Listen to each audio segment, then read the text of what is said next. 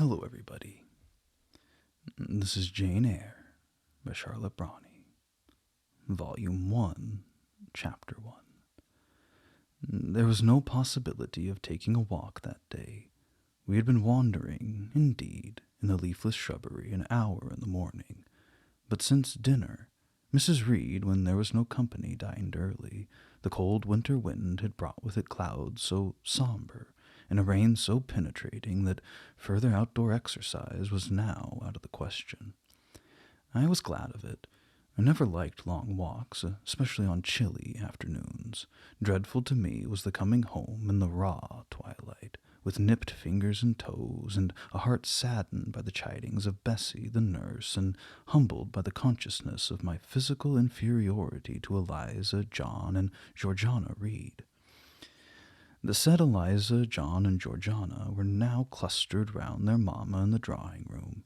She lay reclined on a sofa by the fireside, and with her darlings about her, for the time neither quarrelling nor crying, looked perfectly happy.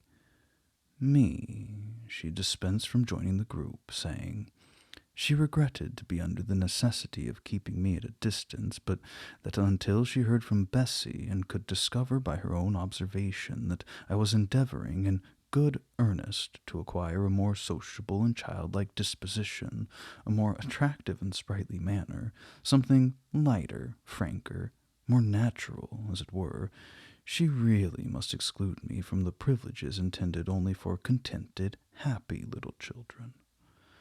"What does Bessie say I've done?" I asked. "Jane, I don't like cavillers or questioners. Besides, there's something truly forbidding in a child taking up her elders in that manner. Be seated somewhere, and until you can speak pleasantly, remain silent." A small breakfast room adjoined the drawing-room. I slipped in there. It contained a bookcase. I soon possessed myself of a volume, taking care that it should be one stored with pictures.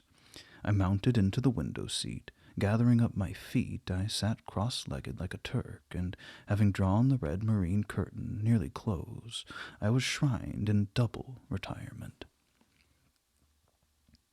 Folds of scarlet drapery shut in my view to the right hand. To the left were the clear panes of glass, protecting but not separating me from the drear November day.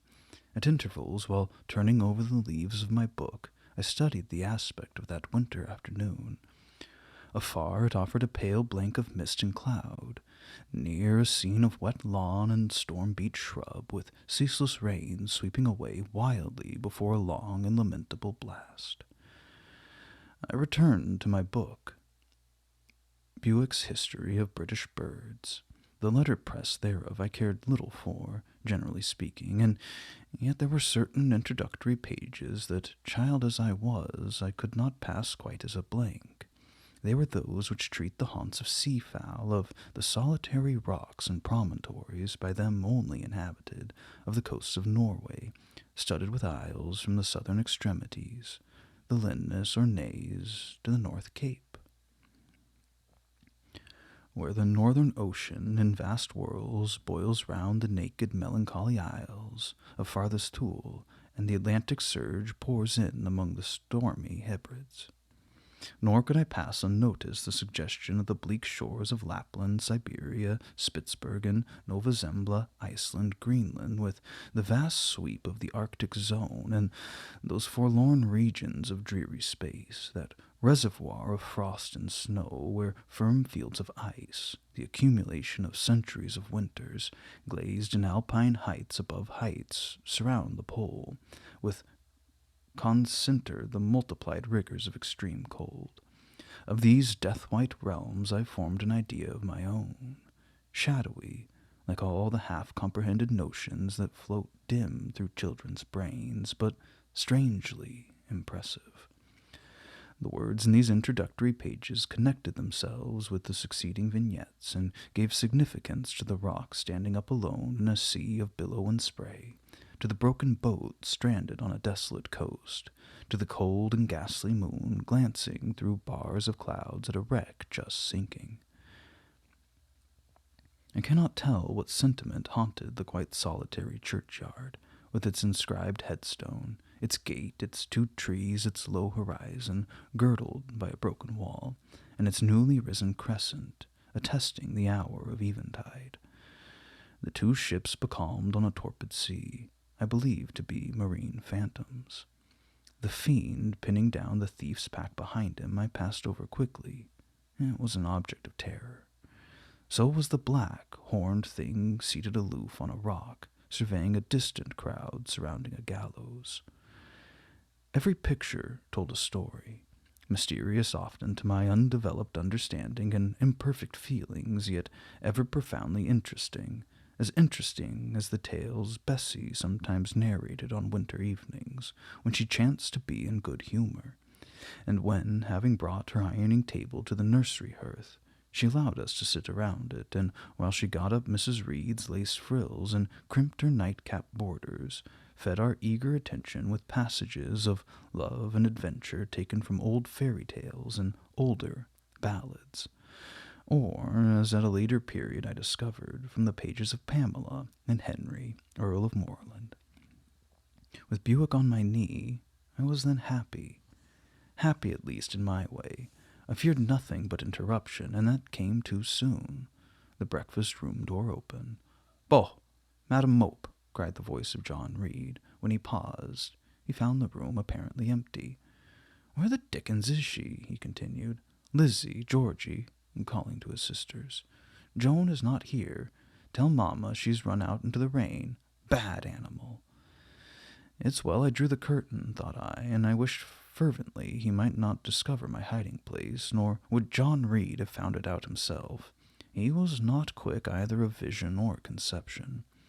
But Eliza just put her head in at the door and said at once, "She's in the window-seat, to be sure, Jack." And I came out immediately, for I trembled at the idea of being dragged forth by the said Jack. "What do you want?" I asked with awkward diffidence. "Say, what do you want, Master Reed?" was the answer. "I want you to come here." And seating himself in an armchair, he intimated by a gesture that I was to approach and stand before him. John Reed was a schoolboy of 14 years old, 4 years older than I, for I was but 10, large and stout for his age, with a dingy and unwholesome skin, thick lineaments and a spacious visage, heavy limbs and large extremities. He gorged himself habitually at table, which made him bilious and gave him a dim and bleary-eyed and flabby cheeks. He ought now to have been at school, but his mamma had taken him home for a month or 2, on account of his delicate health. Mr. Miles, the master, affirmed that he would do very well if he had fewer cakes and sweetmeats sent him from home, but the mother's heart turned from an opinion so harsh and inclined rather to the more refined idea that John's sallowness was owing to over-application and perhaps to pining after home. John had not much affection for his mother and sisters, and an antipathy to me. He bullied and punished me, not 2 or 3 times in a week, nor once or twice in a day, but continually. Every nerve I had feared him, and every morsel of flesh on my bones shrank when he came near. There were moments when I was bewildered by the terror he inspired, because I had no appeal whatever against either his menaces nor his inflictions. The servants did not like to offend their young master by taking my part against him, and Mrs. Reed was blind and deaf on the subject. She never saw him strike or heard him abuse me, though he did both now and then in her very presence, more frequently, however, behind her back. Habitually obedient to John, I came up to his chair. He spent some 3 minutes in thrusting out his tongue at me as far as he could without damaging the roots. I knew he would soon strike, and while dreading the blow, I mused on the disgusting and ugly appearance of him who would presently deal it. I wonder if he read that notion in my face, for all at once, without speaking, he struck suddenly and strongly. I tottered, and on regaining my equilibrium, retired back a step or 2 from his chair. "That's for your impudence in answering Mamma a while since," said he, "and for your sneaking way of getting behind curtains, and for the look you had in your eyes 2 minutes since, you rat." Accustomed to John Reed's abuse, I never had an idea of replying to it. My care was how to endure the blow which would certainly follow the insult. "What were you doing behind the curtain?" he asked. "I was reading." "Show the book." I returned to the window and fetched it thence. "You have no business to take our books. You are a dependent, Mamma says. You have no money. Your father left you none. You ought to beg, and not to live here with gentlemen's children like us, and eat the same meals as we do, and wear clothes at our mamma's expense. Now I'll teach you to rummage my bookshelves, for they are mine. All the house belongs to me, or will do in a few years. Go and stand by the door, out of the way of the mirror and the windows." I did so, not at first aware what his intention, but when I saw him lift and poise the book and stand in act to hurl it, I instinctively started aside with a cry of alarm. Not soon enough, however. The volume was flung, it hit me, and I fell, striking my head against the door and cutting it. The cut bled, the pain was sharp, my terror had passed its climax, other feelings succeeded. "Wicked and cruel boy," I said, "you're like a murderer, you're like a slave driver, you are like the Roman emperors." I had read Goldsmith's History of Rome, and had formed my opinion of Nero, Caligula, etc. Also I had drawn parallels in silence, which I never thought thus to have declared aloud. What, he cried, "did you say that to me? Did you hear her, Eliza and Georgiana? Won't I tell Mamma? But first—" He ran headlong at me. I felt him grasp my hair and my shoulder. He had closed with a desperate thing. I really saw in him a tyrant, a murderer. I felt a drop or two of blood from my head trickle down my neck, and was sensible of somewhat pungent suffering.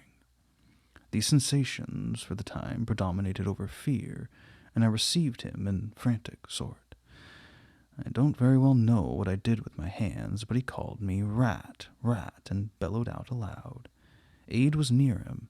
Eliza and Georgiana had run for Mrs. Reed, who was gone upstairs, but now came upon the scene, followed by Bessie and her maid Abbot. We were parted. I heard the words, "Dear, dear, what a fury to fly at Master John! Did anybody see such a picture of passion?" Then Mrs. Reed subjoined, "Take her to the Red Room, and lock her in there." 4 hands were immediately laid upon me, and I was borne upstairs. Volume 1, Chapter 2. I resisted all the way, a new thing for me, and a circumstance which greatly strengthened the bad opinion Bessie and Miss Abbott were disposed to entertain of me.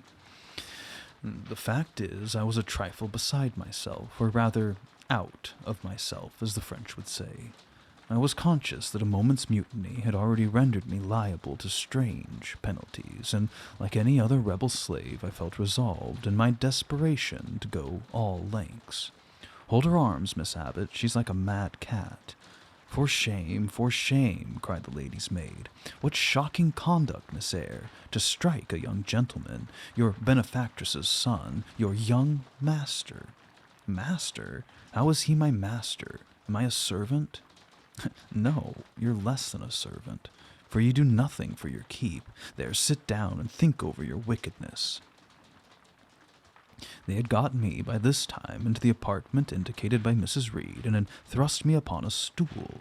My impulse was to rise from it like a spring. Their 2 pair of hands arrested me instantly. "If you don't sit still, you must be tied down," said Bessie. "Miss Abbott, lend me your garters. She would break mine directly." Miss Abbott turned to divest a stout leg of the necessary ligature. This preparation for bonds, and the additional ignominy it inferred, took a little of the excitement out of me. "Don't take them off," I cried. "I will not stir." In guarantee whereof I attached myself to my seat by my hands. Mind you don't, said Bessie. When she had ascertained that I was really subsiding, she loosened her hold of me, and then she and Miss Abbot stood with folded arms, looking darkly and doubtfully on my face, as incredulous of my sanity. She never did so before, at last said Bessie, turning to the Abigail. But it was always in her, was the reply. I've told Mrs. often my opinion about the child, and Mrs. agreed with me. She's an underhand little thing. I never saw a girl of her age with so much cover. Bessie answered not, but ere long, addressing me, she said, You ought to be aware, miss, that you are under obligations to Mrs. Reed. She keeps you. If you were to turn you off, you would have to go to the poorhouse. I had nothing to say to these words. They're not new to me. My very first recollections of existence included hints of the same kind. This reproach of my dependence had become a vague sing-song in my ear, very painful and crushing, but only half intelligible. Miss Abbot joined in, and you ought not to think of yourself on an equality with the Mrs. Reed and Master Reed, because Mrs. kindly allows you to be brought up with them. They will have a great deal of money, and you will have none. It's your place to be humble, and to try to make yourself agreeable to them. What we tell you is for your own good, added Bessie in no harsh voice. You should try to be useful and pleasant, then perhaps you would have a home here. If you become passionate and rude, Mrs. will send you away, I'm sure. Besides, said Miss Abbot, God will punish her. He might strike her dead in the midst of her tantrums, and then where would she go? Come, Bessie, we will leave her. I wouldn't have her heart for anything. Say your prayers, Miss Eyre, for when you are by yourself. For if you don't repent, something bad may be permitted to come down the chimney and fetch you away. They went, shutting the door, locking it behind them. The Red Room was a spare chamber, very seldom slept in. I might say never, indeed, unless a chance influx of visitors from Gateshead Hall rendered it necessary to turn to account all the accommodation it contained, yet it was one of the largest and stateliest chambers in the mansion. A bed supported on massive pillars of mahogany, hung with curtains of deep red damask, stood like a tabernacle in the center. The two large windows, with their blinds always drawn down, were half shrouded in festoons and falls of similar drapery. The carpet was red. The table at the foot of the bed were covered with a crimson cloth. The walls were a soft fawn color, with a blush of pink in it. The wardrobe, the toilet table, the chairs were of darkly polished old mahogany. Out of these deep surrounding shades rose high and glared white the piled-up mattresses and pillows of the bed, spread with a snowy Marseille counterpane. Scarcely less prominent was an ample, cushioned, easy chair near the head of the bed, also white, with a footstool before it, and looking, as I thought, like a pale throne. The room was chill, because it seldom had a fire. It was silent, because remote from the nursery and kitchens, solemn, because it was known to be so seldom entered. The housemaid came alone here on Saturdays to wipe from the mirrors and the furniture a week's quiet dust, and Mrs. Reed herself, at far intervals, visited it to review the contents of a certain secret drawer in the wardrobe, where were sorted diverse parchments, her jewel casket, and a miniature of her deceased husband. In those last words lies the secret of the Red Room, a spell which kept it so lonely in spite of its grandeur. Mr. Reed had been dead 9 years. It was in this chamber he breathed his last. Here he lay in state, hence his coffin was borne by the undertaker's men, and since that day a sense of dreary consecration had guarded it from frequent intrusion. My seat, to which Bessie and the bitter Miss Abbot had left me riveted, was a low ottoman near the marble chimney-piece. The bed rose before me. To my right hand there was a high dark wardrobe, with subdued broken reflections varying the gloss of its panels. To my left were the muffled windows. A great looking-glass between them repeated the vacant majesty of the bed and room. I was not quite sure whether they had locked the door, and when I dared move I got up and went to see. Alas! Yes, no jail was ever more secure. Returning, I had to cross before the looking-glass. My fascinated glance involuntarily explored the depth it revealed. All looked colder and darker in that visionary hollow than in reality, and the strange little figure there gazing at me with a white face and arms specking the gloom, and glittering eyes of fear moving where all else was still, had the effect of a real spirit.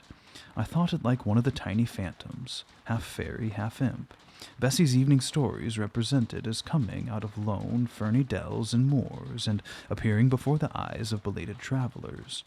I returned to my stool. Superstition was with me at that moment, but it was not yet her hour for complete victory. My blood was still warm, the mood of the revolted slave was still bracing me with its bitter vigor. I had to stem a rapid rush of retrospective thought before I quailed to the dismal present. All John Reed's violent tyrannies, all his sister's proud indifference, all his mother's aversion, all the servant's partiality, turned up my disturbed mind like a dark deposit in a turbid well. Why was I always suffering, always browbeaten, always accused, forever condemned? Why could I never please? Why was it useless to try to win anyone's favor? Eliza, who was headstrong and selfish, was respected. Georgiana, who was a spoiled temper, very acrid spite, a captious and insolent carriage, was universally indulged. Her beauty, her pink cheeks and golden curls seemed to give delight to all who looked at her, and to purchase indemnity from every fault. John no one thwarted, much less punished, though he twisted the necks of the pigeons, killed the little pixies, set the dogs at the sheep, stripped the hothouse vines of their fruit, and broke the buds off the choicest plants in the conservatory. He called his mother old girl, too, sometimes reviled her for her dark skin, similar to his own, bluntly disregarded her wishes, and not unfrequently tore her silk attire, and he was still her own darling. I dared to commit no fault. I strove to fulfill every duty, and I was termed naughty and tiresome, sullen and sneaking, from morning to noon and noon to night. My head still ached and bled with the blow and fell I had received. No one had reproved John for wantonly striking me, and because I had turned against him to avert further irrational violence, I was loaded with general opprobrium. Unjust, said my reason, forced by the agonizing stimulus into precocious though transitory power. And resolve, equally wrought up, instigated some strange expedient to achieve escape from insupportable oppression, as running away, or if that could not be effected, never eating or drinking more, and letting myself die. What a consternation of soul was mine that dreary afternoon! How all my brain was in tumult, and my heart in insurrection. Yet in what darkness, what dense ignorance was the mental battle fought? I could not answer the ceaseless inward question, why I thus suffered. Now, at the distance of, I will not say how many years, I see it clearly. It was a discord in Gateshead Hall. I was like nobody there. I had nothing in harmony with Mrs. Reed or her children or her chosen vassalage. They did not love me, in fact, as little did I love them. They were not bound to regard with affection a thing that could not sympathize with one amongst them, a heterogeneous thing opposed to them in temperament and capacity and propensities, a useless thing, incapable of serving their interest or adding to their pleasure, a noxious thing, cherishing the germs of indignation at their treatment or contempt of their judgment. I know that I had been a sanguine, brilliant, careless, exacting, handsome, romping child, though equally dependent and friendless. Mrs. Reed would have endured my presence more complacently. Her children would have entertained for me more of the cordiality of fellow feeling. The servants would have been less prone to make me the scapegoat of the nursery. Daylight began to forsake the red room. It was past 4 o'clock, and the beclouded afternoon was tending to drear twilight. I heard the rain still beating continuously on the staircase window, and the wind howling in the grove behind the wall. I grew by degrees cold as a stone, and then my courage sank. My habitual mood of humiliation, self-doubt, forlorn depression fell damp on the embers of my decaying ire. All I said was wicked, and perhaps I might be so. What thought had I been just conceiving of starving myself to death? And that certainly was a crime, and was I fit to die? Or was the vault under the chancel of Gateshead Church an inviting bourne? In such vault, I had been told, did Mr. Reed lie buried, and led by this thought to recall his idea, I dwelt on it with gathering dread. I could not remember him, but I knew that he was my own uncle, my mother's brother, that he had taken me when a parentless infant to his house, and that in his last moments he had required a promise of Mrs. Reed, that she would rear and maintain me as one of her own children. Mrs. Reed probably considered she had kept this promise, and so she had, I dare say, as well as her nature would permit it, but how could she really like an interloper, not of her race and unconnected with her, after her husband's death by any tie? It must have been most irksome to find herself bound by a hard-wrung pledge to stand in the stead of a parent to a strange child she could not love, and to see an uncongenial alien permanently intruded on her own family group. A single notion dawned upon me. I doubted not, I never doubted, that if Mr. Reed had been alive, he would have treated me kindly. And now, as I sat looking at the white bed and overshadowed walls, occasionally also turning a fascinated eye towards the dimly gleaming mirror, I began to recall what I had heard of dead men, troubled in their graves by the violation of their last wishes, revisiting the earth to punish the perjured and avenge the oppressed. And I thought of Mr. Reed's spirit, harassed by the wrongs of his sister's child, might quit its abode, whether in the church vault or in the unknown world of the departed, and rise before me in this chamber. I wiped my tears and hushed my sobs, fearful lest any sign of violent grief might waken the preternatural voice to comfort me, or elicit from the gloom some haloed face bending over me with strange pity. This idea, consolatory in theory, I felt would be terrible if realized. With all my might I endeavored to stifle it. I endeavored to be firm. Shaking my hair from my eyes, I lifted my head and tried to look boldly round the room. At this moment a light gleamed on the wall. Was it, I asked myself, a ray from the moon penetrating some aperture in the blind? No, moonlight was still, and this stirred. While I gazed, it glided up to the ceiling and quivered over my head. I can now conjecture readily that this streak of light was in all likelihood a gleam from a lantern, carried by someone across the lawn. But then, prepared as my mind was for horror, shaken as my nerves were by agitation, I thought that the swift darting beam was a herald of some coming vision from another world. My heart beat thick, my head grew hot, a sound filled my ears, which I deemed the rushing of wings. Something seemed near me. I was oppressed, suffocated. Endurance broke down. I rushed to the door and shook the lock in desperate effort. Steps came running along the outer passage. The key turned. Bessie and Abbot entered. "Miss Eyre, are you ill?" said Bessie. "What a dreadful noise! It went quite through me," exclaimed Abbot. "Take me out. Let me go into the nursery," was my cry. "What for? Are you hurt? Have you seen something?" again demanded Bessie. "Oh, I saw a light, and I thought a ghost would come." I had now got a hold of Bessie's hand, and she did not snatch it from me. "She screamed out on purpose," declared Abbot in some disgust, and what a scream! If she had been in great pain, would have excused it, but she only wanted to bring us all here. I know her naughty tricks. "What is all this?" demanded another voice, peremptorily, and Mrs. Reed came along the corridor, her cap flying wide, her gown rustling stormily. Abbot and Bessie, I believe, gave orders that Jane Eyre should be left in the Red Room till I came her myself. "Miss Jane screams so loud, ma'am," pleaded Bessie. "Let her go," was the only answer. "Loose Bessie's hand, child. You cannot succeed in getting out by these means, be assured. I abhor artifice, particularly in children. It is my duty to show you that tricks will not answer. You will now stay here an hour longer, and it's only on condition of perfect submission and stillness that I shall liberate you then."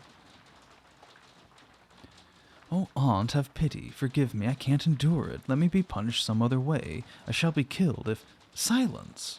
This violence is almost repulsive. And so, no doubt, she felt it. I was a precocious actress in her eyes. She sincerely looked on me as a compound of virulent passions, mean spirit, and dangerous duplicity. Bessie and Abbott having retreated, Mrs. Reed, impatient of my now frantic anguish and wild sobs, abruptly thrust me back and locked me in, without further parley. I heard her sweeping away, and soon after she was gone, I suppose I had a species of fit. Unconsciousness closed the scene. Chapter 3. The next thing I remember is waking up with a feeling as if I had had a frightful nightmare, and seeing before me a terrible red glare crossed with thick black bars. I heard voices, too, speaking with a hollow sound, as if muffled by a rush of wind or water. Agitation, uncertainty, and an all-predominating sense of terror confused my faculties. Ere long I became aware that someone was handling me, lifting me up and supporting me in a sitting posture, and that more tenderly than I had ever been raised or upheld before. I rested my head against a pillow or an arm and felt easy. In 5 minutes more the cloud of bewilderment dissolved. I knew quite well that I was in my own bed, and that the red glare was the nursery fire. It was night. A candle burnt on the table. Bessie stood at the bed-foot with a basin in her hand, and a gentleman sat in a chair near my pillow, leaning over me. I felt an inexpressible relief, a soothing conviction of protection and security, and I knew that there was a stranger in the room, an individual not belonging to Gateshead and not related to Mrs. Reed. Turning from Bessie, though her presence was far less obnoxious to me than that of Abbott, for instance, would have been, I scrutinized the face of the gentleman. I knew him. It was Mr. Lloyd, an apothecary, sometimes called in by Mrs. Reed when the servants were ailing. For herself and the children she employed a physician. "Well, who am I?" he asked. I pronounced his name, offering him at the same time my hand. He took it, smiling and saying, "We shall do very well by and by." Then he laid me down, and addressing Bessie, charged her to be very careful that I was not disturbed during the night. Having given some further directions, and intimated that he should call again the next day, he departed, to my grief. I felt so sheltered and befriended while he sat in the chair near my pillow, and as he closed the door after him, all the room darkened, and my heart again sank. Inexpressible sadness weighed it down. "Do you feel as if you should sleep, miss?" asked Bessie, rather softly. Scarcely dared I answer her, for I feared the next sentence might be rough. "I'll try." "Would you like to drink, or could you eat anything?" "No, thank you, Bessie." "Then I shall go to bed, for it's past 12 o'clock, but you may call me if you want anything in the night." Wonderful civility this. It emboldened me to ask a question. "Bessie, what's the matter with me? Am I ill? You fell sick, I suppose, in the Red Room with crying. You'll be better soon, no doubt." Bessie went into the housemaid's apartment, which was near, and I heard her say, "Sarah, come and sleep with me in the nursery. I daren't for the life of me be alone with that poor child tonight. She might die. It's such a strange thing that she should have that fit. I wonder if she saw anything. Mrs. was rather too hard." Sarah came back with her. They both went to bed. They were whispering together for half an hour before they fell asleep. I caught scraps of their conversation, from which I was able only too distinctly to infer the main subject discussed.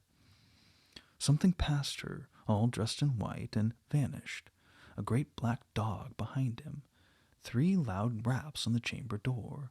A light in the churchyard just over his grave, etc., etc.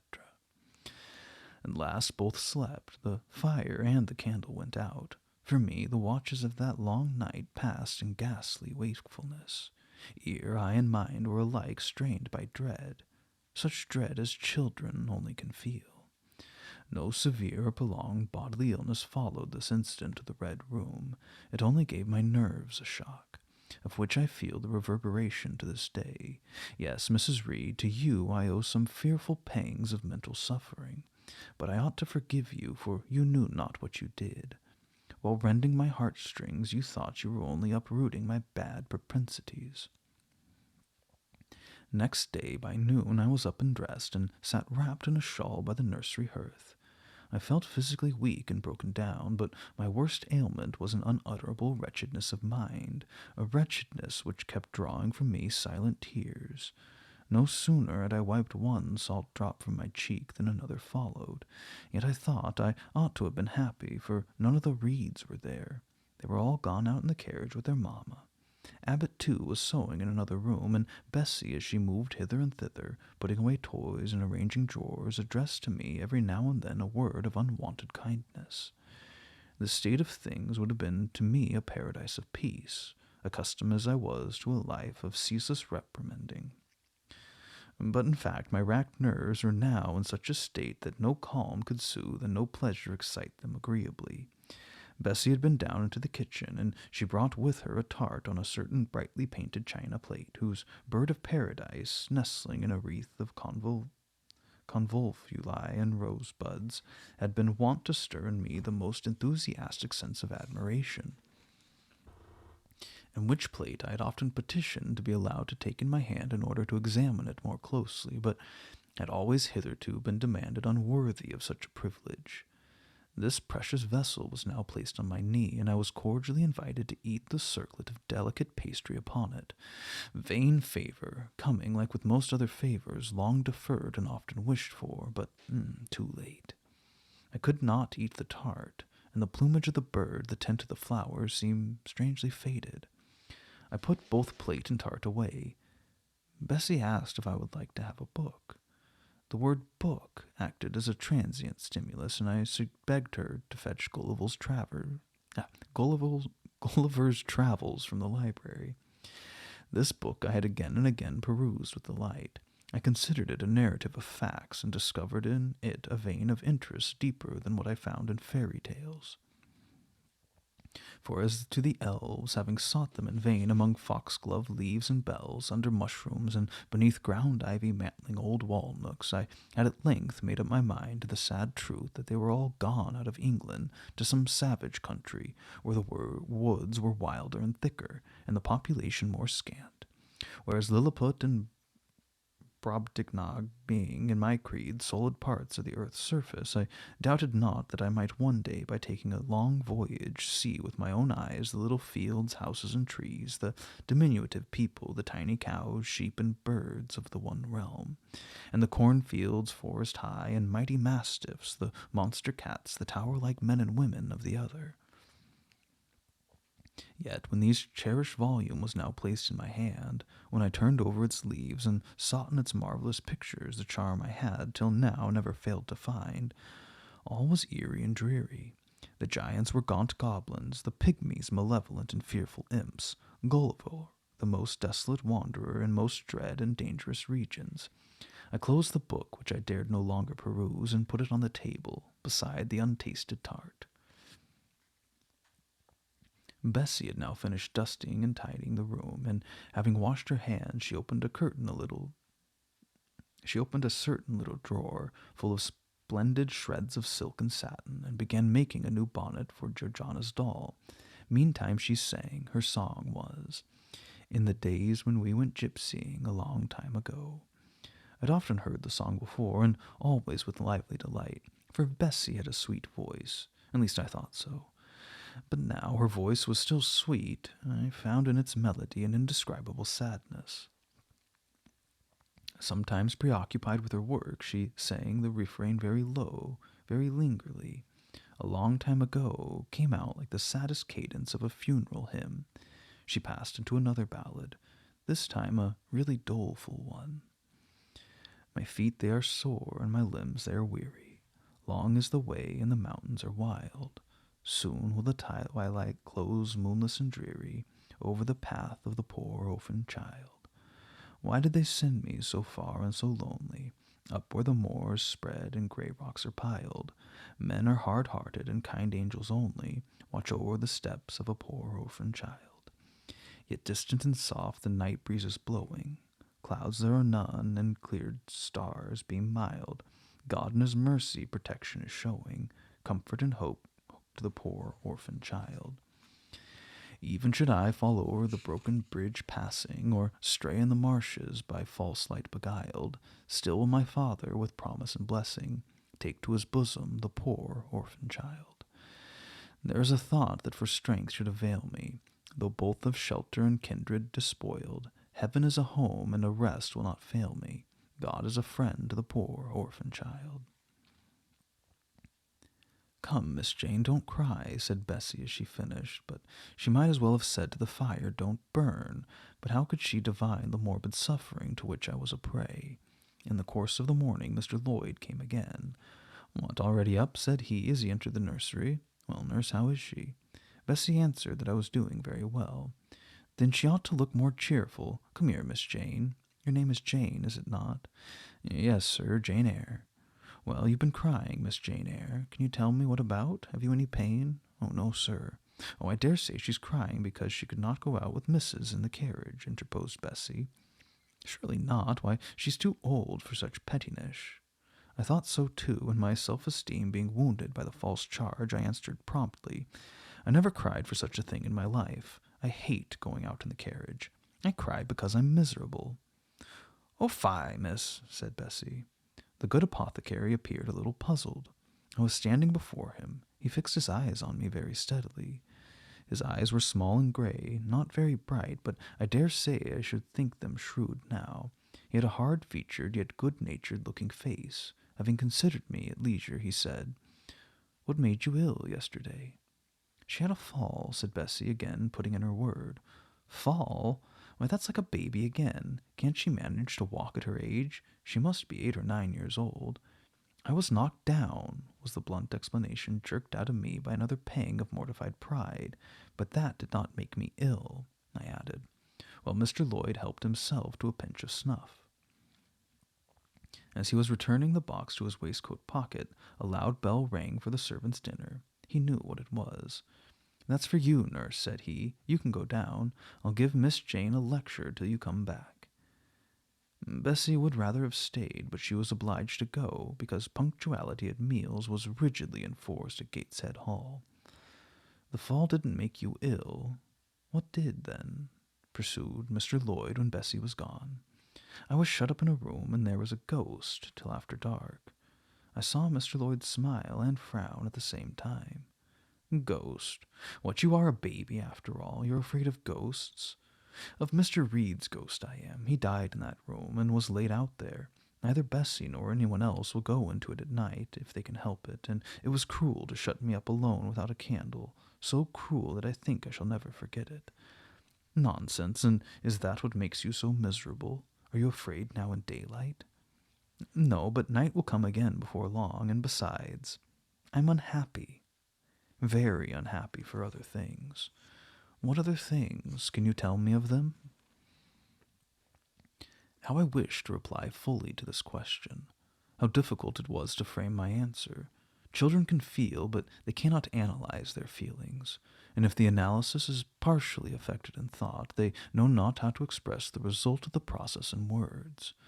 Fearful, however, of losing the first and only opportunity of relieving my grief by imparting it, I, after a disturbed pause, contrived to frame a meagre, though as far as it went, true response.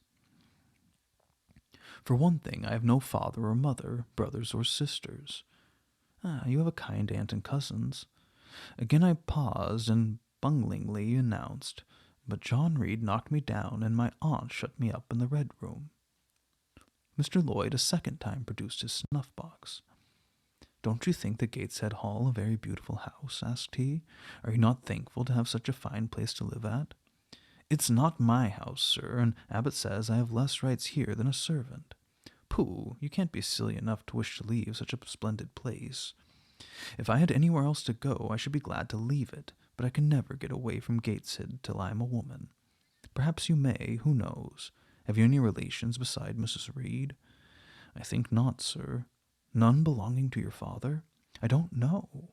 I asked Aunt Reed once, and she said possibly I might have some poor, low relations called Eyre, but she knew nothing of them. If you had such, would you like to go to them? I reflected. Poverty looks grim to grown people, still more so to children. They've not much idea of industrious, working, respectable poverty. They think of the word only as connected with ragged clothes, scanty food, fireless grates, rude manners, and debasing vices. Poverty for me was synonymous with degradation. No, I should not like to belong to poor people, was my reply. Not even if they were kind to you? I shook my head.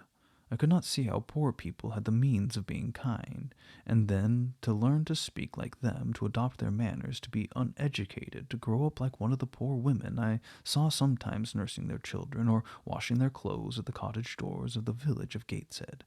No, I was not heroic enough to purchase liberty at the price of caste. But are your relatives so very poor? Are they working people? I can't tell. Aunt Reed says if I have any, they must be a beggarly set. I should not like to go a-begging. Would you like to go to school? Again I reflected. I scarcely knew what school was. Bessie sometimes spoke of it as a place where young ladies sat in the stocks, wore backboards, and were expected to be exceedingly genteel and precise. John Reed hated his school and abused his master, but John Reed's tastes were no rule for mine, and if Bessie's account of school discipline, gathered from the young ladies of a family where she had lived before coming to Gateshead, were somewhat appalling, her details of certain accomplishments attained by these some young ladies were, I thought, equally attractive. She boasted of beautiful paintings of landscapes and flowers by them executed, of songs they could sing and pieces they could play, of purses they could net, of French books they could translate, till my spirit was moved to emulation as I listened. Besides, school would be a complete change. It implied a long journey, an entire separation from Gateshead, an entrance into a new life. I should indeed like to go to school, was the audible conclusion of my musings. Well, well, who knows what may happen, said Mr. Lloyd as he got up. The child ought to have change of air and scene, he added, speaking to himself. Nerves not in a good state. Bessie now returned, and at the same moment the carriage was heard rolling up the gravel walk. Is that your mistress, nurse? Asked Mr. Lloyd. I should like to speak to her before I go.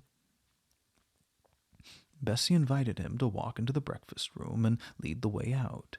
In the interview which followed between him and Mrs. Reed, I presume, from after occurrences, that the apothecary ventured to recommend my being sent to school. And the recommendation was no doubt readily enough adopted, for, as Abbot said in discussing the subject with Bessie when both sat sewing in the nursery one night after I went in bed as they thought asleep, Mrs. was, I dared say, glad enough to get rid of such a tiresome, ill-conditioned child, who always looked as if she were watching everybody and scheming plots underhand. Abbot, I think, gave me credit for being a sort of infantine Guy Fawkes.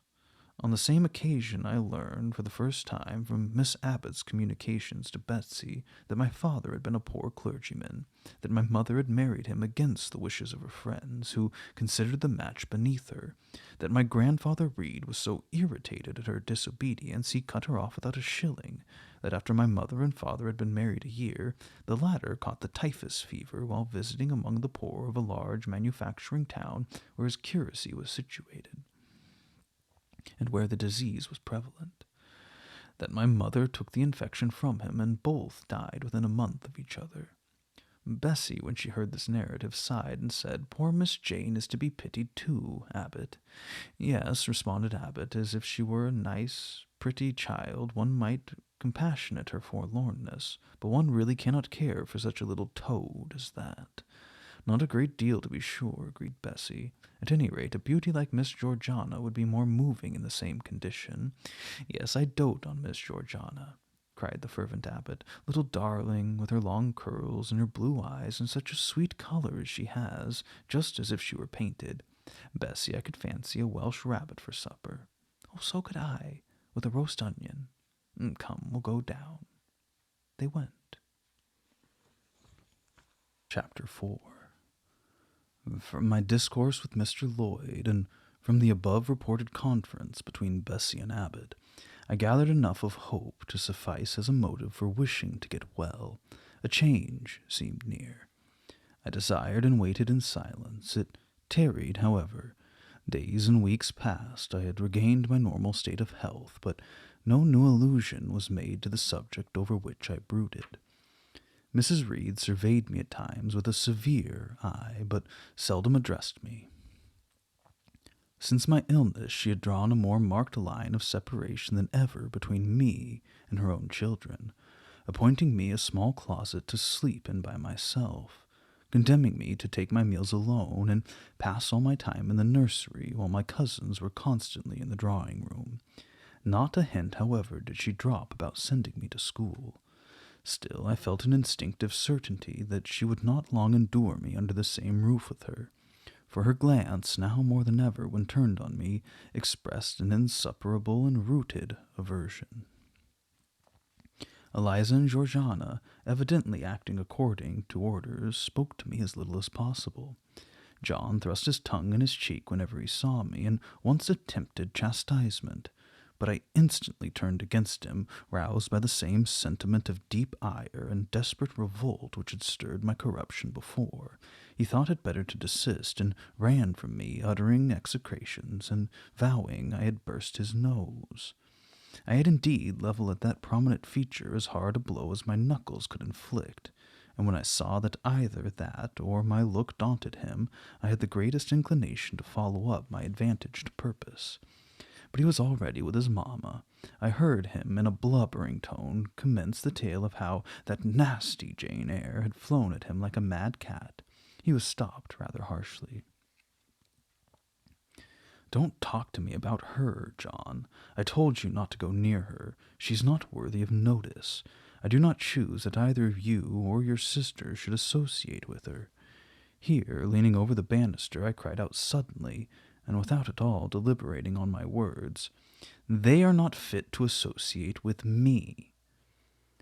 Mrs. Reed was rather a stout woman, but on hearing this strange and audacious declaration, she ran nimbly up the stair, swept me like a whirlwind into the nursery, and crushing me down on the edge of my crib, dared me in emphatic voice to rise from that place or utter one syllable during the remainder of the day. "What would Uncle Reed say to you if he were alive?" was my scarcely voluntary demand. I say scarcely voluntary, for it seemed as if my tongue pronounced words without my consenting to their utterance. Something spoke out of me which I had no control. "What?" said Mrs. Reed under her breath. Her usually cold, composed grey eye became troubled with a look like fear. She took her hand from my arm and gazed at me as if she really did not know whether I were child or fiend. I was now in for it.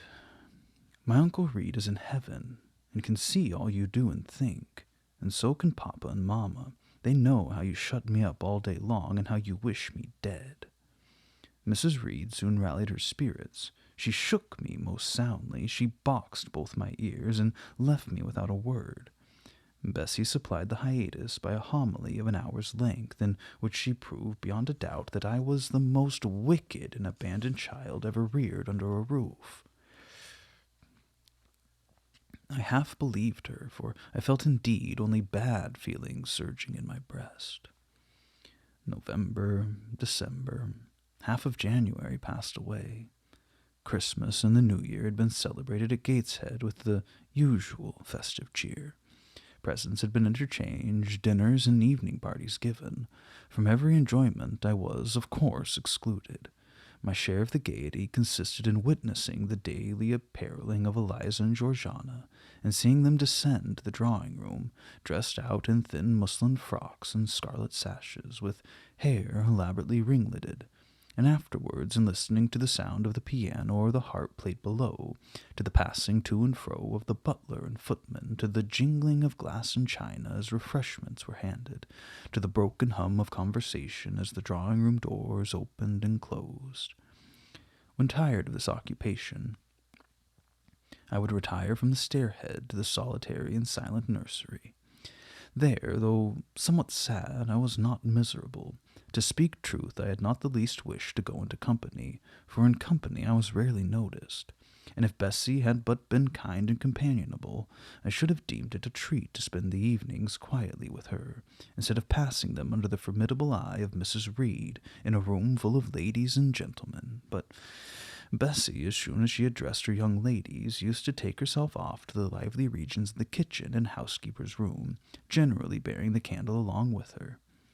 I then sat with my doll on my knee till the fire got low, glancing round occasionally to make sure that nothing worse than myself haunted the shadowy room, and when the embers sank to a dull red, I undressed hastily, tugging at knots and strings as best I might, and sought shelter from cold and darkness in my crib.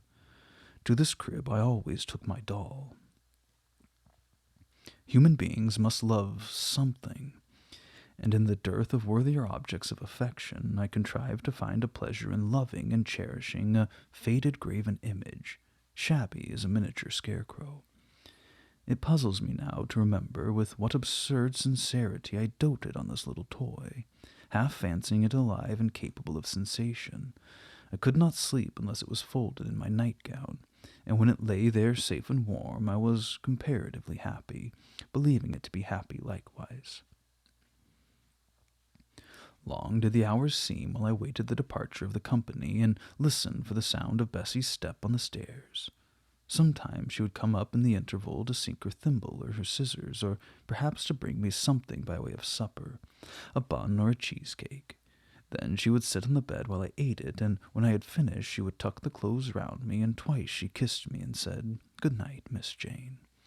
When thus gentle, Bessie seemed to me the best, prettiest, kindest being in the world, and I wished most intensely that she would always be so pleasant and amiable, and never push me about or scold or task me unreasonably, as she was too often wont to do. Bessie Lee must, I think, have been a girl of good natural capacity, for she was smart in all she did, and had a remarkable knack of narrative. So at least I judged from the impression made on me by her nursery tales. She was pretty, too, if my recollection of her face and person are correct. I remember her a slim young woman, with black hair, dark eyes, very nice features, and good, clear complexion. She had a capricious and hasty temper, and indifferent ideas of principle or justice. Still, such as she was, I preferred her to anyone else at Gateshead Hall. It was the 15th of January, about 9 o'clock in the morning. Bessie was gone down to breakfast. My cousins had not yet been summoned to their mamma. Eliza was putting on her bonnet and warm garden coat to go and feed her poultry, an occupation of which she was fond, and not less so of selling the eggs to the housekeeper and hoarding up the money she thus obtained. She had a turn for traffic, and a marked propensity for saving, shown not only in the vending of eggs and chickens, but also in driving hard bargains with the gardener about flower roots, seeds, and slips of plants, the functionary having orders from Mrs. Reed to buy of his young lady all the products of her parterre she wished to sell, and Eliza would have sold the hair off her head if she had made a handsome profit thereby. As to her money, she first secreted it in odd corners, wrapped in a rag or old curl paper. But some of these hoards having been discovered by the housemaid, Eliza, fearful of one day losing her valued treasure, consented to entrust it to her mother at an usurious rate of interest, 50 or 60%, which interest she exacted every quarter, keeping her accounts in a little book with anxious accuracy.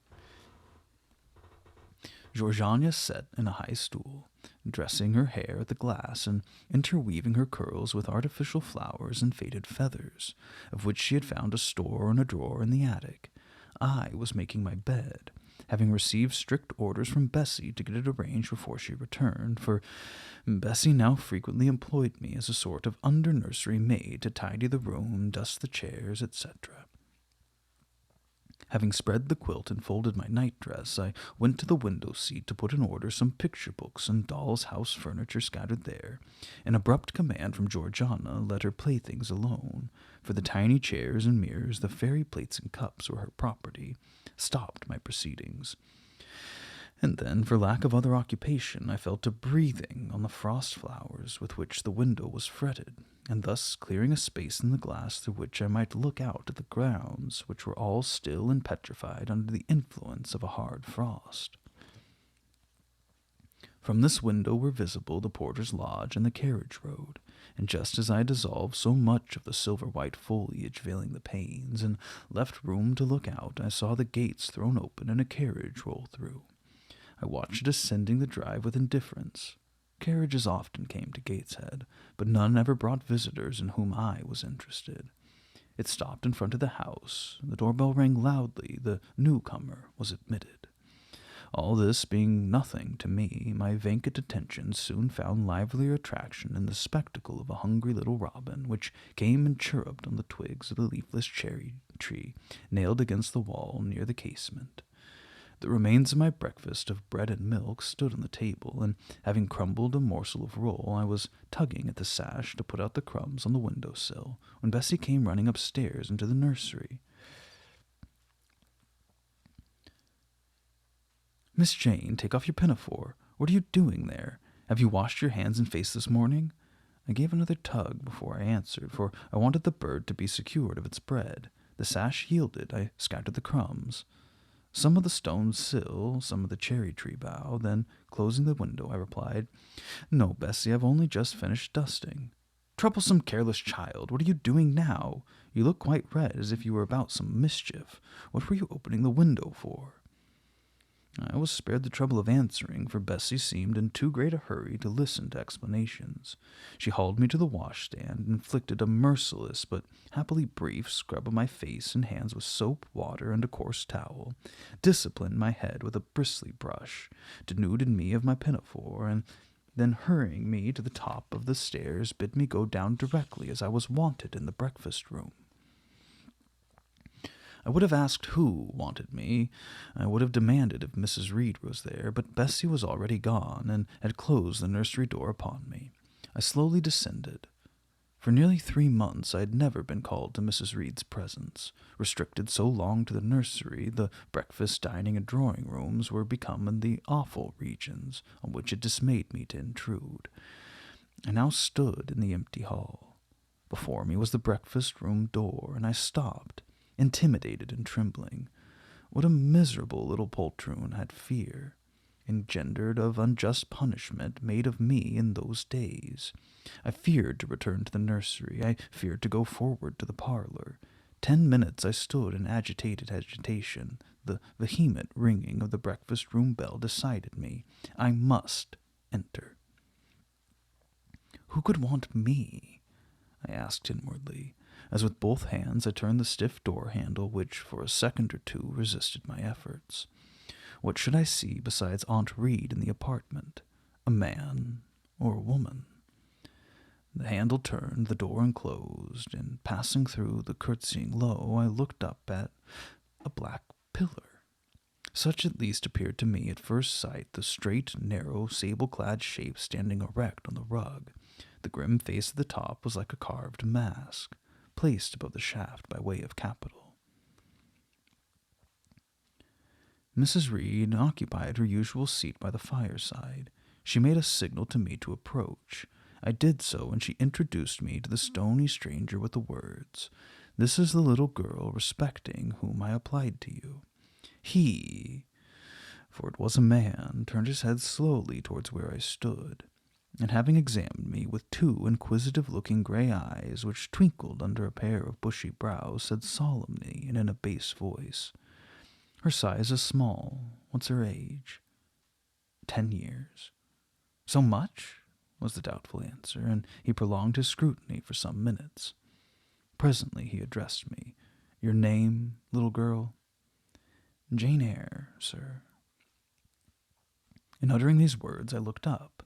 He seemed to me a tall gentleman, but then I was very little. His features were large, and all the lines of his frame were equally harsh and prim. "Well, Jane Eyre, are you a good child?" Impossible to reply to this in the affirmative. My little world held a contrary opinion. I was silent. Mrs. Reed answered for me by an expressive shake of her head, adding soon, "Perhaps the less said on the subject the better, Mr. Brocklehurst." Sorry indeed to hear it, she and I must have some talk. And bending from the perpendicular, he installed his person in the armchair opposite Mrs. Reed's. "Come here," he said. I stepped across the rug. He placed me square and straight before him. With what a face he had, now that it was almost on a level with mine. What a great nose, and what a mouth, and what large, prominent teeth. "No sight so sad as that of a naughty child," he began, "especially a naughty little girl.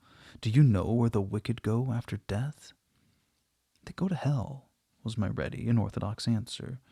And what is hell? Can you tell me that? Oh, a pit full of fire. And should you like to fall into that pit and be burning there forever? No, sir. What must you do to avoid it? I deliberated a moment. My answer, when it did come, was objectionable. I must keep in good health and not die. How can you keep in good health? Children younger than you die daily. I buried a little girl of 5 years old only a day or two since, a good little girl, whose soul is now in heaven. It is to be feared that the same could not be said of you were you to be called hence. Not being in a condition to remove his doubt, I only cast my eyes down on the 2 large feet planted on the rug and sighed, wishing myself far enough away. I hope that sigh is from the heart, and that you repent of ever having been the occasion of discomfort to your excellent benefactress. Benefactress, benefactress, said I inwardly. They all call Mrs. Reed my benefactress. If so, a benefactress is a disagreeable thing. Do you say your prayers night and morning? Continued my interrogator. Yes, sir. Do you read your Bible? Sometimes. With pleasure? Are you fond of it? Oh, I like Revelations, and the book of Daniel and Genesis and Samuel, and a little bit of Exodus, and some parts of Kings and Chronicles, and Job and Jonah. And the Psalms? I hope you like them.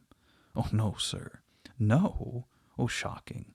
I have a little boy, younger than you, who knows 6 psalms by heart, and when you ask him which you would rather have, a ginger nut bread to eat, or a verse of a psalm to learn, he says, "Oh, the verse of the psalm. Angels sing psalms," says he. "I wish to be a little angel here below." And then he gets 2 nuts in recompense for his infant piety. Psalms are not interesting, I remarked. And that proves you have a wicked heart, and you must pray to God to change it, to give you a new and clean one, to take away your heart of stone and give you a heart of flesh. I was about to propound a question touching the manner in which the operation of changing my heart was to be performed, when Mrs. Reed interposed, telling me to sit down.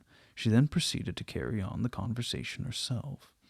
Mr. Brocklehurst, I believe, I intimated in my letter which I wrote to you 3 weeks ago that this little girl was not quite the character and disposition I could wish.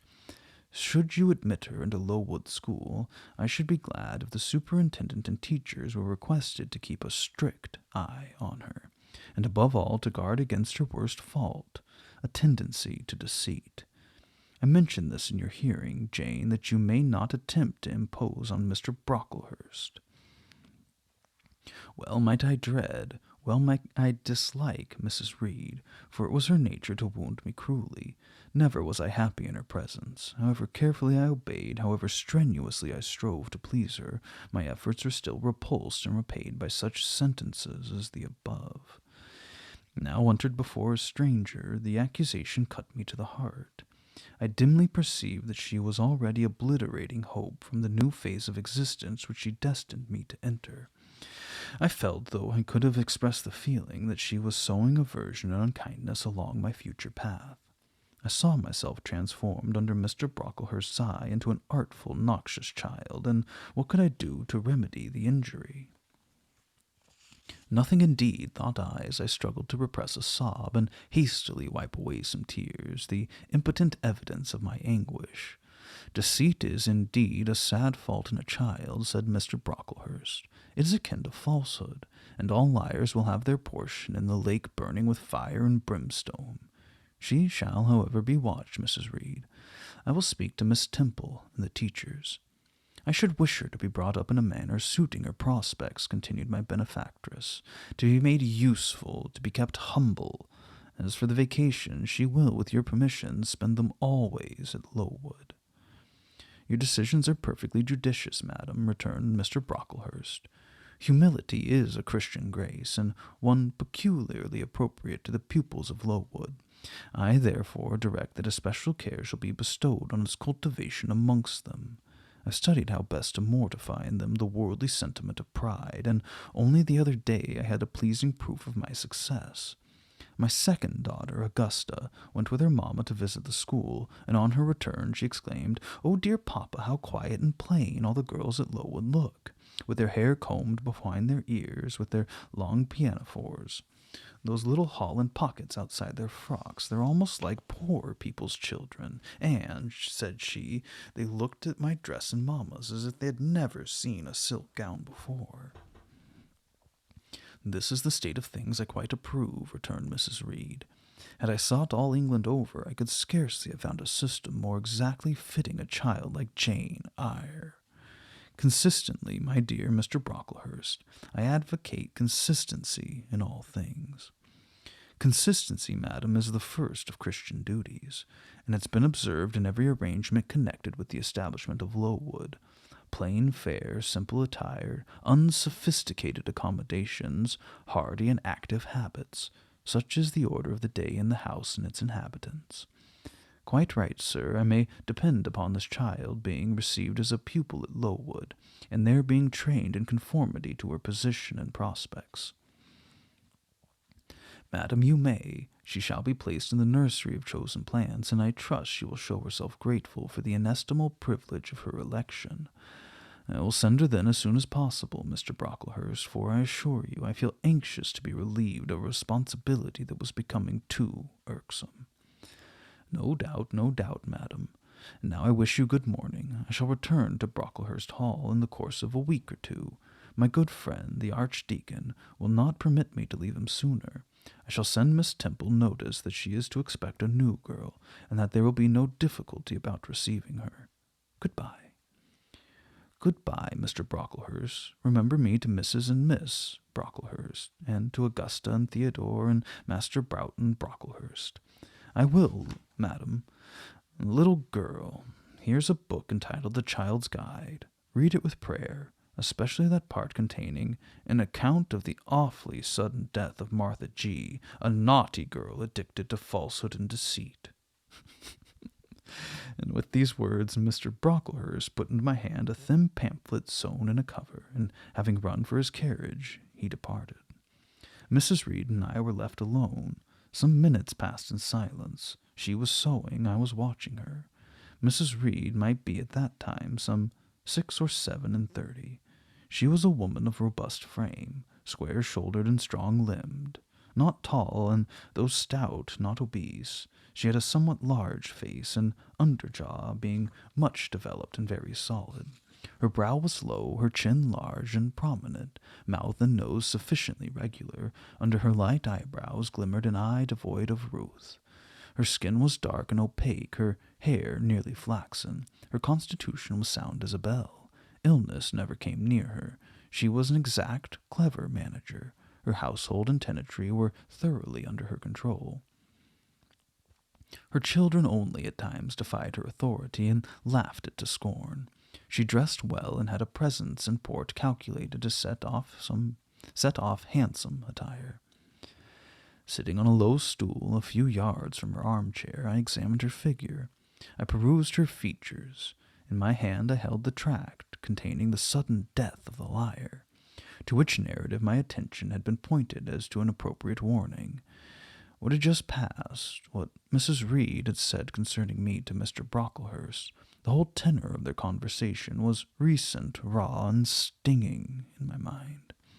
I had felt every word acutely, as I had heard it plainly, and a passion of resentment fomented now within me. Mrs. Reed looked up from her work, her eye settled on mine, her fingers at the same time suspended their nimble movements. "Go out of the room, return to the nursery," was her mandate. My look, or something else, must have struck her as offensive, for she spoke with extreme, though suppressed irritation. I got up and went to the door. I came back again. I walked to the window across the room, then close up to her. Speak I must. I had been trodden so severely, and must turn, but how? What strength had I to dart retaliation at my antagonist? I gathered my energies and launched them into this blunt sentence. I'm not deceitful. If I were, I should say I loved you. But I declare I do not love you. I dislike you the worst of anybody in the world except John Reed, and this book about the liar, you may give it to your girl Georgiana, for it is she who tells lies and not I. Mrs. Reed's hands still lay on her work inactive. Her eye of ice continued to dwell freezingly on mine. "What more have you to say?" she asked, rather in the tone in which a person might address an opponent of adult age than such as ordinarily used to a child. That eye of hers, that voice stirred every antipathy I had. Shaking from head to foot, thrilled with ungovernable excitement, I continued, "I'm glad you're no relation of mine. I will never call you aunt again as long as I live. I will never come to see you when I'm grown up, and if anyone asks me how I liked you and how you treated me, I'll say the very thought of you makes me sick, and that you treated me with miserable cruelty." "How dare you affirm that, Jane Eyre?" "How dare I, Mrs. Reed? How dare I? Because it is the truth. You think I have no feelings, and that I can do without one bit of love and kindness. But I cannot live so, and you have no pity. I shall remember how you thrust me back, roughly and violently thrust me back into the Red Room, and locked me up there to my dying day. And though I was in agony, though I cried out while suffocating with distress, have mercy, Aunt Reed," and that punishment you made me suffer because your wicked boy struck me, knocked me down for nothing. I will tell anybody who asks me questions this exact tale. People think you a good woman, but you are bad, hard-hearted. You are deceitful.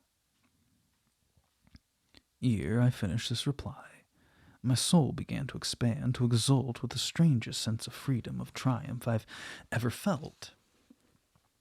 It seemed as if an invisible bond had burst, and that I had struggled out of unhoped-for liberty. Not without cause was this sentiment. Mrs. Reed looked frightened. Her work had slipped from her knee. She was lifting up her hands, rocking herself to and fro, and even twisting her face as if she would cry. "Jane, you're under a mistake. What's the matter with you? Why do you tremble so violently? Would you like to drink some water?" "No, Mrs. Reed. Is there anything else you wish for, Jane? I assure you I desire to be your friend." "Not you. You told Mr. Brocklehurst I had a bad character, a deceitful disposition, and I'll tell everybody at Lowood. I'll let everyone at Lowood know what you are and what you've done. Jane, you don't understand these things. Children must be corrected for their faults." "Deceit is not my fault," I cried out in a savage high voice. "But you're passionate, Jane, that you must allow. Now return to the nursery, there's a dear, and lie down a little." "I'm not your dear. I cannot lie down. Send me to school soon, Mrs. Reed, for I hate to live here." "I will indeed send her to school soon," murmured Mrs. Reed sotto voce, and giving up her work, she abruptly quitted the apartment. I was left there alone, winner of the field. It was the hardest battle I had fought, and the first victory I had gained. I stood a while on the rug where Mr. Brocklehurst had stood, and I enjoyed my conqueror's solitude. First I smiled to myself and felt elate, but the fierce pleasure subsided in me as fast as did the accelerated throb of my pulses.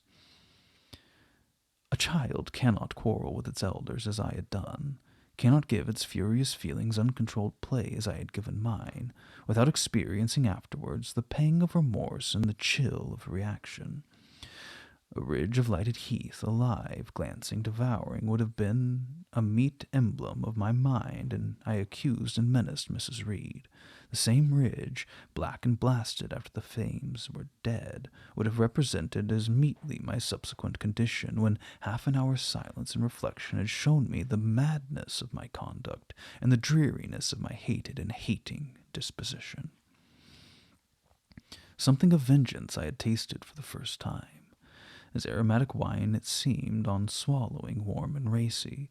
Its after-flavor, metallic and corroding, gave me a sensation as if I had been poisoned. Willingly would I now have gone and asked Mrs. Reed's pardon, but I knew partly from experience and partly from instinct that was the way to make her repulse me with double scorn, thereby re-exciting every turbulent impulse of my nature.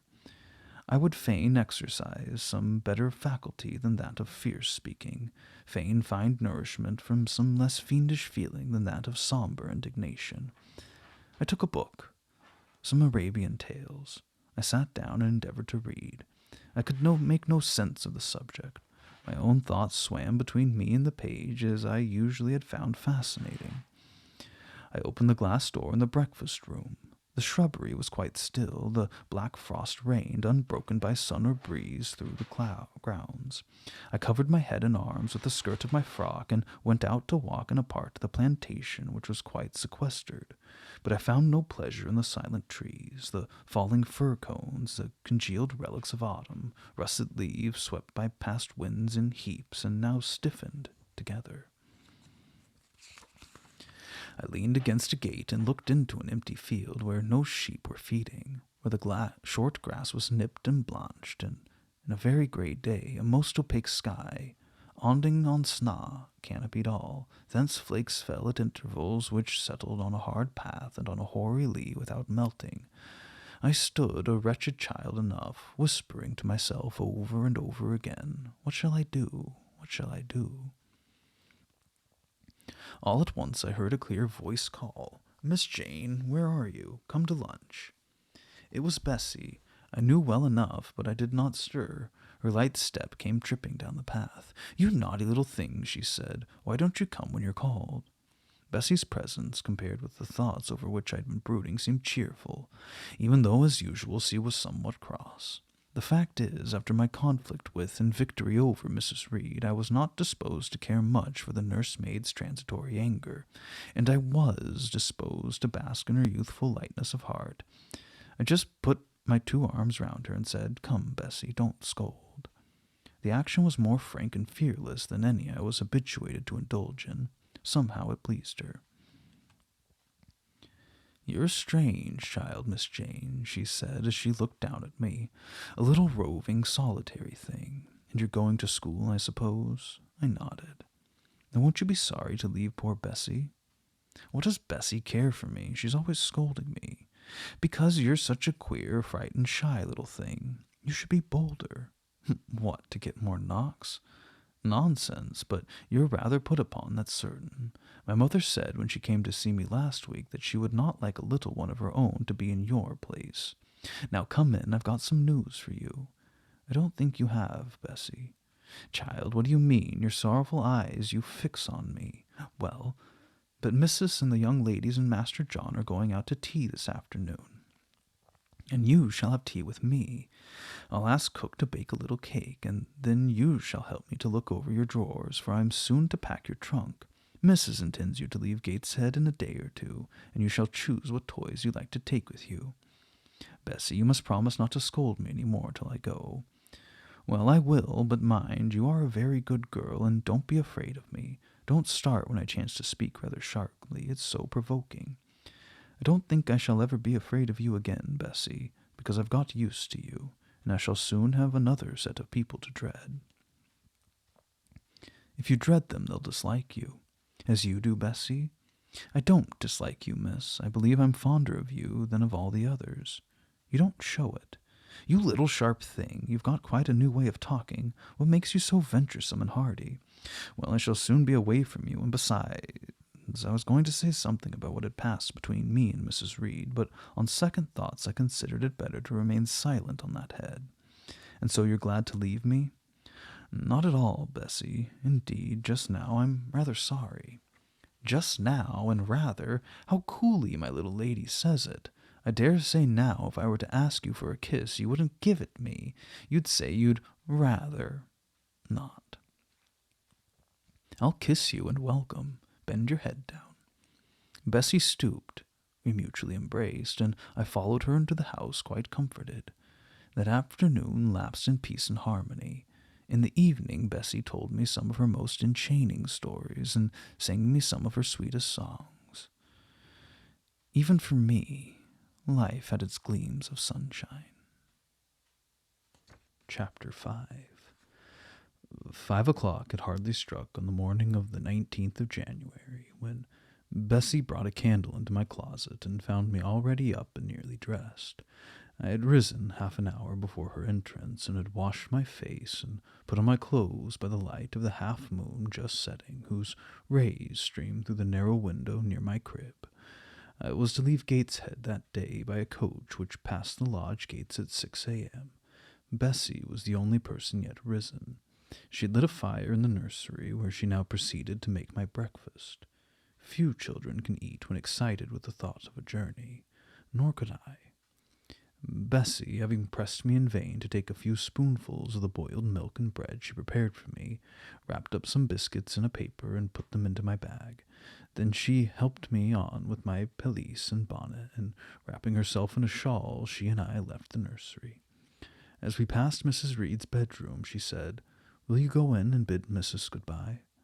"No, Bessie. She came to my crib last night when you were gone down to supper, and said I need not disturb her in the morning, or my cousins either, and she told me to remember that she had always been my best friend, and to speak of her and be grateful to her accordingly." "What did you say, miss?" "Nothing." I covered my face with the bedclothes and turned from her to the wall. "That was wrong, Miss Jane. It was quite right, Bessie. Your missus has not been my friend. She has been my foe." "Oh, Miss Jane, don't say so." "Good-bye to Gateshead," cried I, as we passed through the hall and went out the front door. The moon was set, and it was very dark. Bessie carried a lantern whose light glanced on wet steps and gravel roads sodden with a recent thaw. Raw and chill was the winter morning. My teeth chattered as I hastened down the drive. There was a light in the porter's lodge. When we reached it, we found the porter's wife just kindling her fire. My trunk, which had been carried down the evening before, stood corded at the door. I wanted but a few minutes of 6, and shortly after that hour had struck, the distant roll of wheels announced the coming coach.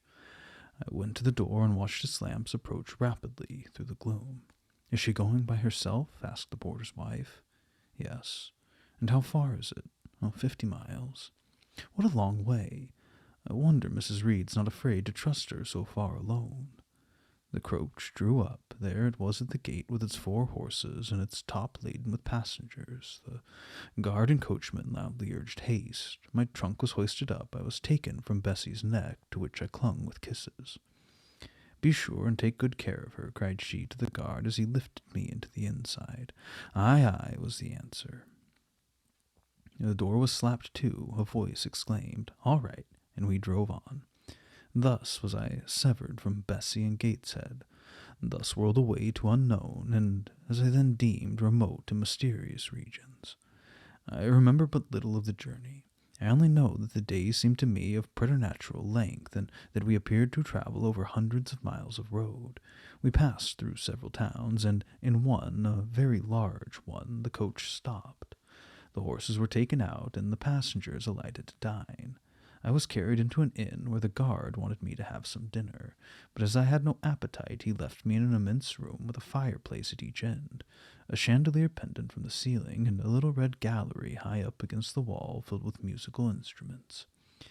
Here I walked about for a long time, feeling very strange and mortally apprehensive of someone coming in and kidnapping me, for I believed in kidnappers, their exploits having frequently figured in Betsy's fireside chronicles. At last the guard returned. Once more I was stowed away in the coach. My protector mounted his own seat, sounded his hollow horn, and away we rattled over the stony street of L. The afternoon came on wet and somewhat misty as it waned into dusk. I began to feel that we were getting very far indeed from Gateshead. We ceased to pass through towns. The country changed. Great grey hills heaved up round the horizon. As twilight deepened, we descended a valley, dark with wood, and long after night had overclouded the prospect. I heard a wild wind rushing amongst trees. Lulled by the sound, I at last dropped asleep. I had not long slumbered when a sudden cessation of motion awoke me. The coach door was opened, and a person like a servant was standing at it. I saw her face and dress by the light of the lamps. "Is there a little girl called Jane Eyre here?" she asked. I answered yes, and was then lifted out. My trunk was handed down, and the coach instantly drove away. I was stiff with long sitting, and bewildered with the noise and motion of the coach. Gathering my faculties, I looked about me. Rain, wind, and darkness filled the air.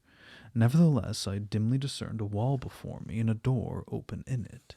Through this door I passed with my new guide. She shut and locked it behind her.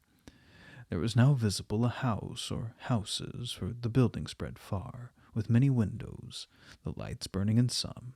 We went up a broad pebbly path, splashing wet, and were admitted at a door. Then the servant led me through a passage into a room with a fire, where she left me alone. I stood and warmed my numb fingers over the blaze. Then I looked around.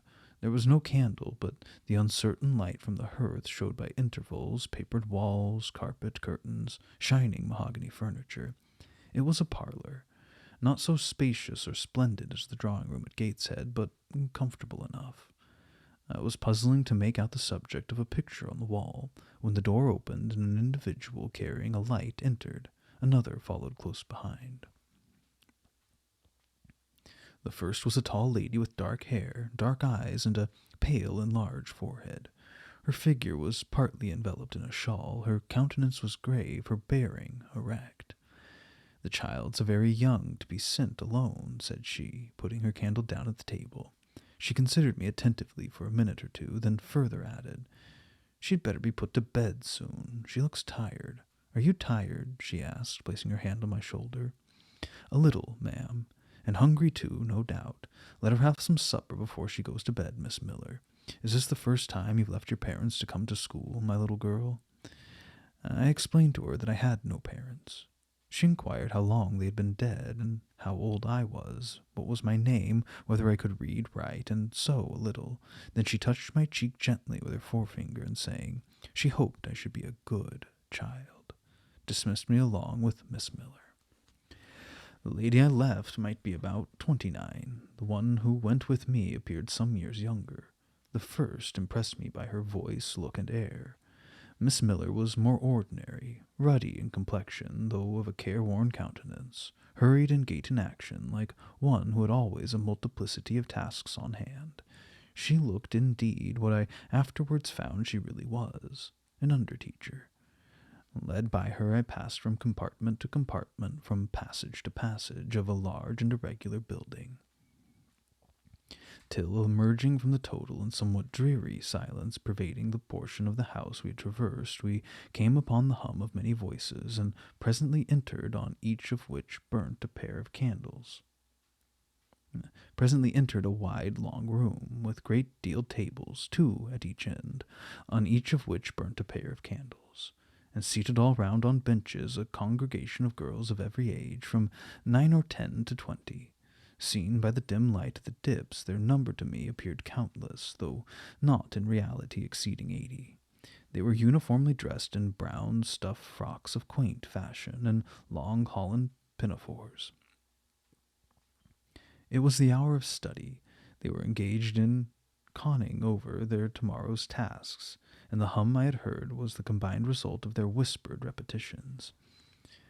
Miss Miller signed to me to sit on a bench near the door. Then, walking up to the top of the long room, she cried out, "Monitors, collect the lesson books and put them away."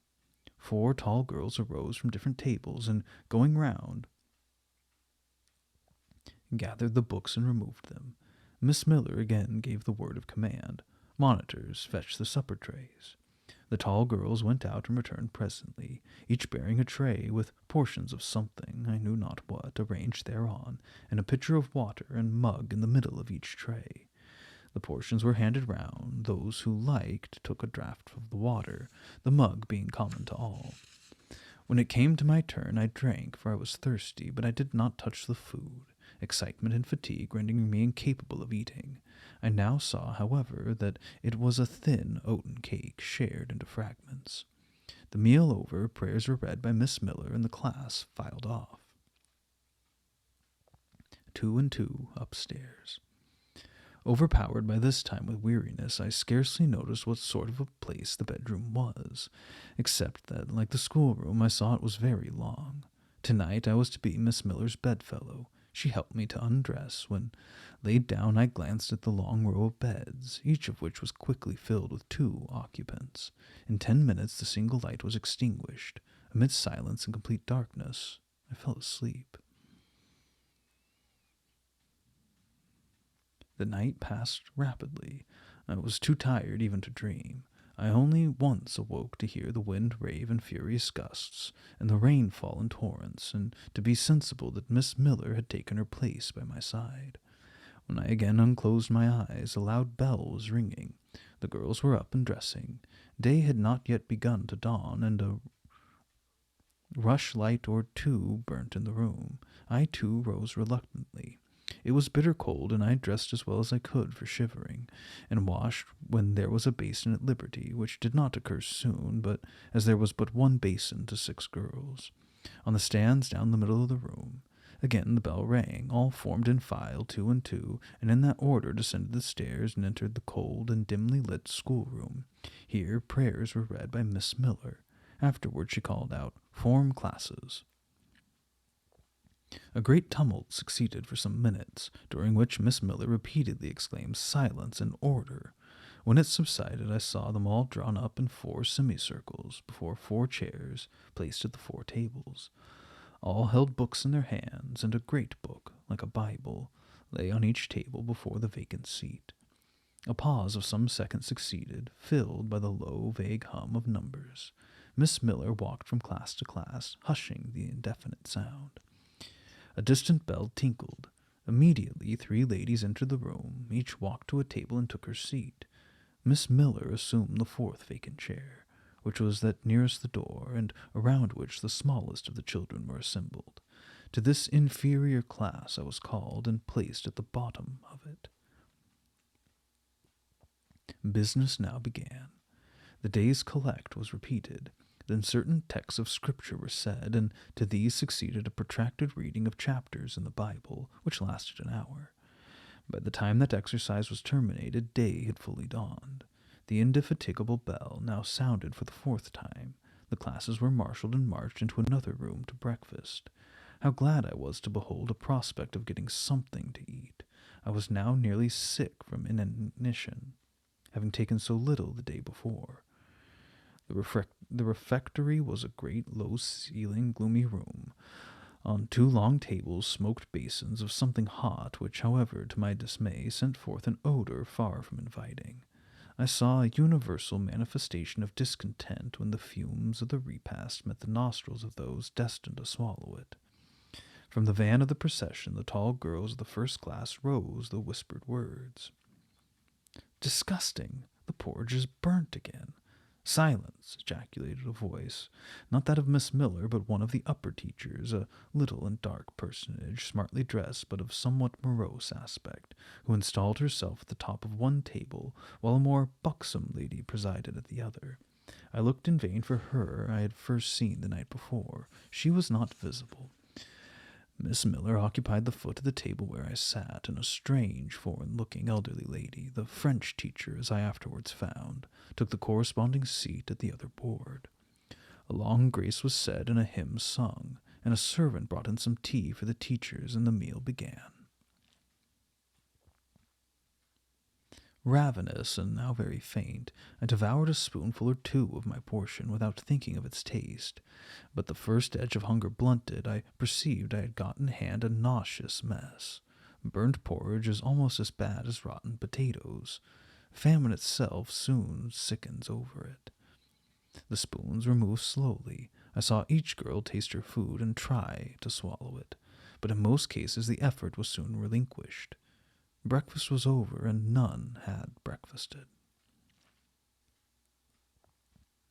Thanks being returned for what we had not got, and a second hymn chanted, the refectory was evacuated for the schoolroom. I was one of the last to go out, and in passing the tables I saw one teacher take a basin of porridge and taste it. She looked at the others. All their countenances expressed displeasure, and one of them, the stout one, whispered, "Abominable stuff! How shameful!" A quarter of an hour passed before lessons again began, during which the schoolroom was a glorious tumult. For that space of time it seemed to be permitted to talk loud and more freely, and they used their privilege. The whole conversation ran on the breakfast, which one and all abused roundly. Poor things, it was the sole consolation they had. Miss Miller was now the only teacher in the room. A group of great girls standing around her spoke with serious and sullen gestures. I heard the name of Mr. Brocklehurst pronounced by some lips, at which Miss Miller shook her head disapprovingly. She made no great effort to check the general wrath. Doubtless she shared in it. A clock in the schoolroom struck 9. Miss Miller left her circle and, standing in the middle of the room, cried, "Silence! To your seats!" Discipline prevailed. In 5 minutes the confused throng was resolved into order, and comparative silence quelled the babel clamor of tongues. The upper teachers now punctually resumed their posts, but still all seemed to wait. Ranged on benches down the sides of the room, the 80 girls sat motionless and erect. A quaint assemblage they appeared, all with plain locks combed from their faces, not a curl visible, in brown dresses made high and surrounded by a narrow tucker about the throat, with little pockets of holland, shaped something like a Highlander's purse, tied in the fronts of their frocks, and destined to serve the purpose of a work-bag. All, too, wearing woolen stockings and country-made shoes fastened with brass buckles. Above 20 of those clad in this costume were full-grown girls, or rather young women. It suited them ill, and gave an air of oddity even to the prettiest. I was still looking at them, and also at intervals examining the teachers, none of whom precisely pleased me, for the stout one was a little coarse, the dark one not a little fierce, the foreigner harsh and grotesque, and Miss Miller, poor thing, looked purple, weather-beaten, and overworked. When as my eye wandered from face to face, the whole school rose simultaneously, as if moved by a common spring. What was the matter? I had heard no order given. I was puzzled. Ere I gathered my wits, the classes were again seated, but as all eyes were now turned to one point, mine followed the general direction, and encountered the personage who had received me last night.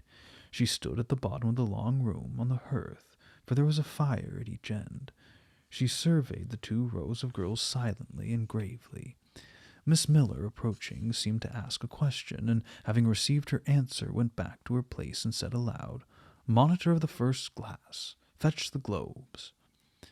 While the direction was being executed, the ladies consulted moved slowly up the room.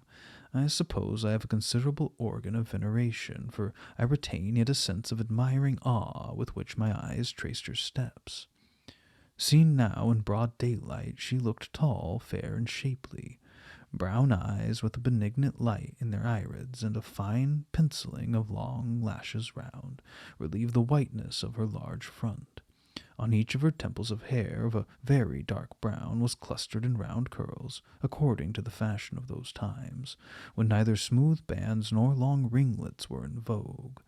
Her dress, also in the mode of the day, was of purple cloth, relieved by a sort of Spanish trimming of black velvet. A gold watches were not so common then as now, shone at her girdle. Let the reader add, to complete the picture, refined features, a complexion, if pale, clear, and a stately air and carriage, and he will have at least, as clearly as words can give it, a correct idea of the exterior of Miss Temple, Maria Temple, as I afterwards saw the name written in a prayer book entrusted to me to carry to church. The superintendent of Lowood, for such was this lady, having taken her seat before a pair of globes placed on one of the tables, summoned the first class round her, and commenced giving a lesson in geography. The lower classes were called by the teachers. Repetitions in history, grammar, etc., went on for an hour. Writing and arithmetic succeeded, and music lessons were given by Miss Temple to some of the elder girls. The duration of each lesson was measured by the clock, which at last struck 12. The superintendent rose. "I have a word to address to the pupils," said she. The tumult of cessation from lessons was already breaking forth, but it sank at her voice. She went on, "You had this morning a breakfast which you could not eat. You must be hungry. I've ordered that a lunch of bread and cheese shall be served to all." The teachers looked at her with a sort of surprise. "It is to be done on my responsibility," she added in an explanatory tone to them, and immediately afterwards left the room. The bread and cheese was presently brought in and distributed, to the high delight and refreshment of the whole school. The order was now given, "To the garden." Each put on a coarse straw bonnet with strings of colored calico and a coat of gray frieze. I was similarly equipped, and following the stream, I made my way into the open air. The garden was a wide enclosure, surrounded with walls so high as to exclude every glimpse of prospect. A covered veranda ran down one side, and broad walks bordered a middle space divided into scores of little beds. These beds were assigned as gardens for the pupils to cultivate, and each bed had an owner. When full of flowers, they would doubtless look pretty, but now, at the latter end of January, all was wintry blight and brown decay. I shuddered as I stood and looked round me. It was an inclement day for outdoor exercise. Not positively rainy, but darkened by a drizzling yellow fog. All underfoot was still soaking wet with the floods of yesterday. The stronger among the girls ran about and engaged in active games, but sundry pale and thin ones herded together for shelter and warmth in the veranda, and amongst these, as the dense mist penetrated to their shivering frames, I heard frequently the sound of a hollow cough. As yet I had spoken to no one, nor did anybody seem to take notice of me. I stood lonely enough, but to that feeling of isolation I was accustomed. It didn't oppress me much. I leant against the pillar of the veranda, drew my gray mantle close about me, and tried to forget the cold which nipped me without, and the unsatisfied hunger which gnawed me within. Delivered myself up to the employment of watching and thinking. My reflections were too undefined and fragmentary to merit record. I hardly yet knew where I was. Gateshead and my past life seemed floated away in an immeasurable distance. The present was vague and strange, and of the future I could form no conjecture. I looked round the covenant-like garden and then up at the house. A large building, half of which seemed gray and old, the other half quite new. The new part, containing the schoolroom and dormitory, was lit by mullioned and latticed windows, which gave it a church-like aspect. The stone table over the door bore this inscription: Lowood Institute. This portion was rebuilt A.D.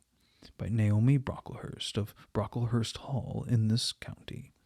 Let your light so shine before men that they may see your good works and glorify your Father which is in heaven. St. Matthew v. 6. I read these words over and over again.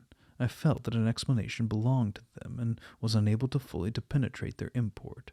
I was still pondering the signification of institution, and endeavoring to make out a connection between the first words and the verse of the scripture, when the sound of a cough close behind me made me turn my head. I saw a girl sitting on a stone bench near.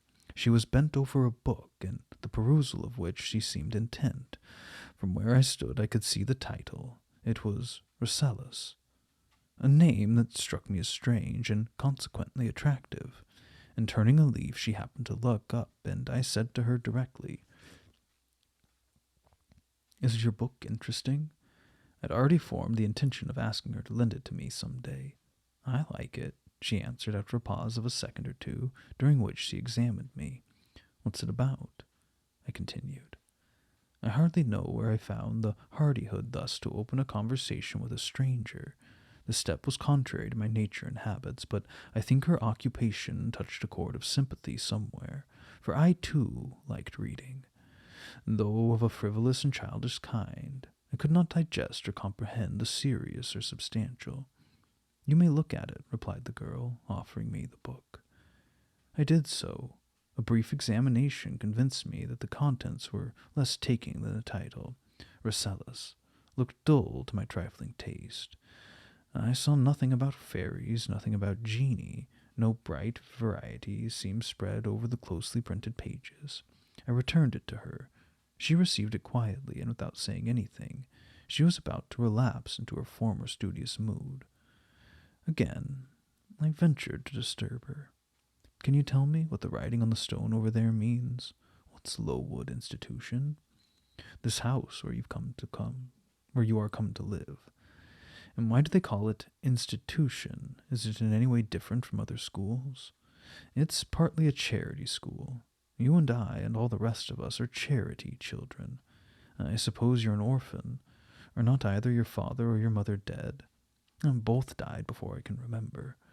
Well, all the girls here have lost either one or both parents, and this is called an institution for educating orphans. Do we pay no money? Do they keep us for nothing? We pay, or our friends pay, £50 a year for each. Then why do they call us charity children? Because £50 is not enough for board and teaching, and the deficiency is supplied by subscription. Who subscribes? Different benevolent-minded ladies and gentlemen in this neighborhood and in London. Who's Naomi Brocklehurst? The lady who built the new part of this house that tablet records, and whose son overlooks and directs everything here. Why? Because he is treasurer and manager of the establishment. Then this house does not belong to that tall lady who wears a watch and who said we were to have some bread and cheese? To Miss Temple? Oh, no, I wish it did. She has to answer to Mr. Brocklehurst for all she does.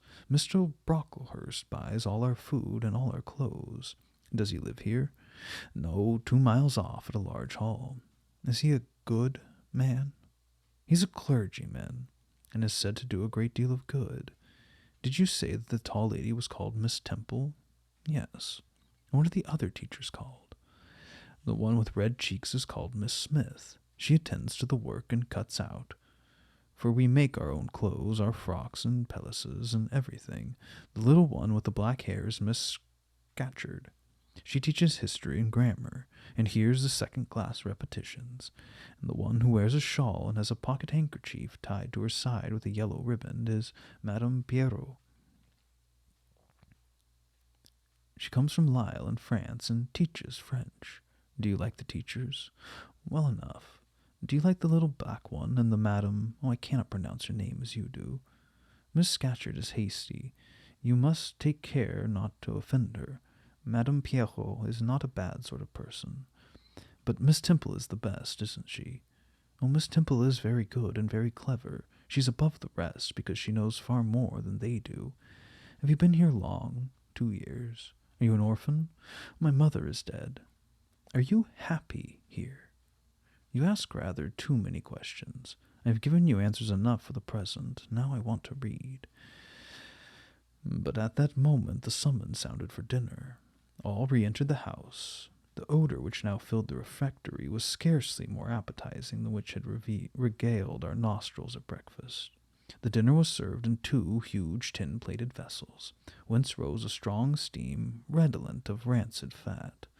I found the mess to consist of indifferent potatoes and strange shreds of rusty meat mixed and cooked together. Of this preparation a tolerably abundant plateful was apportioned to each pupil. I ate what I could, and wondered within myself whether every day's fare would be like this. After dinner we immediately adjourned to the schoolroom.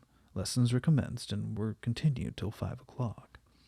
The only marked event of the afternoon was that I saw the girl with whom I had conversed in the veranda dismissed in disgrace by Miss Scatcherd from the history class and sent to stand in the middle of a large schoolroom. The punishment seemed to me in a high degree ignominious, especially for so great a girl. She looked 13 or upwards. I expected she would show signs of great distress and shame, but to my surprise she neither wept nor blushed. Composed, though grave, she stood, the central mark of all eyes. How can she bear it so quietly, so firmly, I asked myself. Were I in her place, it seems to me I should wish the earth to open and swallow me up. She looks as if she were thinking of something beyond her punishment, beyond her situation, of something not round nor before her. I've heard of daydreams. Is she in a daydream now? Her eyes were fixed on the floor, but I'm sure they don't see it. Her sight seems turned in, gone down into her heart. She's looking at what she can remember, I believe, not at what is really present. I wonder what sort of a girl she is, whether good or naughty. Soon after 5 p.m. we had another meal, consisting of a small mug of coffee and half a slice of brown bread.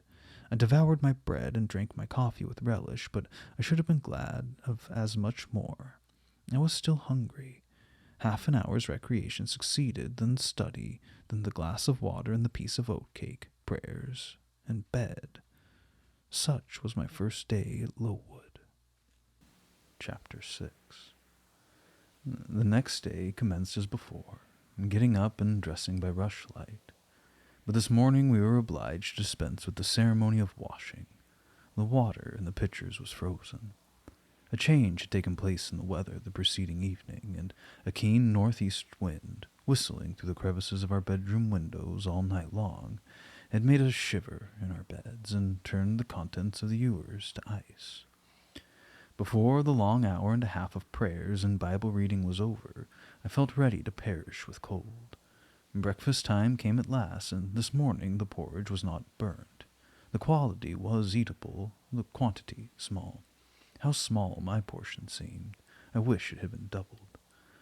In the course of the day I was enrolled a member of the 4th class, and regular tasks and occupations were assigned to me. Hitherto I had only been a spectator of the proceedings at Lowood. I was now to become an actor therein. At first, being little accustomed to learn by heart, the lessons appeared to me both long and difficult.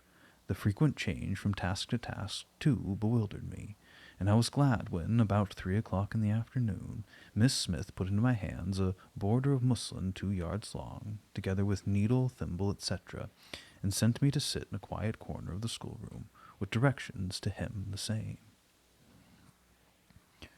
At that hour most of the others were sewing likewise, but one class still stood round Miss Scatcherd's chair reading, and as all was quiet, the subject of their lessons could be heard, together with the manner in which each girl acquitted herself, and animadversions or commendations of Miss Scatcherd on the performance. It was English history. Among the readers I observed my acquaintance of the veranda. At the commencement of the lesson her place had been at the top of the class, but for some error of pronunciation or some inattention to stops, she was suddenly sent to the very bottom. Even in that obscure position, Miss Scatcherd continued to make her an object of constant notice. She was continually addressing to her such phrases as the following. Burns, which it seems was her name. The girls here were all called by their surnames, as boys are elsewhere. Burns, you're standing on the side of your shoe. Turn your toes out immediately. Burns, you poke your chin most unpleasantly. Draw it in. Burns, I insist on your holding your head up. I will not have you before me in that attitude, etc., etc. A chapter having been read through twice, the books were closed and the girls examined. The lesson was comprised part of the reign of Charles I, and there were sundry questions about tonnage and poundage and ship money, which most of them appeared unable to answer. Still, every little difficulty was solved instantly when it reached Burns. Her memory seemed to have retained the substance of the whole lesson, and she was ready with answers on every point. I kept expecting that Miss Scatcherd would praise her attention, but instead of that, she suddenly cried out, "You dirty, disagreeable girl! You've never cleaned your nails this morning." Burns made no answer. I wondered at her silence. Why, thought I, does she not explain that she could neither clean her nails nor wash her face as the water was frozen? My attention was now called off by Miss Smith, desiring me to hold a skein of thread. While she was winding it, she talked to me from time to time, asking whether I had ever been at school before, or whether I could mark, stitch, knit, etc., till she dismissed me. I could not pursue my observations on Miss Scatcherd's movements. When I returned to my seat, the lady was just delivering an order, of which I did not catch the import, but Burns immediately left the class, and going into the small inner room where the books were kept, returned in half a minute, carrying in her hand a bundle of twigs tied together at one end. The ominous tool she presented to Miss Scatcherd with a respectful curtsy. Then she quietly, and without being told, unloosed her pinafore, and the teacher instantly and sharply inflicted on her neck a dozen strokes with the bunch of twigs. Not a tear rose to Burns's eye, and while I paused from my sewing because my fingers quivered at this spectacle with a sentiment of unavailing and impotent anger, not a feature of her pensive face altered its ordinary expression. "Hardened girl," exclaimed Miss Scatcherd, "nothing can correct you of your slatternly habits. Carry the rod away." Burns obeyed. I looked at her narrowly as she emerged from the book-closet. She was just putting back her handkerchief into her pocket, and the trace of a tear glistened on her thin cheek. The play hour in the evening I thought the pleasantest fraction of the day at Lowood. The bit of bread, the draught of coffee swallowed at 5 o'clock had revived vitality, if it had not satisfied hunger. The long restraint of the day was slackened. The schoolroom felt warmer than in the morning, its fires being allowed to burn a little more brightly to supply, in some measure, the place of candles, not yet introduced. The ruddy gloaming, the licensed uproar, the confusion of many voices gave one a welcome sense of liberty. On the evening of the day on which I had seen Miss Scatcherd flog her pupil, Burns, I wandered as usual among the forms and tables and laughing groups without a companion, yet not feeling lonely. When I passed the windows, I now and then lifted a blind to look out. It snowed fast. A drift was already forming against the lower panes. Putting my ear close to the window, I could distinguish from the gleeful tumult within the disconsolate moan of the wind outside. Probably, if I had lately left a good home and kind parents, this would have been in the hour when I should most keenly have regretted the separation. That wind would have then saddened my heart. This obscure chaos would have disturbed my peace. As it was, I was derived from both a strange excitement and reckless and feverish. I wished the wind to howl more wildly, the gloom to deepen to darkness, and the confusion to rise to clamor. Jumping over forms and creeping under tables, I made my way to one of the fireplaces. There, kneeling by the high wire fender, I found Burns, absorbed, silent, abstracted from all round her by the companionship of a book, which she read by the dim glare of the embers. "Is it still Rasselas?" I asked, coming behind her. "Yes," she said, "and I've just finished it." And in 5 minutes more she shut it up. I was glad of this. Now, thought I can perhaps get her to talk. I sat down by her on the floor. "What's your name besides Burns?" "Helen." "Do you come a long way from here?" "I come from a place further north, quite on the borders of Scotland." "Will you ever go back?" "Well, I hope so, but nobody can be sure of the future." "You must wish to leave Lowood." "No, why was I? I was sent to Lowood to get an education, but it would be of no use going away until I've attained that object." "But the teacher, Miss Scatcherd, is so cruel to you." "Cruel? Not at all. She's severe. She dislikes my faults. And if I were in your place, I should dislike her. I should resist her. If she struck me with that rod, I should get it from her hand and should break it under her nose." "Probably you would do nothing of the sort, but if you did, Mr. Brocklehurst would expel you from the school. That would be a great grief to your relations. It's far better to endure patiently a smart which nobody feels but yourself, than to commit a hasty action whose evil consequences will extend to all connected with you. And besides, the Bible bids us return good for evil. But then it seems disgraceful to be flogged and to be sent to stand in the middle of a room full of people, and you're such a great girl. I'm far younger than you, and I couldn't bear it. Yet it would be your duty to bear it if you could not avoid it. It is weak and silly to say that you cannot bear what it is your fate to be required to bear." I heard her with wonder. I could not comprehend this doctrine of endurance, and still less could I understand or sympathize with the forbearance she expressed for her chastiser. Still, I felt that Helen Burns considered things by a light invisible to my eyes. I suspected she might be right and I wrong, but I would not ponder the matter deeply. Like Felix, I put off to a more convenient season.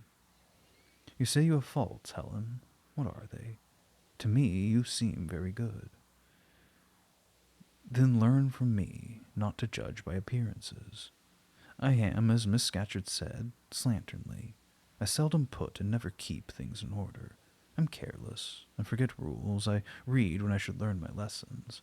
I have no method, and sometimes I say, like you, I cannot bear to be subjected to systematic arrangements. This is all very provoking to Miss Scatcherd, who is naturally neat, punctual, and particular. And cross and cruel," I added, but Helen Burns would not admit my addition. She kept silence. "Is Miss Temple as severe to you as Miss Scatcherd?" At the utterance of Miss Temple's name, a soft smile flitted over her grave face. Miss Temple is full of goodness. It pains her to be severe to anyone, even the worst in the school. She sees my errors and tells me of them gently, and if I do anything worthy of praise, she gives me my meed liberally. One strong proof of my wretchedly defective nature is that even her expostulations, so mild, so rational, have not influence to cure me of my faults, and even her praise, though I value it most highly, cannot stimulate me to continued care and foresight. That is curious, said I. It's so easy to be careful. For you, I have no doubt it is. I observed you in your class this morning, and saw you were closely attentive. Your thoughts never seemed to wander while Miss Miller explained the lesson and questioned you. Now, mine continually rove away. When I should be listening to Miss Scatcherd and collecting all she says with assiduity, I often lose the very sound of her voice. I fall into a sort of dream. Sometimes I think I'm in Northumberland, and that the noises I hear round me are the bubbling of a little brook which runs through the Deepden near our house. Then, when it comes my turn to reply, I have to be wakened, and having heard nothing of what was read for listening to the visionary brook, I have no answer ready. Yet how well you replied this afternoon. It was mere chance. The subject on which we had been reading had interested me. This afternoon, instead of dreaming of Deepden, I was wondering how a man who wished to do right could act so unjustly and unwisely as Charles I sometimes did. And I thought what a pity it was that his integrity and conscientiousness he could see no further than the prerogatives of the crown. If he had but been able to look a distance to see how they call the spirit of the age was tending. Still, I like Charles. I respect him. I pity him, poor murdered king.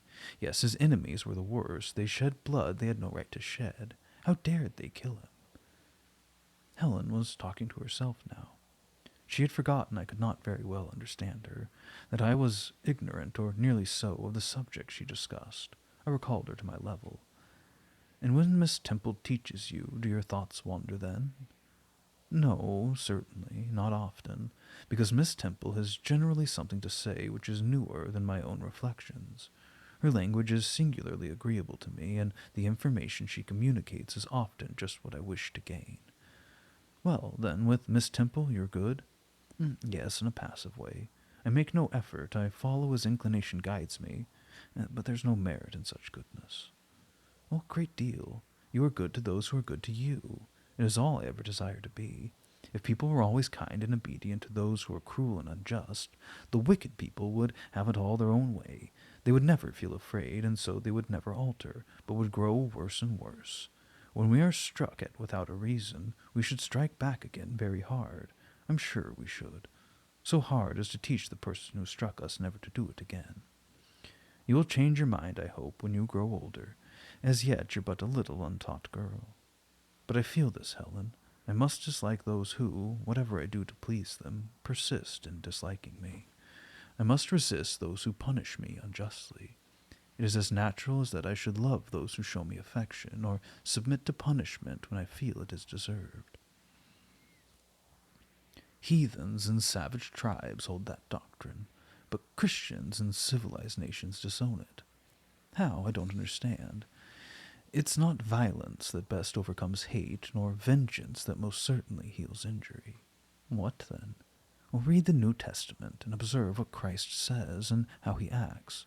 Make his word your rule and his conduct your example. What does he say? Love your enemies. Bless them that curse you.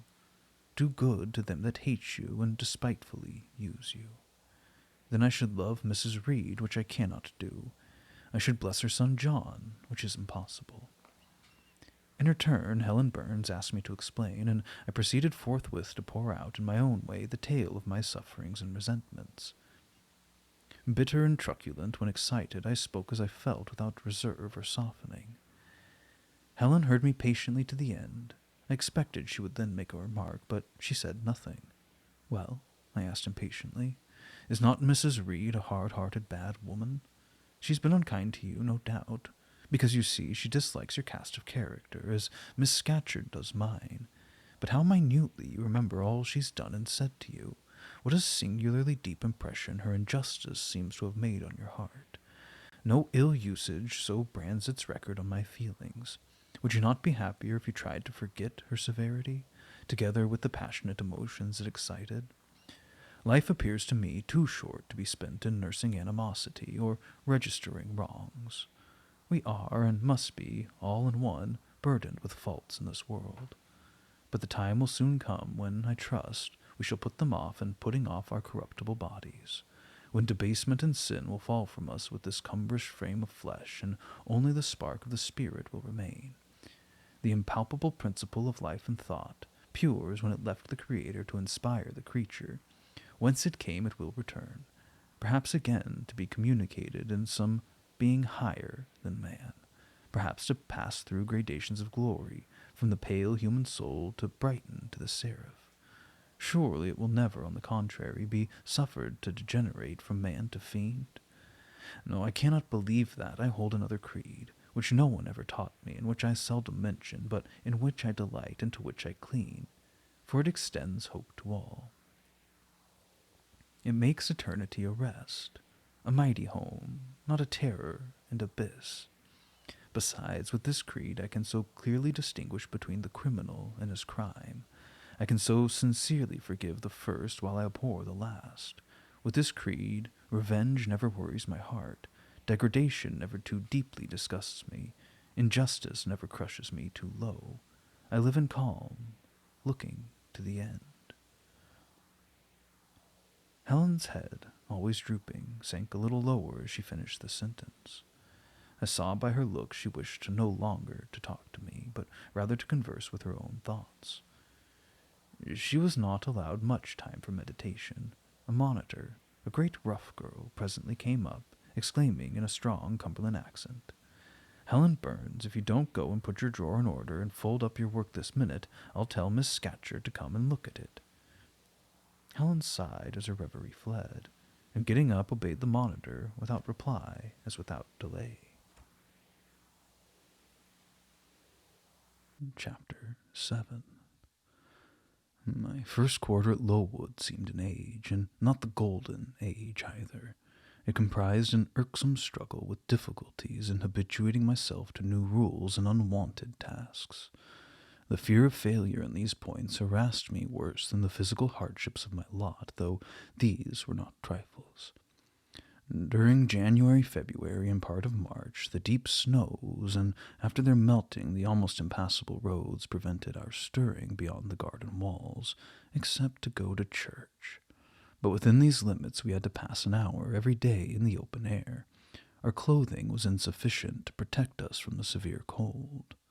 We had no boots. The snow got into our shoes and melted there. Our ungloved hands became numbed and covered with chilblains, as were our feet. I remember well the distracting irritation I endured from this cause, every evening when my feet inflamed, and the torture of thrusting the swelled, raw, and stiff toes into my shoes in the morning. Then the scanty supply of food was distressing. With the keen appetites of growing children, we had scarcely sufficient to keep alive a delicate invalid. From this deficiency of nourishment resulted an abuse which pressed hardly on the younger pupils. Whenever the famished great girls had an opportunity, they would coax or menace the little ones out of their portion. Many a time I've shared between two claimants the precious morsel of brown bread distributed at tea-time, and after relinquishing to a third half the contents of my mug of coffee, I've swallowed the remainder with an accompaniment of secret tears, forced from me by the exigency of hunger. Sundays were dreary days in that wintry season.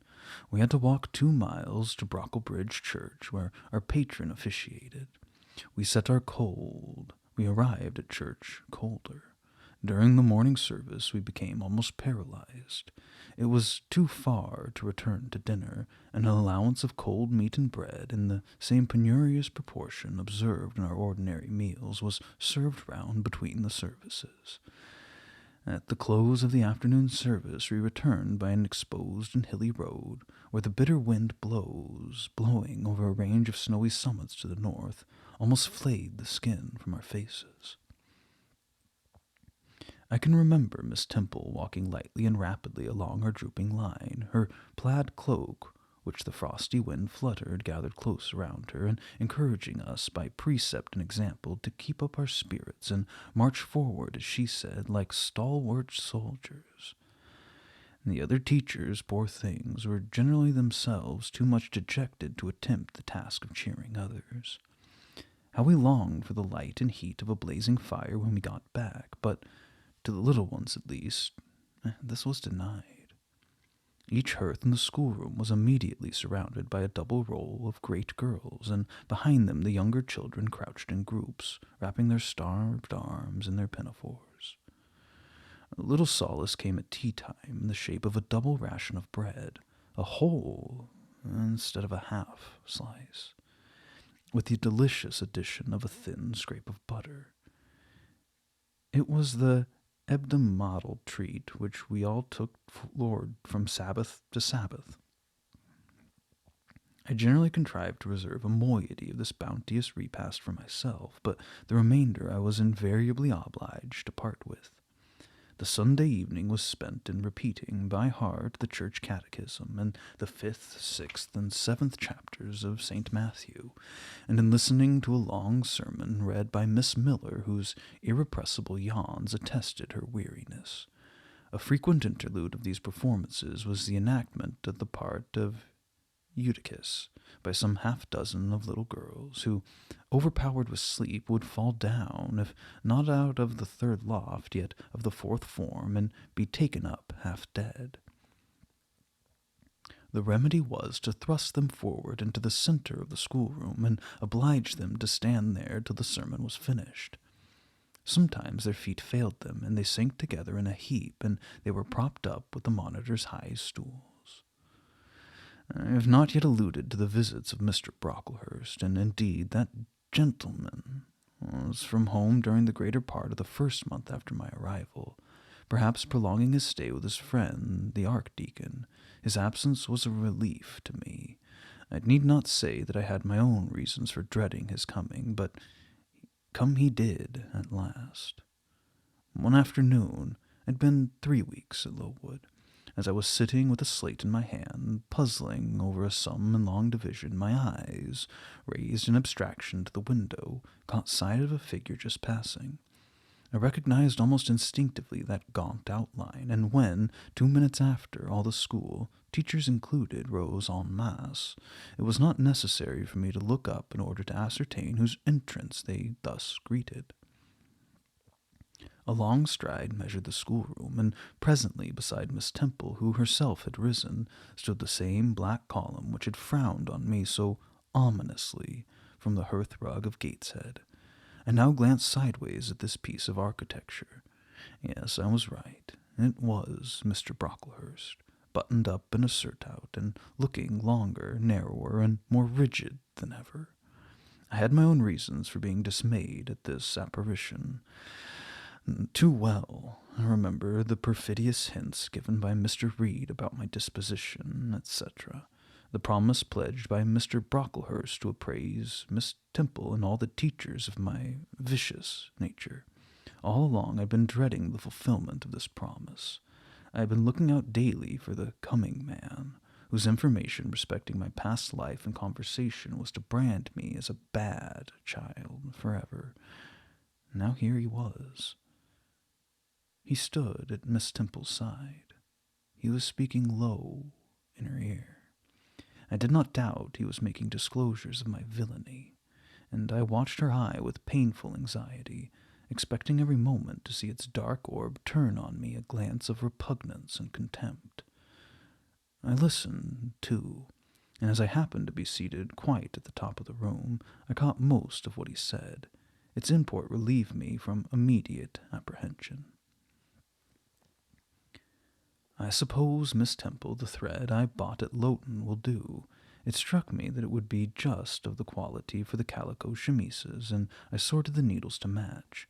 You may tell Miss Smith that I forgot to make a memorandum of the darning needles, but she shall have some papers sent in next week, and she's not, on my account, to give out more than one at a time to each pupil.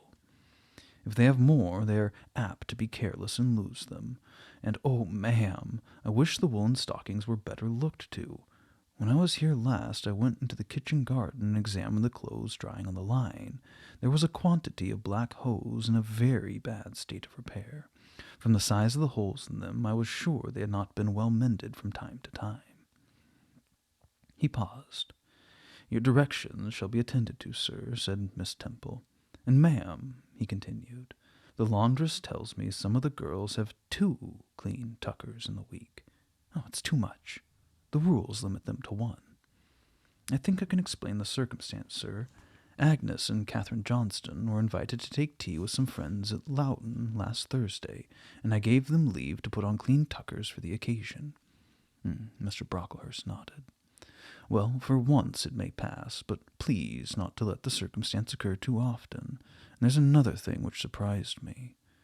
I find, in settling accounts with the housekeeper, that a lunch, consisting of bread and cheese, has twice been served out to the girls during the past fortnight. How is this? I look over the regulations, and I find no such meal as lunch mentioned. Who introduced this innovation, and by what authority?" "It must be responsible for the circumstance, sir," replied Miss Temple.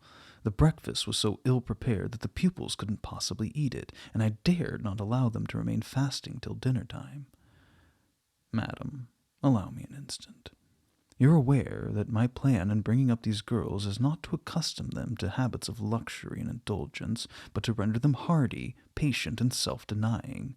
Should any little accidental disappointment of their appetite occur, such as the spoiling of a meal, the under or overdressing of a dish, the incident ought not be neutralized by replacing with something more delicate the comfort lost, thus pampering the body and obviating the aim of this institution. It ought to be improved to the spiritual edification of the pupils by encouraging them to evince fortitude under the temporary privation.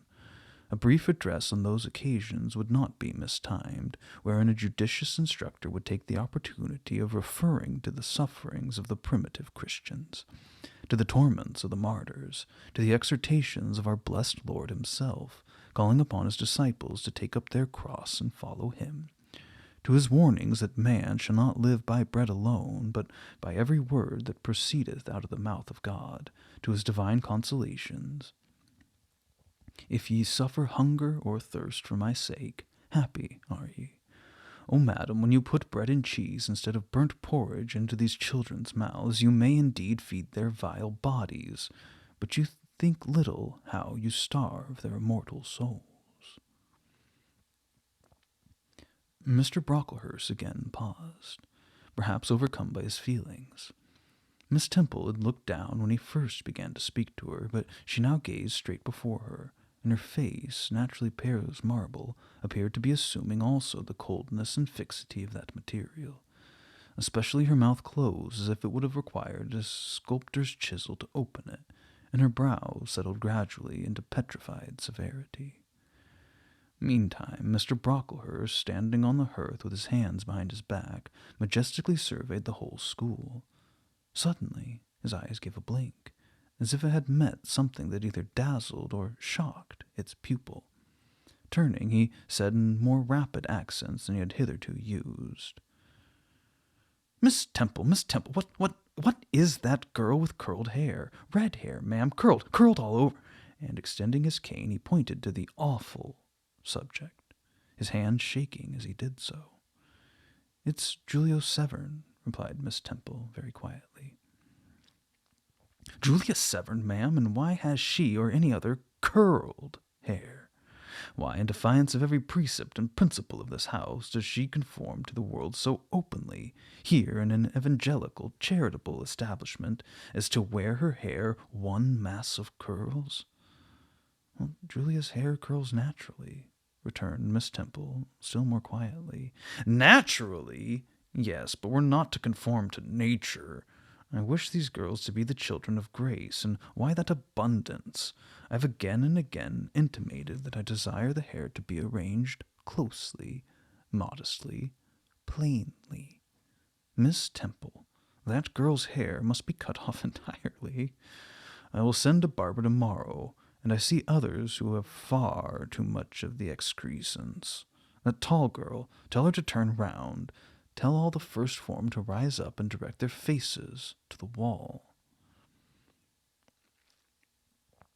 Miss Temple passed her handkerchief over her lips as if to smooth away the involuntary smile that curled them. She gave the order, however, and when the first class could take in what was required of them, they obeyed. Leaning a little on my bench, I could see the looks and grimaces with which they commented on this maneuver. It was a pity Mr. Brocklehurst could not see them too. He would perhaps have felt that whatever he might do to the outside of the cup and platter, the inside was further beyond his interference than he imagined. He scrutinized the reverse of these living metals some 5 minutes, then pronounced his sentence. These words fell like the knell of doom. "All the top knots must be cut off." Miss Temple seemed to remonstrate. "Madam," he pursued, "I have a master to serve whose kingdom is not of this world.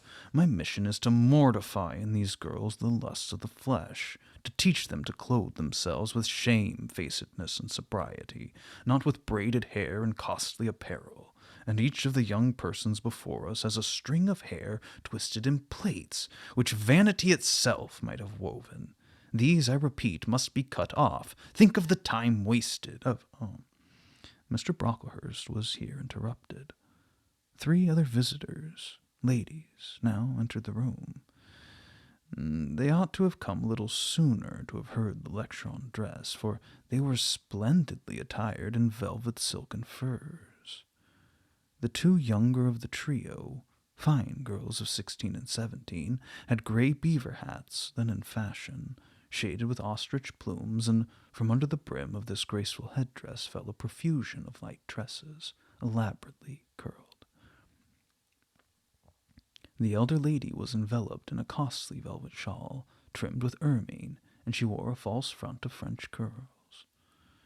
These ladies were deferentially received by Miss Temple as Mrs. and Miss Brocklehurst, and conducted to seats of honor at the top of the room.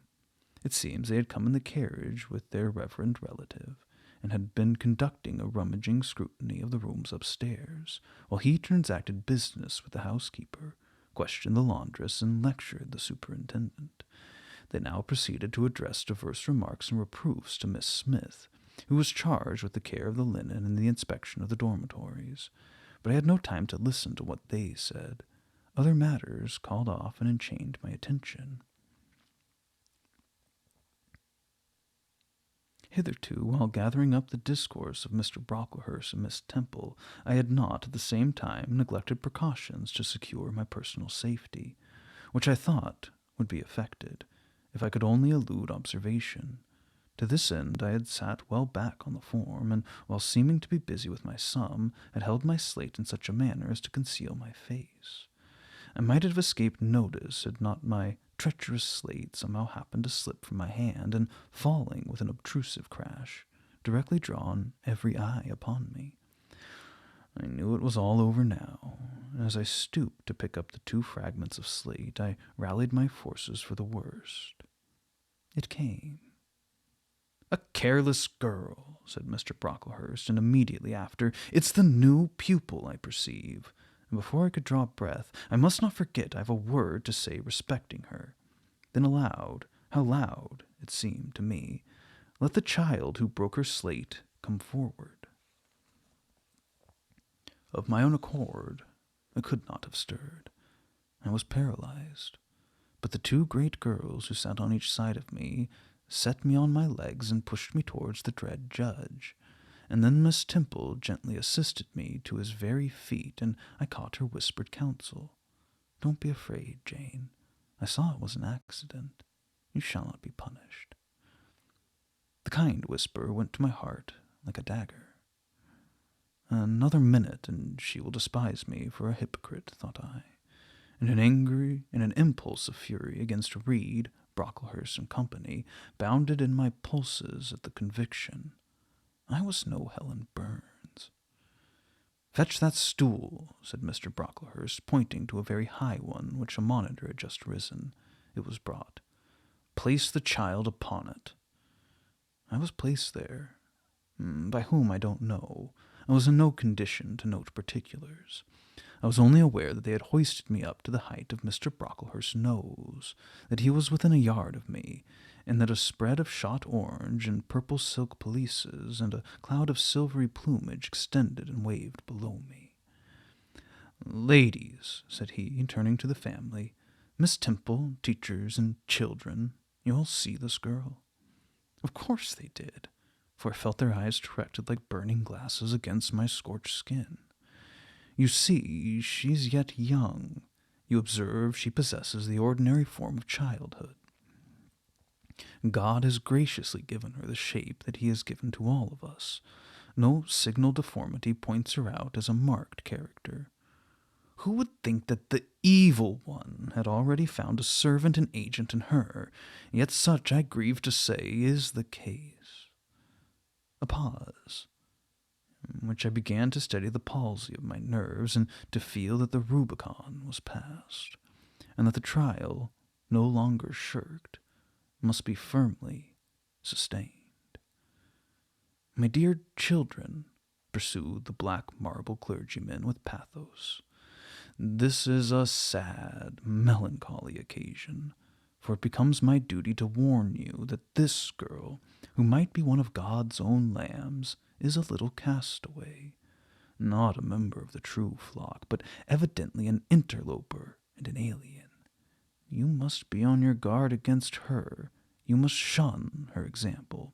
If necessary, avoid her company, exclude her from your sports, and shut her out from your converse. Teachers, you must watch her. Keep your eyes on her movements, weigh well her words, scrutinize her action, punish her body to save her soul, if indeed such salvation be possible, for, my tongue falters while I tell it, this girl, this child, the native of a Christian land, worse than many of the little heathen who say its prayers to Brahma and kneels before Juggernaut, this girl is a liar." Now came a pause of 10 minutes, during which I, by this time in perfect possession of my wits, observed all the free male Brocklehursts produce their pocket-handkerchiefs and apply them to their optics, while the elderly lady swayed herself to and fro, and the two younger ones whispered, "How shocking!" Mr. Brocklehurst resumed. "This I learned from her benefactress, from the pious and charitable lady who adopted her in her orphan state, reared her as her own daughter, and whose kindness, whose generosity the unhappy girl repaid by an ingratitude so bad, so dreadful, that at last her excellent patroness was obliged to separate her from her own young ones, fearful lest her vicious example should contaminate their purity. She sent her here to be healed, even as the Jews of old sent their disease to the troubled pool of Bethesda. And teachers, superintendent, I beg of you not to allow the waters to stagnate round her." With this sublime conclusion, Mr. Brocklehurst adjusted the top button of his surtout and muttered something to his family, who rose, bowed to Miss Temple, and then all the great people sailed in state from the room. Turning at the door, my judge said, "Let her stand half an hour longer on that stool, and let no one speak to her during the remainder of the day." There I was, then, mounted aloft. I, who had said I could not bear the shame of standing on my natural feet in the middle of the room, was now exposed to general view on a pedestal of infamy. My sensations were, no language can describe, but just as they all rose, stifling my breath and constricting my throat, a girl came up and passed me. In passing, she lifted her eyes. What a strange light inspired them! What an extraordinary sensation that ray sent through me! How the new feeling bore me up! It was as if a martyr, a hero, had passed a slave or victim and imparted strength in their transit. I mastered the rising hysteria, lifted up my head, and took a firm stand on the stool. Helen Burns asked some slight question about her work of Miss Smith, was chidden for the triviality of the inquiry, returned to her place, and smiled at me as she went by. What a smile!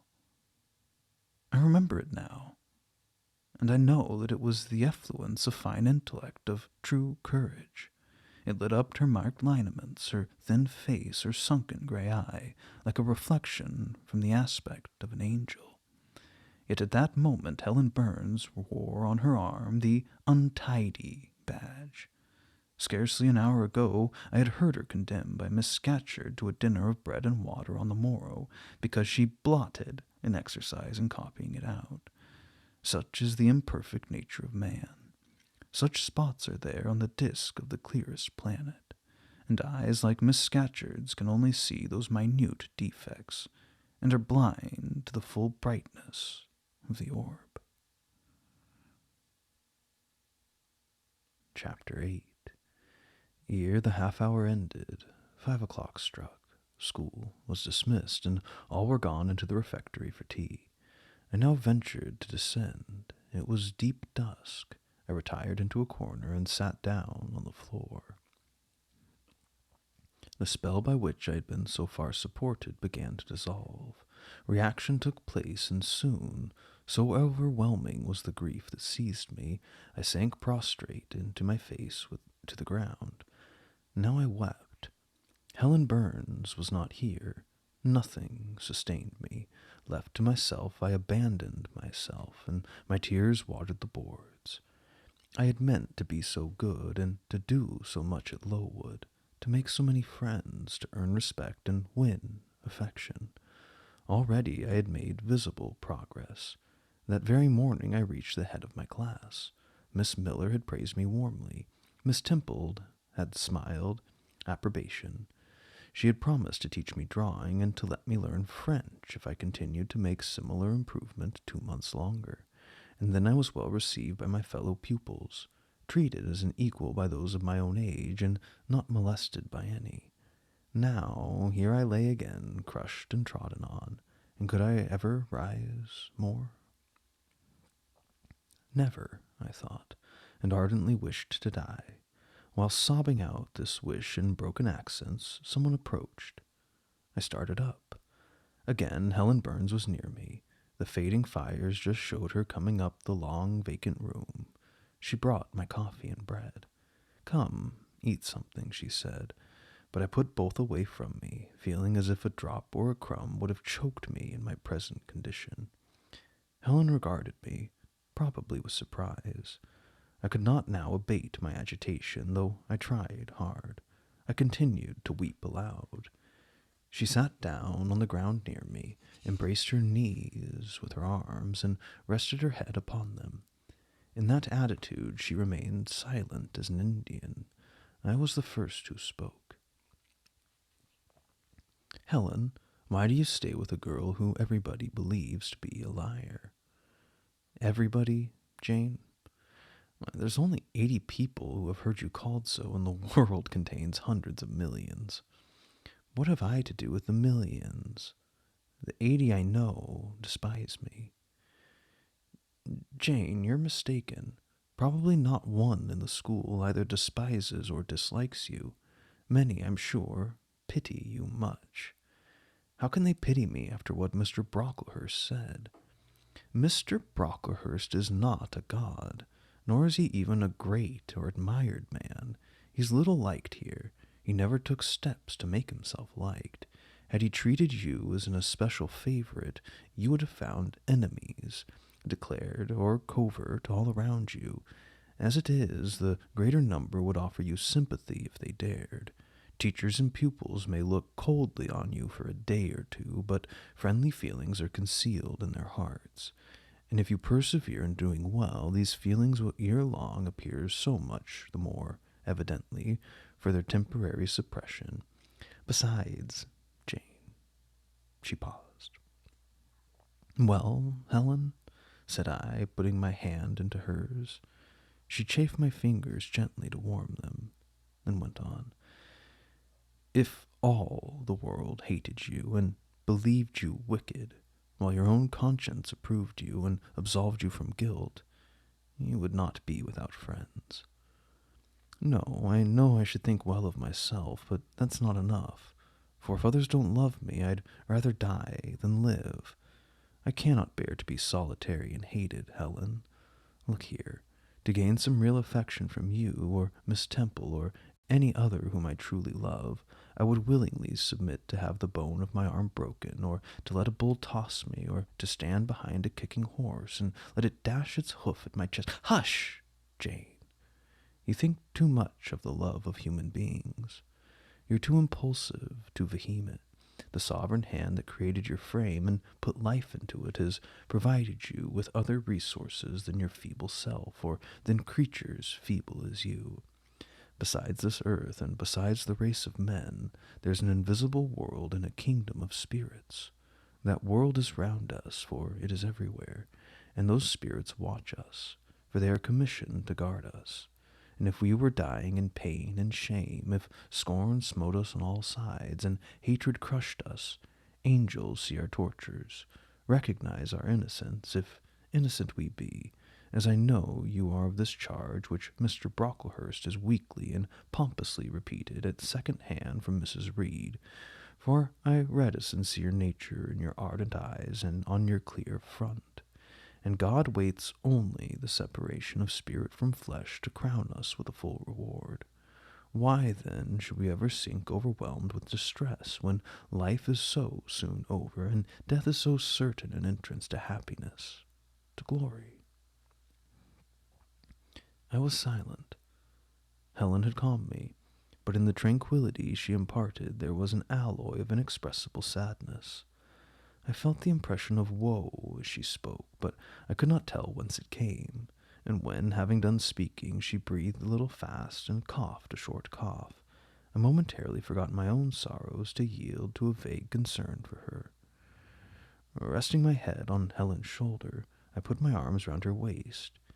She drew me to her, and we reposed in silence. We had not sat long thus when another person came in. Some heavy clouds, swept from the sky by a rising wind, had left the moon bare, and her light, streaming in through a window near, shone full both on us and on the approaching figure, which we at once recognized as Miss Temple. "I came on purpose to find you, Jane Eyre," said she. "I want you in my room, and as Helen Burns is with you, she may come too." We went, following the superintendent's guidance. We had to thread some intricate passages and mount a staircase before we reached her apartment. It contained a good fire and looked cheerful. Miss Temple told Helen Burns to be seated in a low armchair on one side of the hearth, and herself taking another, she called me to her side. "Is it all over?" she asked, looking down at my face. "Have you cried your grief away?" "Oh, I'm afraid I never shall do that." "Why?" "Because I've been wrongly accused, and you, ma'am, and everybody else will now think me wicked."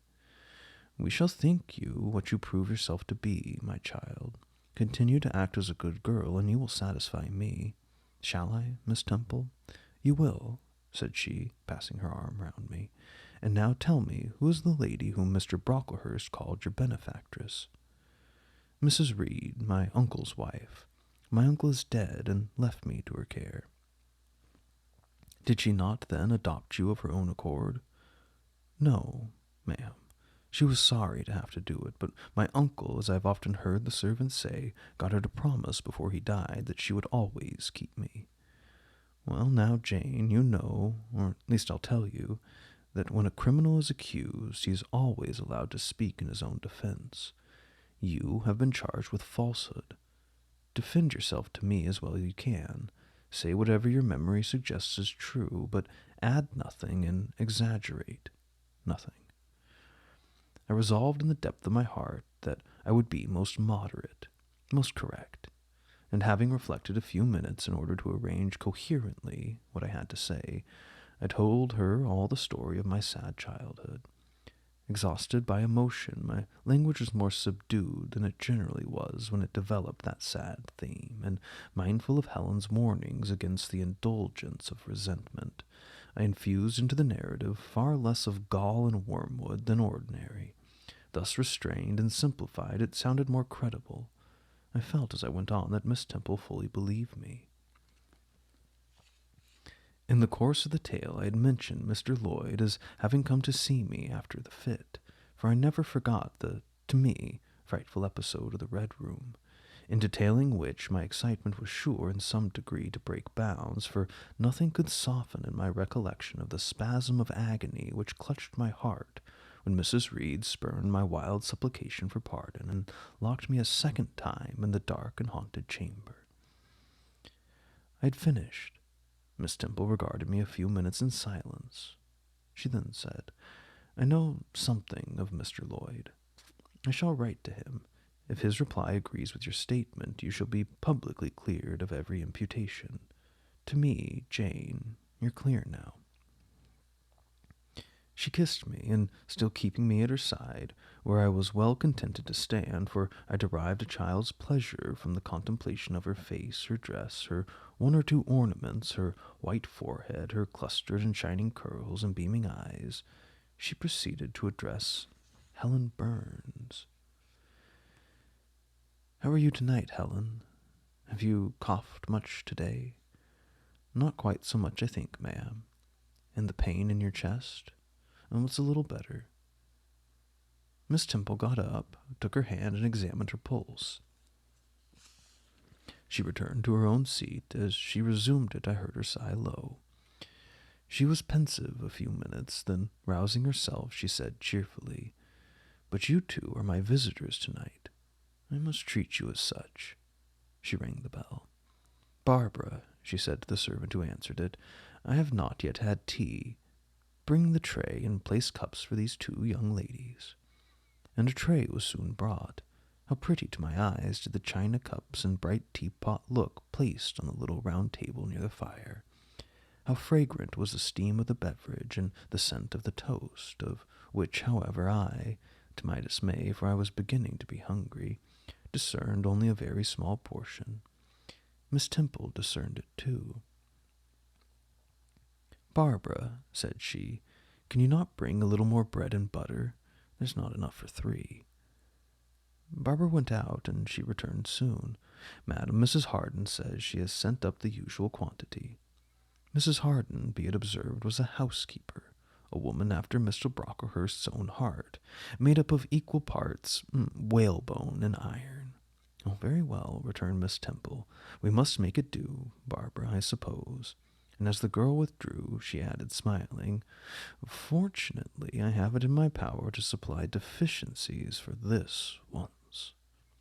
Having invited Helen and me to approach the table, and placed before each of us a cup of tea with one delicious but thin morsel of toast, she got up, unlocked a drawer, and, taking from it a parcel wrapped in paper, disclosed presently to our eyes a good-sized seed-cake. "I meant to give each of you some of this to take with you," said she, "but there's so little toast, you must have it now." And she proceeded to cut slices with a generous hand. We feasted that evening as on nectar and ambrosia, and not the least delight of the entertainment was the smile of gratification with which our hostess regarded us as we satisfied our famished appetites on the delicate fare she liberally supplied. Tea over and the tray removed, she again summoned us to the fire. We sat one on each side of her, and now a conversation followed between her and Helen, which it was indeed a privilege to be admitted to hear.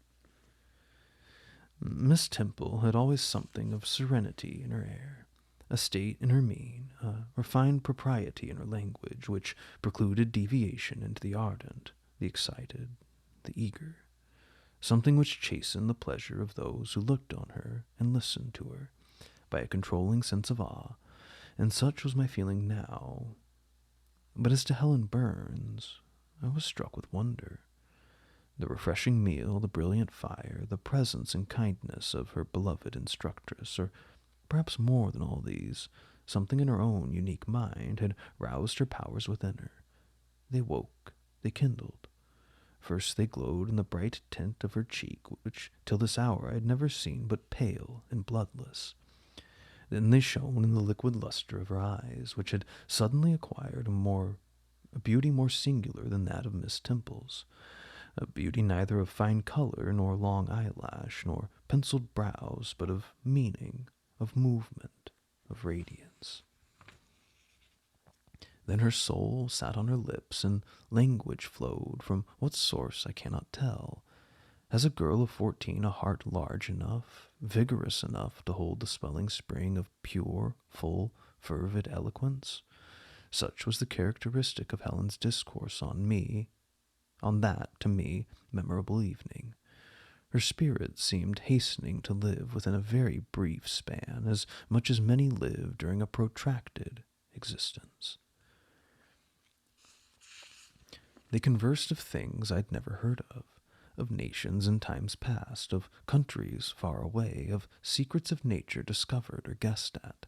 They spoke of books, how many they'd read, what stores of knowledge they possessed.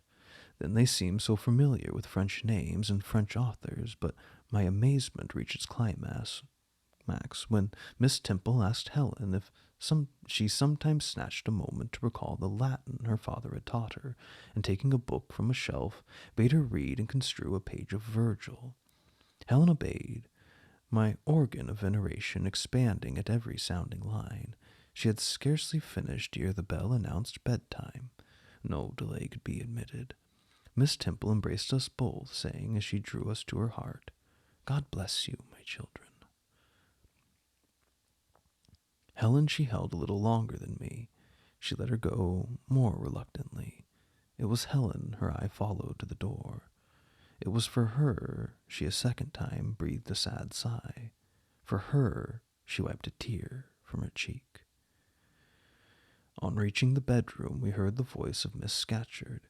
She was examining drawers. She just pulled out Helen Burns's. When we entered, Helen was greeted with a sharp reprimand and told that tomorrow she should have half a dozen of untidily folded articles pinned to her shoulder. "My things are indeed in shameful disorder," murmured Helen to me in a low voice. "I intended to have arranged them, but I forgot."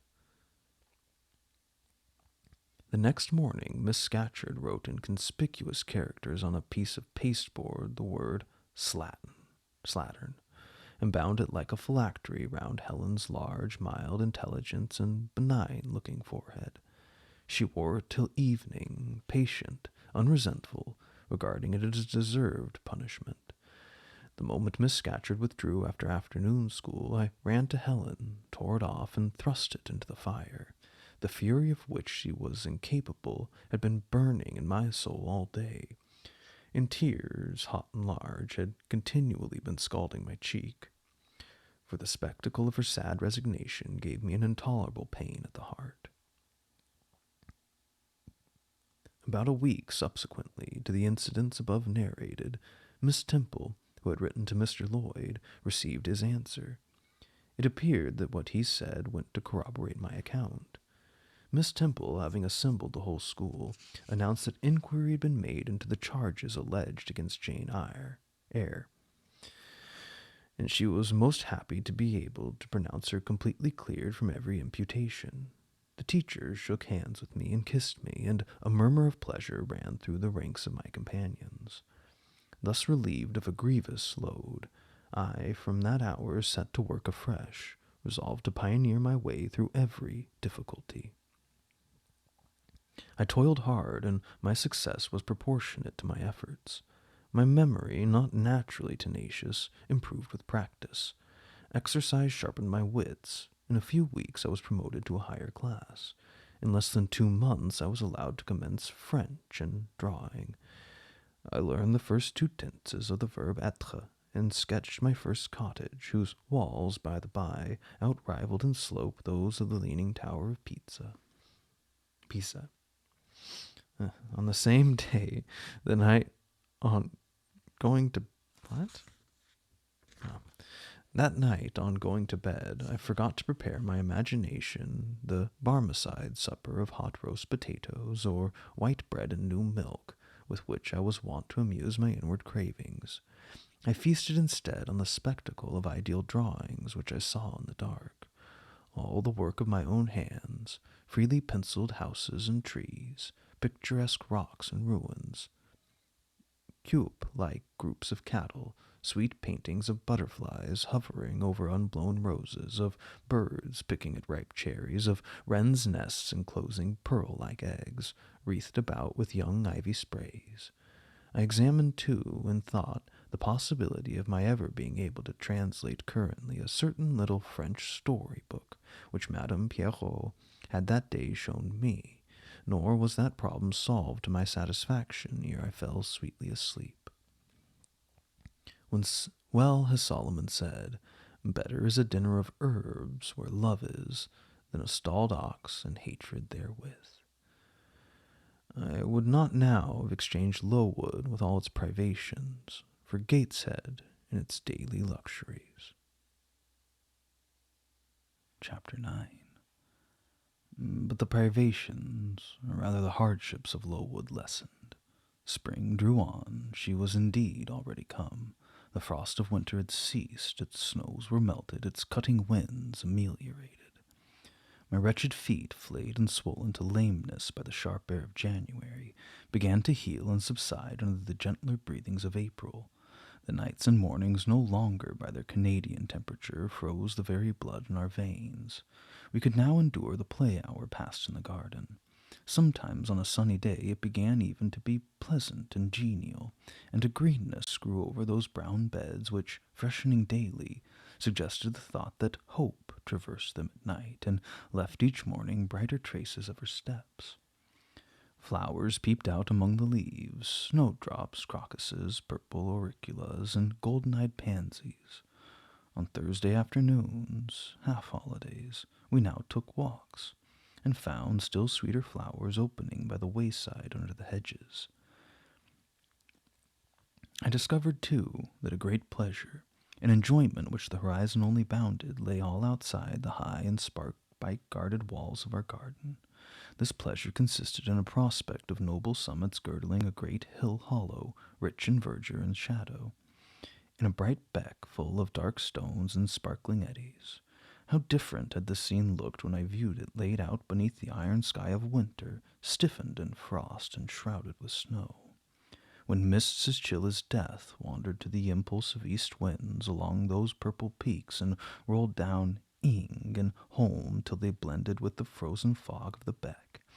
The beck itself was then a torrent, turbid and curbless. It tore asunder the wood and sent a raving sound through the air, often thickened with wild rain or whirling sleet, and for the forest on its banks, that showed only ranks of skeletons. April advanced to May. A bright, serene May it was. Days of blue sky, placid sunshine, and soft western or southern gales filled up its duration. And now vegetation matured with vigor. Lowood shook loose its tresses. It became all green, all flowery. Its great elm, ash, and oak skeletons were restored to majestic life. Woodland plants sprang up profusely in its recesses. Unnumbered varieties of moss filled its hollows, and it made a strange ground sunshine out of the wealth of its wild primrose plants. I've seen their pale gold gleam in overshadowed spots like scatterings of a sweetest luster. All this I enjoyed often and fully, free, unwatched, and almost alone. For this unwonted liberty and pleasure there was a cause, to which it now becomes my task to advert.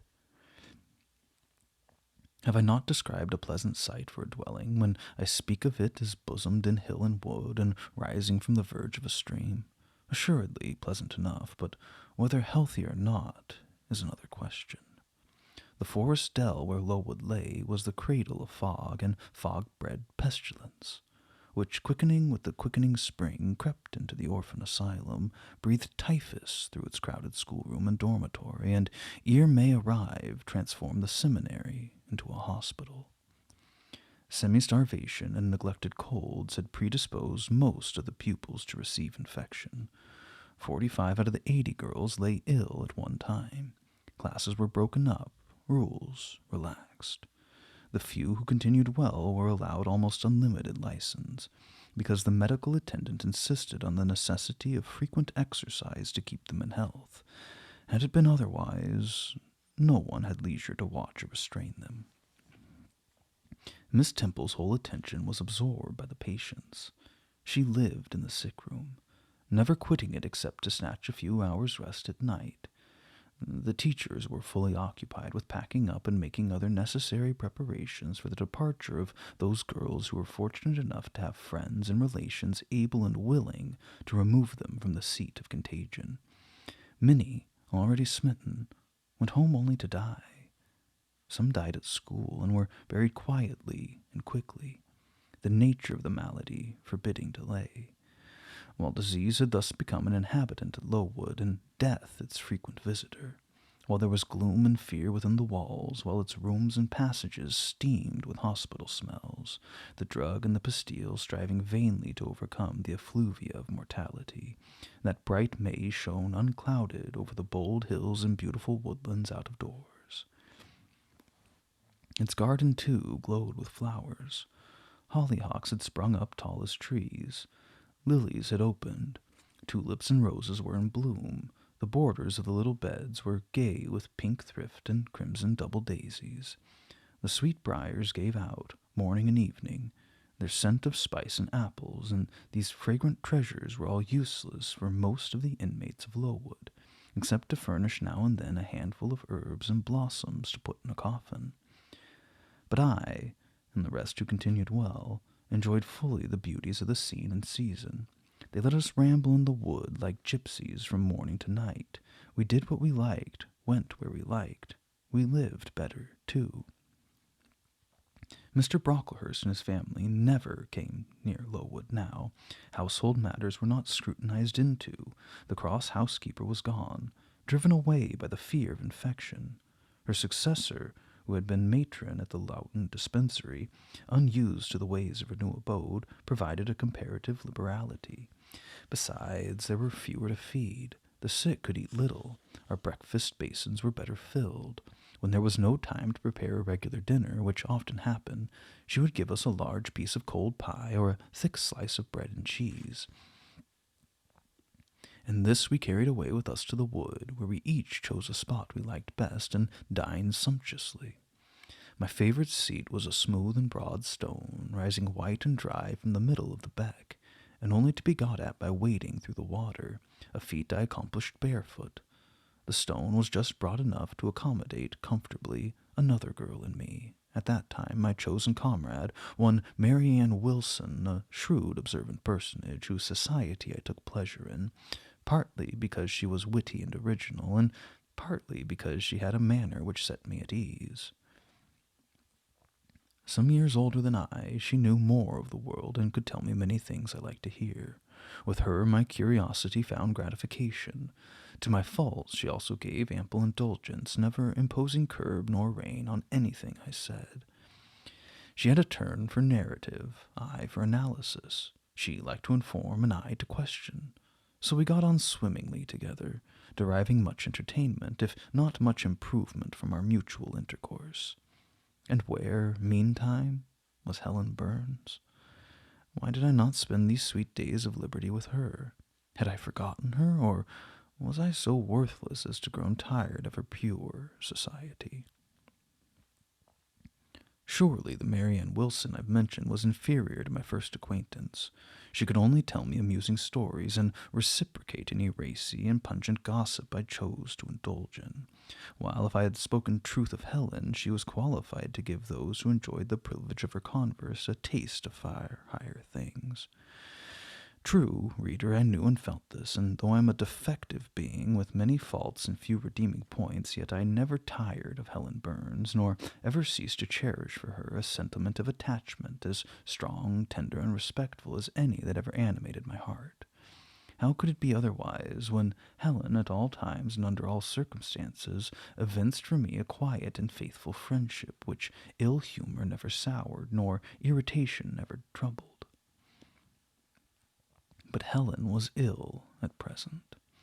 For some weeks she had been removed from my sight to I knew not what room upstairs.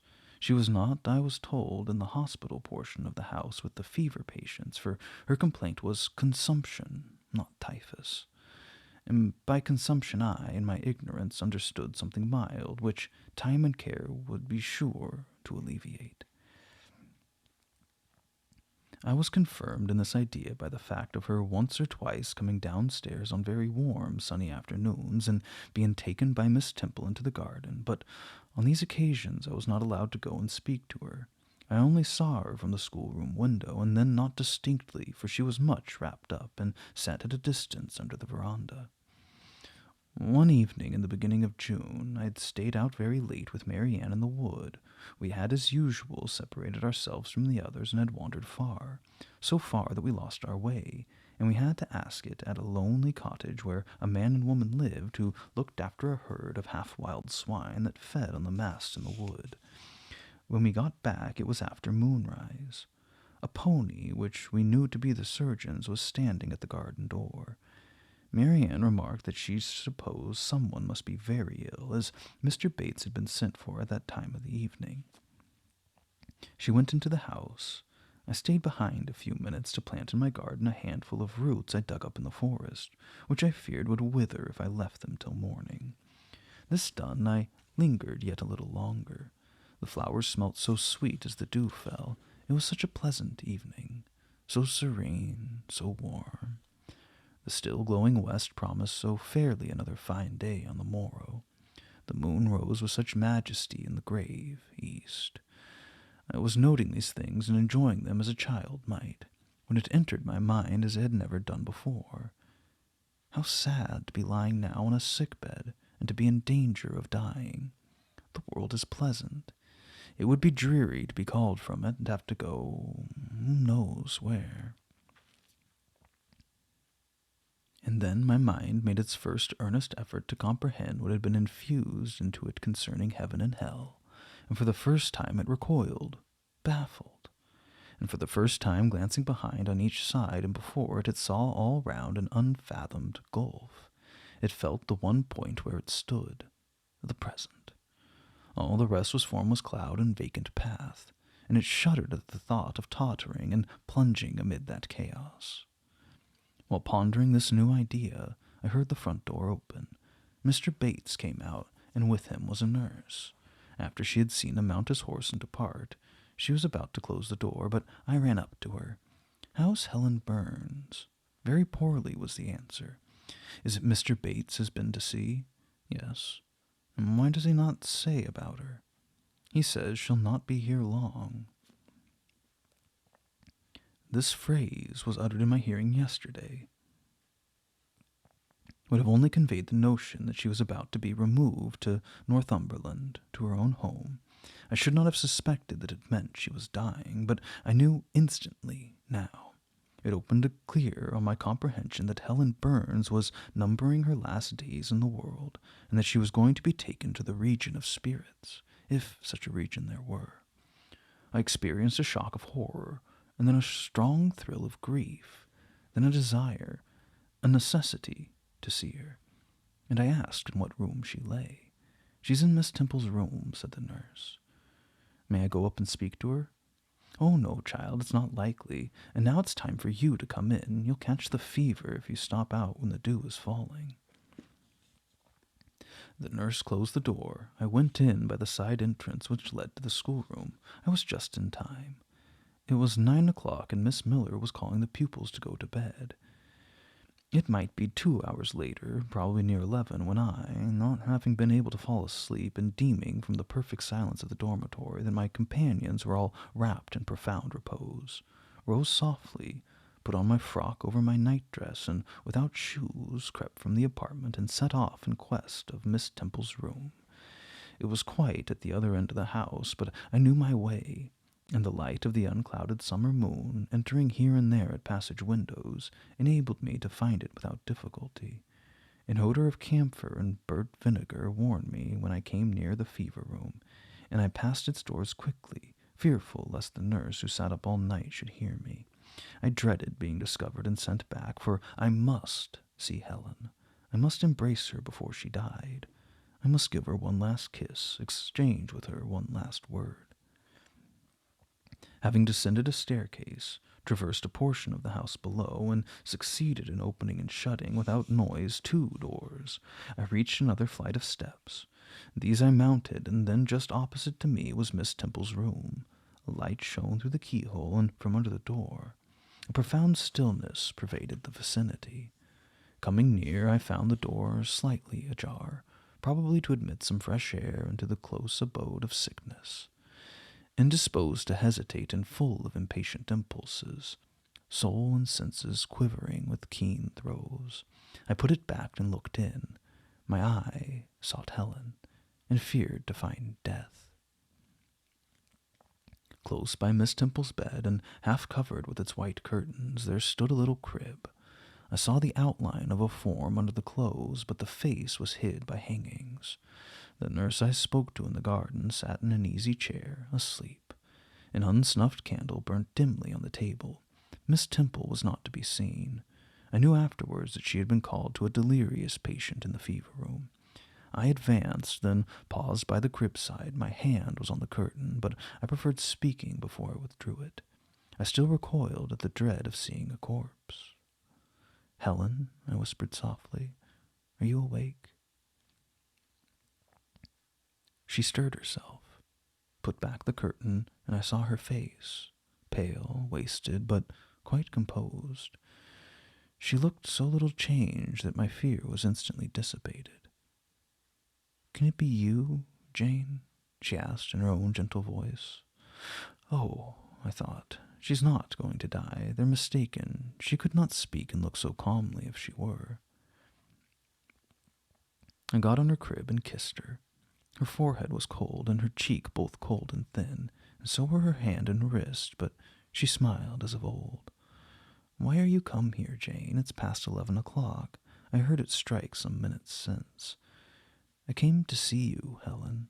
I heard you were very ill, and I could not sleep till I had spoken to you." "Ah, you came to bid me good-bye, then.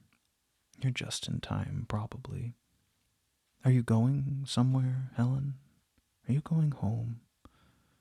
"Yes, to my long home, my last home."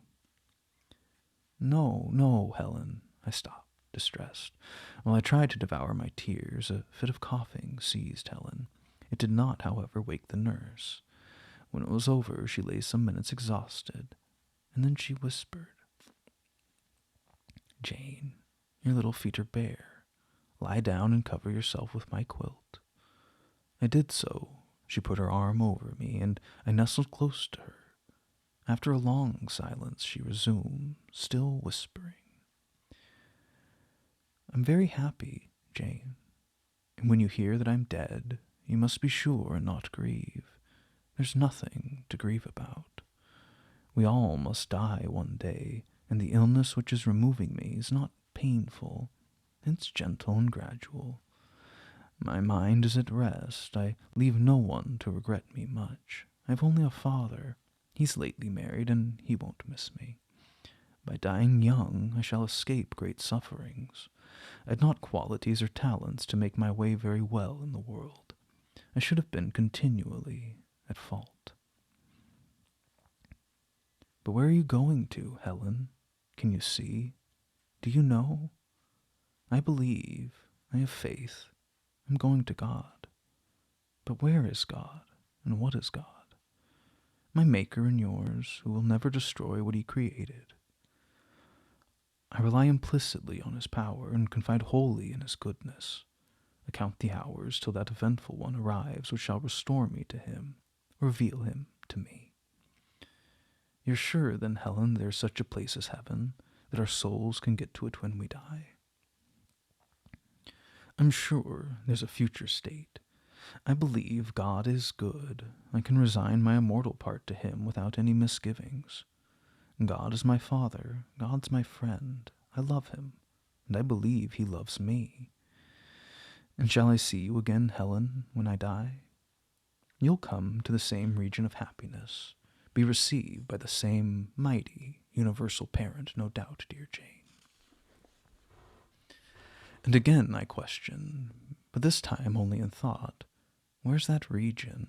Does it exist? and I clasped my arms closer round Helen. She seemed dearer to me than ever. I felt as if I could not let her go.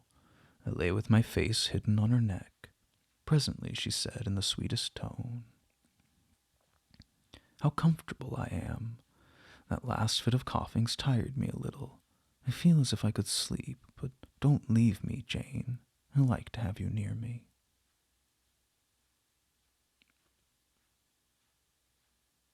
"I'll stay with you, dear Helen. No one shall take me away." "Are you warm, darling?" "Yes."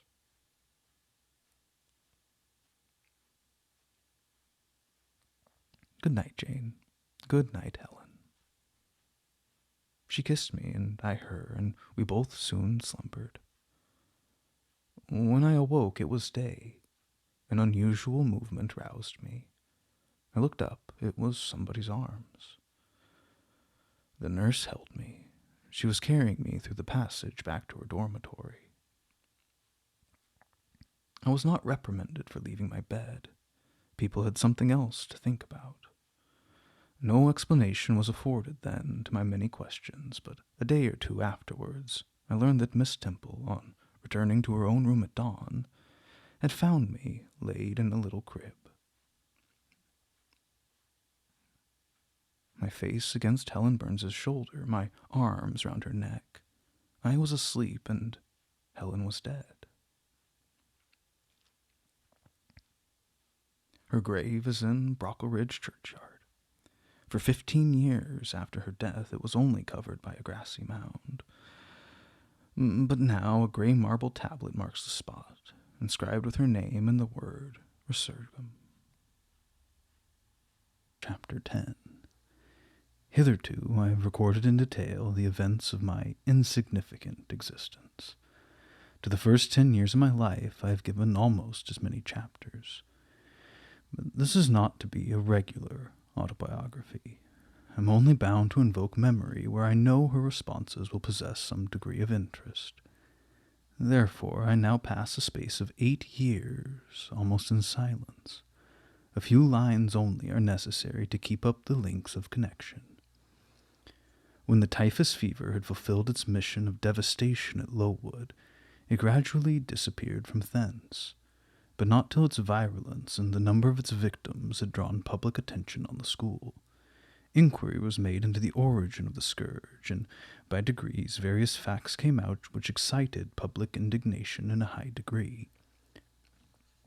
The unhealthy nature of the site, the quantity and quality of the children's food, the brackish fetid water used in its preparation, the pupils' wretched clothing and accommodation, all these things were discovered, and the discovery produced a result mortifying to Mr. Brocklehurst, but beneficial to the institution. Several wealthy and benevolent individuals in the county subscribed largely for the erection of a more convenient building in a better situation. New regulations were made, improvements in diet and clothing introduced. The funds of the school were entrusted to the management of a committee. Mr. Brocklehurst, who, from his wealth and family connections, could not be overlooked, still retained the post of treasurer, but he was aided in the discharge of his duties by gentlemen of rather more enlarged and sympathizing minds. His office of inspector, too, was shared by those who knew how to combine reason with strictness, comfort with economy, compassion with uprightness. The school, thus improved, became in time a truly useful and noble institution. I remained an inmate of its walls after its regeneration for 8 years, 6 as pupil and 2 as teacher, and in both capacities I bear my testimony to its value and importance. During these 8 years my life was uniform, but not unhappy, because it was not inactive. I had the means of an excellent education placed within my reach, a fondness for some of my studies, and a desire to excel in all, together with a great delight in pleasing my teachers, especially such as I loved, urged me on. I availed myself fully of the advantages offered me. In time I rose to be the first girl of the first class. Then I was invested with the office of teacher, which I discharged with zeal for 2 years. But at the end of that time, I altered. Miss Temple, through all changes, had thus far continued superintendent of the seminary. To her instruction I owed the best part of my acquirements. Her friendship and society had been my continual solace. She had stood me in the stead of mother, governess, and latterly companion. At this period she married, removed with her husband, a clergyman, an excellent man, almost worthy of such a wife, to a distant county, and consequently was lost to me. From the day she left I was no longer the same. With her was gone every settled feeling, every association that had made Lowood in some degree a home to me. I had imbibed from her something of her nature and much of her habits. More harmonious thoughts, what seemed better regulated feelings, had become the inmates of my mind. I had given an allegiance to duty and order. I was quiet. I believed I was content. To the eyes of others, usually even to my own, I appeared a disciplined and subdued character. But destiny, in the shape of the Reverend Mr. Nasmyth, came between me and Miss Temple. I saw her, in her traveling dress, step into a post-chaise, shortly after the marriage ceremony. I watched the chaise mount the hill and disappear beyond its brow, and then retired to my own room, and there spent in solitude the greatest part of the half-holiday granted in honor of the occasion. I walked about the chamber most of the time. I imagined myself only to be regretting my loss and thinking how to repair it. But when my reflections were concluded, and I looked up and found that the afternoon was gone and evening far advanced, another discovery dawned on me, namely, that in the interval I had undergone a transforming process, that my mind had put off all it had borrowed of Miss Temple, or rather that she had taken with her the serene atmosphere I had been breathing in her vicinity, and that now I was left in my natural element and beginning to feel the stirring of old emotions. It did not seem as if a prop were withdrawn, but rather as if a motive were gone. It was not the power to be tranquil which had failed me, but the reason for tranquillity was no more. My world had for some years been in Lowood. My experience had been of its rules and systems. Now I remembered that the real world was wide, and that the varied fields of hopes and fears, of sensations and excitements, awaited those who had courage to go forth into its expanse and seek real knowledge of life amidst its perils. I went to my window, I opened it up and looked out. There were two wings of the building. There was a garden, there were the skirts of Lowood, there was the hilly horizon. My eye passed all other objects to rest on those most remote, the blue peaks. It was those I longed to surmount. All within their boundary of rock and heath seemed prison ground, exile limits. I traced the white road winding round the base of one mountain and vanishing in a gorge between the two. How I longed to follow it further. I recalled the time when I had traveled that very road in a coach. I remembered descending that hill at twilight. An age seemed to have elapsed since the day which brought me first to Lowood, and I have never quitted it since. My vacations had all been spent at school. Mrs. Reed had never sent for me to Gateshead. Neither she nor any of her family had ever been to visit me. I had no communication by letter or message with the outer world.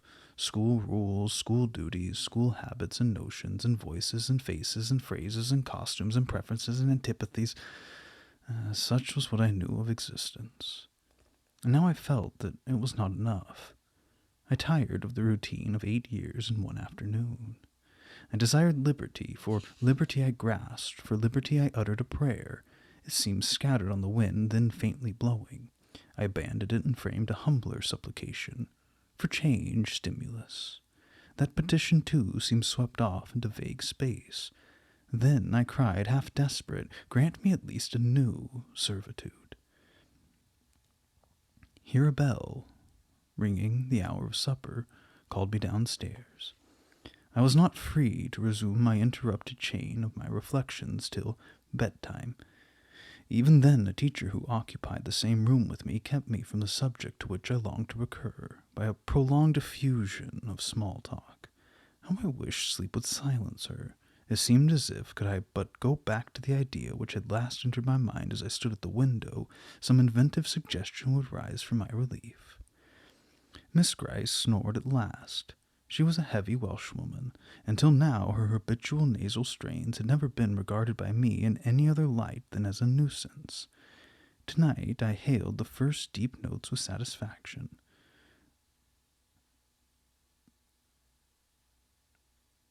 I was debarrassed of interruption. My half-effaced thought instantly revived. A new servitude, there's something in that, I soliloquized. Mentally, be it understood, I did not talk aloud. I know there is, because it does not sound too sweet. It's not like the words as liberty, excitement, enjoyment. Delightful sounds truly, but no more than sounds for me, and so hollow and fleeting that it is mere waste of time to listen to them. But servitude, there must be matter of fact. Anyone may serve. I've served here 8 years. Now all I want is to serve elsewhere. Can I not get so much of my own will? Is not the thing feasible? Yes, the end is not so difficult. If I had only a brain active enough to ferret out the means of attaining it. I sat up in bed by way of arousing the said brain. It was a chilly night. I covered my shoulders with a shawl, and then I proceeded to think again with all my might. What do I want? A new place in a new house amongst new faces under new circumstances. I want this because it's of no use wanting anything better. How do people do to get a new place? Well, they apply to friends, I suppose, but I have no friends. There are many others who have no friends, who must look about for themselves and be their own helpers. What's their resource? I could not tell. Nothing answered me. I then ordered my brain to find a response, and quickly. It worked and worked faster. I felt the pulses throb in my head and temples, but for nearly an hour it worked in chaos, and no result came of its efforts. Feverish with vain labor, I got up and took a turn in the room, undrew the curtain, noted a star or two, shivered with cold, and again crept to bed. A kind fairy, in my absence, had surely dropped the required suggestion on my pillow, for as I lay down it came quietly and naturally to my mind. Those who want situations advertise. You must advertise in the Blankshire Herald. How? I know nothing about advertising. Replies rose smooth and prompt now. You must enclose the advertisement and the money to pay for it under a cover directed to the editor of the Herald. You must put it, the first opportunity you have, into the post at Loughton. Answers must be addressed to J.E. at the post office there. You can go and inquire in about a week after you send the letter, if any are come, and act accordingly. This scheme I went over twice, thrice. It was then digested in my mind. I had it in clear, practical form. I felt satisfied, and fell asleep. With earliest day I was up. I had my advertisement written, enclosed, and directed before the bell rang to rouse the school. It ran thus: a young lady accustomed to tuition, had I not been a teacher 2 years, is desirous of meeting with a situation in a private family where the children are under 14. I thought that as I was barely 18, it would not do to undertake the guidance of pupils nearer my own age. She is qualified to teach the usual branches of a good English education, together with French, drawing, and music. In those days, reader, this narrow catalogue of accomplishments would have been held tolerably comprehensive. Address J.E., Post Office, Loughtonshire. This document remained locked in my drawer all day. After tea, I asked leave of the new superintendent to go to Loughton, in order to perform some small commissions for myself and 1 or 2 of my fellow teachers. Permission was readily granted. I went. It was a walk of 2 miles, and the evening was wet, but the days were still long. I visited a shop or 2, slipped the letter into the post office, and came back through heavy rain, with streaming garments, but with a relieved heart. The succeeding week seemed long. It came to an end at last, however, like all sublunary things, and once more, towards the close of a pleasant autumn day, I found myself afoot on the road to Loughton. A picturesque track it was, by the way, lying along the side of the beck and through the sweetest curves of the dale, but that day I thought more of the letters that might or might not be awaiting me at the little burg whither I was bound than the charms of Lee and Water. My ostensible errand on this occasion was to get measured for a pair of shoes. so I discharged that business first, and when it was done I stepped across the clean and quiet little street from the shoemaker's to the post office. It was kept by an old dame, who wore horn spectacles on her nose and black mittens on her hands. "Are there any letters for J.E.?" I asked. She peered at me over her spectacles, and then she opened a drawer and fumbled along its contents for a long time, so long that my hopes began to falter. At last, having held a document before her glasses for nearly 5 minutes, she presented it across the counter, accompanying the act by another inquisitive and mistrustful glance. It was for J.E. "Is there only one?" I demanded. "There are no more," said she, and I put it in my pocket and turned my face homeward. I couldn't open it then. Rules obliged me to be back by 8, and it was already 7:30. Various duties awaited me on my arrival. I had to sit with the girls during their hour of study, and then it was my turn to read prayers, to see them to bed. Afterwards I supped with the other teachers. Even when we finally retired for the night, the inevitable Miss Gryce was still my companion. We had only a short end of candle in our candlestick, and I dreaded lest she should talk till it was all burnt out. Fortunately, however, the heavy supper she had eaten produced a soporific effect. She was already snoring before I had finished undressing. There still remained an inch of candle. I now took out the letter. The seal was an initial F. I broke it. The contents were brief. "If J.E., who advertised in the Herald of last Thursday, possesses the acquirements mentioned, and if she is in a position to give satisfactory references as to character and competency, a situation can be offered her where there is but one pupil, a little girl under 10 years of age, and where the salary is £30 per annum. J.E. is requested to send references, name, address, and all particulars to the direction. Mrs. Fairfax, Thornfield, near Millcote," I examined that document long. The writing was old-fashioned and rather uncertain, like that of an elderly lady. The circumstance was satisfactory. A private fear had haunted me that in thus acting for myself and by my own guidance I ran the risk of getting into some scrape, and above all I wished the result of my endeavors to be respectable, proper, en règle. I now felt that an elderly lady was no bad ingredient in the business I had on hands. Mrs. Fairfax. I saw her in a black gown and widow's cap, frigid perhaps, but not uncivil, a model of elderly English respectability. Thornfield. That doubtless was the name of her house, a neat, orderly spot, I was sure, though I failed in my efforts to conceive a correct plan of the premises. Millcote. I brushed up my recollections of the map of England. Yes, I saw it, both the shire and the town. It was 70 miles nearer London than the remote county where I now resided. That was a recommendation to me. I longed to go where there was life and movement. Millcote was a large manufacturing town. On the banks of the A. A busy place enough, doubtless, so much the better. It would be a complete change at least. Not that my fancy was much captivated by the idea of long chimneys and clouds of smoke. But, I argued, Thornfield will probably be a good way from the town. Here the socket of the candle dropped, and the wick went out. The next day new steps were to be taken. My plans could be no longer confined to my own breast. I must impart them in order to achieve their success.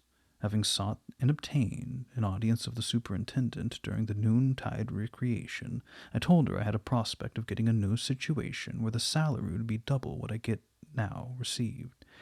For at Lowood I only got £15 per annum, and requested she would break the matter from me to Mr. Brocklehurst or some of the committee, and ascertain whether they would permit me to mention them as references.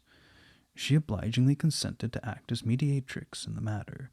The next day she laid the affair before Mr. Brocklehurst, who said that Mrs. Reed must be written to, as she was my natural guardian.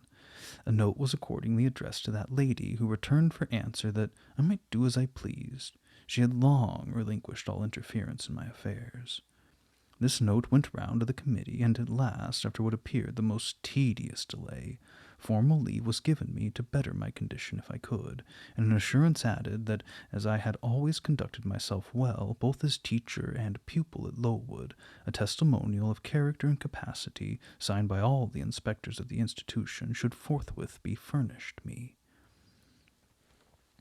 This testimonial I accordingly received in about a week, forwarded a copy of it to Mrs. Fairfax, and got that lady's reply, stating that she was satisfied, and fixing that day fortnight as the period for my assuming the post of governess in her house. I now busied myself in preparations. The fortnight passed rapidly. I had not a large wardrobe, though it was adequate to my wants, and the last day sufficed to pack my trunk. The same I brought with me 8 years ago from Gateshead. The box was corded, the card nailed on. In half an hour the carrier was to call for it to take it to Lowton, whither I myself was to repair at an early hour the next morning to meet the coach.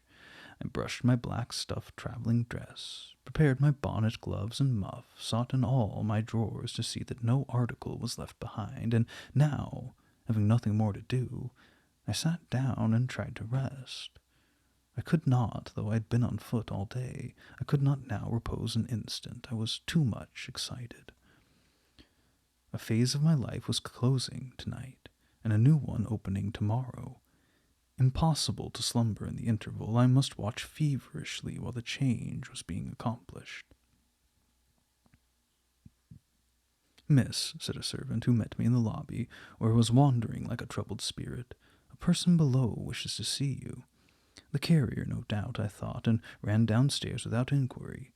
I was passing the black parlor, or teacher's sitting-room, the door of which was half open, to go to the kitchen, when someone ran out. "It's her, I'm sure. I could have told her anywhere," cried the individual who stopped my progress and took my hand. I looked. I saw a woman attired like a well-dressed servant, matronly, yet still young, very good-looking, with black hair and eyes and lively complexion. "Well, who is it?" she asked in a voice and with a smile I half recognized. "You've not quite forgotten me, I think, Miss Jane." In another second I was embracing and kissing her rapturously.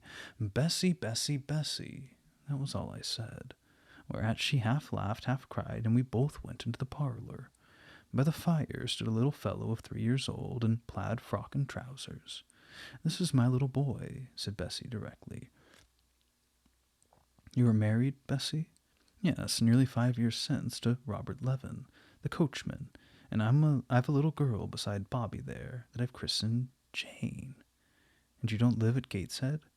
"I live at the lodge. The old porter's left." "Well, and how do they all get on? Tell me everything about them, Bessie, but first sit down. And Bobby, come and sit on my knee, will you?" But Bobby preferred sliding over to his mother. "You're not grown so very tall, Miss Jane, nor so very stout," continued Mrs. Levin. "I dare say they've not kept you too well at school. Miss Reed is the head and shoulders taller than you are, and Miss Georgiana would make 2 of you in breadth. Georgiana's handsome, I suppose, Bessie?" "Very. She went up to London last winter with her mamma, and there everybody admired her, and a young lord fell in love with her, but his relations were against the match, and what do you think? He and Miss Georgiana made it up to run away, but they were found out and stopped. It was Miss Reed that found them out. I believe she was envious, and now she and her sister lead a cat and dog life together. Oh, they're always quarreling. Well, and what of John Reed? Oh, he's not doing so well as his mamma could wish. He went to college, and he got plucked, I think they call it. And then his uncles wanted him to be a barrister and study the law, but he's such a dissipated young man that they will never make much of him, I think." "What does he look like?" "Oh, he's very tall. Some people call him a fine young man, but he has such thick lips." "And Mrs. Reed?" "Mrs. looks stout and well enough in the face, but I think she's not quite easy in her mind. Mr. John's conduct does not please her. He spends a deal of money." "Did she send you here, Bessie?" "No, indeed, but I have long wanted to see you, and when I heard there had been a letter from you and that you were going to another part of the country, I thought I'd just set off and get a look at you before you were quite out of my reach." "I'm afraid you're disappointed in me, Bessie," I said, this laughing. I perceived that Bessie's glance, though it expressed regard, did in no shape denote admiration. No, Miss Jane, not exactly. You're genteel enough, you look like a lady, and it's as much as I ever expected of you. You were no beauty as a child. I smiled at Bessie's frank answer. I felt it was correct, but I confess I was not quite indifferent to its import. At 18, most people wish to please, and the conviction that they have not an exterior likely to second that desire brings anything but gratification. I dare say you're clever, though, continued Bessie by way of solace. What can you do? Can you play on the piano? Oh, a little. There was one in the room. Bessie went and opened it, and then asked me to sit down and give her a tune. I played a waltz or two, and she was charmed. The Miss Reeds could not play as well, she said exultingly. I always said you'd surpass them in learning. And can you draw? That's one of my paintings over the chimney-piece. It was a landscape in watercolors, of which I had made a present to the superintendent in acknowledgment of her obliging mediation in the committee on my behalf, and which she framed and glazed. Well, that's beautiful, Miss Jane. It's as fine a picture as any Miss Reed's drawing master could paint, let alone the young ladies themselves, who would not come near it. And have you learnt French? Yes, Bessie, I can both read it and speak it. And you can work on muslin and canvas? Oh, I can. Oh, you're quite a lady, Miss Jane. I knew you would be. You'll get on whether your relations notice you or not. There was something I always wanted to ask you. Have you ever heard anything from your father's kinsfolk, the Eyres? Oh, never in my life. Well, you know Missus always said they were poor and quite despicable, and they may be poor, but I believe they are as much gentry as the Reeds are. For one day, nearly 7 years ago, a Mr. Eyre came to Gateshead and wanted to see you. Missus said you were at school 50 miles off. He seemed so much disappointed, for he could not stay. He was going on a voyage to a foreign country, and the ship was to sail from London in a day or two. He looked quite a gentleman, and I believe he was your father's brother. What foreign country was he going to, Bessie? Oh, an island thousands of miles off, where they make wine. Oh, the butler did tell me. Madeira? I suggested. Oh, yes, that's it. That's the very word. So he went? Yes, he didn't stay many minutes in the house. Missus was very high with him.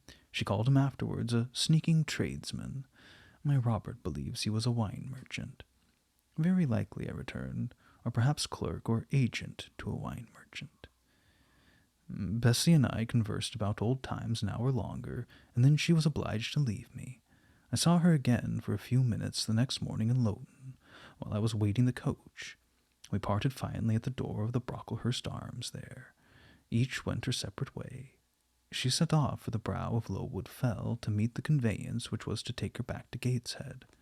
I mounted the vehicle which was to bear me to new duties and a new life in the unknown environs of Millcote. Chapter 11. A new chapter in a novel is something like a new scene in a play. When I drop the curtain this time, reader, you must fancy you see a room in the George Inn at Millcote, with such large figured papering on the walls as inn rooms have, such a carpet, such furniture, such ornaments on the mantelpiece, such prints, including a portrait of George III, and another of the Prince of Wales, and a representation of the death of Wolfe. All this is visible to you by the light of an oil lamp hanging from the ceiling, and by that of an excellent fire, near which I sit in my cloak and bonnet. My muff and umbrella lie on the table, and I'm warming away the numbness and chill contracted by 16 hours' exposure to the rawness of an October day. I left Loughton at 4 o'clock p.m., and the Millcote town clock is now just striking 8. Reader, though I look comfortably accommodated, I'm not very tranquil in my mind. I thought when the coach stopped here there would be someone to meet me. I looked anxiously round as I descended the wooden steps, the boots placed for my convenience, expecting to hear my name pronounced and to see some description of carriage waiting to convey me to Thornfield. Nothing of the sort was visible.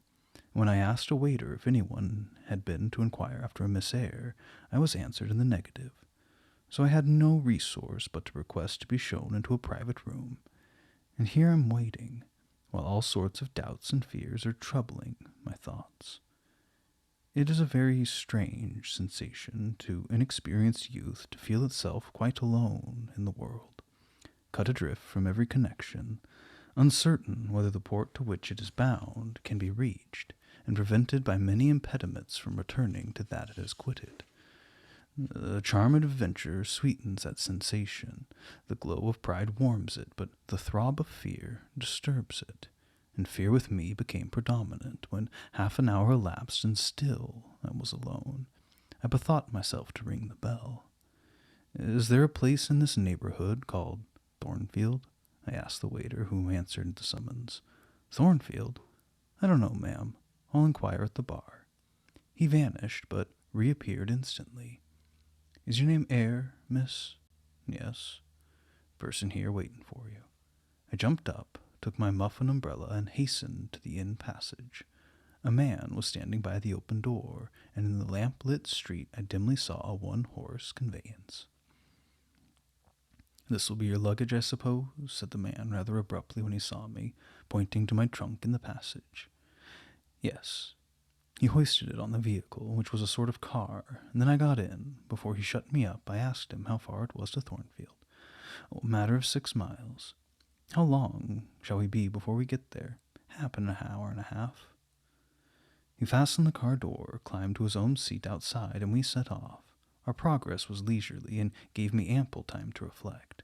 I was content to be at length so near the end of my journey, and as I leaned back in the comfortable though not elegant conveyance, I meditated much at my ease.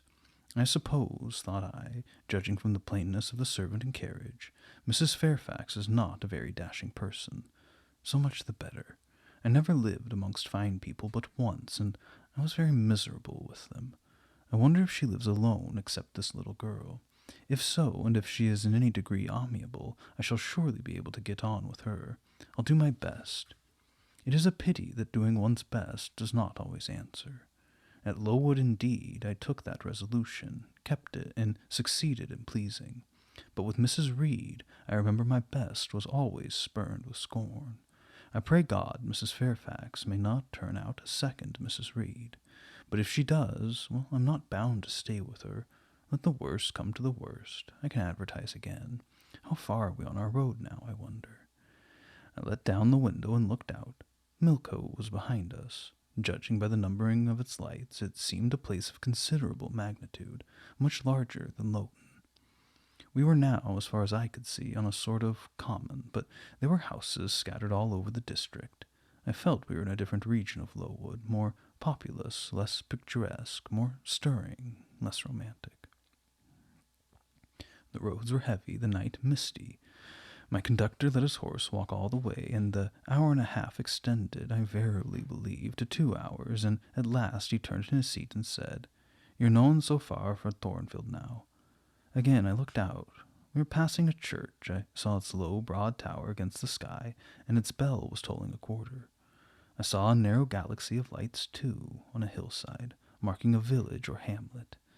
About 10 minutes after, the driver got down and opened a pair of gates. We passed through when they clashed to behind us. We now slowly ascended a drive, and came upon the long front of a house. Candlelight gleamed from one curtained bow window. All the rest were dark. The car stopped at the front door. It was opened by a maidservant. I alighted and went in. "Will you walk this way, ma'am?" said the girl, and I followed her across the square hall with high doors all around. She ushered me into a room whose double illumination of fire and candle at first dazzled me, contrasting as it did with the darkness to which my eyes had been for 2 hours inured. When I could see, however, a cozy and agreeable picture presented itself to my view. A snug, small room, a round table by a cheerful fire, an armchair high-backed and old-fashioned, wherein sat the neatest imaginable little elderly lady in a widow's cap, black silk gown, and snowy muslin apron, exactly like what I had fancied Mrs. Fairfax, only less stately and milder-looking. She was occupied in knitting. A large cat sat demurely at her feet. Nothing, in short, was wanting to complete the beau ideal of domestic comfort. A more reassuring introduction for a new governess could scarcely be conceived. There was no grandeur to overwhelm, no stateliness to embarrass, and then, as I entered, the old lady got up and promptly and kindly came forward to meet me. "How do you do, my dear? I'm afraid you have had a tedious ride. John drives so slowly. You must be cold. Come to the fire." "Mrs. Fairfax, I suppose," said I. "Yes, you're right. Do sit down." She conducted me to her own chair, and then began to remove my shawl and untie my bonnet strings. I begged she would not give herself so much trouble. "Oh, it's no trouble. I dare say your own hands are almost numbed with cold. Leah, make a hot negus and cut a sandwich or two. Here are the keys of the storeroom." And she produced from her pocket a most housewifely bunch of keys and delivered them to the servant. "Now then, draw nearer to the fire," she continued. "You've brought your luggage with you, haven't you, my dear?" "Yes, ma'am. I'll see it carried into your room," she said, and bustled out. She treats me like a visitor, thought I. I little expected such a reception. I anticipated only coldness and stiffness, and this is not like what I've heard of the treatment of governesses. But I must not exult too soon. She returned, with her own hands cleared her knitting apparatus and a book or two from the table to make room for the tray which Leah now brought, and then herself handed me the refreshments. I felt rather confused at being the object of more attention than I had ever before received, and that, too, shown by my employer and superior. But as she did not herself seem to consider she was doing anything out of place, I thought it better to take her civilities quietly. "Shall I have the pleasure of seeing Miss Fairfax tonight?" I asked, when I had partaken of what she offered me. "What'd you say, my dear? I'm a little deaf," returned the good lady, approaching her ear to my mouth. I repeated the question more distinctly. "Miss Fairfax? Oh, you mean Miss Varens. Varens is the name of your future pupil." "Indeed? And she's not your daughter?" "Oh, no, I have no family." I should have followed up my first inquiry by asking in what way Miss Varens was connected with her, but I recollected it was not polite to ask too many questions. Besides, I was sure to hear in time. "I'm so glad," she continued as she sat down opposite to me and took the cat on her knee. "I'm so glad you're come. It will be quite pleasant living here now with a companion. To be sure, it's pleasant at any time, for Tomfield is a fine old hall, rather neglected of late years, perhaps, but still it is a respectable place. Yet you know in winter-time one feels dreary quite alone in the best quarters. I say alone. Leah is a nice girl, to be sure, and John and his wife are very decent people, but then you see they're only servants, and one can't converse with them on terms of equality. One must keep them at due distance for fear of losing one's authority. I'm sure last winter it was a very severe one, if you recollect. When it did not snow, it rained and blew. Not a creature but the butcher and postman came to the house from November till February, and I really got quite melancholy with sitting night after night alone. I had Leah in to read to me sometimes, but I don't think the poor girl liked the task much. She felt it confining. In spring and summer one got on better. Sunshine and long days make such a difference. And then, just at the commencement of this autumn, little Adela Varens came and her nurse. A child makes a house alive all at once, and now you're here. I shall be quite gay." My heart really warmed to the worthy lady as I heard her talk, and I drew my chair a little nearer to her and expressed my sincere wish that she might find my company as agreeable as she anticipated. "But I'll not keep you sitting up late tonight," said she. "It's on the stroke of 12 now, and you have been traveling all day. You must feel tired. If you've got your feet well warmed, I'll show you to your bedroom. I've had the room next to mine prepared for you. It's only a small apartment, but I thought you would like it better than one of the large front chambers. To be sure, they have finer furniture, but they're so dreary and solitary. I never sleep in them myself." I thanked her for her considerate choice, and as I really felt fatigued with my long journey, expressed my readiness to retire. She took her candle, and I followed her from the room. First she went to see if the hall door was fastened. Having taken the key off the lock, she led the way upstairs. The steps and banisters were of oak. The staircase window was high and latticed. Both it and the long gallery into which the bedroom doors opened looked as if they belonged to a church rather than a house.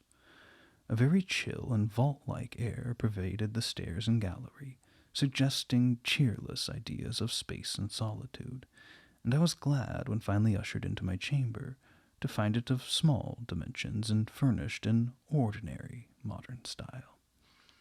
When Mrs. Fairfax had bidden me a kind good night, and I had fastened my door, gazed leisurely round, and in some measure effaced the eerie impression made by that wide hall, that dark and spacious staircase, and that long cold gallery, by the livelier aspect of my little room, I remembered that after a day of bodily fatigue and mental anxiety, I was now at last in safe haven. The impulse of gratitude swelled my heart, and I knelt down at the bedside and offered up thanks where thanks were due, not forgetting, ere I rose, to implore aid on my future path, and the powers of meriting the kindness which seemed so frankly offered me before it was earned.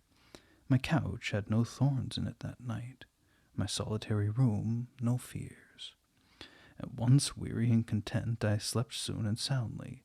When I awoke, it was broad day. The chamber looked such a bright little place to me as the sun shone in between the gay blue chintz window curtains, showing papered walls and carpeted floors, so unlike the bare planks and stained plaster of Lowood that my spirits rose at the view. Externals have a great effect on the young. I thought that a fairer era of life was beginning for me, one that was to have its flowers and pleasures as well as its thorns and toils. My faculties, roused by the change of scene, the new field offered to hope, seemed all astir. I cannot precisely define what they expected, but it was something pleasant. Not perhaps that day or that month, but at an indefinite future period. I rose. I dressed myself with care, obliged to be plain, for I had no article of attire that was not made with extreme simplicity. I was still, by nature, solicitous to be neat. It was not my habit to be disregardful of appearance, or careless of the impression I made. On the contrary, I ever wished to look as well as I could, and to please as much as my want of beauty would permit. I sometimes regretted that I was not handsomer. I sometimes wished to have rosy cheeks, a straight nose, and a small cherry mouth. I desired to be tall, stately, and finely developed in figure. I felt it a misfortune that I was so little, so pale, and had features so irregular and so marked. And why had I these aspirations and these regrets? It would be difficult to say. I could not then distinctly say it to myself, yet I had a reason, and a logical, natural reason, too. However, when I brushed my hair very smooth and put on my black frock, which, Quaker-like as it was, at least had the merit of fitting to a nicety, and adjusted my clean white tucker, I thought I should do respectably enough to appear before Mrs. Fairfax, and that my new pupil would not at least recoil from me with antipathy. Having opened my chamber window and seen that I left all things straight and neat on the toilet table, I ventured forth. Traversing the long and matted gallery, I descended the slippery steps of oak, then I gained the hall. I halted there a minute. I looked at some pictures on the walls. One, I remember, represented a grim man in a cuirass, and one a lady with powdered hair and a pearl necklace, at a bronze lamp pendant from the ceiling, at a great clock whose case was of oak curiously carved and ebon black with time and rubbing. Everything appeared very stately and imposing to me. But then I was so little accustomed to grandeur. The hall door, which was half of glass, stood open. I stepped over the threshold. It was a fine autumn morning. The early sun shone serenely on embrowned groves and still green fields. Advancing onto the lawn, I looked up and surveyed the front of the mansion. It was 3 stories high, of proportions not vast, though considerable. A gentleman's manor house, not a nobleman's seat. Battlements round the top gave it a picturesque look. Its grey front stood out well from the background of a rookery, whose cawing tenants were now on the wing. They flew over the lawn and grounds to alight in the great meadow, from which these were separated by a sunk fence, and where an array of mighty old thorn trees, strong, knotty, and broad as oaks, at once explained the etymology of the mansion's designation. Farther off were the hills, not so lofty as those round Lowood, nor so craggy, nor so like barriers of separation from the living world, but yet quiet and lonely hills enough, and seeming to embrace Thornfield with a seclusion I had not expected to find existent so near the stirring locality of Millcote. A little hamlet, whose roofs were blent with trees, straggled up the side of one of those hills. The church of the district stood near Thornfield. Its old tower top looked over a knoll between the house and gates. I was yet enjoying the calm prospect and pleasant fresh air, yet listening with delight to the cawing of the rooks, yet surveying the wide, hoary front of the hall, and thinking what a great place it was for one lonely little dame like Mrs. Fairfax to inhabit, when that lady appeared at the door. "What, out already?" said she. "I see you're an early riser." I went up to her and was received with an affable kiss and shake of the hand. "How do you like Thornfield?" she asked. I told her I liked it very much. "Yes," she said, "it's a pretty place, but I fear it will be getting out of order unless Mr. Rochester should take it into his head to come and reside here permanently, or at least visit it rather oftener. Great houses and fine grounds require the presence of a proprietor." "Mr. Rochester!" I exclaimed. "Who is he?" "Oh, the owner of Thornfield," she responded quietly. "Did you not know he was called Rochester?" Well, of course I didn't. I'd never heard of him before, but the old lady seemed to regard his existence as a universally understood fact, with which everybody must be acquainted by instinct. "I thought," I continued, "Thornfield belonged to you."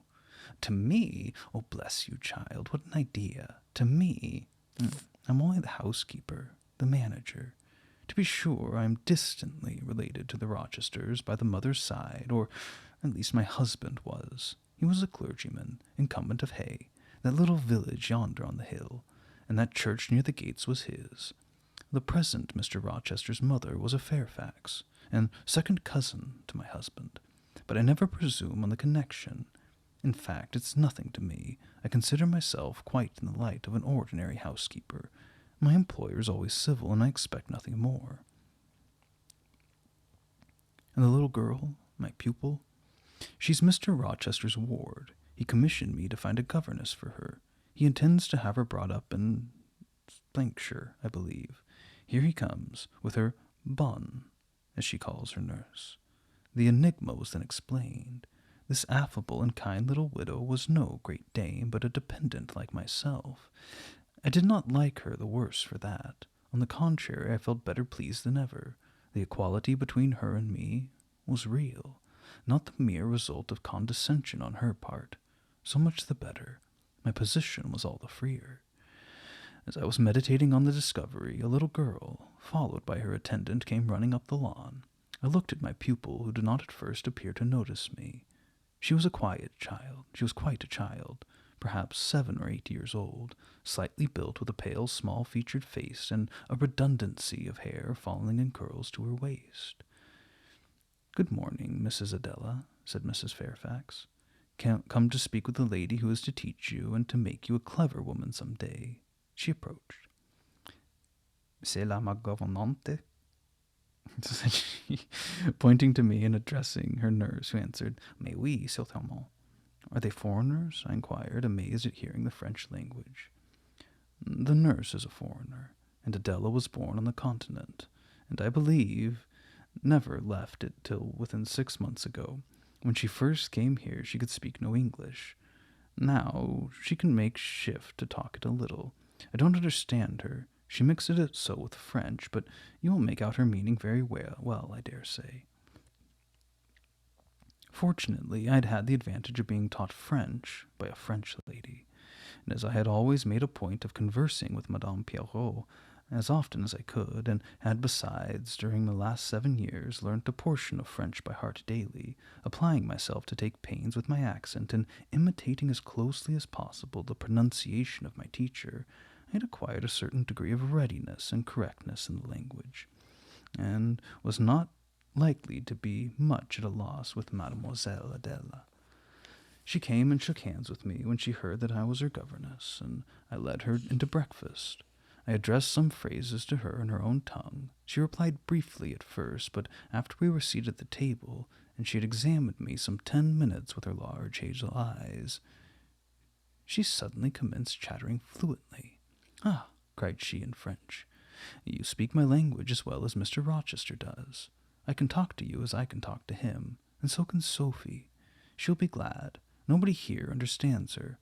Madame Fairfax is all English. Sophie's my nurse. She came with me over the sea in a great ship with a chimney that smoked. How it did smoke! and I was sick, and so was Sophie, and so was Mr. Rochester. Mr. Rochester lay down on a sofa in a pretty room called the salon, and Sophie and I had little beds in another place.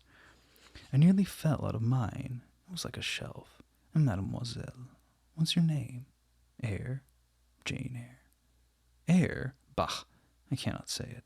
Well, our ship stopped in the morning before it was quite daylight at a great city, a huge city, with very dark houses and all smoky, not at all like the pretty clean town I came from, and Mr. Rochester carried me in his arms over a plank to the land, and Sophie came after. And we all got into a coach which took us to a beautiful large house, larger than this and finer, called a hotel. We stayed there nearly a week. I and Sophie used to walk every day in a great green place full of trees called the park, and there were many children there besides me, and a pond with beautiful birds in it that I fed with crumbs. Can you understand her when she runs on so fast? Asked Mrs. Fairfax. Oh, I understood her very well, for I had been accustomed to the fluent tongue of Madame Pierrot. I wish, continued the good lady, you would ask her a question or two about her parents. I wonder if she remembers them. Adele, I inquired, with whom do you live when you were in that pretty clean town you spoke of? I lived long ago with Mamma, but she's gone to the Holy Virgin. Mamma used to teach me to dance and sing and to say verses. A great many gentlemen and ladies came to see Mamma, and I used to dance before them, or to sit on their knees and sing to them. I liked it. Shall I let you hear me sing now?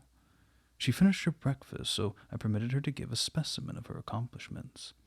Descending from her chair, she came and placed herself on my knee, then folding her little hands demurely before her, shaking back her curls and lifting her eyes to the ceiling, she commenced singing a song from an opera. It was a strain of a forsaken lady who, after bewailing the perfidy of her lover, calls pride to her aid, desires her attendant to deck her in the brightest jewels and richest robes, and resolves to meet the false one that night at a ball, and prove to him by the gaiety of her demeanor how little his desertion had affected her. The subject seems strangely chosen for an infant singer, but I suppose the point of an exhibition lay in hearing the notes of love and jealousy warbled with the lisp of childhood, and in very bad taste that point was. At least I thought so. Adele sang the canzonet tunefully enough, and with the naivety of her age. This achieved, she jumped from my knee and said, "Now, mademoiselle, I will repeat you some poetry." Assuming an attitude, she began, La Ligue des Rats, Fable de La Fontaine. She then declaimed a little piece with an attention to punctuation and emphasis, a flexibility of voice, and an appropriateness of gesture, very unusual indeed at her age, and which proved she had been carefully trained. "Was it your mamma who taught you that piece?" I asked. "Yes, and she just used to say it in this way. Qu'avez-vous donc?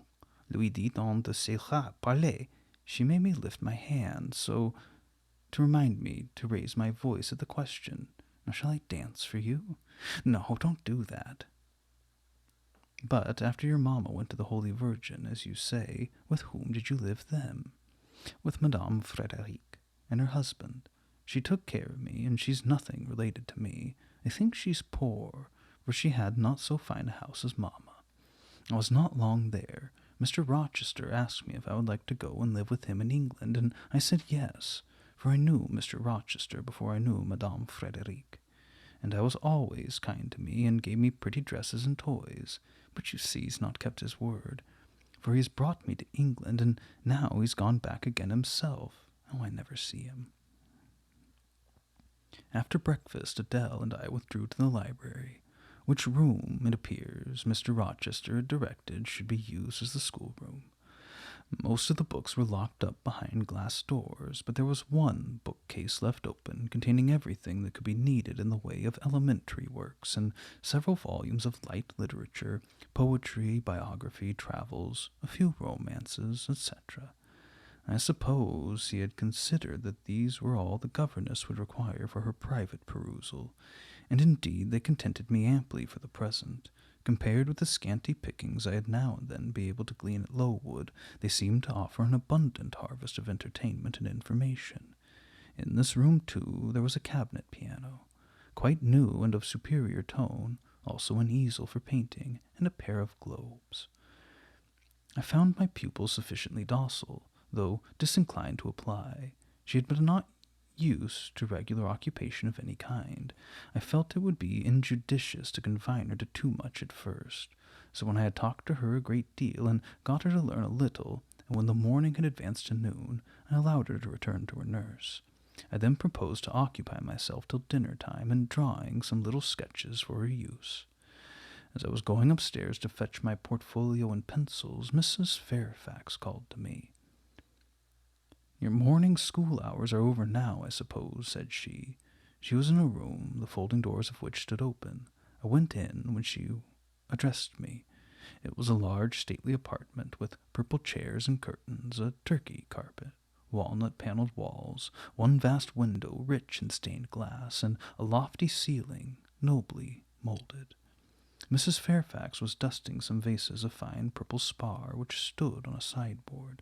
"What a beautiful room!" I exclaimed as I looked around, for I had never before seen any half so imposing. "Yes, this is the dining-room. I've just opened the window to let in a little air and sunshine, for everything gets so damp in apartments that are seldom inhabited. The drawing-room yonder feels like a vault." She pointed to a wide arch corresponding to the window, and hung it like a Tyrian dyed curtain, now looped it. Mounting it by 2 broad steps and looking through, I thought I caught a glimpse of a fairy place. So bright to my novice eyes appeared the view beyond, yet it was merely a very pretty drawing-room, and within it a boudoir, both spread with white carpets on which seemed laid brilliant garlands of flowers, both sealed with snowy mouldings of white grapes and vine leaves, beneath which glowed in rich contrast crimson couches and ottomans, while the ornaments on the pale Parian mantel were of sparkling Bohemian glass, ruby red, and between the windows large mirrors repeated the general blending of snow and fire. "In what order you keep these rooms, Mrs. Fairfax," said I. "No dust, no canvas covering. Except that the air feels chilly, one would think they were inhabited daily." "Why, Miss Eyre, though Mr. Rochester's visits here are rare, they are always sudden and unexpected. And as I observed that it put him out to find everything swathed up, and to have a bustle of arrangement on his arrival, I thought it best to keep the rooms in readiness." "Is Mr. Rochester an exacting, fastidious sort of man?"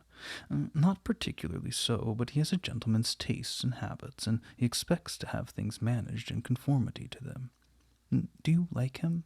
Is he generally liked?" "Oh, yes. The family have always been respected here. Almost all the land in the neighborhood, as far as you can see, has belonged to the Rochesters, time out of mind. Well, but leaving this land out of the question, do you like him? Is he liked for himself?" "I have no cause to do otherwise than like him, and I believe he's considered a just and liberal landlord by his tenants, but he's never lived much amongst them." "But has he no peculiarities? What, in short, is his character?" "Oh, his character is unimpeachable, I suppose. He's rather peculiar, perhaps. He's traveled a great deal, and has seen a great deal of the world, I should think. I dare say he's clever, but I never had much conversation with him." "In what way is he peculiar?" "Oh, I don't know. It's not easy to describe. Nothing striking, but you feel it when he speaks to you. You cannot be always sure whether he is in jest or earnest, whether he is pleased or the contrary, and you don't thoroughly understand him, in short. Well, at least I don't, but it's of no consequence. He's a very good master." And this was all the account I got from Mrs. Fairfax of her employer and mine. There are people who seem to have no notion of sketching a character, or observing and describing salient points, either in persons or things. The good lady evidently belonged to this class.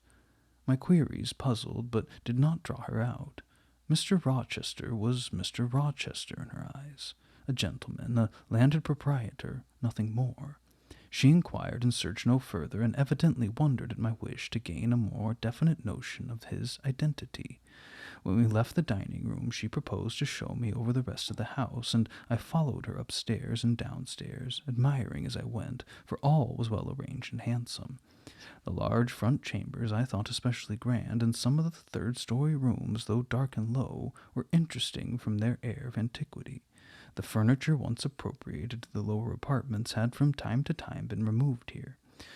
As fashions changed, and the imperfect light entering by their narrow casements showed bedsteads of 100 years old, chests in oak or walnut, looking with their strange carvings of palm branches and cherubs' heads like types of the Hebrew ark, rows of venerable chairs, high-backed and narrow, stools still more antiquated, on whose cushioned tops were yet apparent traces of half-effaced embroideries, wrought by fingers that for 2 generations had been coffin dust.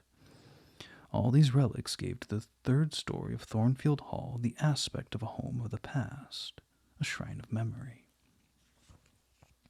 I liked the hush, the gloom, the quaintness of these retreats in the day, but I by no means coveted a night's repose on one of those wide and heavy beds, shut in, some of them with doors of oak, shaded, others with wrought old English hangings crusted with thick work, portraying effigies or strange flowers, and stranger birds, and the strangest human beings, all which would have looked strange indeed by the pallid gleam of moonlight.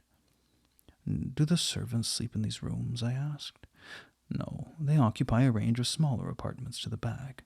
No one ever sleeps here. One would almost say that if there were a ghost in Thornfield Hall, this would be its haunt. So I think." "Well, you have no ghosts, then?" "None that I've ever heard of," returned Mrs. Fairfax, smiling. "Nor any traditions of one? No legends or ghost stories?" "I believe not. And yet it's said the Rochesters have been rather a violent than a quiet race in their time. Perhaps, though, there's a reason they rest tranquilly in their graves now." "Yes, after life's fitful fever they sleep well," I muttered. "Where are you going now, Mrs. Fairfax?" For she was moving away. "On to the Leads. Will you come and see the view from thence?" I followed still up a very narrow staircase to the attics, and thence by a ladder and through a trap-door to a roof of the hall. I was now on a level with the crow colony, and could see into their nests. Leaning over the battlements and looking far down, I surveyed the grounds laid out like a map, the bright and velvet lawn closely girdling the grey base of the mansion, the field, wide as a park, dotted with its ancient timber, the wood, dun and sere, divided by a path visibly overgrown, greener with moss than the trees or the foliage, the church at the gates, the road, the tranquil hills all reposing in an autumn's day sun, the horizon bounded by a propitious sky, azure marbled with pearly white. No feature in the scene was extraordinary, but all was pleasing. When I turned from it and repassed the trap-door, I could scarcely see my way down the ladder. The attic seemed black as a vault compared with the arch of blue air to which I had been looking up, and to that sunlit scene of grove, pasture, and green hill of which the hall was the center, and over which I had been gazing with delight. Mrs. Fairfax stayed behind a moment to fasten the trap-door. I, by dint of groping, found the outlet from the attic and proceeded to descend the narrow garret staircase. I lingered in the long passage to which this led, separating the front and back rooms of the 3rd story, narrow, low, and dim, with only one little window at the far end, and looking with its 2 rows of small black doors all shut like a corridor in some Bluebeard's castle. While I paced softly on, the last sound I expected to hear in so still a region, a laugh, struck my ear. It was a curious laugh, distinct, formal, mirthless. I stopped. The sound ceased, only for an instant. It began again, louder, for at first, though distinct, it was very low. It passed off in a clamorous peal that seemed to wake an echo in every lonely chamber, though it originated but in one. I could have pointed out the door whence the accents issued. "Mrs. Fairfax," I called out, for I now heard her descending the great stairs. "Did you hear that loud laugh? Who is it?" "Some of the servants, very likely," she answered. "Perhaps Grace Poole." "Yes, did you hear it?" I inquired again. "Yes, plainly. I often hear her. She sews in one of these rooms. Sometimes Leah's with her. They're frequently noisy together." The laugh repeated in its low syllabic tone and terminated in an odd murmur. "Grace!" exclaimed Mrs. Fairfax. I really didn't expect any Grace to answer, for the laugh was as tragic and preternatural a laugh as I had ever heard, but that it was high noon, and that no circumstance of ghostliness accompanied the curious cachinnation, but that neither scene nor season favored fear, I should have been superstitiously afraid. However, the event showed me I was a fool for entertaining a sense even of surprise. A door nearest me opened, and a servant came out. A woman between 30 and 40, a set, square-made figure, red-haired, with a hard, plain face. Any apparition less romantic or less ghostly could scarcely be conceived. "Too much noise, Grace," said Mrs. Fairfax. "Remember directions." Grace curtsied silently and went in. "She's a person we have to sew and assist Leah in her housemaid's work," continued the widow. "Not altogether unobjectionable in some points, but she does well enough. By the by, how have you got on with your new pupil this morning?" The conversation, thus turned to Adele, continued till we reached the light and cheerful region below. Adele came running to meet us in the hall, exclaiming, "Mesdames, vous êtes servies," adding, "J'ai bien faim, moi." We found dinner ready and waiting for us in Mrs. Fairfax's room.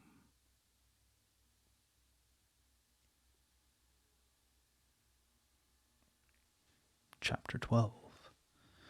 The promise of a smooth career, which my first calm introduction to Thornfield Hall seemed to pledge, was not belied on a longer acquaintance with the place and its inmates. Mrs. Fairfax turned out to be what she appeared, a placid-tempered, kind-natured woman of competent education and average intelligence. My pupil was a lively child, who had been spoiled and indulged, and therefore was sometimes wayward. But as she was committed entirely to my care, and no injudicious interference from any quarter ever thwarted my plans for her improvement, she soon forgot her little freaks, and became obedient and teachable. She had no great talents, no marked traits of character, no peculiar development of feeling or taste which raised her 1 inch above the ordinary level of childhood. But neither had she any deficiency or vice which sunk her below it. She made reasonable progress, entertained for me a vivacious, though perhaps not very profound affection, and by her simplicity, gay prattle, and efforts to please, inspired me, in return, with a degree of attachment sufficient to make us both content in each other's society. This, par parenthèse, will be thought cool language by persons who entertain solemn doctrines about angelic nature of children, and the duty of those charged with their education to conceive for them an idolatrous devotion. But I'm not writing to flatter paternal egotism, to echo cant, or prop up humbug. I'm merely telling the truth. I felt a conscientious solicitude for Adele's welfare and progress, and quite liking to her little self, just as I cherished towards Mrs. Fairfax a thankfulness for her kindness, and a pleasure in her society proportionate to the tranquil regard she had for me, and the moderation of her mind and character. Anybody may blame me who likes when I add further that now and then when I took a walk by myself in the grounds, when I went down to the gates and looked through them along the road, or when, while Adele played with her nurse and Mrs. Fairfax made jellies in the storeroom, I climbed the 3 staircases, raised the trap-door of the attic, and, having reached the leads, looked out afar over sequestered field and hill and a long dim skyline, that then I longed for a power of vision which might overpass that limit, which might reach the busy world, towns, regions full of life I had heard of but never seen. And then I desired more of practical experience than I possessed, more of intercourse with my kind, of acquaintance with variety of character than was here within my reach. I valued what was good in Mrs. Fairfax and what was good in Adele, but I believed in the existence of other and more vivid kinds of goodness, and what I believed in I wished to behold. Who blames me? Many, no doubt, and I shall be called discontented. I couldn't help it. The restlessness was in my nature. It agitated me to pain sometimes.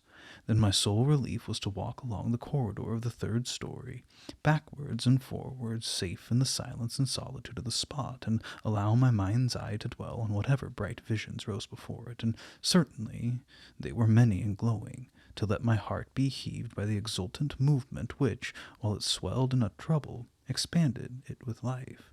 and best of all to open my inward ear to a tale that was never ended, a tale my imagination created and narrated continuously, quickened with all the incident, life, fire, feeling that I desired and had not in my actual existence. It is in vain to say human beings ought to be satisfied with tranquillity. They must have action, and they will make it if they cannot find it. Millions are condemned to a stiller doom than mine, and millions are in silent revolt against their lot. Nobody knows how many rebellions, besides political rebellions, ferment in the masses of life which people earth.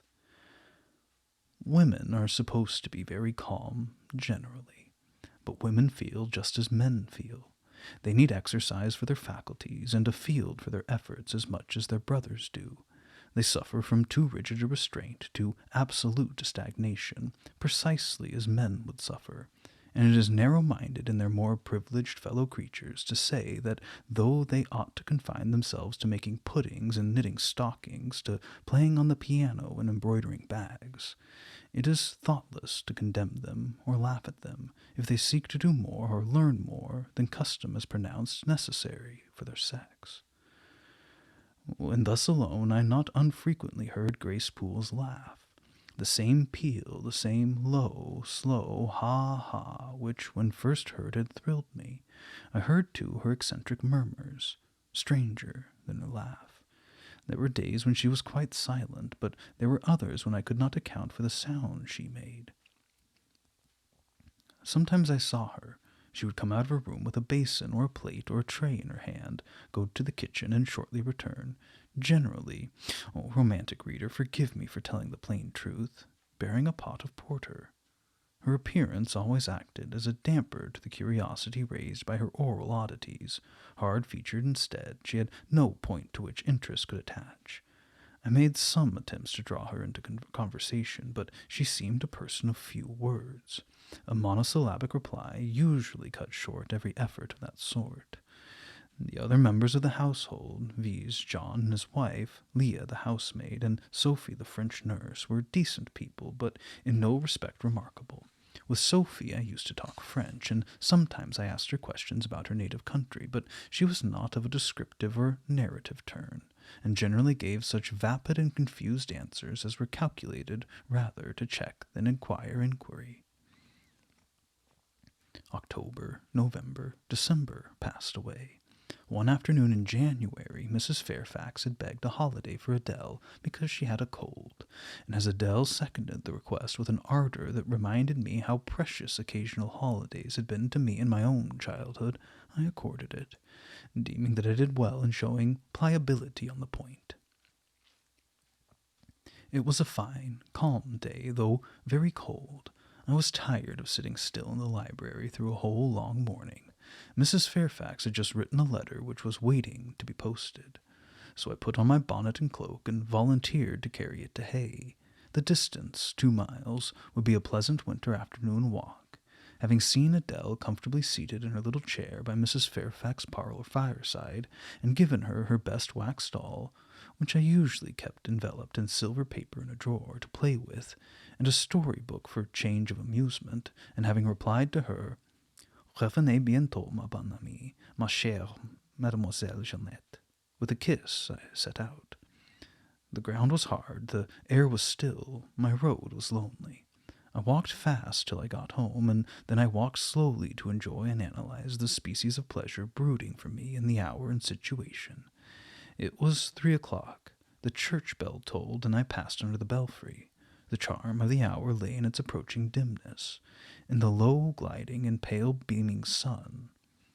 I was a mile from Thornfield, in a lane noted for wild roses in summer, for nuts and blackberries in autumn, and even now possessing a few coral treasures in hips and haws, but whose best winter delight lay in its utter solitude and leafless repose. If a breath of air stirred, it made no sound here, for there was not a holly, not an evergreen to rustle, and the stripped hawthorn and hazel bushes were as still as the white worn stones which causewayed the middle of the path. Far and wide on either side there were only fields, where no cattle had browsed, and little brown birds which stirred occasionally in the hedge, looked like single russet leaves that had forgotten to drop. This lane inclined uphill all the way to hay. Having reached the middle, I sat down on a stile which led thence into a field. Gathering my mantle about me and sheltering my hands in my muff, I did not feel the cold, though it froze keenly, as was attested by a sheet of ice covering the causeway, where a little brooklet, now congealed, had overflowed after a rapid thaw some days since. From my seat I could look down on Thornfield.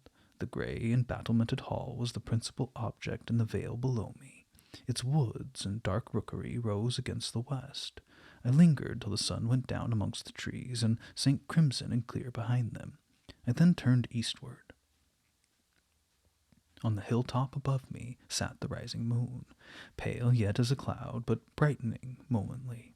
She looked over hay, which, half lost in trees, sent up a blue smoke from its few chimneys.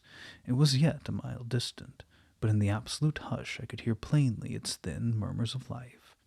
My ear felt the flow of currents. In what dales and depths I could not tell, but there were many hills beyond hay, and doubtless many becks threading their passes. That evening calm betrayed alike the tinkle of the nearest streams, the sough of the most reposed.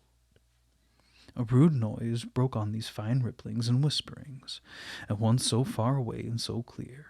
A positive tramp, a metallic clatter which effaced the soft wave wanderings, as, in a picture, the solid mass of a crag, or the rough boles of a great oak, drawn in dark and strong on the foreground, effaced the aerial distance of azure hills, sunny horizon, and blended clouds, where tint melts into tint. The din was on the causeway. A horse was coming. The windings of the lane yet hid it, but it approached. I was just leaving the stile, yet, as the path was narrow, I sat still to let it go by. In those days I was young, and all sorts of fancies, bright and dark, tenanted my mind. The memories of nursery stories were there amongst other rubbish, and when they recurred, maturing youth added to them a vigor and vividness beyond what childhood could give. As this horse approached, and as I watched for it to appear through the dusk, I remembered certain of Bessie's tales, wherein figured a north of England spirit called a Gytrash, which, in the form of a horse, mule, or large dog, haunted solitary ways, and sometimes came upon belated travelers, as this horse was now coming upon me. It was very near, but not yet in sight, when in addition to the tramp, I heard a rush under the hedge, and close down by the hazel stems glided a great dog, whose black and white color made him a distinct object against the trees. It was exactly one mask of Bessie's Gytrash, a lion-like creature with long hair and huge head. It passed me, however, quietly enough, not staying to look up with strange, preter-canine eyes in my face, as I half expected it would. The horse followed, a tall steed, and on its back a rider. The man, a human being, broke the spell at once. Nothing ever rode the Gytrash.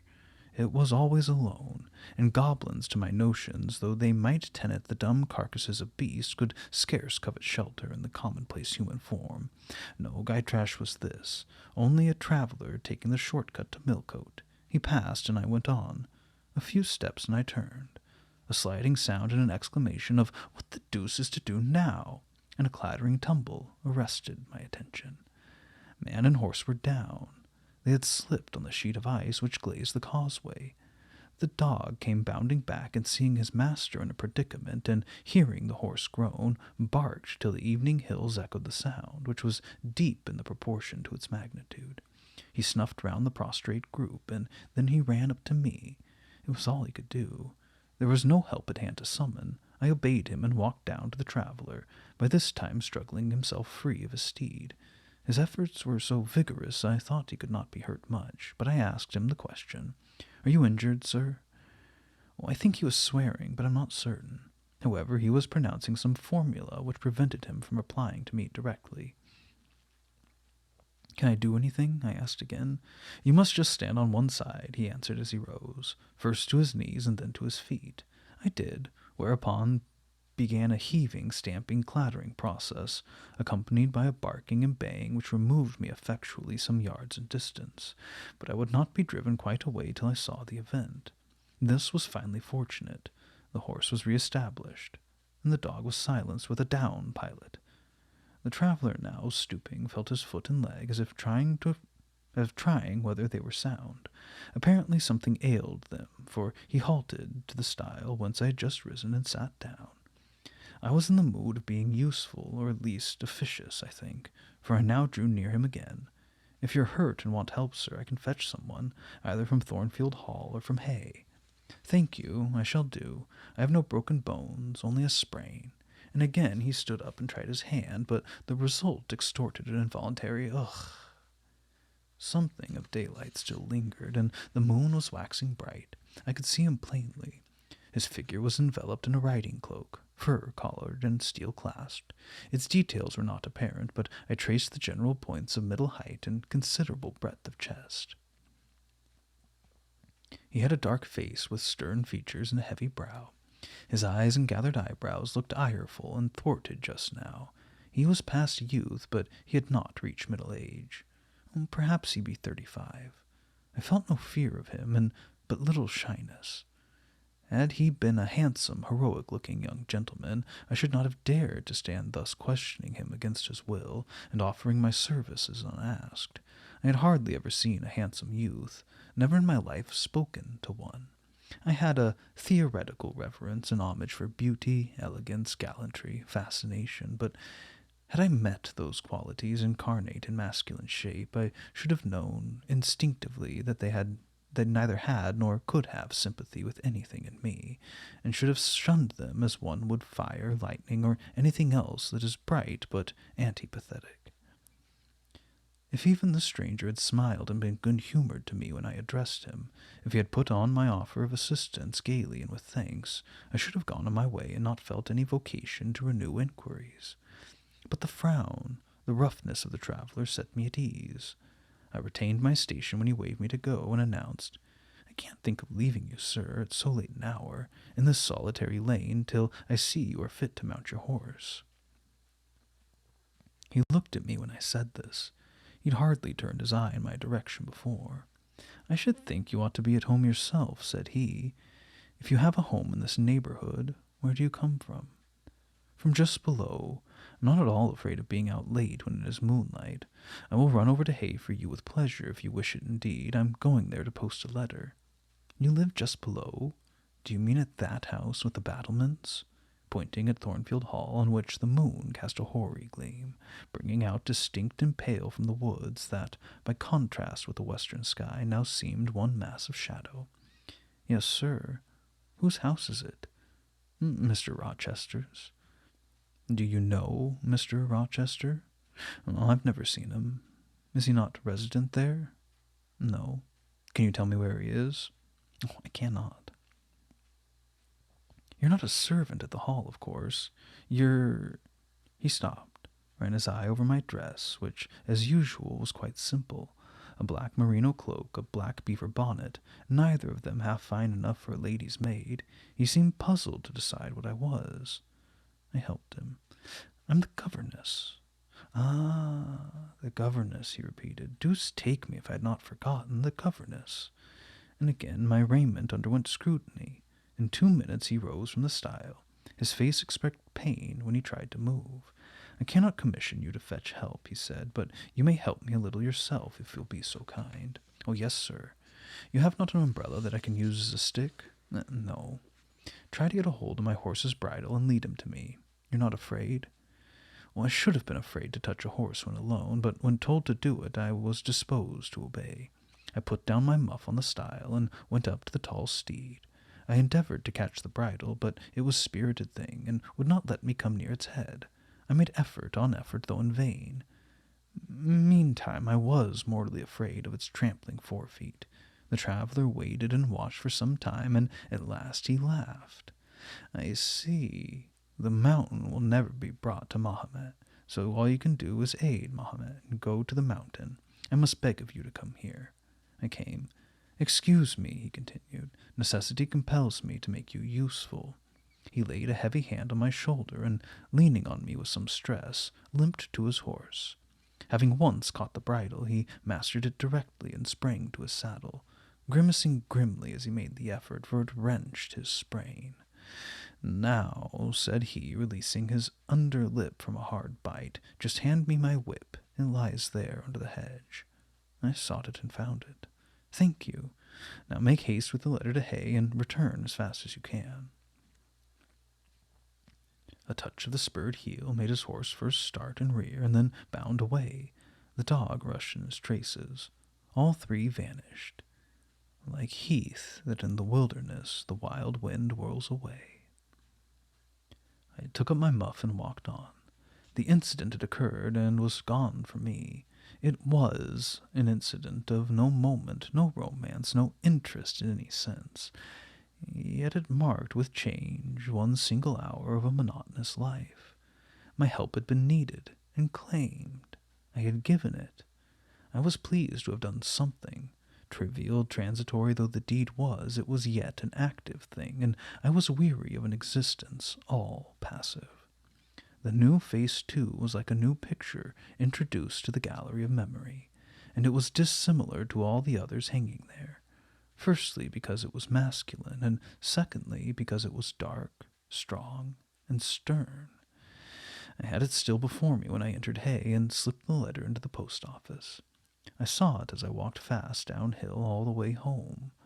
When I came to the stile, I stopped a minute, looked round and listened with an idea that the horse's hoofs might ring on the causeway again, and that a rider in a cloak and the Gytrash-like Newfoundland dog might be again apparent. I saw only the hedge and a pollard window before me. Rising up still and straight to meet the moonbeams, I heard only the faintest waft of wind, roaming fitful among the trees round Thornfield, a mile distant. When I glanced down in the direction of the murmur, my eye, traversing the hall front, caught a light kindling in a window. It reminded me that I was late, and I hurried on.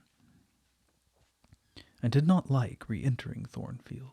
To pass its threshold was to return to stagnation, to cross a silent hall, to ascend the darksome staircase and seek my own lonely little room, and then to meet tranquil Mrs. Fairfax and spend the long winter evening with her, and her only, was to quell wholly the faint excitement wakened by my walk, to slip again over my faculties the viewless fetters of a uniform into still existence, of an existence whose very privileges of security and ease I was becoming incapable of appreciating. What good was it to have done me at that time to have been tossed in the storm of an uncertain, struggling life, and to have been taught by rough and bitter experience to long for the calm amidst which I now repined? Yes, just as much good as it would do a man tired of sitting still in a too-easy chair to take a long walk, and just as natural was the wish to stir, under my circumstances, as it would be under his. I lingered at the gates. I lingered on the lawn. I paced backwards and forwards on the pavement. The shutters of the glass door were closed. I couldn't see into the interior, and both my eyes and spirit seemed drawn from the gloomy house, from the gray hollow filled with rayless cells, as it appeared to me, to that sky expanded before me, a blue sea absolved from taint of cloud, the moon ascending it in solemn march, her orbs seeming to look up as she left the hilltops, from behind which she had come, far and farther below her, and aspired to the zenith. Midnight dark in its fathomless depth and measureless distance, and for those trembling stars that followed her course, they made my heart tremble, my veins glow when I viewed them. Little things recall us to earth. The clock struck in the hall, and that sufficed. I turned from moon and stars, opened a side door, and went in. The hall was not dark, nor yet was it lit only by the high-hung bronze lamp. A warm glow suffused both it and the lower steps of the oak staircase. This ruddy shine issued from the great dining-room, whose two-leaved doors stood open and showed a genial fire in the grate, glancing on marble hearth and brass fire-irons, and revealing purple draperies and polished furniture in the most pleasant radiance. It revealed, too, a group near the mantelpiece. I had scarcely caught it, and scarcely become aware of a cheerful mingling of voices, amongst which I seemed to distinguish the tones of Adele, when the door closed. I hastened to Mrs. Fairfax's room. There was a fire there, too, but no candle, and no Miss Fairfax. Instead, all alone, sitting upright on the rug and gazing with gravity at the blaze, I beheld the great black and white long-haired dog, just like the Gytrash of the lane. It was so like it that I went forward and said, "Pilot," and the thing got up and came to me and snuffed me. I caressed him, and he wagged his great tail, but he looked an eerie creature to be alone with, and I could not tell whence he had come. I rang the bell, for I wanted a candle, and I wanted, too, to get an account of the visitant. Leah entered. "What dog is this?" "He came with master." "With whom?" "With master, Mr. Rochester. He just arrived." "Indeed, and is Mrs. Fairfax with him?" "Yes, and Miss Adela. They're in the dining-room, and John has gone for a surgeon, for master had an accident. His horse fell, and his ankle is sprained." "Did the horse fall on Hay Lane?" "Yes, coming downhill it slipped on some ice." "Oh, bring me a candle, will you, Leah?" Leah brought it. She entered, followed by Mrs. Fairfax, who repeated the news, adding that Mr. Carter, the surgeon, was come and was now with Mr. Rochester. Then she hurried out to give orders about tea, and I went upstairs to take off my things. Chapter 13. Mr. Rochester, it seems, by the surgeon's orders, went to bed early that night, nor did he rise soon next morning. When he did come down, it was to attend to business. His agent and some of his tenants were arrived and waiting to speak with him. Adele and I had now to vacate the library. It would be in daily requisition as a reception room for callers. A fire was lit in an apartment upstairs, and I carried our books and arranged it for the future schoolroom. I discerned in the course of the morning that Thornfield Hall was a changed place. No longer silent as a church, it echoed every hour or two to a knock at the door or clang of the bell. Steps, too, often traversed the hall, and new voices spoke in different keys below. A rill from the outer world was flowing through it. It had a master. For my part, I liked it better. Adele was not easy to teach that day. She could not apply. She kept running to the door and looking over the banisters to see if she could get a glimpse of Mr. Rochester. Then she coined pretexts for going downstairs, in order, as I shrewdly suspected, to visit the library, where I knew she was not wanted.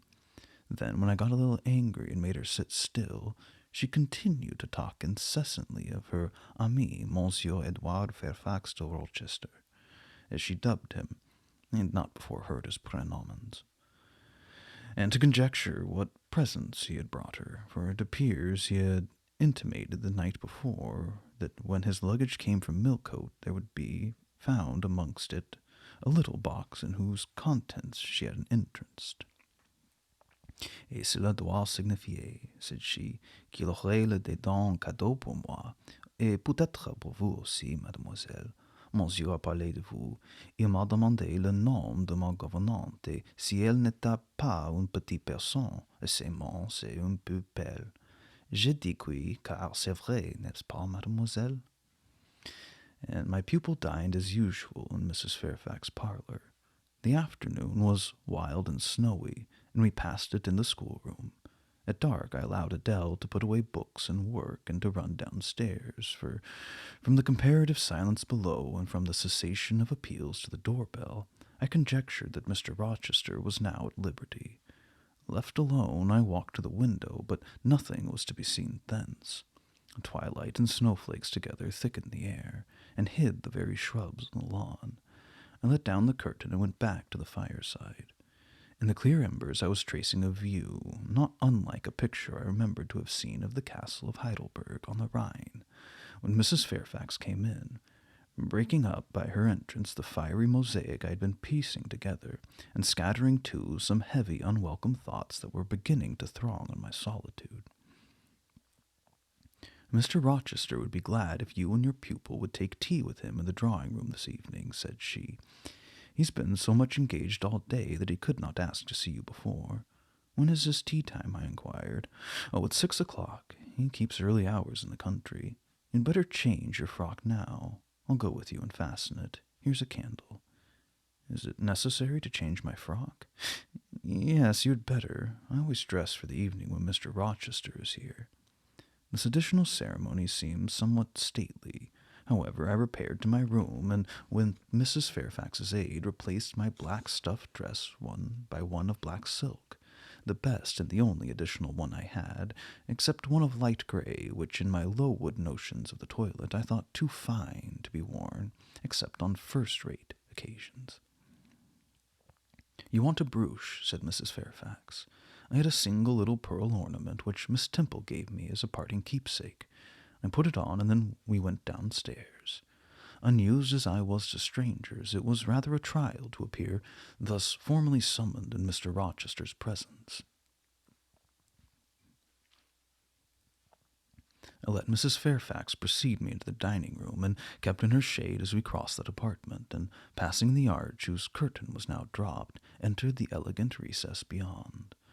2 wax candles stood lighted on the table, and 2 on the mantelpiece. Basking in the light and heat of a superb fire lay Pilot. Adele knelt near him. Half reclined on a couch appeared Mr. Rochester, his foot supported by the cushion. He was now looking at Adele and the dog. The fire shone full in his face.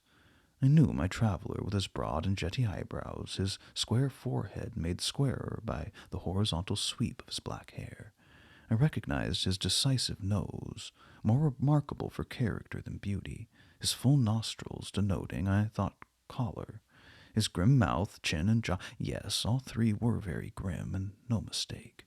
His shape, now divested of cloak, I perceived harmonized in squareness with his physiognomy. I suppose it was a good figure in the athletic sense of the term, broad-chested and thin-flanked, though neither tall nor graceful.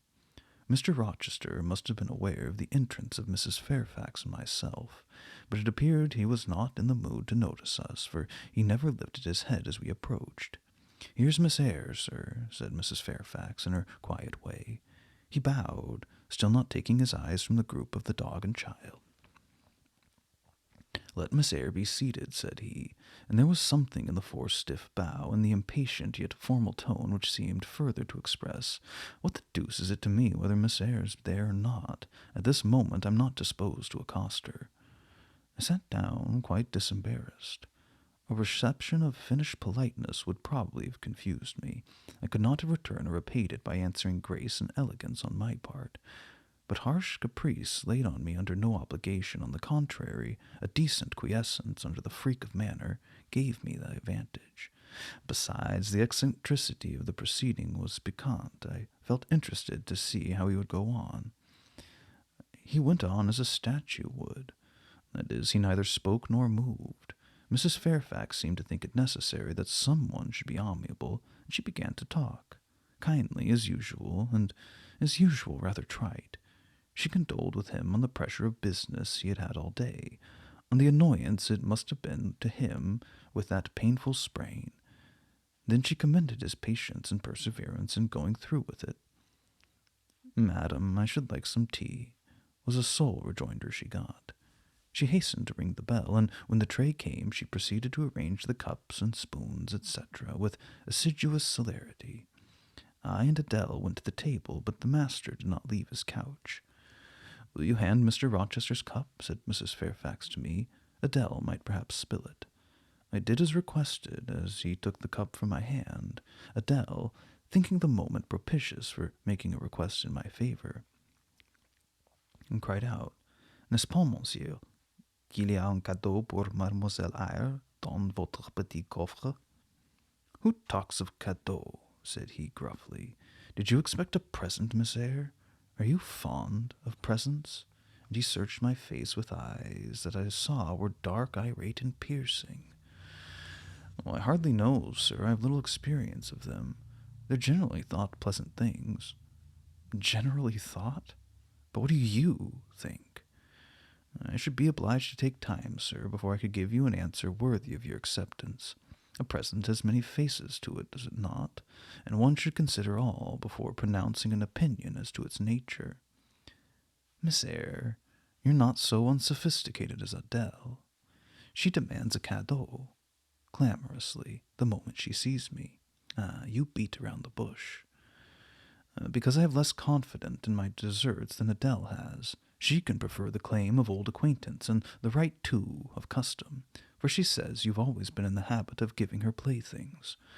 But if I had to make out a case, I should be puzzled, since I'm a stranger and have done nothing to entitle me to an acknowledgment. Oh, don't fall back on over-modesty. I've examined Adele, and find you have taken great pains with her. She's not bright, she has no talents, yet in a short time she has made much improvement. Sir, you've now given me my cadeau.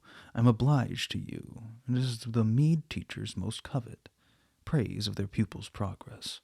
Humph, said Mr. Rochester, and he took his tea in silence. Come to the fire, said the master, when the tray was taken away, and Mrs. Fairfax had settled into a corner with her knitting, while Adele was leading me by the hand round the corner, showing me the beautiful books and ornaments on the consoles and chiffoniers. We obeyed, as in duty. Adele wanted to take a seat on my knee, but she was ordered to amuse herself with Pilot. You've been resident in my house 3 months? Yes, sir. And you came from Lowood School? Ah, a charitable concern. How long were you there? 8 years. 8 years! You must be tenacious of life. I thought half the time in such a place would have done up any constitution. No wonder you have rather the look of another world. I marveled where you had got that sort of face. When you came on me in Hay Lane last night, I thought unaccountably of fairy tales, and had half a mind to demand whether you had bewitched my horse. I'm not sure yet. Who are your parents? Oh, I have none. Nor ever had, I suppose. Do you remember them? No, I thought not. So you were waiting for your people when you sat on the stile? For whom, sir? For the men in green. It was a proper moonlight evening for them. Did I break through one of your rings that you spread the damned ice on the causeway? I shook my head. The men in green all forsook England 100 years ago, said I, speaking as seriously as he had done, and not even in Hay Lane or the fields about it could you find a trace of them. I don't think either summer or harvest or winter moon will ever shine on their revels more. Mrs. Fairfax had dropped her knitting, and with raised eyebrows seemed wondering what sort of talk this was. Well, resumed Mr. Rochester, if you disown parents, you must have some sort of kinsfolk. Aunts and uncles? No, none that I ever saw. And your home? Oh, I have none. Where do your brothers and sisters live? Oh, I have no brothers or sisters. Who recommended you to come here?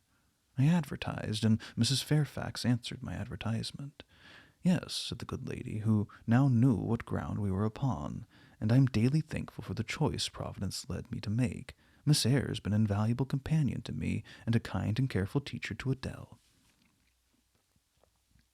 Don't trouble yourself to give her a character, returned Mr. Rochester.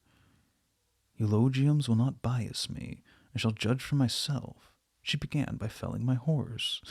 Sir, I have to thank her for this strain. The widow looked bewildered. Miss Eyre, have you ever lived in a town? No, sir. Have you ever seen much society? Oh, none but the pupils and teachers of Lowood, and now the inmates of Thornfield. Have you read much? Only such books as came in my way, and they've not been numerous or very learned. You've lived the life of a nun. No doubt you're well drilled in religious forms. Brocklehurst, who I understand directs Lowood, is a parson, is he not? Yes, sir. And you girls probably worshipped him as a convent full of religieuses who would worship their director. Oh, no. You're very cool. No. What? A novice not worship a priest? That sounds blasphemous. I disliked Mr. Brocklehurst, and I was not alone in the feeling. He's a harsh man, at once pompous and meddling. He cut off our hair, and for economy's sake bought us bad needles and thread, which we would hardly sew. And that was very false economy, remarked Mrs. Fairfax, who now again caught the drift of their dialogue. Was that what the head and front of his offending? Demanded Mr. Rochester. Oh, he starved us when he had the sole superintendence of the provision department before the committee was appointed, and he bored us with long lectures once a week, and with evening readings from books of his own inditing, about sudden deaths and judgments, which made us afraid to go to bed. What age were you when you went to Lowood? Oh, about 10. And you stayed there 8 years. You're now, then, 18? I assented. Arithmetic, you see, is useful. Without its aid, I should hardly have been able to guess your age. It is a point difficult to fix where the features and countenance are so much at variance as in your case. And now, what did you learn at Lowood? Can you play? Oh, a little. Of course, that's the established answer. Go into the library. I mean, if you please. Excuse my tone of command. I'm used to say, do this, and it is done. I cannot alter my customary habits for one new inmate. And go then to the library, take a candle with you, leave the door open, sit down to the piano, and play a tune. I departed, obeying his directions. Enough, he called out in a few minutes. You play a little, I see, like any other English schoolgirl, perhaps rather better than some, but not well. I closed the piano and returned. Mr. Rochester continued. Adele showed me some sketches this morning, which she said were yours. I don't know whether they were entirely of your doing. Probably a master aided you. No, indeed, I interjected. Ah, that pricks pride. Well, fetch me your portfolio, if you can vouch for its contents being original, but don't pass your word unless you're certain. I can recognize patchwork. Then I'll say nothing, and you shall judge for yourself, sir. I brought the portfolio from the library. Approach the table, said he, and I wheeled it to his couch. Adele and Mrs. Fairfax drew near to see the pictures. No crowding, said Mr. Rochester. Take the drawings from my hand as I finish them, but don't push your faces up to mine. He deliberately scrutinized each sketch and painting. 3 he laid aside. The others, when he examined them, he swept from them. Take them off to the other table, Mrs. Fairfax, said he, and look at them with Adele. You, glancing at me, resume your seat and answer my questions. I perceive these pictures were done by one hand. Was that hand yours? Yes. When did you find time to do them? They've taken much time and some thought. I did them in the last 2 vacations I spent at Lowood, when I had no other occupation. Where'd you get your copies? Out of my head. That head I see now on your shoulders? Yes, sir. Has it other furniture of the same kind within? I should think it may have. I should hope better. He spread the pictures before him and again surveyed them alternately. While he's so occupied, I will tell you, reader, what they are. The first, I must premise that they are nothing wonderful.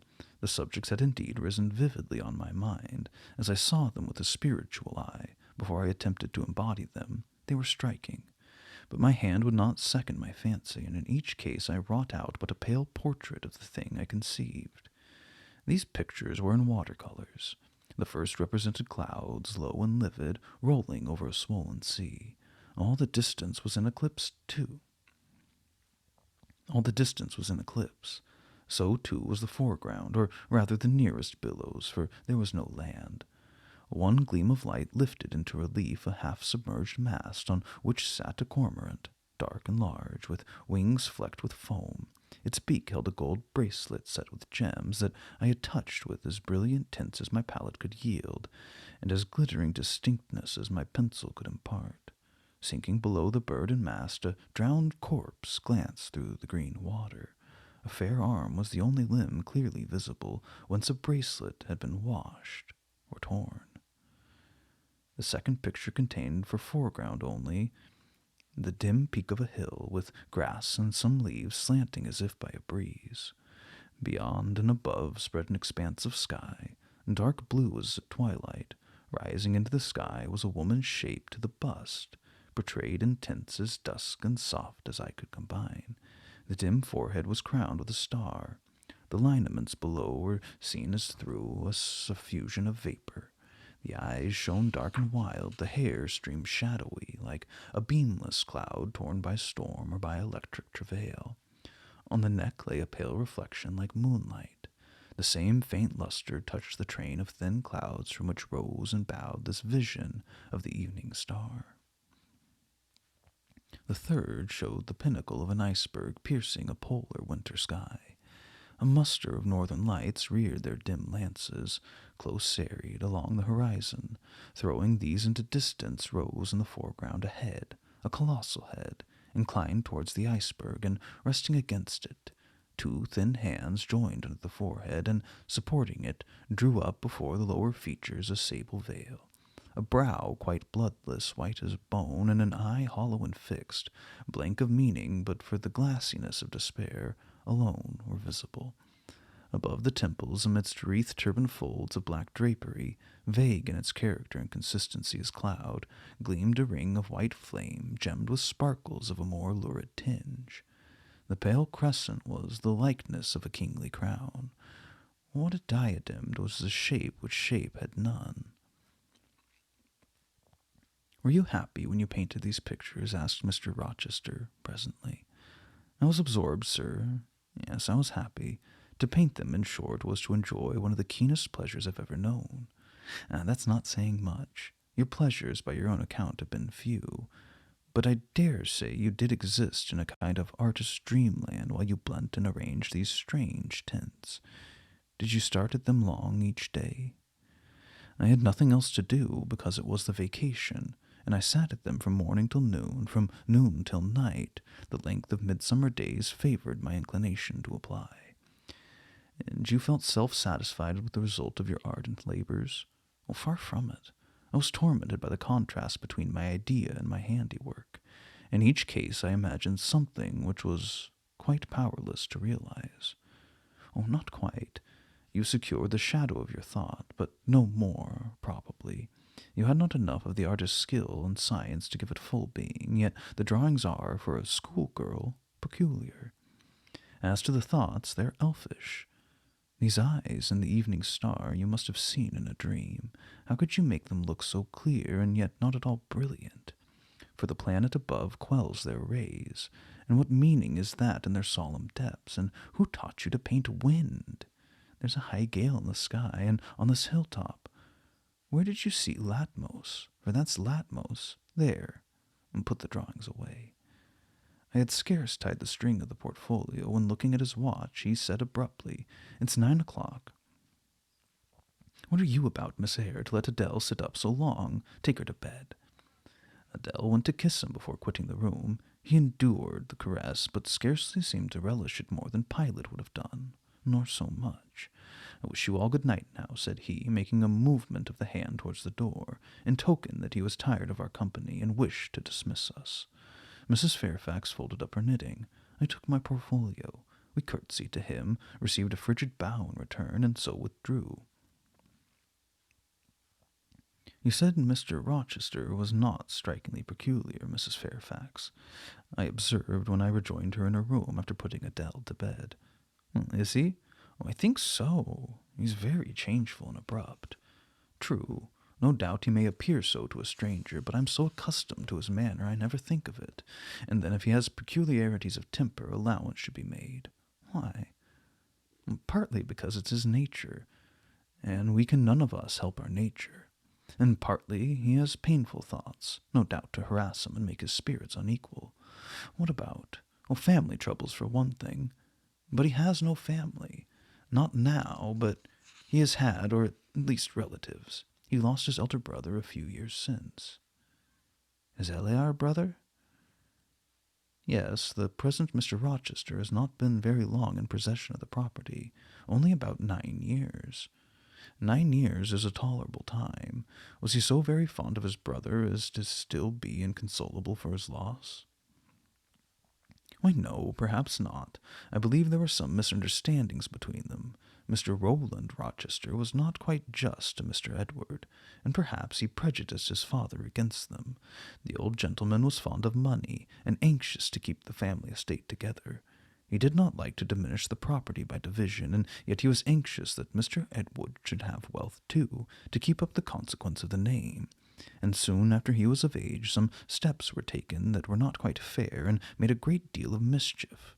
Old Mr. Rochester and Mr. Rowland combined to bring Mr. Edward into what he considered a painful position, for the sake of making his fortune. What the precise nature of that position was, I never clearly knew, but his spirit could not brook what he had to suffer in it. He's not very forgiving.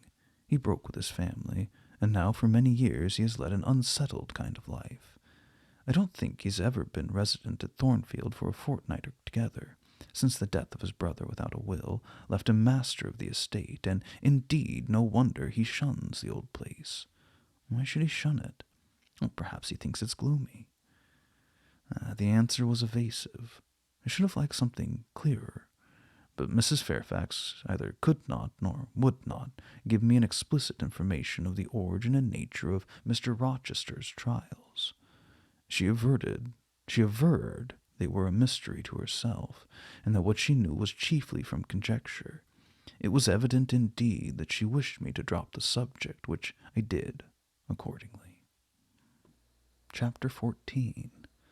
For several subsequent days I saw little of Mr. Rochester.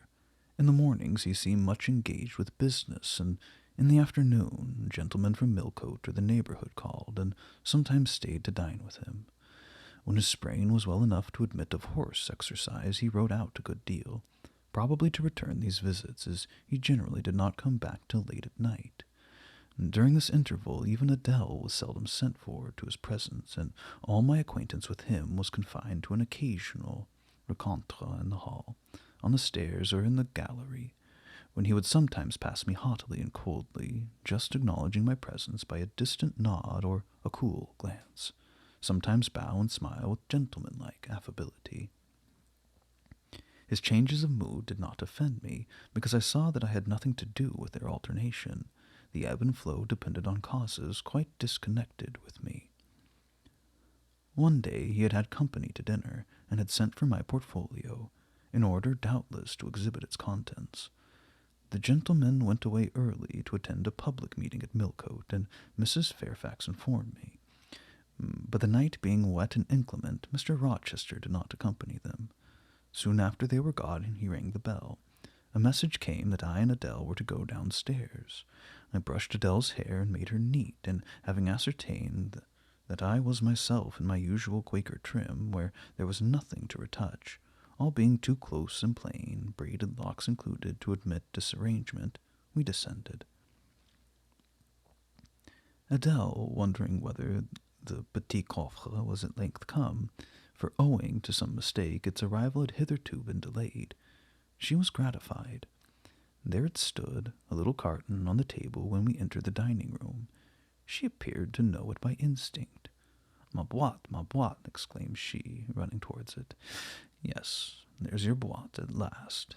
Take it into a corner, you genuine daughter of Paris, and amuse yourself with disemboweling it, said the deep and rather sarcastic voice of Mr. Rochester, proceeding from the depths of an immense easy-chair at the fireside. And mind, he continued, don't bother me with any details of the anatomical process or any notice of the condition of the entrails. Let your operation be conducted in silence. Tiens-toi tranquille, enfant, comprends-tu? Adele seemed scarcely to need the warning. She had already retired to a sofa with her treasure, and was busy untying a cord which secured the lid. Having removed this impediment and lifted certain silvery envelopes of tissue paper, she merely exclaimed, "Oh ciel, que c'est beau!" and then remained absorbed in ecstatic contemplation. "Is Miss Eyre there?" now demanded the master, half rising from his seat to look round to the door, near which I still stood. "Ah, well, come forward, be seated here." He drew a chair near his own. "I'm not fond of the prattle of children," he continued, "for, old bachelor as I am, I have no pleasant associations connected with their lisp. It would be intolerable to me to pass a whole evening tete-a-tete with a brat. Don't draw that chair further off, Miss Eyre. Sit down exactly where I placed it, if you please, that is. Confound these civilities, I continually forget them, nor do I particularly affect simple-minded old ladies. By the by, I must have in mind, I won't do to neglect her. She is a Fairfax, or wed to one, and blood is said to be thicker than water."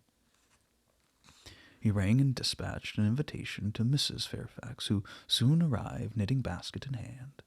"Good evening, madam. I sent to you for a charitable purpose.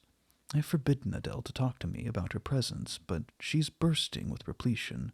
Have the goodness to serve her as auditress and interlocutrice. It will be one of the most benevolent acts you ever performed." Adele, indeed, no sooner saw Mrs. Fairfax than she summoned her to her sofa, and they were quickly filled her lap with the porcelain, the ivory, the waxen contents of her boîte, pouring out, meantime, explanations and raptures in such broken English as she was mistress of. Now I've performed the part of a good host, pursued Mr. Rochester, put my guests into the way of amusing each other. I ought to be at liberty to attend to my own pleasure. Miss Eyre, draw your chair still a little further forward. You're yet too far back. I cannot see you without disturbing my position in this comfortable chair, which I have no mind to do. I did as I was bid, though I would much rather remain somewhat in the shade. But Mr. Rochester had such a direct way of giving orders, it seemed a matter of course to obey him promptly. We were, as I have said, in the dining-room. The lustre which had been lit for dinner filled the room with a festal breadth of light. The large fire was all red and clear, the purple curtains hung rich and ample before the lofty window and loftier arch. Everything was still, save the subdued chat of Adele, oh, she dared not speak loud, and filling up each pause and beating the winter rain against the panes.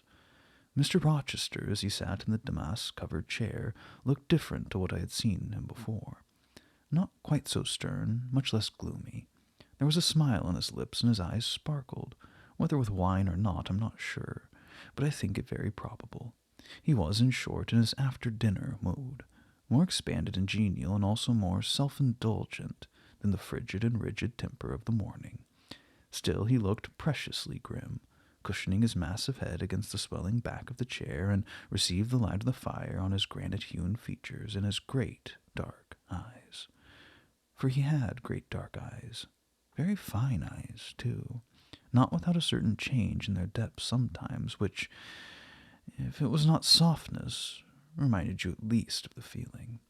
He had been looking 2 minutes at the fire, and I had been looking at the same length of time at him, without turning, when, turning suddenly, he caught my gaze, fastened on his physiognomy. "You examine me, Miss Eyre," said he. "Do you think me handsome?"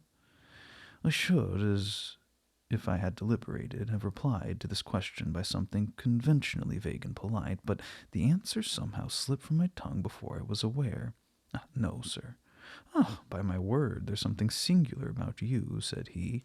"You have the air of a little nonnette, quaint, quiet, grave, and simple, as you sit with your hands before you, and your eyes generally bent on the carpet, except by the by when they are directed piercingly to my face, as just now, for instance. And when one asks you a question or makes a remark to which you are obliged to reply, you rap out a round rejoinder, which, if not blunt, is at least brusque. What do you mean by it?" "Sir, I was too plain, I beg your pardon. I ought to have replied that it was not easy to give an impromptu answer to a question about appearances, that tastes differ, that beauty's of little consequence, or something of the sort."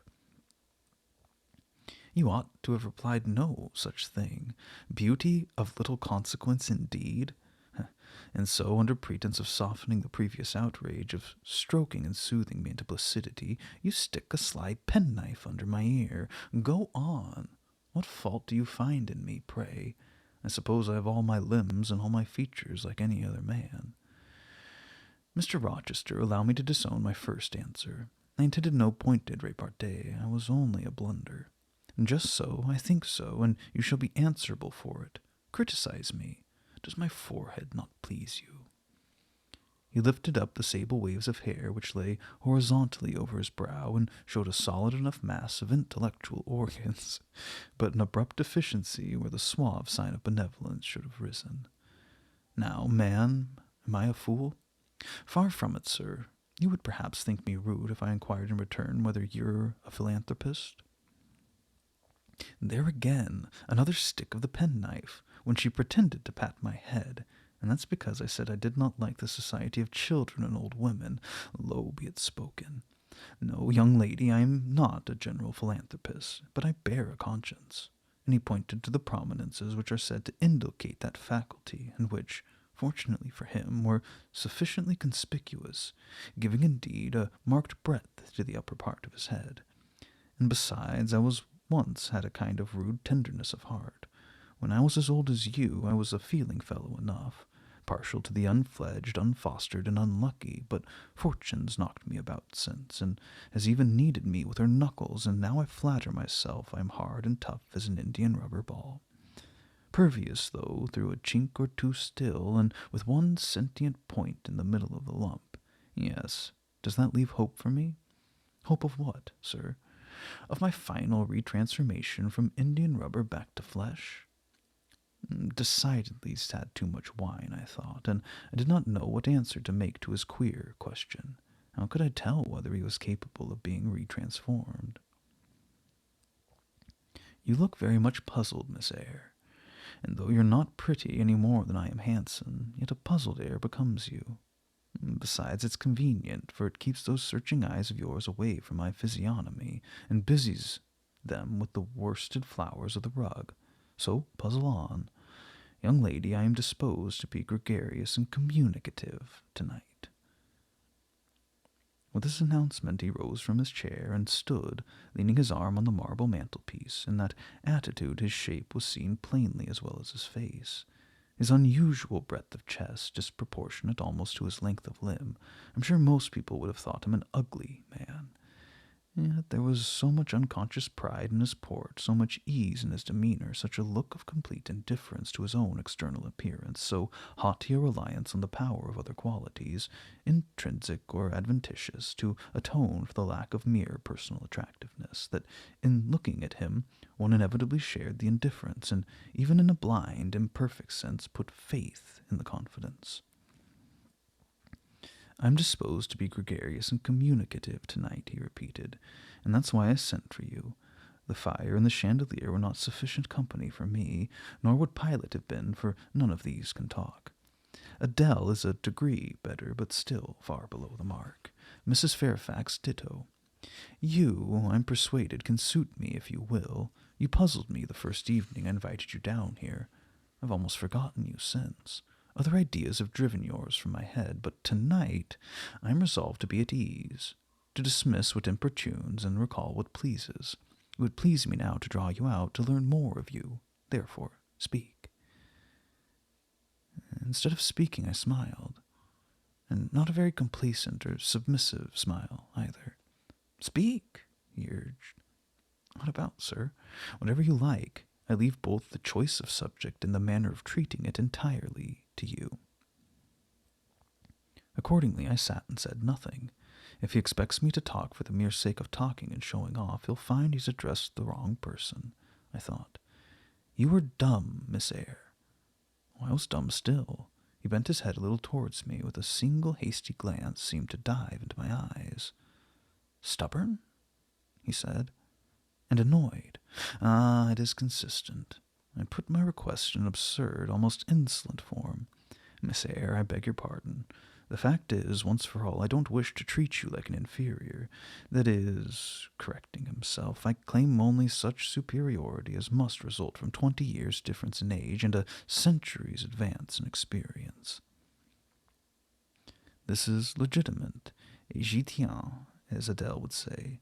And it is by virtue of this superiority and this alone that I desire you to have the goodness to talk to me a little now and divert my thoughts, which are galled with dwelling on one point, cankering as a rusty nail.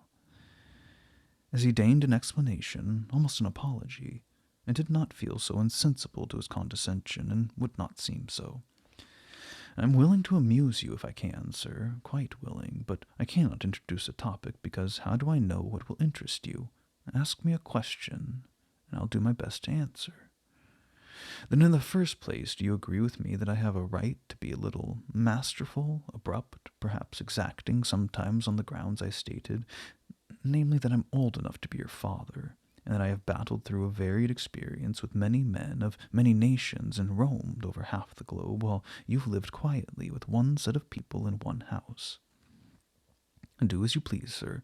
That's no answer. Rather, it's very irritating because a very evasive one. Reply clearly. I don't think, sir, you have a right to command me, merely because you're older than I, or because you've seen more of the world than I have. Your claim of superiority depends on the use you have made of your time and experience. Promptly spoken. But I won't allow that, seeing that it would never suit my case, as I've made an indifferent, not to say a bad use of both advantages. Leaving superiority out of the question, then, you must still agree to receive my orders, and then, without being piqued or hurt by the tone of command, will you? I smiled. I thought to myself, Mr. Rochester is peculiar. He seems to forget he pays me £30 per annum for receiving his orders. The smile's very well, said he, catching instantly the passing expression, but speak too. I was thinking, sir, that very few masters would trouble themselves to inquire whether or not their paid subordinates were piqued and hurt by their orders. Paid subordinates? What, you're my paid subordinate, are you? Oh, yes, I'd forgotten the salary. Well, then on that mercenary ground, will you agree to let me hector a little? No, sir, not on that ground, but on the ground that you did forget it, and you care whether or not a dependent's comfortable in his dependency. I heartily agree. And will you consent to dispense with a great many conventional forms and phrases without thinking that the omission arises from insolence? I'm sure, sir, I should never mistake informality for insolence. One I rather like, for the other nothing freeborn would submit to, even for a salary. Humbug! Most things freeborn will submit to anything for a salary. Therefore, keep to yourself and don't venture on generalities of which you're intensely ignorant. However, I mentally shake hands with you for your answer despite its inaccuracy, and as much for the manner in which it was said as for the substance of the speech. The manner was frank and sincere. One does not often see such a manner. No, on the contrary, affectionate, or coldness, or stupid, coarse-minded misapprehension of one's meaning are the usual rewards of candor. Not 3 in 3,000 raw schoolgirl governesses would have answered me as you have just done, but I don't mean to flatter you. If you are cast in a different mold to the majority, it's no merit of yours. Nature did it. And then, after all, I go too fast in my conclusions. For what I yet know, you may be no better than the rest. You may have intolerable defects to counterbalance a few good points. And so may you, I thought. My eye met his at the idea crossed my mind. He seemed to read the glance, answering as if its import had been spoken as well as imagined. Yes, you're right, said he. I've plenty of faults of my own, I know it, and I don't wish to palliate them, I assure you. God wot I need not be too severe about others. I have a past existence, a series of deeds, a color of life to contemplate within my own breast, which might well call my sneers and censures from my neighbors to myself. I started, or rather, for like other defaulters, I like to lay half the blame on ill fortune and adverse circumstances, was thrust onto the wrong track at the age of 21, and have never recovered the right course since. But I might have been very different. I might have been as good as you, wiser, almost as stainless. I envy you your peace of mind, your clean conscience, your unpolluted memory. Little girl, a memory without blot or contamination must be an exquisite treasure, an inexhaustible source of pure refreshment, is it not? How was your memory when you were 18, sir? All right, then. Limpid, salubrious, no gush of bilge water had turned into a fetid puddle. I was your equal at 18. Quite your equal. Nature meant me to be, on the whole, a good man, Miss Eyre. One of the better end, and you see I am not so. You would say you don't see it, at least I flatter myself I read as much in your eye. Beware, by the by, what you express with that organ. I'm quick at interpreting its language. Then take my word for it, I'm not a villain. You're not to suppose that, not to attribute to me any such bad eminence, but owing, I very believe, rather to circumstances than my natural bent, I am a trite, commonplace sinner, hackneyed in all the poor petty dissipations with which the rich and worthless try to put on life. Do you wonder that I avow this to you? Know that in the course of your future life you will often find yourself elected the involuntary confidant of your acquaintances' secrets.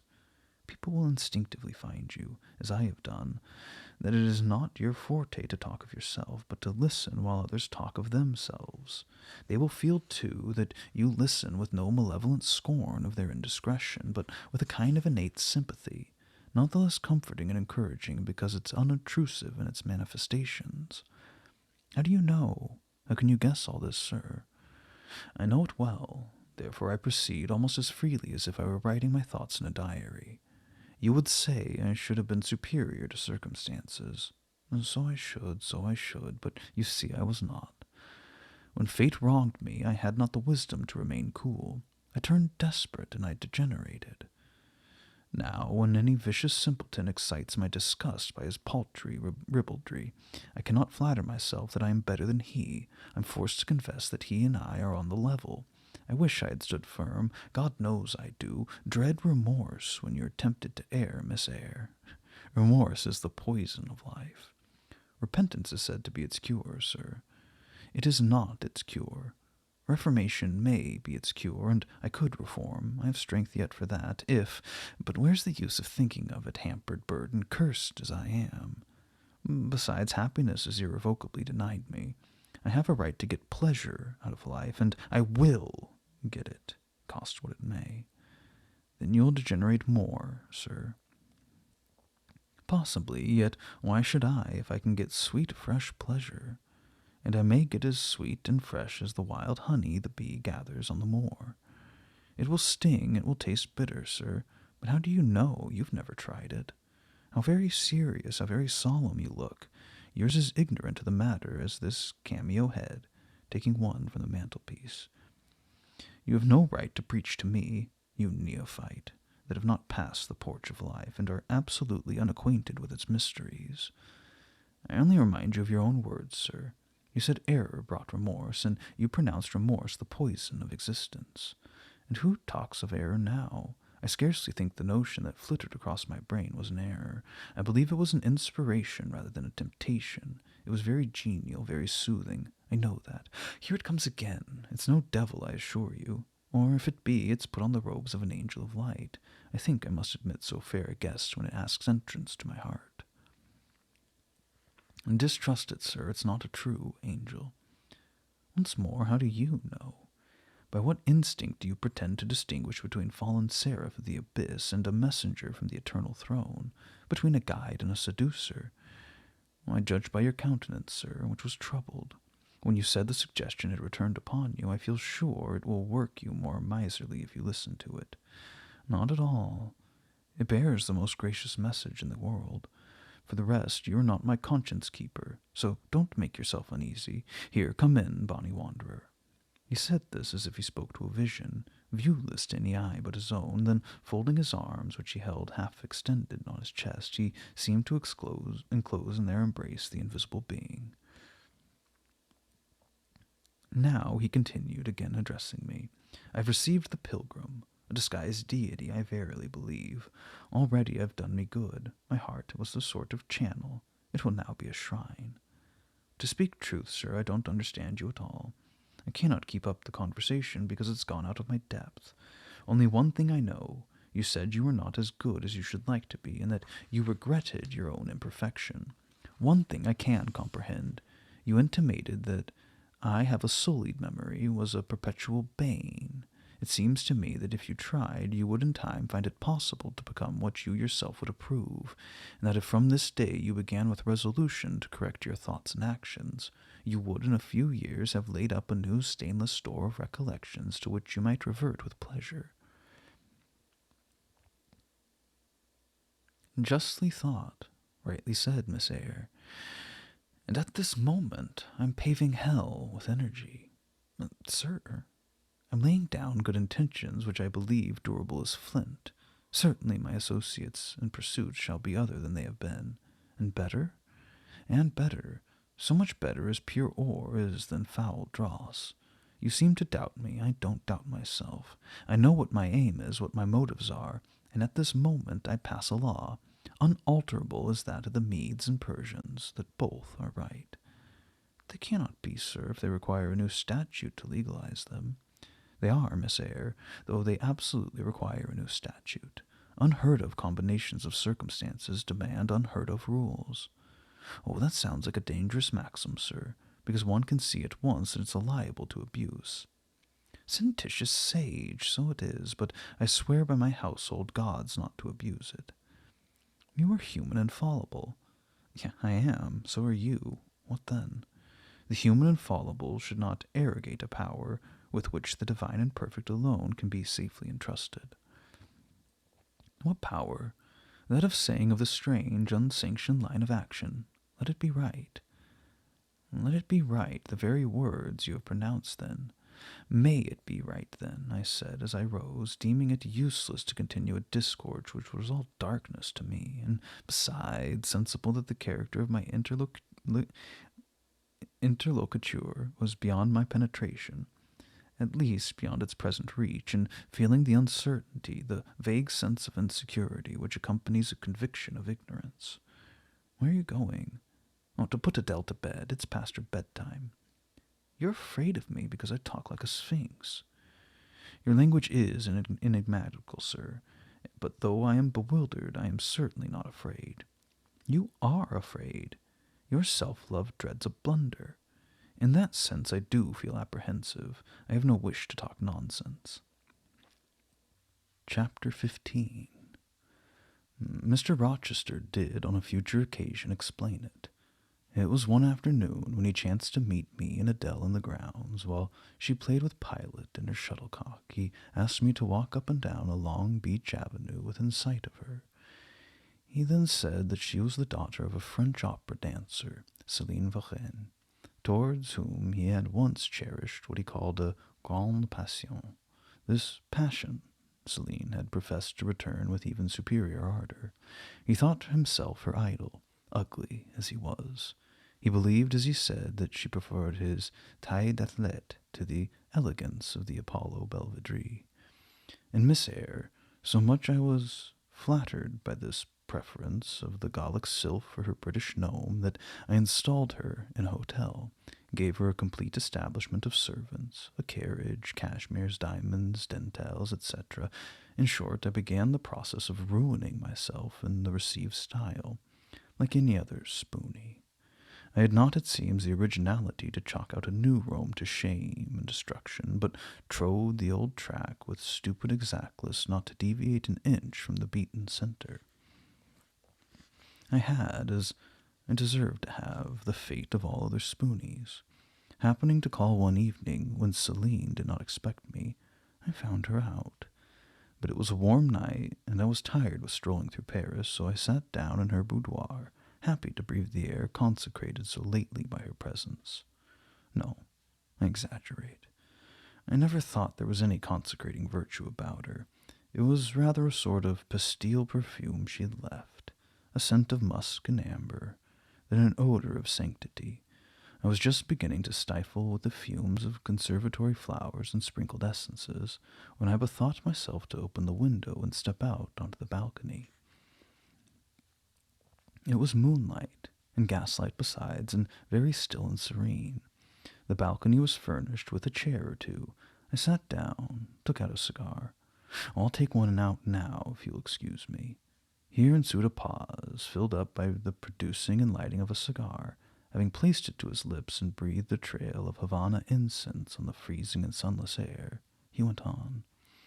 I liked bonbons, too, in those days, Miss Eyre, and I was croquant. Overlook the barbarism. Croquant chocolate comfits, and smoking alternately, watching meantime the equipages that rolled along the fashionable streets towards the neighboring opera house, when in an elegant close carriage, drawn by a beautiful pair of English horses, and distinctly seen in the brilliant city night, I recognized the voiture I had given Céline. She was returning. Of course my heart thumped with impatience against the iron rails I leant upon. The carriage stopped, as I had expected, at the hotel door. My flame, though it's a very fond word for an opera, innamorata, alighted. Though muffled in a cloak, an unnecessary encumbrance, by the by, on so warm a June evening, I knew her instantly by her little foot seen peeping from the skirt of her dress as she skipped from the carriage step. Bending over the balcony, I was about to murmur, Mon ange, in a tone, of course, which should be audible to the car of love alone, when a figure jumped from the carriage after her, cloaked also. But that was a spurred heel which rung on the pavement, and that was a hatted head which now passed under the arched porte-cochere of the hotel. You never felt jealousy, did you, Miss Eyre? Of course not. I need not ask you, because you never felt love. You've both sentiments yet to experience. Your soul sleeps. The shock is yet to be given which shall waken it. You think all existence lapses in as quiet a flow as that in which your youth has hitherto slid away. Floating on the closed eyes and muffled ears, you neither see the rocks bristling not far off in the bed of the flood, nor hear the breakers boil at their base. But I tell you, and you may mark my words, you will come some day to a craggy pass of the channel, where the whole of life's stream will be broken into a whirl and tumult, foam and noise. Either you will be dashed to atoms on crag points, or lifted up and borne on by some master wave into a calmer current, as I am now. I like this day. I like that sky of steel. I like the sternness and stillness of the world under this frost. I like Thornfield, its antiquity, its retirement, its old crow trees and thorn fields, its gray facade and the lines of dark windows reflecting the metal welkin. And yet, how long have I abhorred the very thought of it, shunned it like a great plague house? How I do still abhor. He ground his teeth and was silent. He arrested his steps and struck his boot against the hard ground.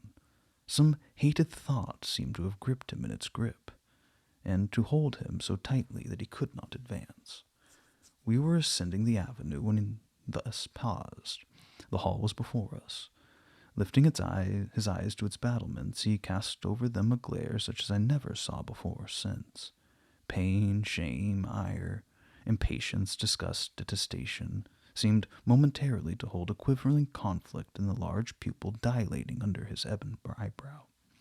Wild was the wrestle which should be paramount, but another feeling rose in triumph, something hard and cynical, self-willed and resolute. It settled his passion and petrified his countenance. He went on. During the moment I was silent, Miss Eyre, I was arranging a point with my destiny. She stood there, by that beech trunk, a hag like one of those who appeared to Macbeth on the heath of Forres. You like Thornfield, she said, lifting her finger, and then she wrote in the air a memento, which ran in lurid hieroglyphics all along the house front, between the upper and lower row of windows. Like it if you can. Like it if you dare. I will like it, said I. I dare like it, and, he subjoined moodily, I will keep my word. I will break obstacles to happiness, to goodness. Yes, goodness. I wish to be a better man than I have been, than I am. As Job's Leviathan broke the spear, the dart, and the habergeon, hindrances which others count as iron and brass, I will esteem but straw and rotten wood. Adele here ran before him with her shuttlecock. Away, he cried harshly. Keep at a distance, child, or go unto Sophie.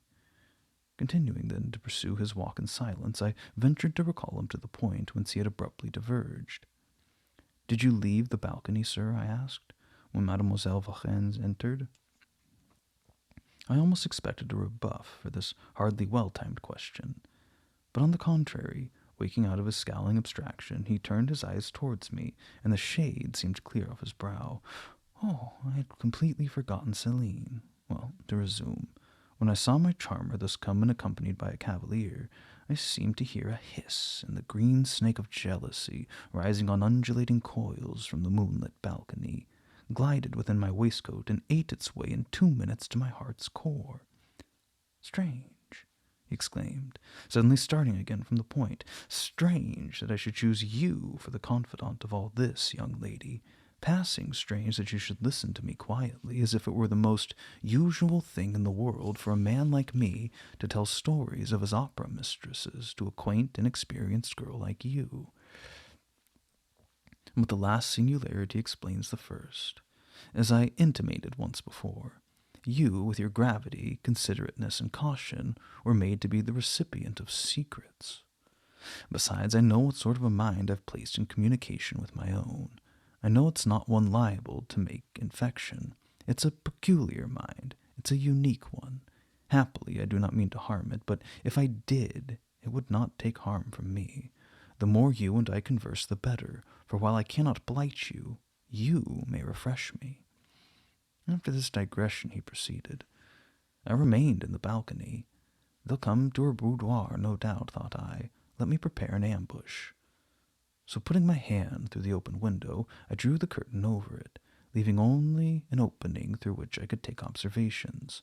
Then I closed the casement, all but a chink just wide enough to furnish an outlet to lovers' whispered vows. Then I stole back to my chair, and as I resumed in, the pair came in. My eye was quickly at the aperture. Celine's chambermaid entered, lit the lamp, left it on the table, and withdrew. The couple were thus revealed to me clearly. Both removed their cloaks, and there was the Varennes shining in satin and jewel. My gifts, of course.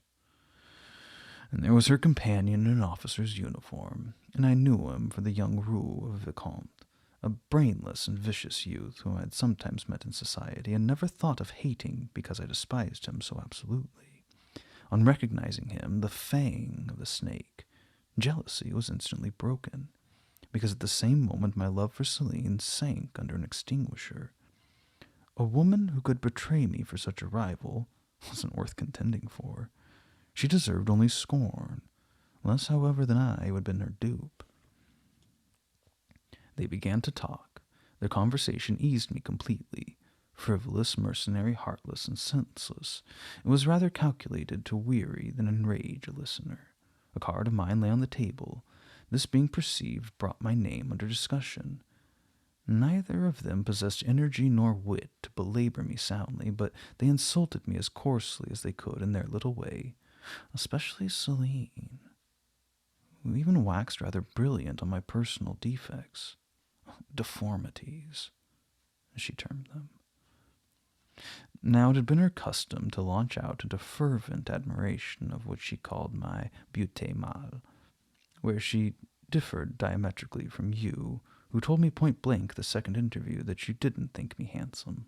The contrast struck me at the time, and Adele here came running up again. Monsieur, John has just been to say that your agent has called and wishes to see you.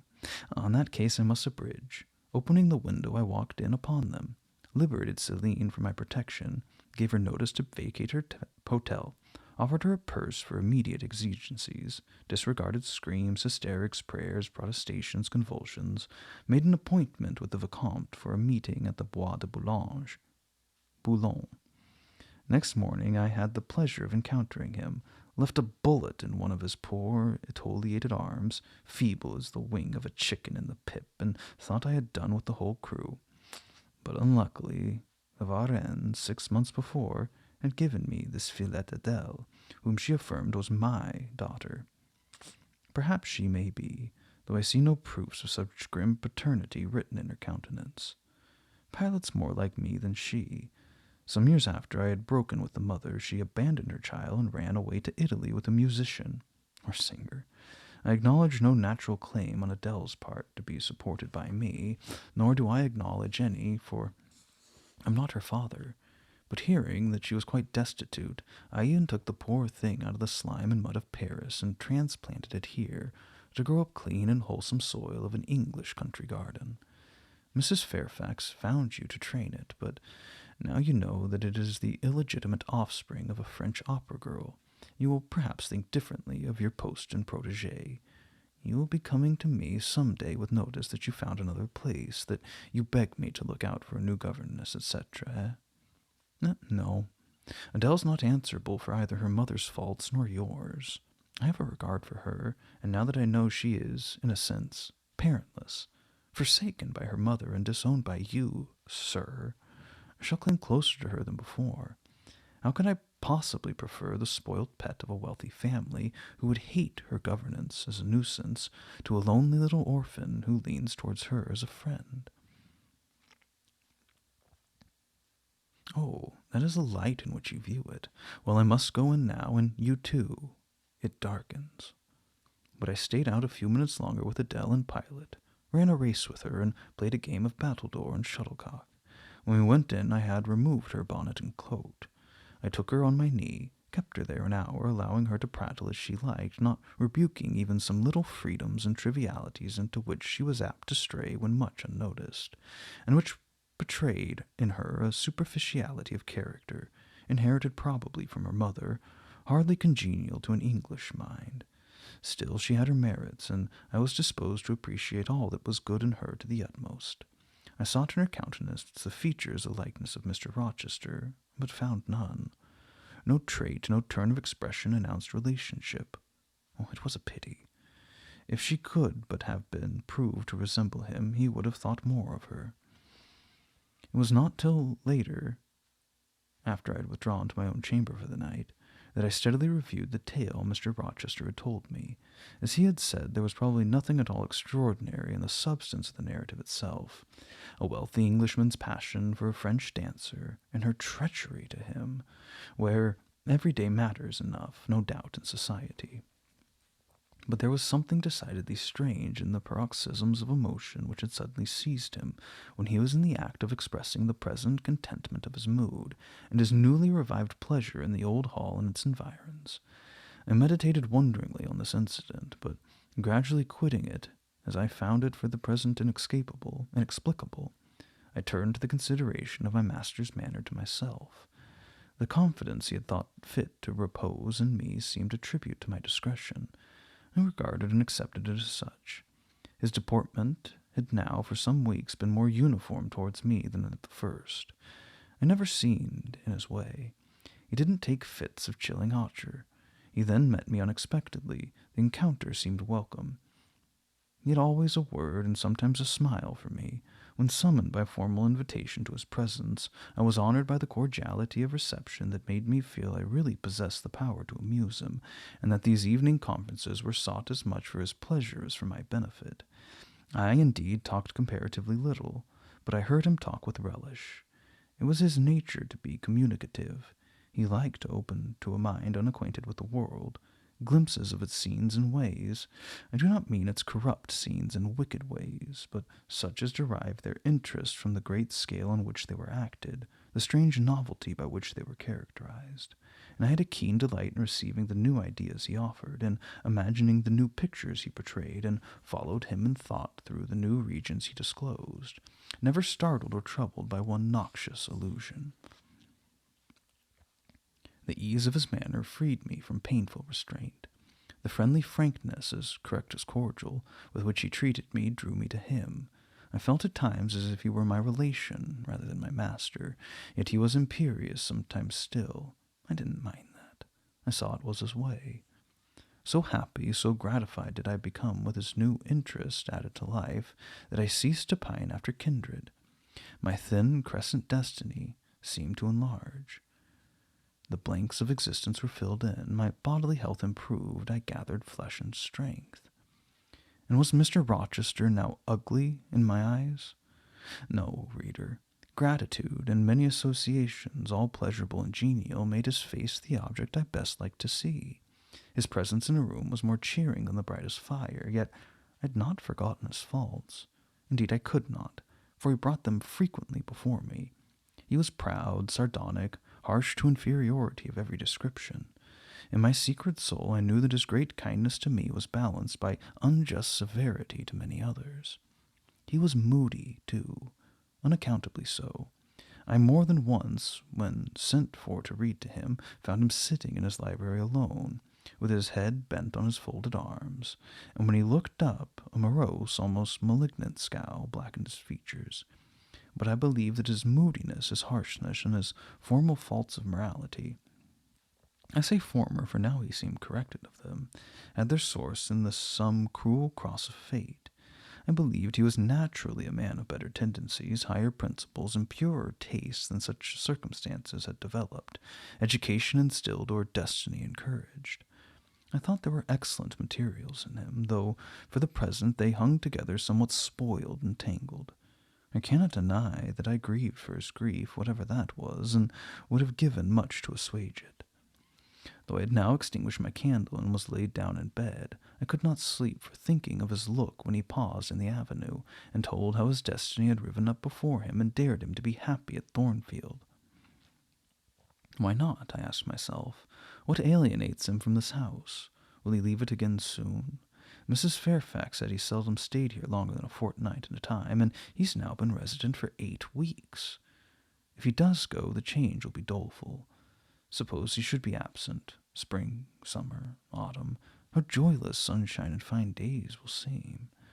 I hardly know whether I had slept or not after this musing. At any rate, I started awake on hearing a vague murmur. peculiar and lugubrious, which sounded, I thought, just above me. I wish I kept my candle burning. The night was drearily dark. My spirits were depressed. I rose and sank in bed, listening. The sound was hushed. I tried again to sleep, but my heart beat anxiously. My inward tranquillity was broken. The clock far down in the hall struck 2. Just then it seemed my chamber door was touched, as if fingers had swept the panels and groping way along the dark gallery outside. I said, "Who's there?" Nothing answered. I was chilled with fear. All at once I remembered that it might be Pilate, who, when the kitchen door chanced to be left open, was not unfrequently found his way up to the threshold of Mr. Rochester's chamber. I had seen him lying there myself in the mornings. The idea somewhat calmed me. I lay down. Silence composes the nerves, and as an unbroken hush now reigned again through the whole house, I began to feel the return of slumber. But it was not fated that I should sleep that night. A dream had scarcely approached my ear when it fled affrighted, scared by a marrow-freezing incident enough. And this was a demonic laugh, low, suppressed, and deep, uttered, as it seemed, at the very keyhole of my chamber door. The head of my bed was near the door, and I thought at first the goblin laughter stood at my bedside, or rather crouched by my pillow. But I rose, looked round, and could see nothing. While as I still gazed, the unnatural sound was reiterated, and I knew it came from behind the panels. My first impulse was to rise and fasten my bolt, the next to cry out, "Who is there?" Something gurgled and moaned. Ere long, steps retreated up the gallery towards the third-story staircase. A door had lately been made to shut in that staircase. I heard it open and close, and all was still. Was it Grace Poole? And is she possessed with a devil? Thought I. Impossible now to remain longer by myself. I must go to Mrs. Fairfax. I hurried on my frock and shawl. I withdrew the bolt and opened the door with a trembling hand. There was a candle burning just outside, left on the matting in the gallery. I was surprised at the circumstance. But still more was I amazed to perceive the air quite dim, as if filled with smoke. And while looking to the right and left and find whence these blue wreaths issued, I became further aware of a strong smell of burning. Something creaked. It was a door ajar, and that room was Mr. Rochester's, and the smoke rushed in a cloud from thence. I thought no more of Mrs. Fairfax. I thought no more of Grace Poole or the laugh. In an instant I was within the chamber.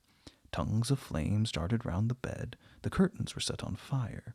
In the midst of blaze and vapor, Mr. Rochester lay stretched motionless in deep sleep. "Wake, wake," I cried. I shook him, but he only murmured and turned. The smoke had stupefied him. Not a moment could be lost. The very sheets were kindling.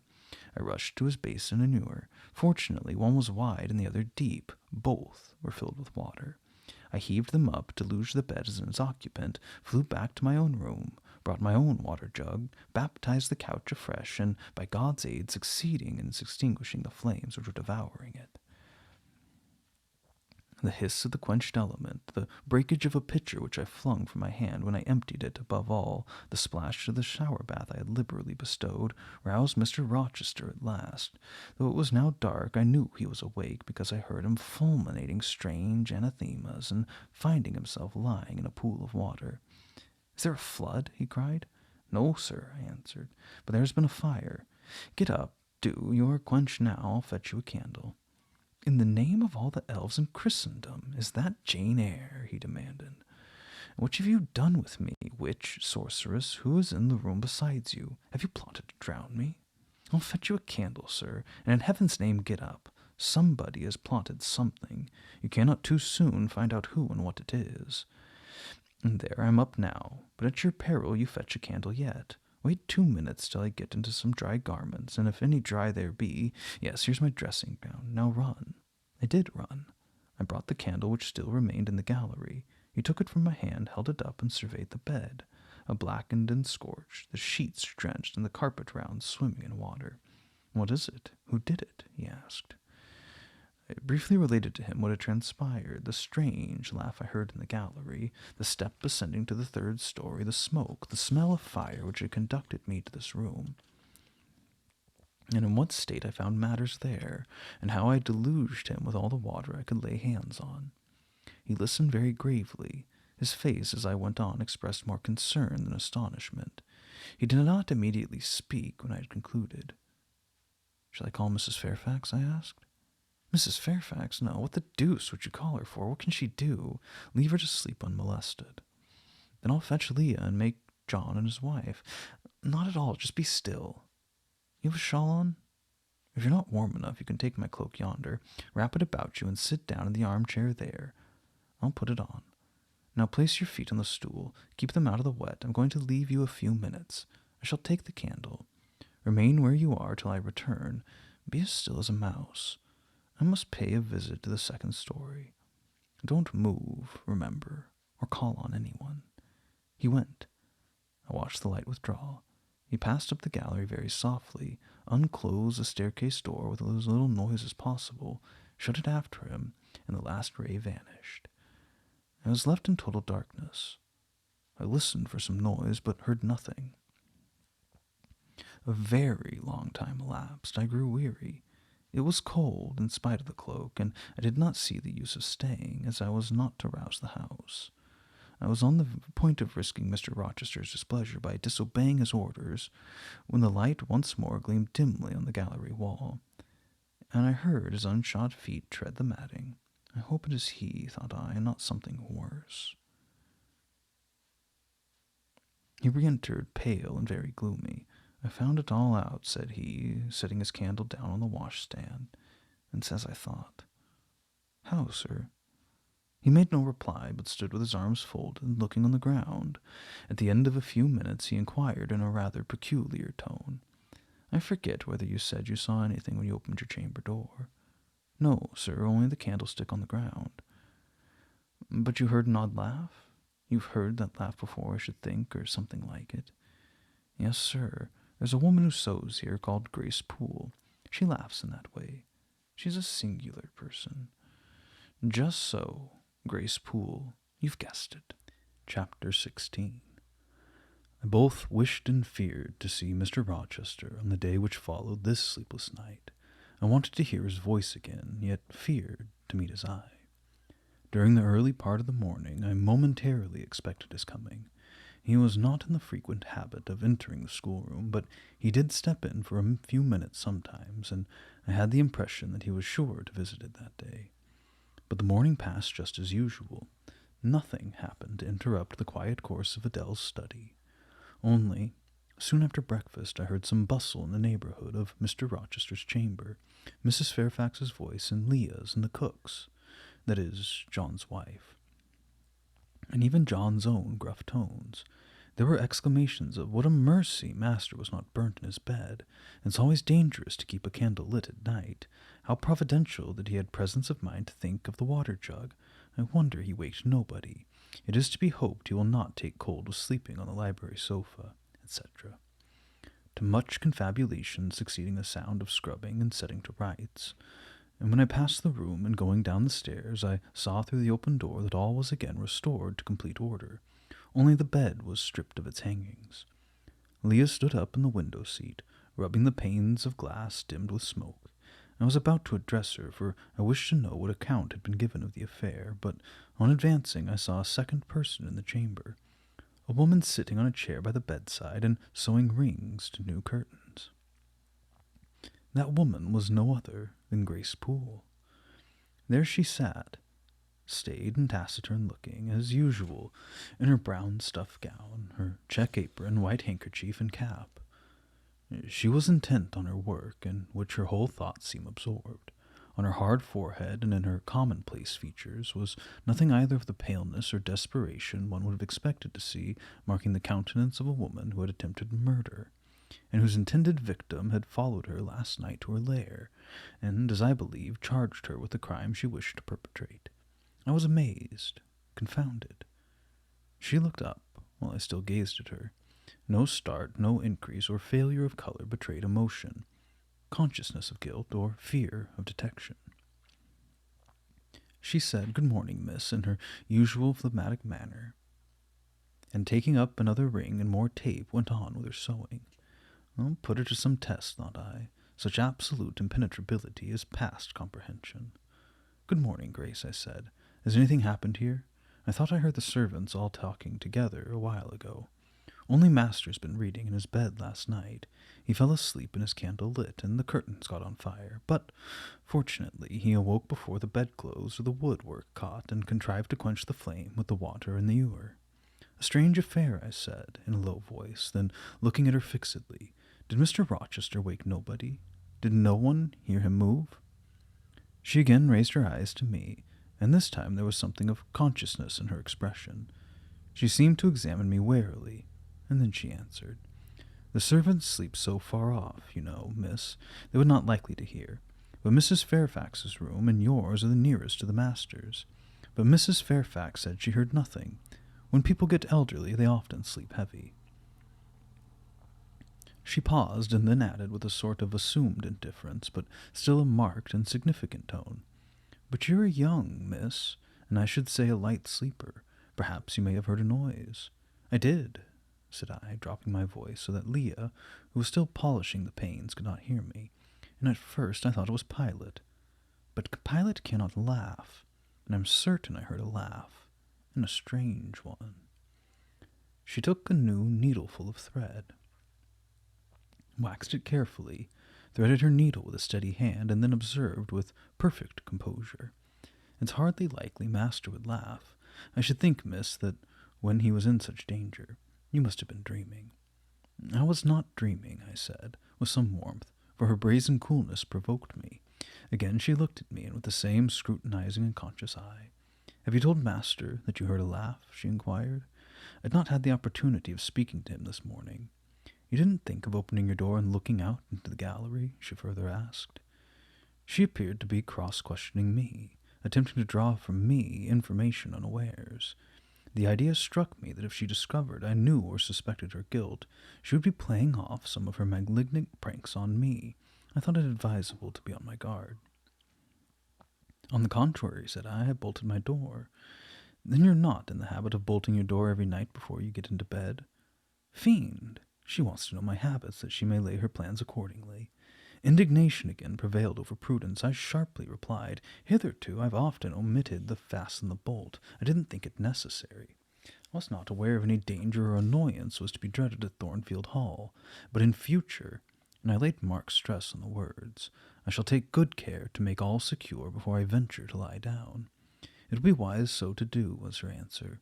"This neighborhood is as quiet as any I know, and I never heard of the Hall being attempted by robbers since I was a house.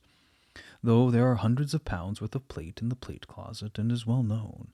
And you see, for such a large house, there are very few servants, because Master has never lived here much. And when he does come, being a bachelor, he needs little waiting on. But I always think it best to err on the safe side. A door is soon fastened, and it is as well to have drawn a bolt between one and any mischief that may be about. A deal of people, miss, are for trusting all to Providence, but I say Providence will not dispense with the means, though he often blesses them when they are used discreetly." And here she closed her harangue, a long one for her, and uttered with the demureness of a Quakeress. I still stood absolutely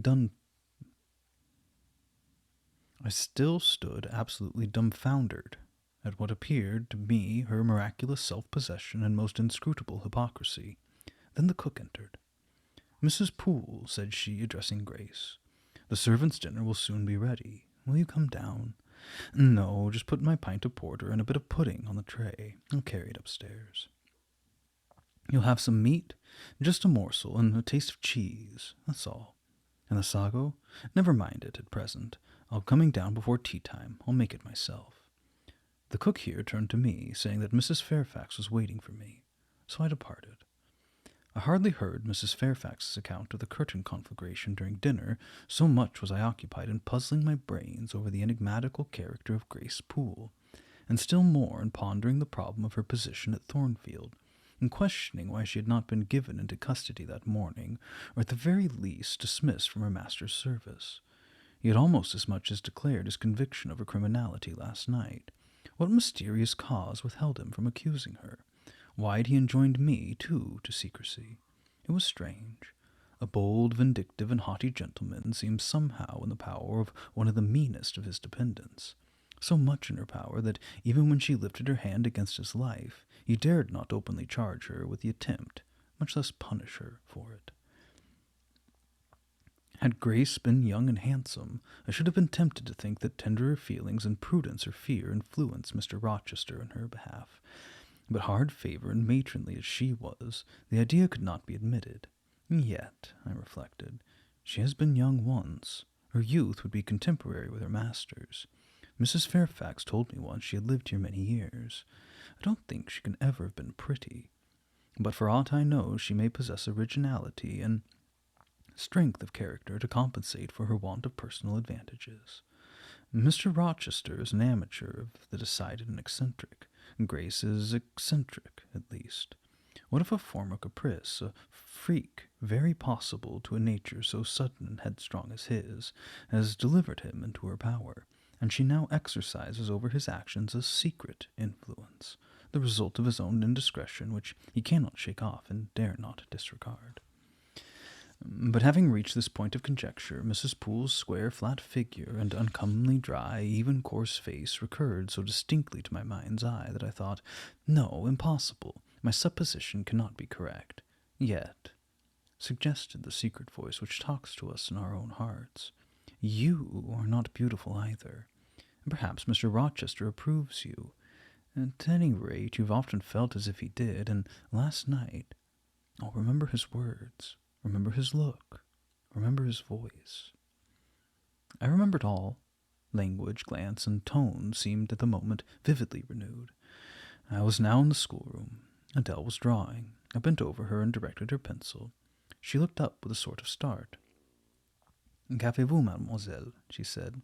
Vos doigts tremblent comme le feu, et vos joues sont rouges, mais rouges comme des cerises. I'm hot, Adele was stooping. She went on sketching, I went on thinking. I hastened to drive from my mind the hateful notion I had been conceiving respecting Grace Poole. It disgusted me. I compared myself with her and found we were different. Bessie Levin had said I was quite a lady, and she spoke truth. I was a lady. And now I looked much better than I did when Bessie saw me. I had more color and more flesh, more life, more vivacity, because I had brighter hopes and keener enjoyments. Evening approaches, said I, as I looked towards the window. I never heard Mr. Rochester's voice or step in the house today, but surely I'll see him before night. I feared the meeting in the morning. Now I desire it, because expectation has been so long baffled that it's grown impatient. When dusk actually closed, and when Adele left me to go and play in the nursery with Sophie, I did most keenly desire it. I listened for the bell to ring below. I listened for Leah coming up with a message. I fancied sometimes I heard Mr. Rochester's own tread, and I turned to the door, expecting it to open and admit him. The door remained shut. Darkness only came in through the window. Still it was not late. He often sent for me at 7 and 8 o'clock, and it was yet but 6. Surely I should not be wholly disappointed tonight, when I had so many things to say to him. I wanted again to introduce the subject of Grace Poole, and to hear what he would answer. I wanted to ask him plainly if he really believed it was she who had made last night's hideous attempt, and if so, why he kept her wickedness a secret. It little mattered whether my curiosity irritated him. I knew the pleasure of vexing and soothing him by turns. It was one I chiefly delighted in, and a sure instinct always prevented me from going too far. Beyond the verge of provocation I never ventured. On the extreme brink I liked well to try my skill. Retaining every minute form of respect, every propriety of my station, I could still meet him in argument without fear or uneasy restraint. This suited both him and me. A tread creaked on the stairs at last. Leah made her appearance, but it was only to intimate that tea was ready in Mrs. Fairfax's room. Thither I repaired, glad at least to go downstairs, for that brought me, I imagine, nearer to Mr. Rochester's presence. You must want your tea, said the good lady, as I joined her. You ate so little at dinner, I'm afraid, she continued. You're not well today. You look flushed and feverish. Oh, quite well. I never felt better. Then you must prove it by evincing a good appetite. Will you fill the teapot while I knit off this needle? Having completed her task, she rose to draw down the blind, which she had hitherto kept up, by way, I suppose, of making the most of daylight, though dusk was now fast deepening into total obscurity. "It is fair tonight," said she, as she looked through the panes, though not starlight. "Mr. Rochester has, on the whole, had a favorable day for his journey." "Oh, journey? Is Mr. Rochester gone anywhere? I didn't know he was out." "Oh, he set off the moment he had breakfasted. He's gone to the Leas, Mr. Eshton's place, 10 miles on the other side of Millcote. I believe there's quite a party assembled there. Lord Ingram, Sir George Lynn, Colonel Dent, and others. Do you expect him back tonight?" "No, nor tomorrow either." "I should think he's very likely to stay a week or more. When these fine, fashionable people get together, they're so surrounded by elegance and gaiety, so well provided with all that can please and entertain, they're in no hurry to separate. Gentlemen especially are often in request on such occasions, and Mr. Rochester is so talented and so lively in society that I believe he's a general favorite. The ladies are very fond of him, though you would not think his appearance calculated to recommend him particularly in their eyes. But I suppose his acquirements and abilities, perhaps his wealth and good blood, make amends for any little fault of look." "Are there ladies in the Leas?" "There are Mrs. Eshton and her 3 daughters. Her elegant young ladies indeed. And there are the Honourable Blanche and Madame Mary Ingram, most beautiful women, I suppose. Indeed, I've seen Blanche 6 or 7 years since, when she was a girl of 18. She came here to a Christmas ball and party Mr. Rochester gave. You should have seen the dining room that day. How richly it was decorated, how brilliantly lit up. I should think there were 50 ladies and gentlemen present, all of the first county families, and Miss Ingram was considered the belle of the evening." "You saw her, you say, Mrs. Fairfax, and what was she like?" "Yes, I saw her. The dining-room doors were thrown open, and as it was Christmas time, the servants were allowed to assemble in the hall to hear some of the ladies sing and play. Mr. Rochester would have me to come in, and I sat down in a quiet corner and watched them. I never saw a more splendid scene. The ladies were magnificently dressed. Most of them, at least most of the younger ones, looked handsome, but Miss Ingram was certainly the queen. And what was she like?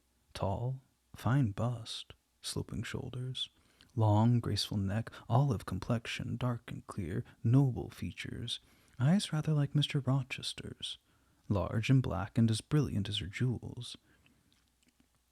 And then she had such a fine head of hair, raven black and so becomingly arranged, a crown of thick plaits behind, and in front the longest, the glossiest curls I ever saw. She was dressed in pure white. An amber-colored scarf was passed over her shoulder across her breast, tied to the side, and descending in long fringed ends below her knees. She wore an amber-colored flower, too, in her hair. It contrasted well with the jetty mass of her curls. She was greatly admired, of course. Yes, indeed, and not only for her beauty, but for her accomplishments. She was one of the ladies who sang. A gentleman accompanied her on the piano. She and Mr. Rochester sang a duet. Mr. Rochester? I was not aware he could sing. Oh, he has a fine bass voice and an excellent taste for music. And Miss Ingram, what sort of a voice has she? A very rich and powerful one. She sang delightfully. It was a treat to listen to her, and she played afterwards. I'm no judge of music, but Mr. Rochester is, and I heard him say her execution was remarkably good. And this beautiful and accomplished lady is not yet married? It appears not. I fancy neither she nor her sister have very large fortunes. Old Lord Ingram's estates were chiefly entailed, and the eldest son came in for everything, almost. But I wonder no wealthy nobleman or gentleman has taken a fancy to her. Mr. Rochester, for instance. He is rich, is he not? Oh, yes, but you see there's a considerable difference in age. Mr. Rochester is nearly 40. She's only 25. What of that? More unequal matches are made every day. True, yet I should scarcely fancy Mr. Rochester would entertain an idea of the sort. But you eat nothing. You've scarcely tasted since you began tea. No, I'm too thirsty to eat. Will you let me have another cup? It was about again to revert to the probability of a union between Mr. Rochester and the beautiful Blanche, but Adele came in, and the conversation was turned into another channel. When once more alone, I reviewed the information I had got, looked into my heart, examined its thoughts and feelings, and endeavored to bring back with a strict hand such as had been staying through imagination's boundless and trackless waste into a safe fold of common sense. Arraigned at my own bar, memory having given her evidence of the hopes, wishes, sentiments I had been cherishing since last night, of the general state of mind in which I had indulged for nearly a fortnight past, reason having come forward and told in her own quiet way a plain, unvarnished tale, showing how I had rejected the real and rapidly devoured the ideal, I pronounced judgment to this effect: that a greater fool than Jane Eyre had never breathed the breath of life, that a more fantastic idiot had never surfeited herself on sweet lies and swallowed poison as if it were nectar. You, I said, a favorite with Mr. Rochester, you, gifted with the power of pleasing him, you, of importance to him in any way, go! Your folly sickens me, and you have derived pleasure from occasional tokens of preference, equivocal tokens shown by a gentleman of family and a man of the world to a dependent and a novice. How dared you, poor stupid dupe? Could you not even self-interest make you wiser? You repeated to yourself this morning the brief scene of last night. Cover your face and be ashamed. He said something in praise of your eyes, did he? Blind puppy. Open the bleared lids and look on your own accursed senselessness. It does good to no woman to be flattered by her superior, who cannot possibly intend to marry her, and it is madness in all women to let a secret love kindle within them, which, if unreturned and unknown, must devour the life that feeds it, and if discovered and responded to, must lead, ignis fatuus-like, to merry wilds whence there's no extrication. Listen then, Jane Eyre, to your sentence. Tomorrow place the glass before you, and draw in chalk your own picture, faithfully, without softening one defect.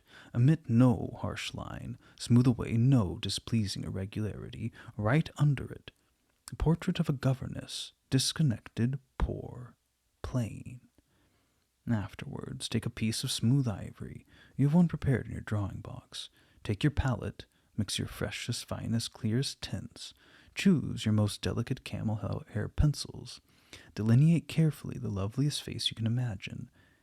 Paint it in your softest shades and sweetest hues, according to the description given by Mrs. Fairfax of Blanche Ingram. Remember the raven ringlets, the oriental eye. What, you revert to Mr. Rochester as a model? Order! No snivel, no sentiment, no regret. I will endure only sense and resolution.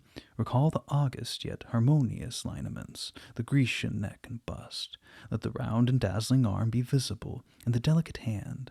Omit neither diamond ring nor gold bracelet. Portray faithfully the attire, aerial lace and glistening satin, graceful scarf and golden rose. Call it Blanche, an accomplished lady of rank. Whenever in future you should fancy Mr. Rochester thinks well of you, take out the two pictures and compare them. Say, Mr. Rochester might probably win that noble lady's love if he chose to strive for it. It's likely he would waste a serious thought on this indigent and insignificant plebeian. I'll do it, I resolved, and having framed this determination, I grew calm and fell asleep. And kept my word. An hour or two sufficed to sketch my own portrait in crayons, and in less than a fortnight I completed an ivory miniature of an imaginary Blanche Ingram. It looked like a lovely face enough, and when compared with the real head in chalk, the contrast was as great as self-control could desire. I derived benefit from the task. It had kept my head and hands employed, and had given force and fixedness to the new impressions I wished to stamp indelibly on my heart. Ere long I had reason to congratulate myself on the course of wholesome discipline of which I had thus forced my feelings to submit.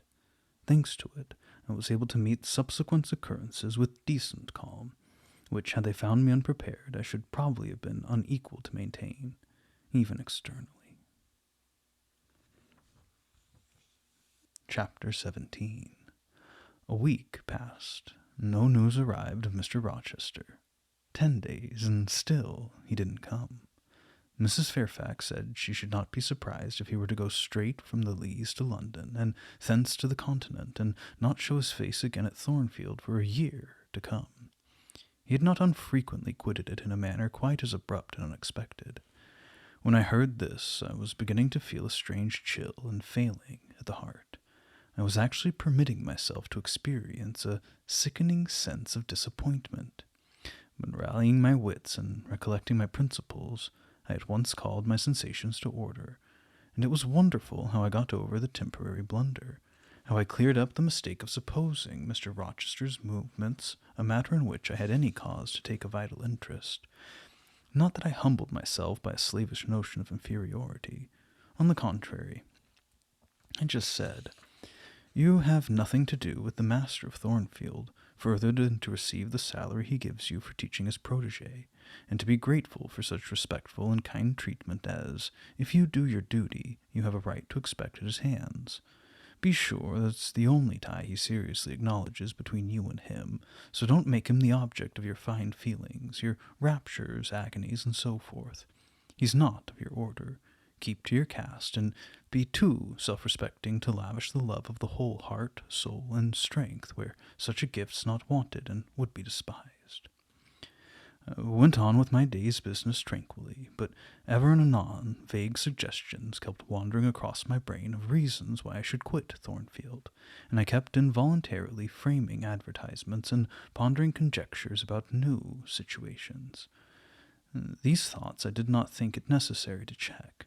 They might germinate and bear fruit if they could. Mr. Rochester had been absent upwards of a fortnight, when the post brought Mrs. Fairfax a letter. "It's from the master," said she, as she looked at the direction. "Now I suppose we shall know whether we are to expect his return or not."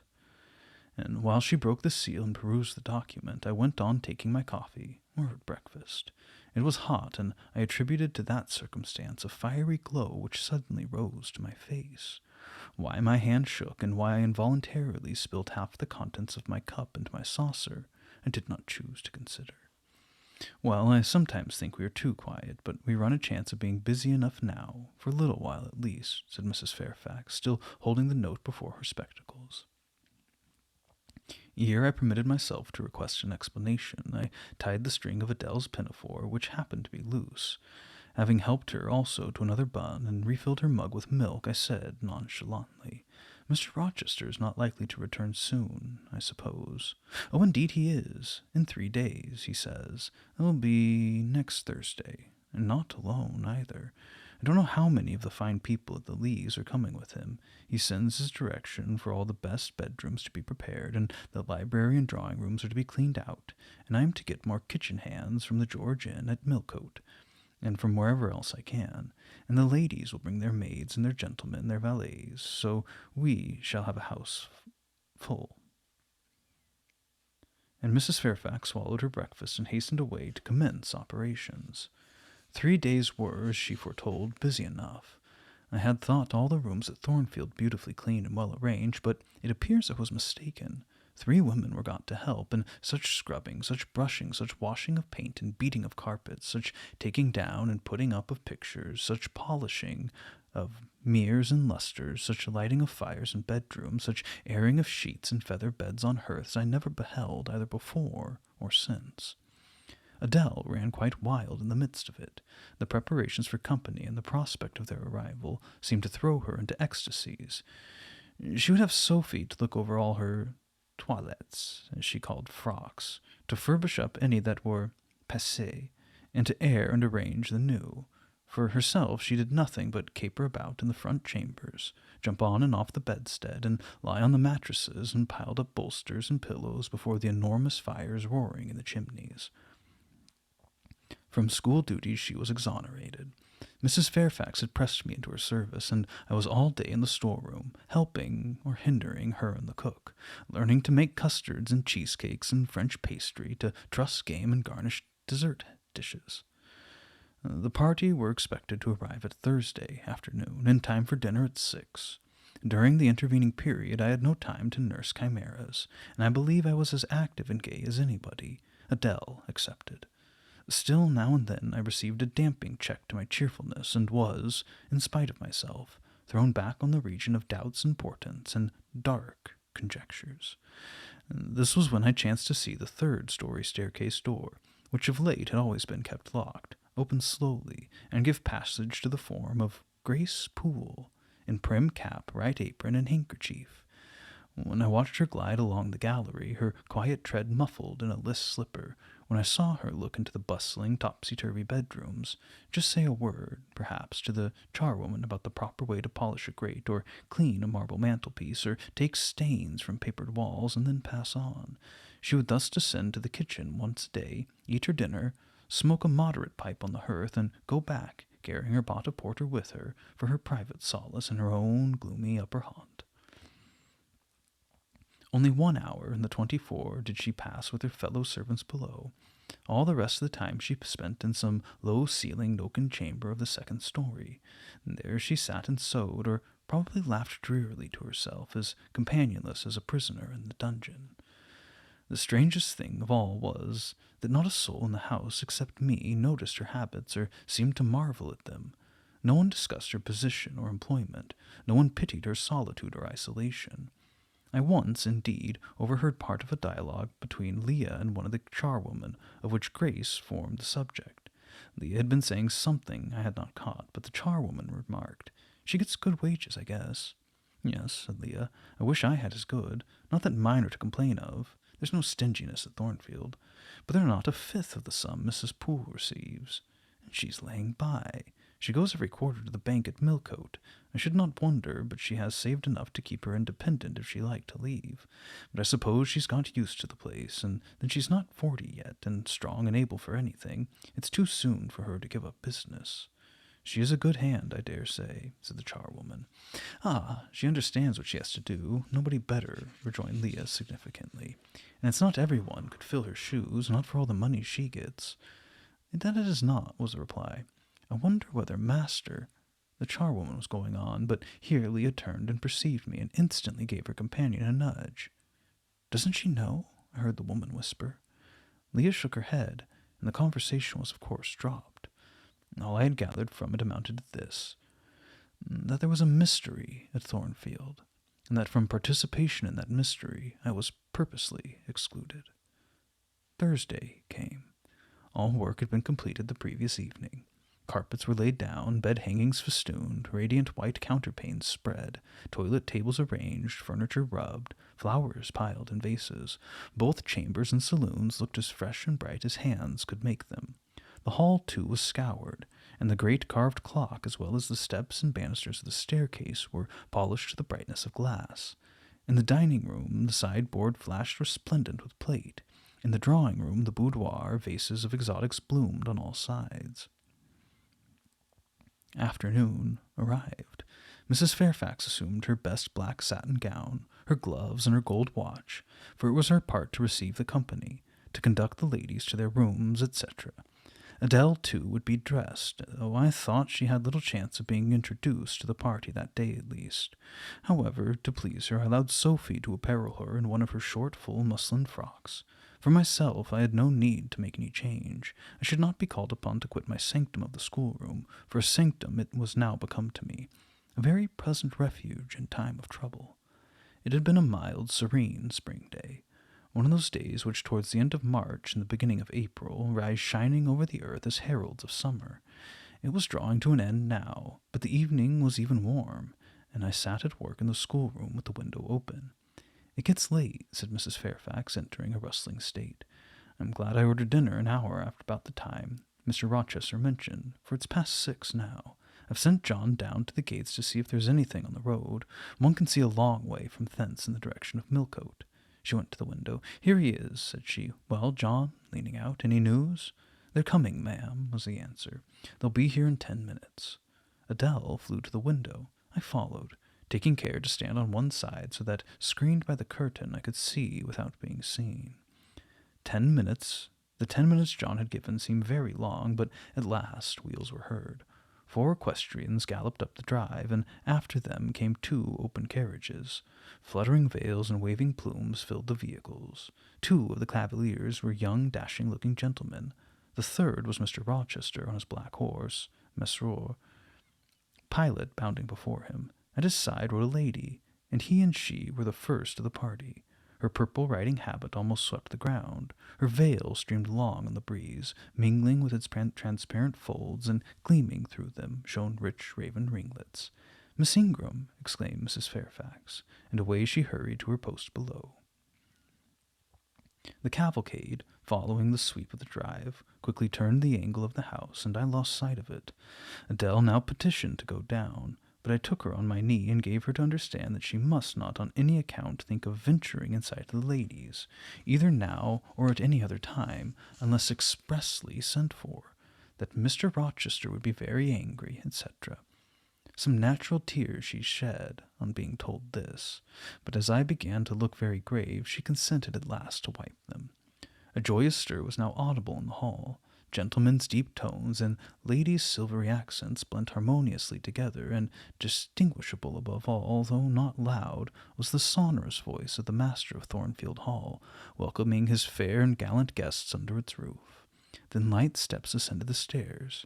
There was a tripping through the gallery, and soft, cheerful laughs, and opening and closing doors, and for the time, a hush.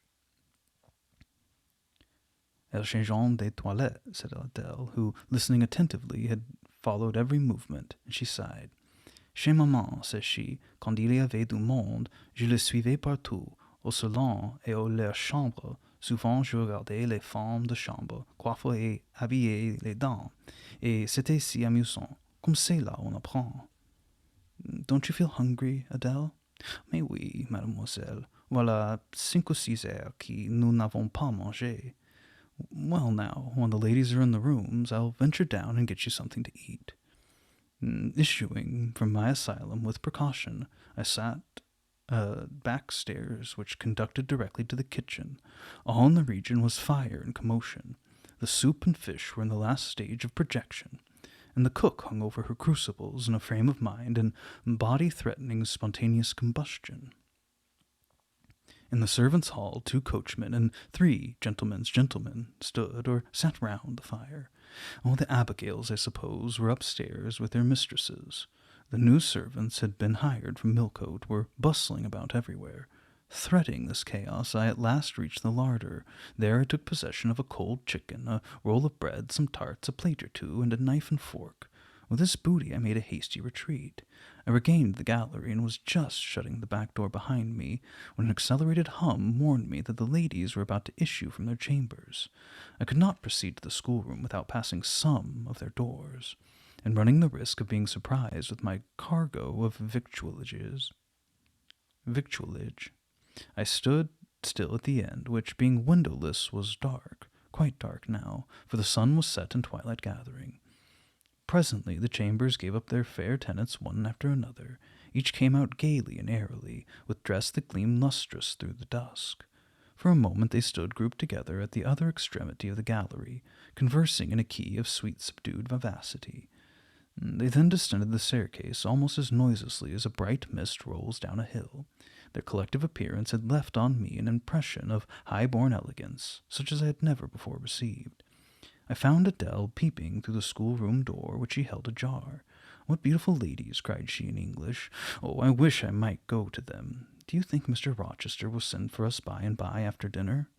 "No, indeed I don't. Mr. Rochester has something else to think about. Never mind the ladies tonight. Perhaps you'll see them tomorrow. Here's your dinner." She was really hungry, so the chicken and tarts served to divert her attention for a time.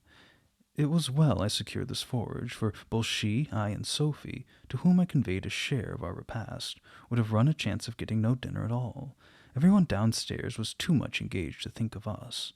The dessert was not carried out till after 9, and at 10 footmen were still running to and fro with trays and coffee cups. I allowed Adele to sit up much later than usual, for she declared she could not possibly go to sleep while the doors kept opening and shutting below, and people bustling about.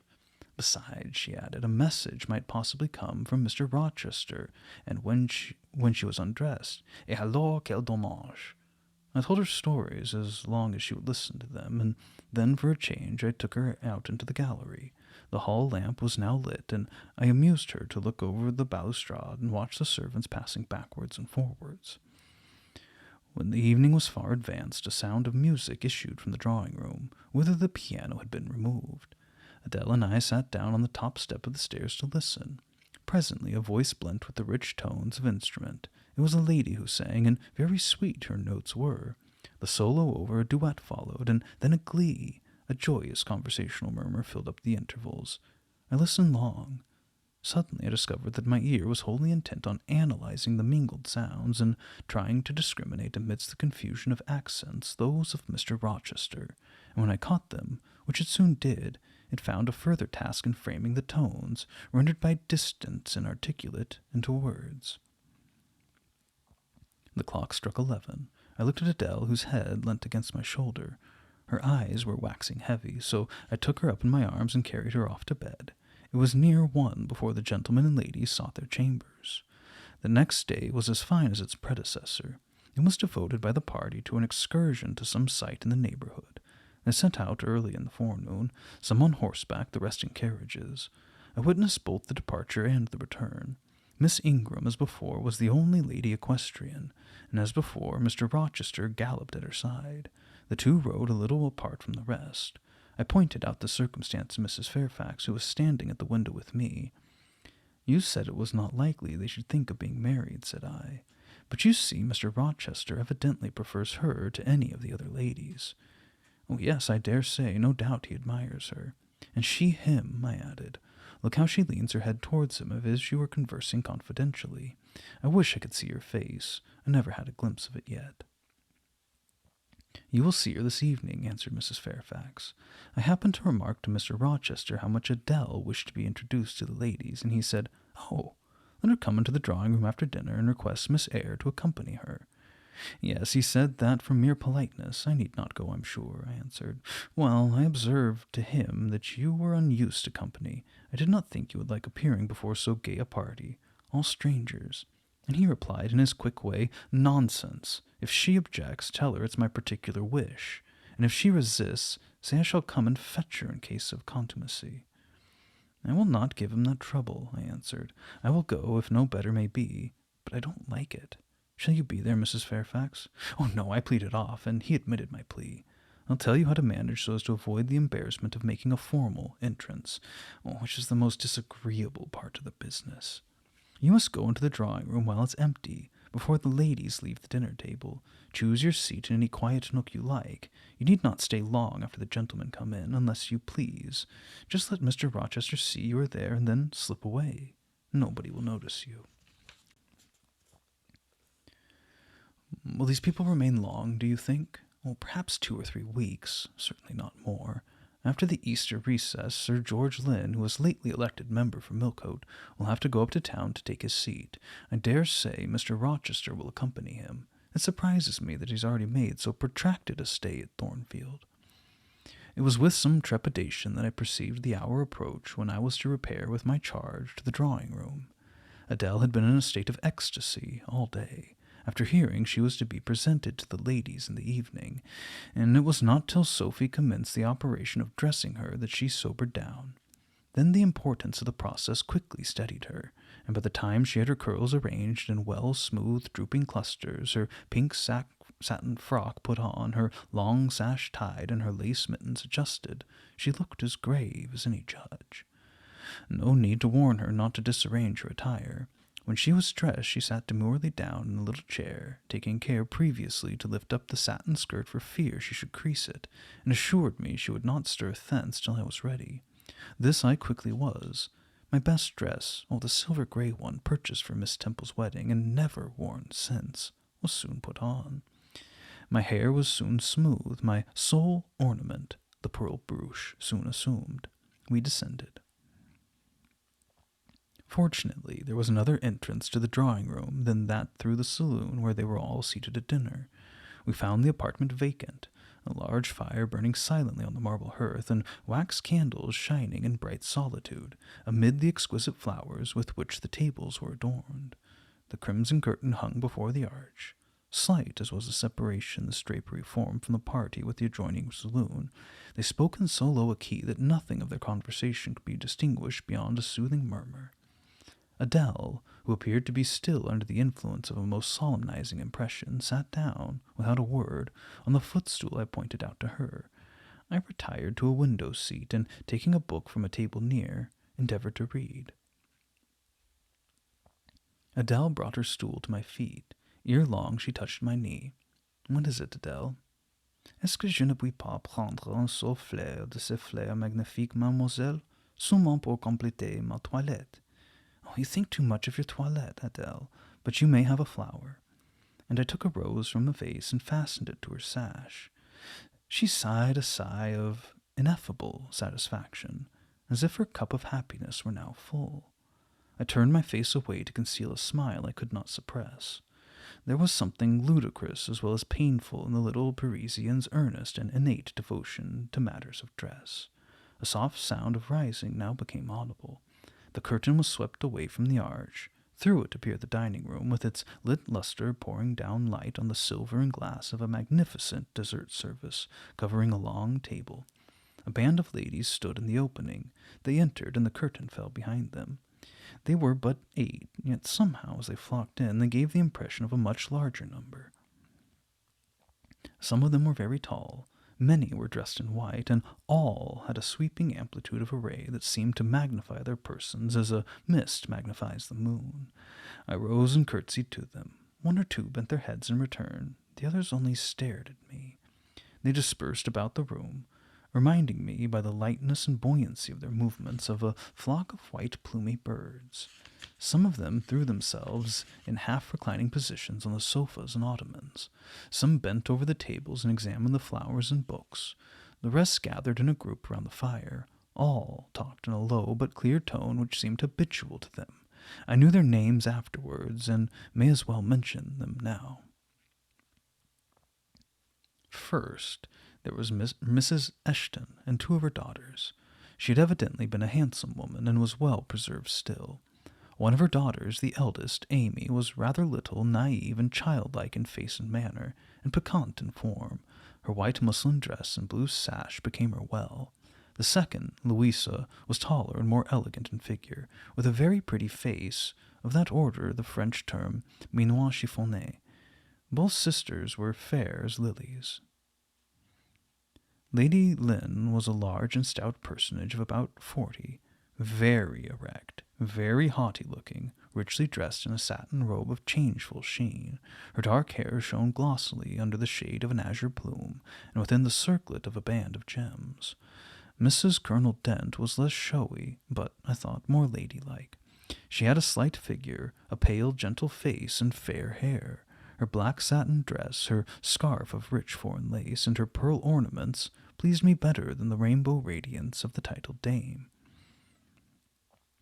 But the 3 most distinguished, partly perhaps because the tallest figures of the band, were the Dowager Lady Ingram and her daughters, Blanche and Mary.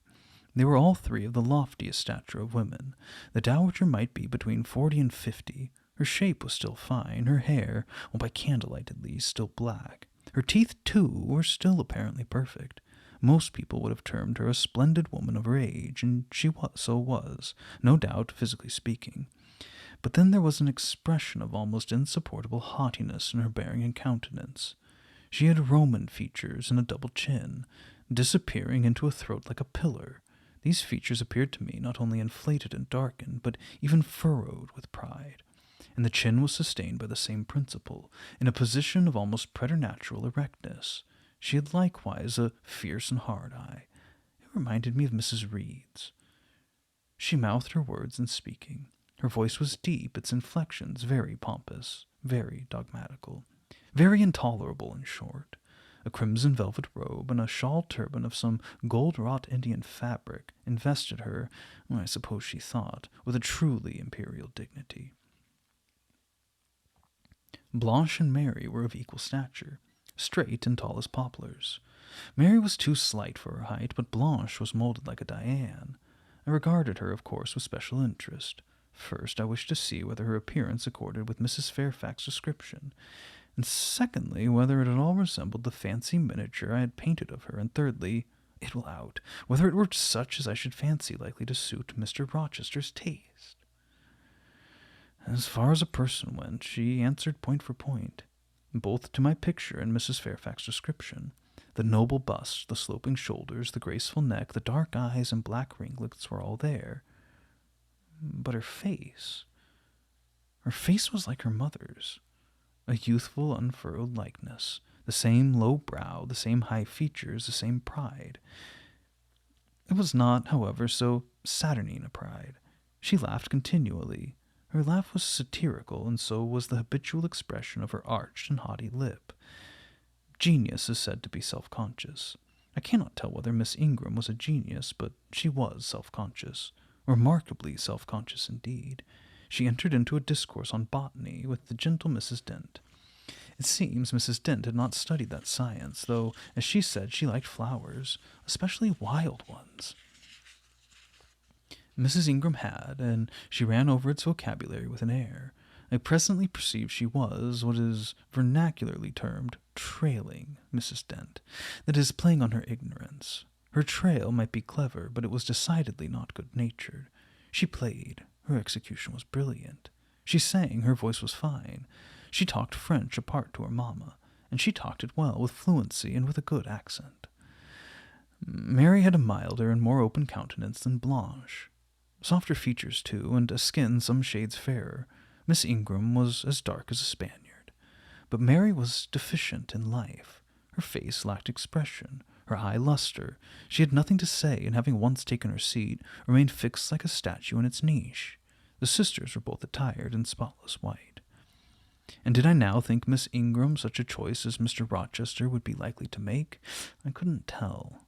I didn't know his taste in female beauty. If he liked the majestic, she was very type of majesty. Then she was accomplished, sprightly. Most gentlemen would admire her, I thought, and that he did admire her I already seemed to have obtained proof. To remove the last shade of doubt, it remained but to see them together. You are not to suppose, reader, that Adele has all this time been sitting motionless on the stool at my feet. No. When the ladies entered, she rose, advanced to meet them, made a stately reverence, and said, with gravity, "Bonjour, mesdames." And Miss Ingram had looked down with her in a mocking air and exclaimed, "Oh, what a little puppet!" Lady Lynn had remarked, "It is Mr. Rochester's ward, I suppose, the little French girl he was speaking of." Mrs. Dent had kindly taken her hand and given her a kiss. Amy and Louisa Eshton had cried out simultaneously, "What a love of a child!" And then they had called her to a sofa, where she now sat, ensconced between them, chattering alternately in French and broken English, absorbing not only the young lady's attention, but that of Mrs. Eshton and Lady Lynn, and getting spoiled to her heart's content. At last coffee was brought in, and the gentlemen are summoned. I sit in the shade, if any shade there be in this brilliant lit apartment. The window curtain half hides me. Again the arch yawns. They come. The collective appearance of the gentlemen, like that of the ladies, is very imposing. They're all costumed in black. Most of them are tall, some young. Henry and Frederick Lynn are very dashing sparks indeed, and Colonel Dent's a fine, soldierly man. Mr. Eshton, the magistrate of the district, is gentlemanlike. His hair is quite white, his eyebrows and whiskers still dark, which gives him something of the appearance of a père noble de théâtre. Lord Ingram, like his sisters, is very tall. Like them also he is handsome, but he shares Mary's apathetic and listless look. He seems to have more length of limb than vivacity of blood or vigor of brain. And where's Mr. Rochester? He comes in last. I'm not looking at the arch, yet I see him enter. I try to concentrate my attention on those netting needles and the meshes of the purse I'm forming. I wish to think only of the work I have in my hands, to see only the silver beads and silk threads that lie on my lap, whereas I distinctly behold his figure, and I inevitably recall the moment when I just saw it. Just after I had rendered him what he deemed an essential service, and he, holding my hands and looking down on my face, surveyed me with eyes that revealed a heart full of eager to overflow, in whose emotions I had a part. How near I had approached him at that moment, what had occurred since, calculated to change his and my relative positions. Yet now, how distant, how far estranged we were. so far strange that I did not expect him to come and speak to me. I did not wonder when, without looking at me, he took a seat at the other side of the room and began conversing with some of the ladies. No sooner did I see that his attention was riveted on them, and that I might gaze without being observed, than my eyes were drawn involuntarily to his face. I could not keep their lids under control. They would rise, and the irids would fix on him. I looked, and had an acute pleasure in looking. A precious yet poignant pleasure, pure gold, with a steely point of agony. A pleasure like what the thirst-perishing man might feel who knows the well to which he has crept is poisoned, yet stoops and drinks divine draughts none the less. Most true is it that beauty is in the eye of the gazer. My master's colorless olive face, square, massive brow, broad and jetty eyebrows, deep eyes, strong features, firm, grim mouth, all energy, decision, will, were not beautiful according to the rule. But they were more than beautiful to me. They were full of an interest, an influence that quite mastered me, that took my feelings from my own power and fettered them in his. I had not intended to love him. The reader knows I had wrought hard to extirpate from my soul the germs of love there detected, and now at the first renewed view of him they spontaneously revived, green and strong. He made me love him without looking at me. I compared him with the guests. What was the gallant grace of the Lynns, the languid elegance of Lord Ingram, even the military distinction of Colonel Dent, contrasted with his look of native pith and genuine power? I had no sympathy in their appearance, their expression, yet I could imagine that most observers would call them attractive, handsome, imposing, while they would pronounce Mr. Rochester at once harsh-featured and melancholy-looking. I saw them smile, laugh. It was nothing. The light of the candles had as much soul in it as their smile, the tinkle of the bell as much significance as their laugh. I saw Mr. Rochester smile. His stern features softened, his eyes grew both brilliant and gentle, its ray both searching and sweet. He was talking, at the moment, to Louisa and Amy Eshton. I wondered to see them receive with calm that look which seemed to me so penetrating. I expected their eyes to fall, their color to rise under it. Yet I was glad when I found they were in no sense moved. He's not to them what he is to me, I thought. He's not of their kind. I believe he's of mine. I'm sure he is. I feel akin to him. I understand the language of his countenance and movements.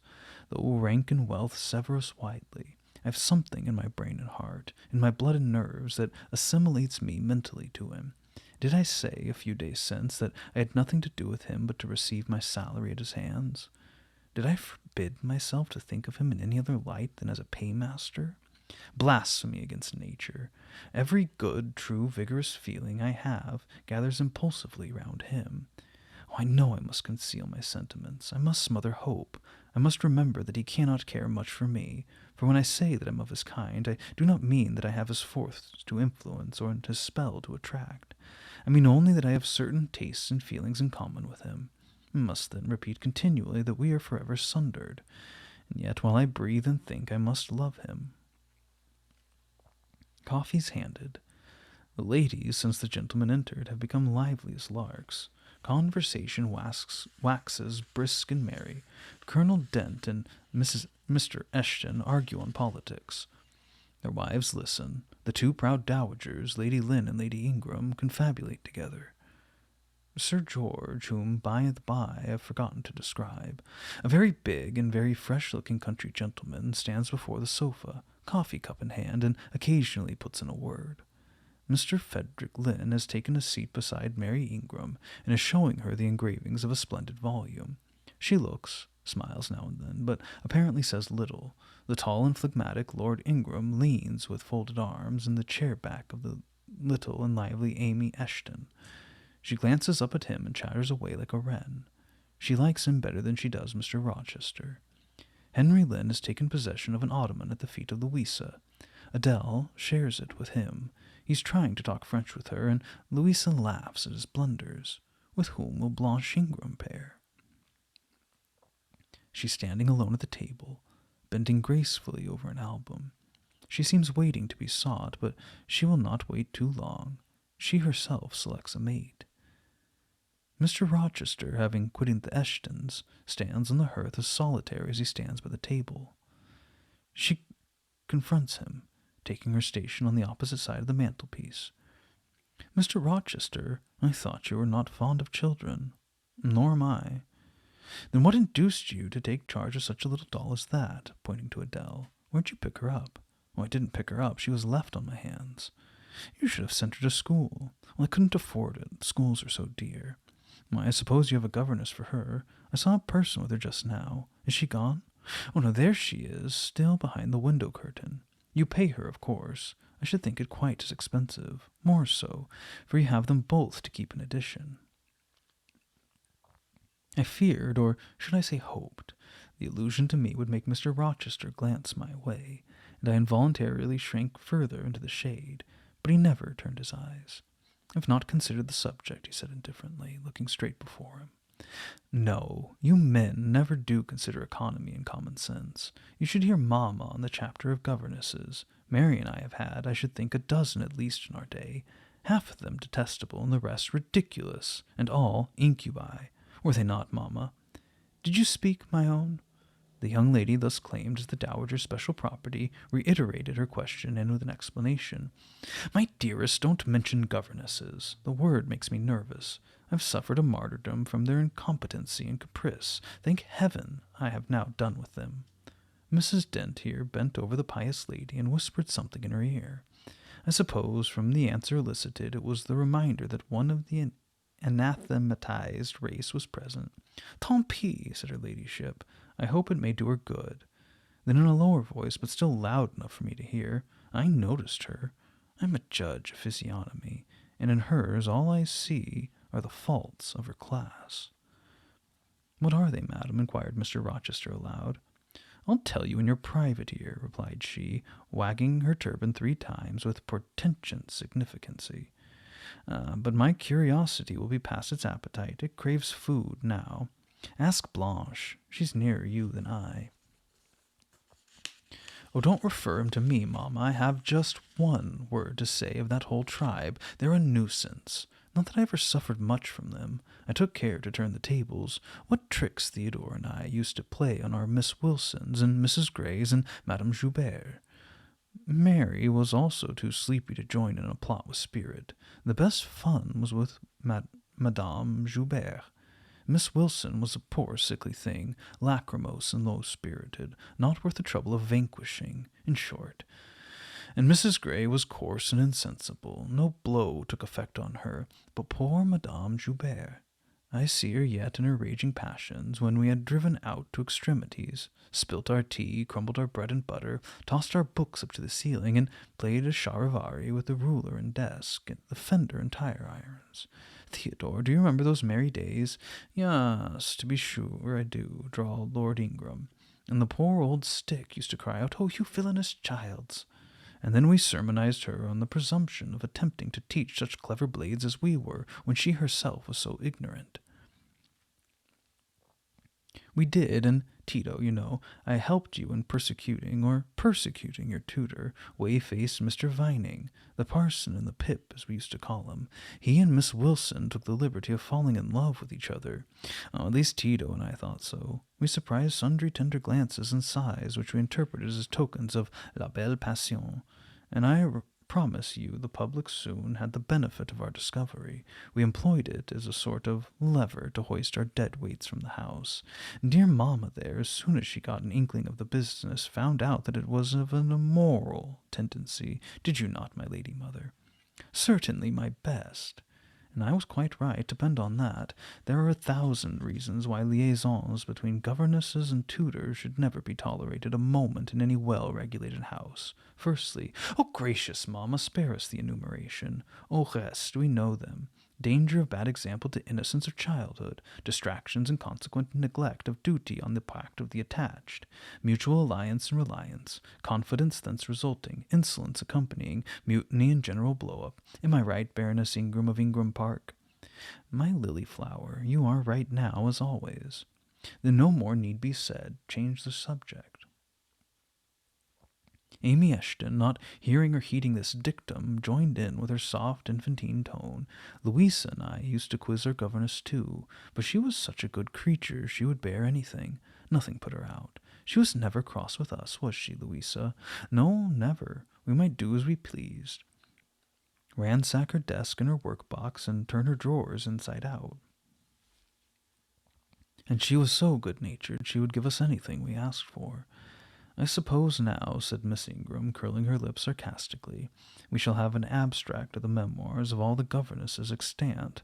In order to avert such a visitation, I again move the introduction of a new topic. Mr. Rochester, do you second my motion?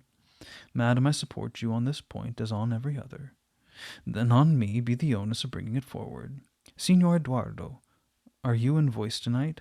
Donna Bianca, if you command it, I will be. Then, signor, I lay on you my sovereign behest to furbish up your lungs and other vocal organs, as they will be wanted on my royal service.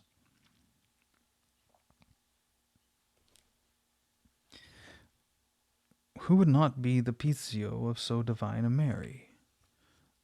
Oh, a fig for Rizzio, cried she, tossing her head with all its curls as she moved the piano. It's my opinion the fiddler David must have been an insipid sort of fellow.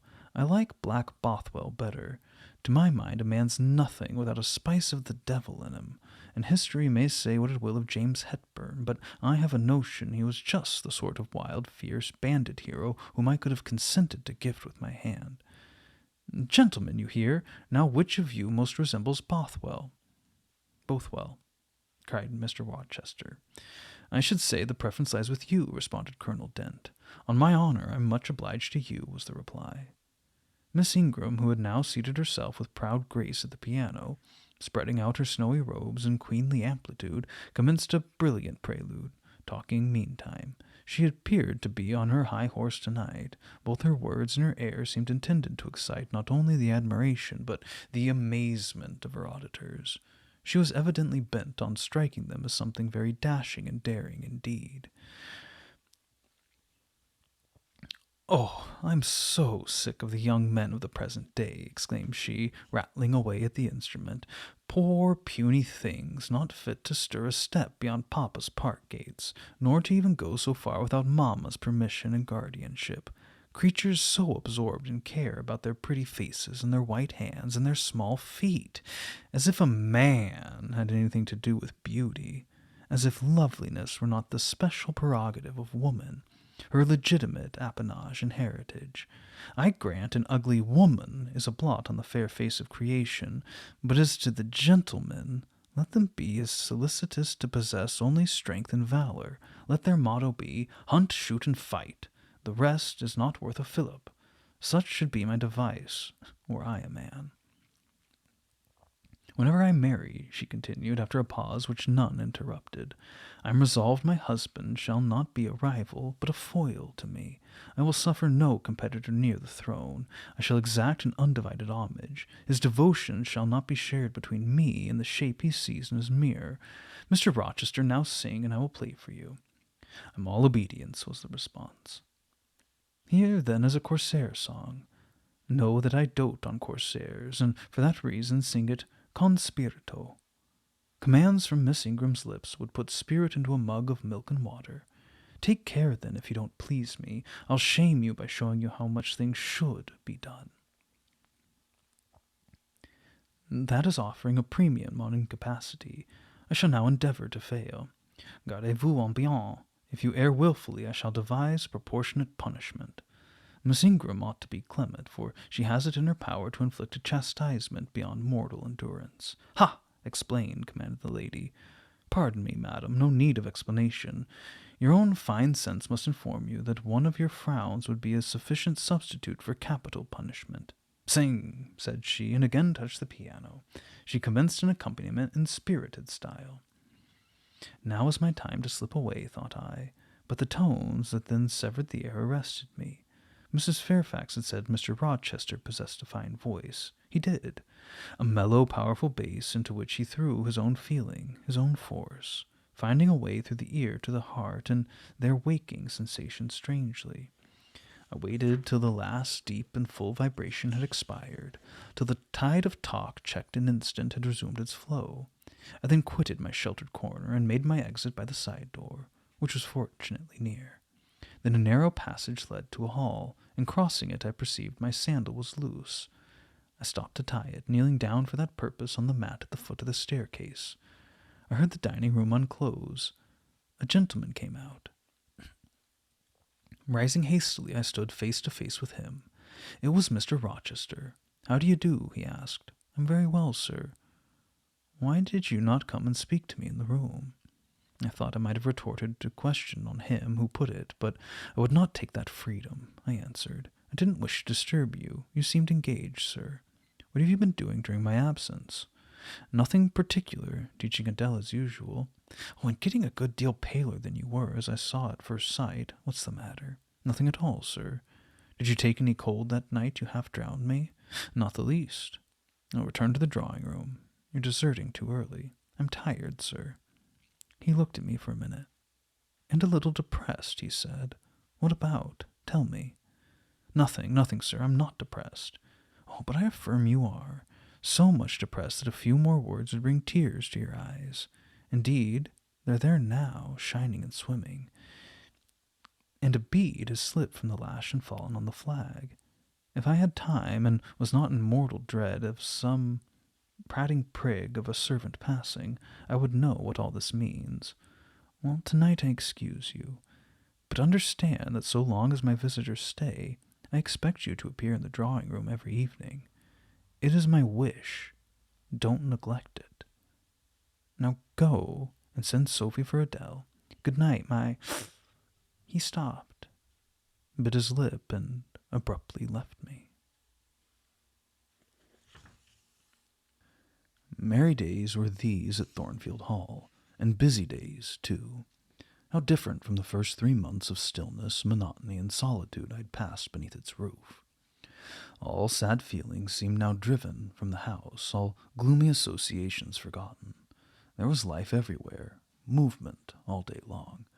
You could not now traverse the gallery, once so hushed, nor enter the front chamber, once so tenantless, without encountering a smart lady's maid or a dandy valet. The kitchen, the butler's pantry, the servants' hall, the entrance hall were equally alive, and the saloons are only left void and still when the blue sky and halcyon sunshine of the genial spring weather called their occupants out into the grounds.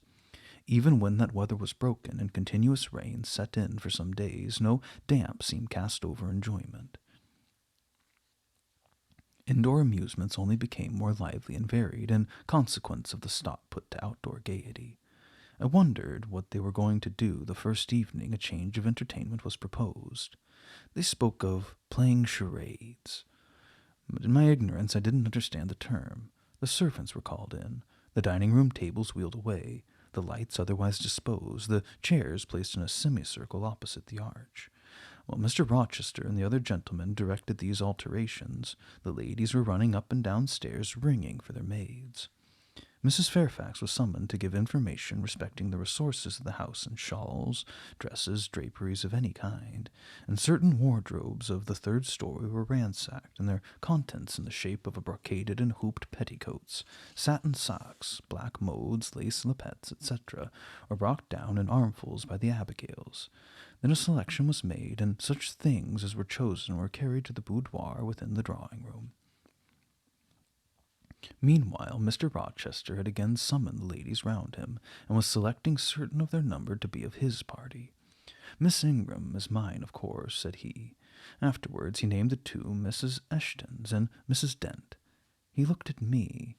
I happened to be near him, as I had been fastening the clasp of Mrs. Dent's bracelet, which had got loose. "Will you play?" he asked. I shook my head. He didn't insist, which I rather feared he would have done. He allowed me to return quietly to my usual seat. He and his aides now withdrew behind the curtain. The other party, which was headed by Colonel Dent, sat down on the crescent of chairs. One of the gentlemen, Mr. Eshton, observed me, seemed to propose that I should be asked to join them, but Lady Ingram instantly negatived the notion.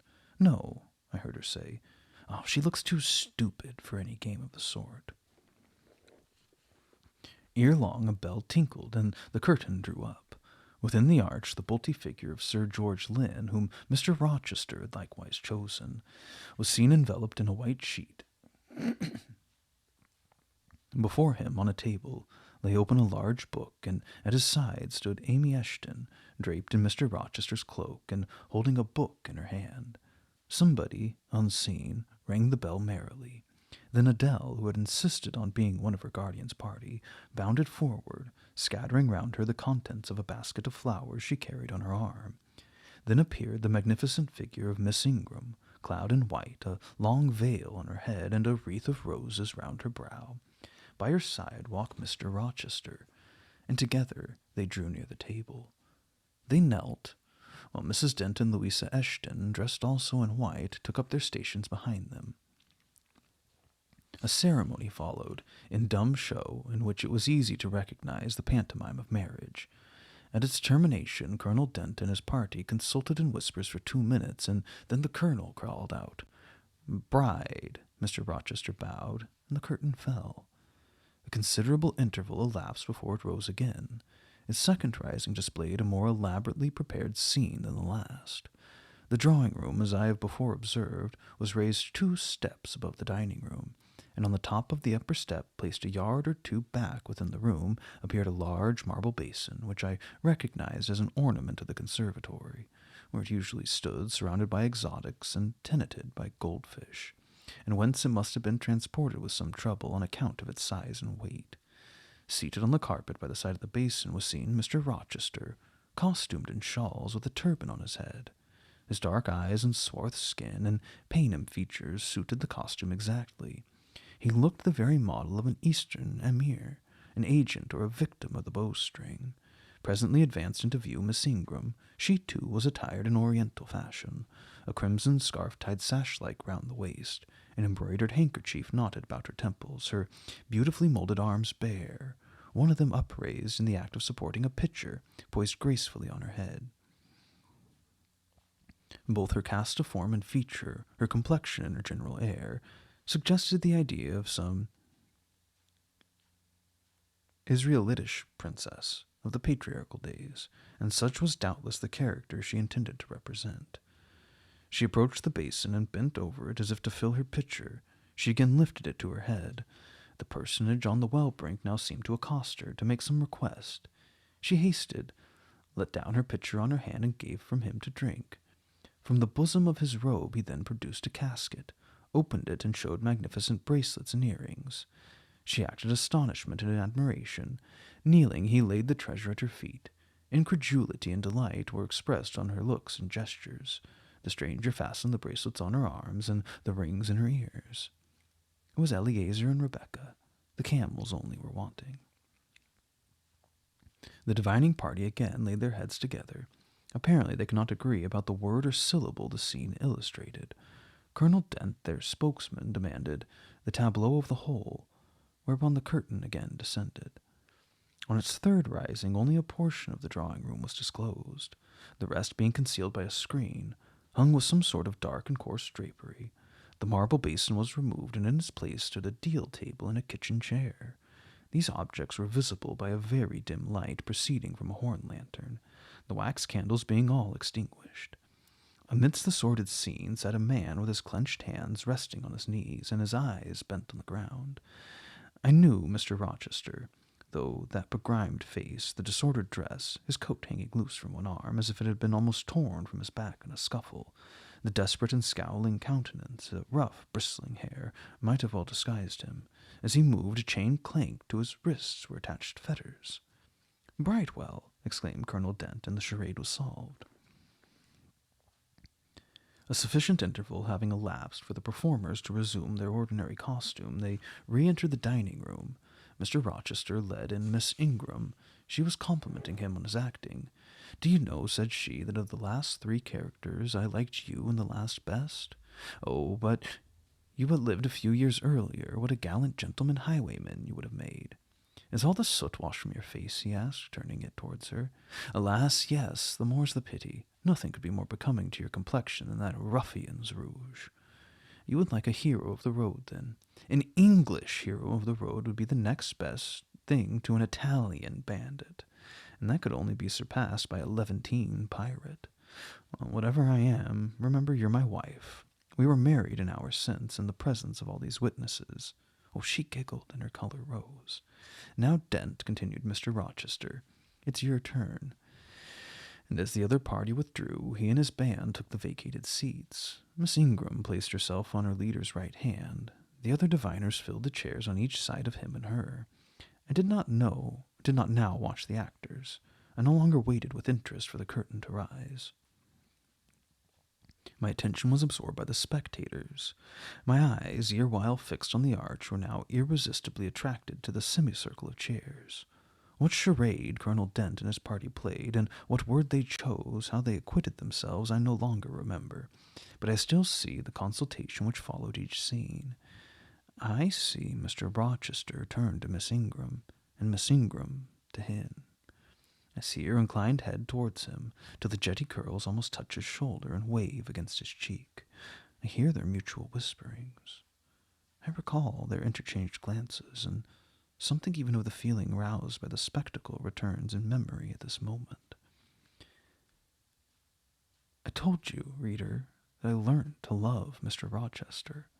I couldn't unlove him now, merely because I found that he had ceased to notice me, because I might pass hours in his presence, and he would never once turn his eyes in my direction, because I saw all his attentions appropriated by a great lady, who scorned to touch me with the hem of her robe as she passed, who, if ever her dark and imperious eye fell on me by chance, would withdraw it instantly as from an object too mean to merit observation.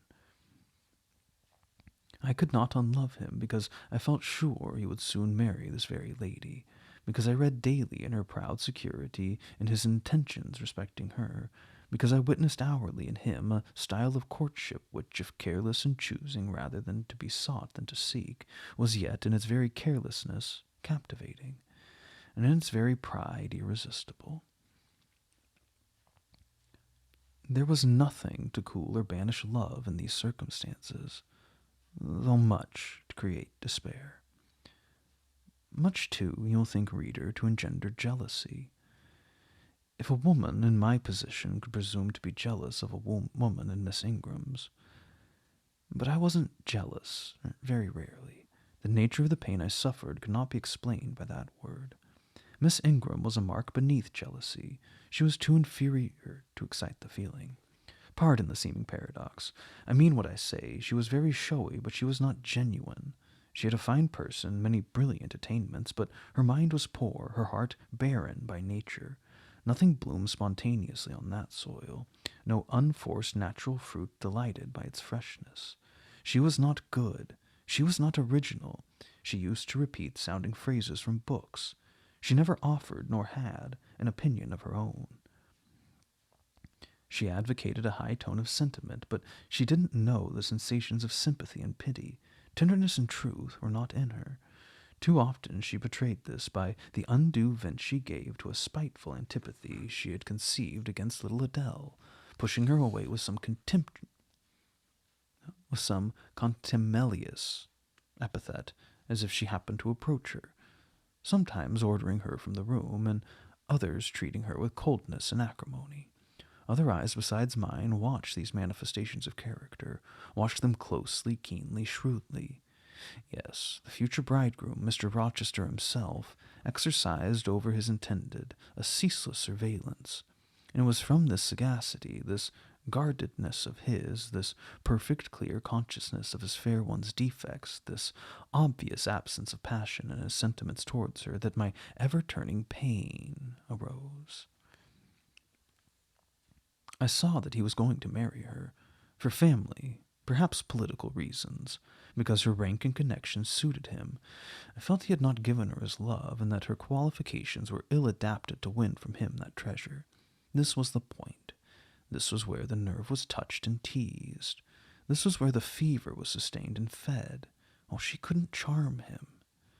If she had managed the victory at once, and he had yielded and sincerely laid his heart at her feet, I should have covered my face and turned to the wall, and figuratively have died to them. If Miss Ingram had been a good and noble woman, endowed with force, fervor, kindness, sense, I should have had one vital struggle with two tigers, jealousy and despair. Then my heart torn out and devoured, I should have admired her, acknowledged her excellence, and been quiet for the rest of my days. And the more absolute her superiority, the deeper would have been my admiration, the more truly tranquil my quiescence. But as matters really stood, to watch Miss Ingram's efforts at fascinating Mr. Rochester, to witness their repeated failure, herself unconscious that they did fail, vainly fancying that each shaft launched hit the mark, and infatuatedly pluming herself on success, when her pride and self-complacency repelled further and further what she wished to allure, to witness this was to be at once under ceaseless excitation and ruthless restraint. Because when she failed, I saw how she might have succeeded. Arrows that continually glanced off from Mr. Rochester's breast and fell harmless at his feet might, I knew, if shot by a surer hand, have quivered keen in his proud heart, have called love into his stern eye, and softness into his sardonic face, or, better still, without weapons, a silent conquest might have been won. Why can she not influence him more, when she is privileged to draw so near to him? I asked myself. Surely she cannot truly like him, or not like him with true affection. If she did, she need not coin her smile so lavishly, flash her glances so unremittingly, manufacture airs so elaborate, graces so multitudinous. It seems to me that she might, by merely sitting quietly at his side, saying little and looking less, getting nigher to his heart.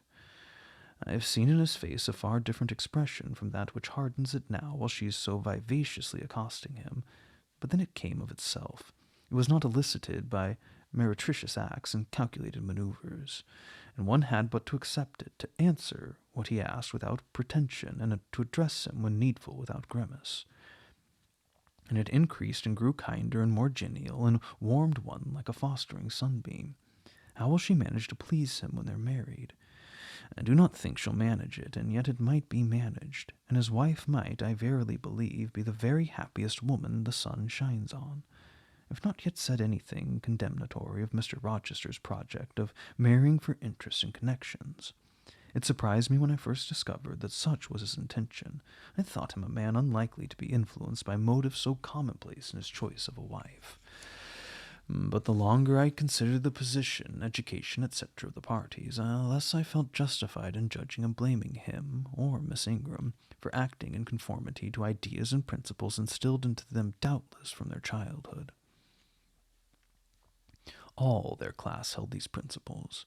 I suppose, then, they had reasons for holding them such as I could not fathom.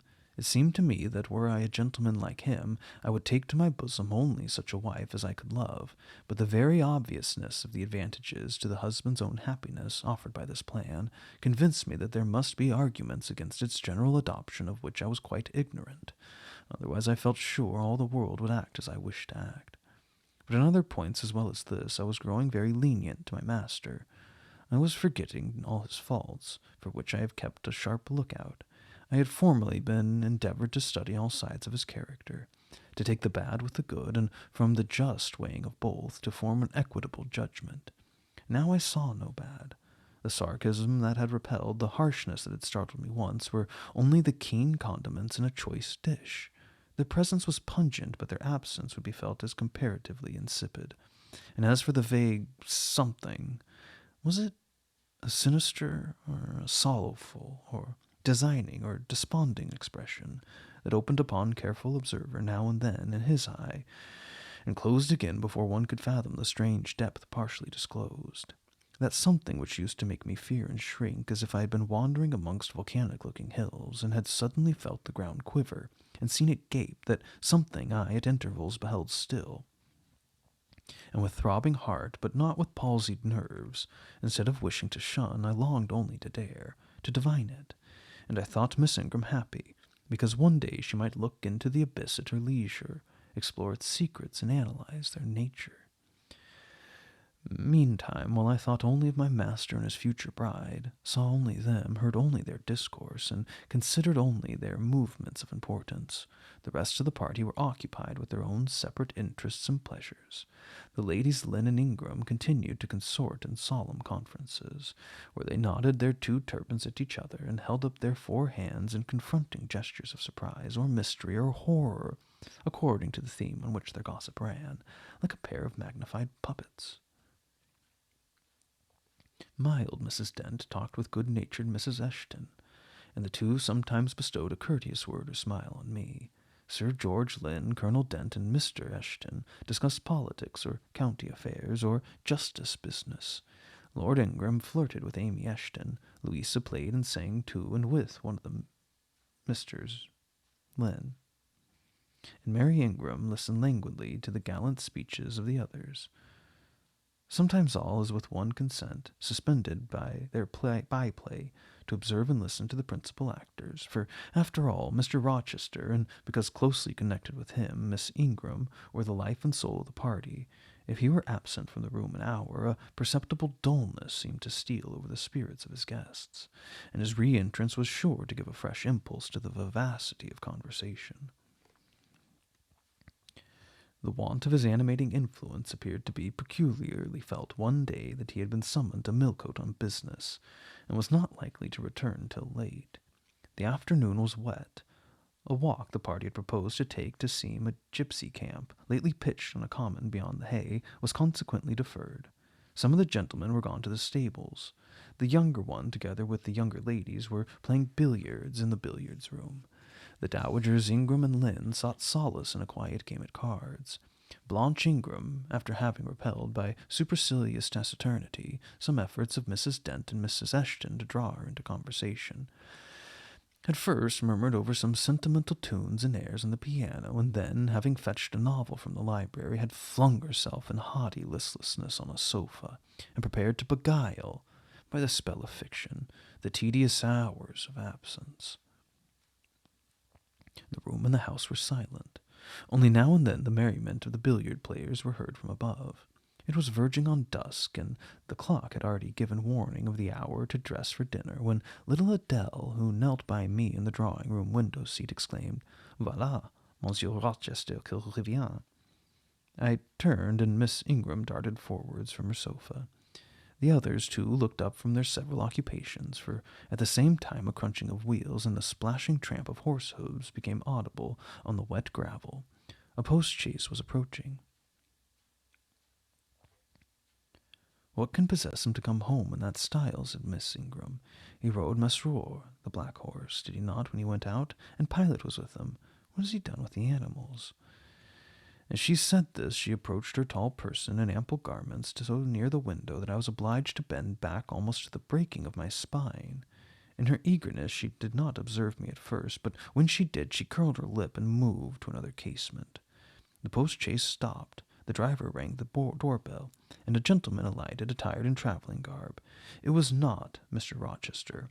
It was a tall, fashionable-looking man, a stranger.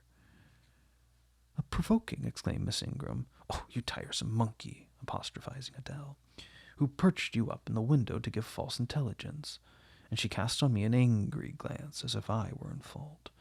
Some parleying in the audible in the hall, and soon the newcomer entered. He bowed to Lady Ingram, as deeming her the eldest lady present.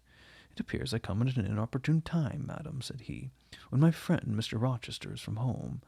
But I arrive from a very long journey, and I think I may presume so far an old and intimate acquaintance as to instil myself here till he returns." His manner was polite. His accent in speaking struck me as being somewhat unusual. Not precisely foreign, but still not altogether English. His age might be about Mr. Rochester's, between 30 and 40. His complexion was singularly sallow. Otherwise he was a fine-looking man, at first sight especially. On closer examination you detected something in his face that displeased, or rather that failed to please. His features were regular, but too relaxed. His eye was large and well cut, but the life looking out of it was tame, vacant life. At least I thought so. The sound of the dressing bell dispersed the party. It was not till after dinner that I saw him again. He then seemed quite at ease, but I liked his physiognomy even less than before. It struck me as being at the same time unsettled and inanimate. His eye wandered and had no meaning in its wandering. This gave him an odd look, such as I never remember to have seen. For a handsome and not an unamiable-looking man, he repelled me exceedingly. There's no power in that smooth-skinned face of a full oval shape, no firmness in that aquiline nose. and small cherry mouth. There was no thought on the low, even forehead, no command in that blank brown eye. As I sat in my usual nook and looked at him with the light of the girandoles and the mantelpiece beaming full over him, for he occupied an armchair, drawn close to the fire, and kept shrinking still nearer, as if he were cold, I compared him with Mr. Rochester. I think, with deference be it spoken, the contrast could not be much greater between a sleek gander and a fierce falcon, between a meek sheep and a rough-coated, keen-eyed dog, its guardian. He had spoken of Mr. Rochester as an old friend. A curious friendship theirs must have been, a pointed illustration indeed of the old adage that extremes meet. 2 or 3 of the gentlemen sat near him, and I caught at times scraps of their conversation across the room. At first I couldn't make much sense of what I heard, for the discourse of Louisa Eshton and Mary Ingram, who sat nearer to me, confused the fragmentary sentences that reached me at intervals. These last were discussing the stranger. They both called him a beautiful man.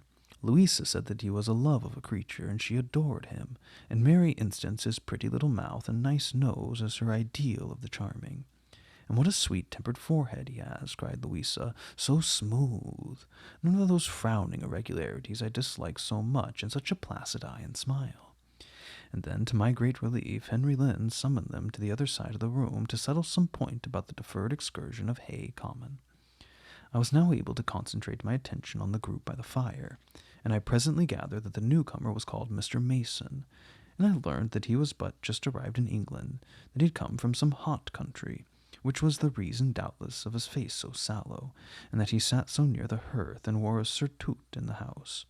Presently the words Jamaica, Kingston, Spanish Town indicated the West Indies as his residence, and it was with little surprise I gathered, ere long, that he had there first seen and become acquainted with Mr. Rochester. He spoke of his friend's dislike of the burning heats, the hurricanes, the rainy seasons of that region. I knew Mr. Rochester had been a traveler. Mrs. Fairfax had said so, but I thought the continent of Europe was bounded as wanderings.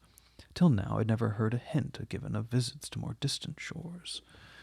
I was pondering these things when an incident, and a somewhat unexpected one, broke the thread of my musings. Mr. Mason, shivering as someone chanced to open the door, asked for more coal to be put on the fire, which had burnt out its flame, though its mass of cinders still shone hot and red. The footman who brought the coal, and going out, stopped near Mr. Eshton's chair, and said something to him in a low voice, of which I only heard the words, "Old woman, quite troublesome." "Tell her she shall be put in the stocks if she doesn't take herself off," replied the magistrate. "No, stop," interrupted Colonel Dent. "Don't send her away, Eshton. We might turn the thing to account. Better consult the ladies." And speaking aloud, he continued, "Ladies, you talked of going to Hay Common to visit the gypsy camp. Sam here says that one of the old Mother Bunches is in the servants' hall at the moment, and insists on being brought in before the quality to tell their fortunes. Would you like to see her?" "Surely, Colonel," cried Lady Ingram, "you would not encourage such a low impostor. Dismiss her by all means at once." "Oh, but I cannot persuade her to go away, my lady," said the footman, "nor can any of the servants. Mrs. Fairfax is with her just now, entreating her to be gone, but she has taken a chair in the chimney-corner, and says nothing shall stir her from it till she gets leave to come in here." "What does she want?" asked Mrs. Eshton. "To tell the gentry their fortunes, she says, ma'am, and she swears she must and will do it." "What's she like?" inquired Mrs. Eshton in a breath. "Oh, a shockingly ugly old creature, miss, almost as black as a crock." "Why, she's a real sorceress," cried Frederick Lynn. "Let us have her in, of course." "To be sure," rejoined his brother. "It would be 1,000 pities to throw away such a chance of fun." "My dear boys, what are you thinking about?" exclaimed Lady Lynn. "I cannot possibly countenance any such inconsistent proceedings," chimed the Dowager Ingram. "Indeed, mamma, but you can, and will," pronounced the haughty voice of Blanche as she turned round on the piano-stool, where till now she sat silent, apparently examining sundry sheets of music. "I have the curiosity to hear my fortune told. Therefore, Sam, order the beldame forward. My darling Blanche, recollect—" "I do. I recollect all you can suggest, and I must have my will. Quick, Sam!" Yes, yes, yes," cried all the juveniles, both ladies and gentlemen. "Let her come. Oh, it'll be excellent sport." The footman still lingered. "Oh, she looks such a rough one," said he. "Go!" ejaculated Miss Ingram, and the man went. Excitement instantly seized the whole party. A running fire of raillery and jests was proceeding when Sam returned. "She won't come now," said he. "She says it's not her mission to appear before the vulgar herd. Them's her words. I must show her into a room by herself, and then those who wish to consult her must go one by one." "You see now, my queenly Blanche," began Lady Ingram, "she encroaches. Be advised, my angel girl, and show her into the library, of course," cut in the angel girl. "It's not my mission to listen to her before the vulgar herd, either. I mean to have her all to myself. Is there a fire in the library?" "Yes, ma'am, but she looks such a tinkler." "Cease the chatter, blockhead, and do my bidding." Again Sam vanished, and mystery, animation, expectation rose to full flow once more. "She's ready now," said the footman as he reappeared. "She wishes to know who will be her visitor." "I think I'd better just look in upon her before any of the ladies go," said Colonel Dent. "Tell her, Sam, a gentleman is coming." She went and returned. "She says, sir, that she'll have no gentlemen. They need not trouble themselves to come near her, nor," he added with difficulty suppressing a titter, "any ladies either. Oh, except the young and single." "Oh, by Jove, she has taste!" exclaimed Henry Lynn.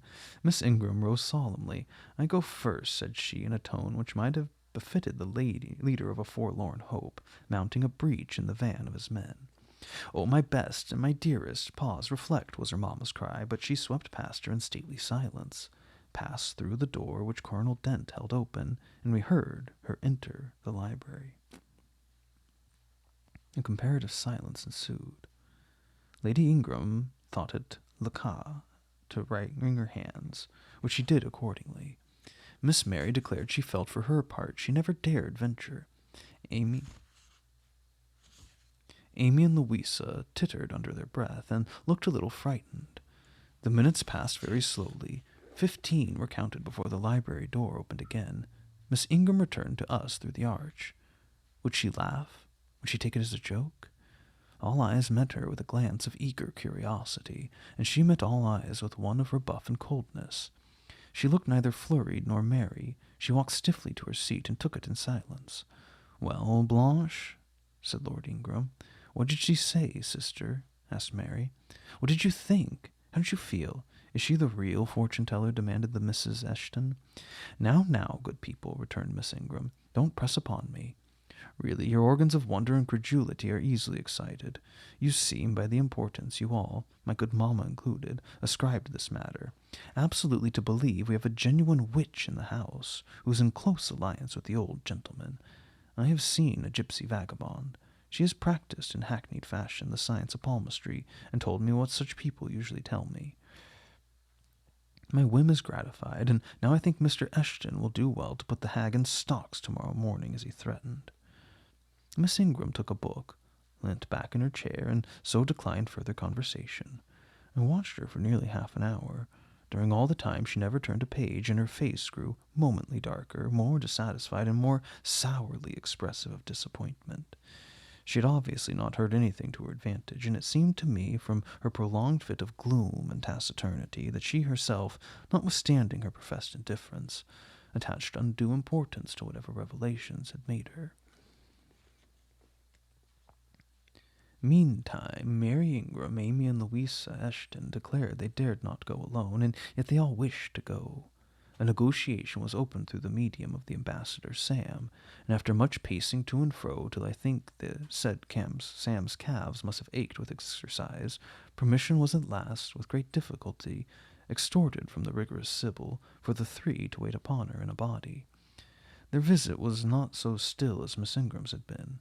We heard hysterical giggling and little shrieks proceeding from the library, and at the end of about 20 minutes they burst the door open and came running across the hall as if they were half scared out of their wits. "I'm sure she is something not right," they cried, one and all. "She told us such things. She knows all about us." And they sank breathless into the various seats the gentlemen hastened to bring them. Pressed for further explanation, they declared she had told them of things they had said and done when they were mere children, described books and ornaments they had in their boudoirs at home, keepsakes that different relations had presented to them. They affirmed that she had even divined their thoughts, and had whispered in the ear of each the name of the person she liked best in the world, and informed them of what they most wished for. Here the gentleman interposed with earnest petitions to be further enlightened on these two last-named points, but they only got blushes, ejaculations, tremors, and titters in return for their importunity. The matrons meantime offered vinaigrettes and wheeled fans, and again reiterated the expression of their concern that their warning had not been taken in time. And the elder gentlemen laughed, and the younger urged their services on the agitated fair ones.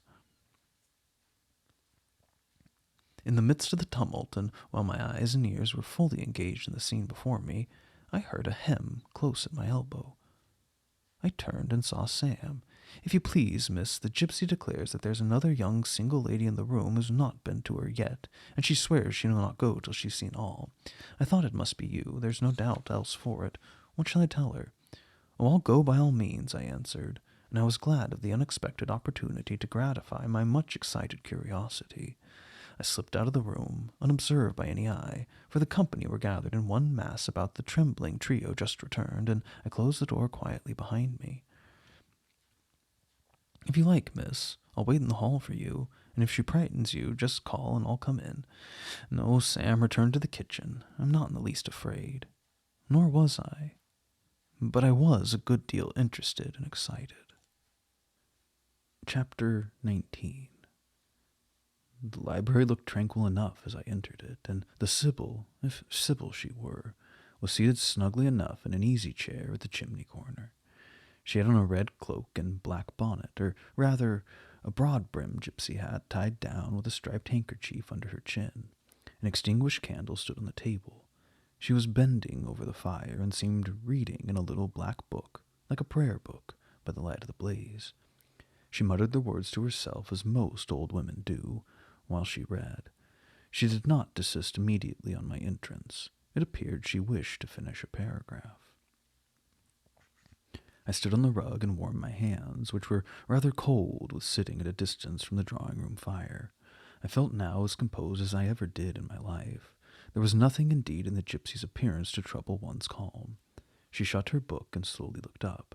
Her hat brim partially shaded her face, yet I could see as she raised it that it was a strange one. It looked all brown and black. Elf locks bristled out from beneath a white band which passed under her chin, and came half over her cheeks, or rather jaws. Her eye confronted me at once with a bold and direct gaze. "Well, and you want your fortune told?" she said in a voice as decided as her glance, as harsh as her features. "I don't care about it, Mother. You may please yourself, but I ought to warn you. I have no faith."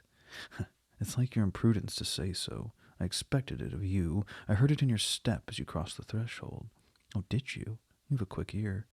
"I have, and a quick eye, and a quick brain." "You need them all in your trade."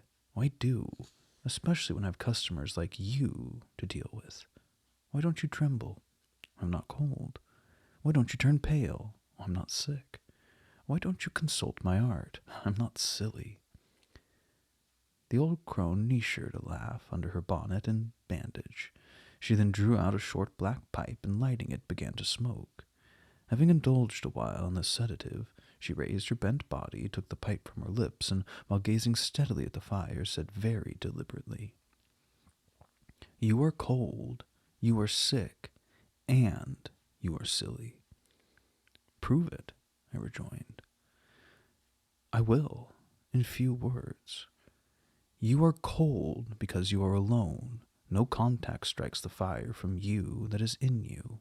You are sick because the best of feelings, the highest and sweetest given to man, keeps far away from you. You are silly because, suffer as you may, you will not beckon it to approach, nor will you stir one step to meet it where it waits you." Again she put her short black pipe to her lips and renewed her smoking with vigor. You might say all that to almost anyone who you knew lived a solitary dependent in a great house. I might say it to almost anyone, but would it be true of almost anyone? What in my circumstances? Yes, just so, in your circumstances. But find me another precisely placed as you are. It would be easy to find you thousands. You could scarcely find me one. If you knew it, you are peculiarly situated. Very near happiness, yes, within reach of it. The materials are all prepared, there only wants a movement to combine them. Chance laid them somewhat apart. Let them be once approached, and bliss results. I don't understand enigmas. I never could guess a riddle in my life. If you wish me to speak more plainly, show me your palm. And I must cross it with silver, I suppose. Oh, to be sure. I gave her a shilling. She put it into an old stocking foot, which she took out of her pocket, and having tied it round and returned it, she told me to hold my hand. I did. She approached her face to the palm and poured over it without touching it. Oh, it's too fine, said she. I can make nothing of such a hand as that, almost without lines. Besides, what's in a palm? Destiny's not written there. Oh, I believe you, said I. No, she continued. It's in the face, on the forehead, about the eyes, and in the eyes themselves, in the lines of the mouth. Kneel and lift up your head. Ah, now you're coming to reality, I said, as I obeyed her. I shall begin to put some faith in you presently. I knelt within half a yard of her. She stirred the fire so that a ripple of light broke from the disturbed coal. The glare, however, as she sat, only threw her face into deeper shadow. Mine it illumined. I wonder with what feelings you came to me tonight, she said, when she had examined me a while. I wonder what thoughts are busy in your heart during all the hours you sit in yonder room, with the fine people flitting before you like shapes in a magic lantern, just as little sympathetic communion passing between you and them, as if they were really mere shadows of human forms, and not the actual substance. I feel tired often, sleepy sometimes, but seldom sad. Ah, then you have some secret hope to buoy you up and please you with whispers of the future? Not I. The utmost I hope is to save money enough of my earnings to set up a school some day in a little house rented by myself. A mean nutriment for the spirit to exist on, and sitting in that window seat, you see I know your habits. You've learned them from the servants. You think yourself sharp. Well, perhaps I have. To speak truth, I have an acquaintance with one of them, Mrs. Poole. I started to my feet when I heard the name. You have you, thought I. There is diablerie in this business after all, then. Don't be alarmed, continued the strange being. She's a safe hand, is Mrs. Poole, close and quiet. Anyone may repose confidence in her, but, as I was saying, sitting in that window seat, do you think of nothing but your future school? Have you no present interest in any of the company who occupy the sofas and chairs before you? Is there not one face you study, one figure whose movements you follow with, at least, curiosity? I like to observe all the faces and all the figures. But you never single one out from the rest? Or may it be two? I do frequently, when the gestures or looks of a pair seem telling a tale. Oh, it amuses me to watch them. What tale do you like best to hear? Oh, I have not much choice. They generally run on the same thing, courtship, and promise to end in the same catastrophe, marriage. Do you like that monotonous theme? Positively, I don't care about it. It's nothing to me. Nothing to you. When a lady, young and full of life and health, charming with beauty and endowed with the gifts of rank and fortune, sits and smiles in the eyes of a gentleman, you— what? You know, perhaps, think well of. I don't know the gentlemen here. I've scarcely interchanged a syllable with one of them, and as to thinking well of them, I consider some respectable and stately and middle-aged, and others young, dashing, handsome, and lively, but certainly they are all at liberty to be the recipients of whose smiles they please, without my feeling disposed to consider the transaction of any moment to me. You don't know the gentlemen here? You've not exchanged a syllable with one of them? Will you say that of the master of the house? Well, he's not at home. A profound remark. A most ingenious quibble. He went to Millcote this morning and will be back here tonight or tomorrow. Does that circumstance exclude him from the list of your acquaintance? Blot him, as it were, out of existence? No, but I can scarcely see what Mr. Rochester has to do with the theme you introduced. I was talking of ladies smiling in the eyes of gentlemen, and of late so many smiles have been shed into Mr. Rochester's eyes that they overflow like 2 cups filled above the brim. Have you never remarked that? Mr. Rochester has a right to enjoy the society of his guests. No question about his right, but have you never observed that of all the tales told here about matrimony, Mr. Rochester's been favored with the most lively and the most continuous? The eagerness of a listener quickens the tongue of a narrator, I said, this rather to myself than the gypsy, whose strange talk, voice, manner had by this time wrapped me in a kind of dream. One unexpected sentence came from her lips after another, till I got involved in a web of mystification, and wondered what unseen spirit had been sitting for weeks by my heart, watching its workings, and taking record of every pulse. Eagerness of a listener, repeated she. Yes. Mr. Rochester has sat by the hour, his ear inclined to the fascinating lips that took such delight in their task of communicating, and Mr. Rochester so willing to receive and look so grateful for the pastime given him. You've noticed this? Grateful? I cannot remember detecting gratitude in his face. Detecting? You analyzed, then, and what did you detect if not gratitude? I said nothing. You have seen love, have you not? And looking forward, you have seen him married and beheld his bride happy? Not exactly. Your witch's skill is rather a fault sometimes. What the devil have you seen, then? Well, never mind. I came here to inquire, not to confess. Is it known that Mr. Rochester is to be married? Yes, and to the beautiful Miss Ingram. Shortly? Appearances would warrant that conclusion, and no doubt, though with an audacity that wants chastising out of you, you seem to question it, they will be a superlatively happy pair. He must love such a handsome, noble, witty, accomplished lady, and probably she loves him, or if not his person, at least his purse.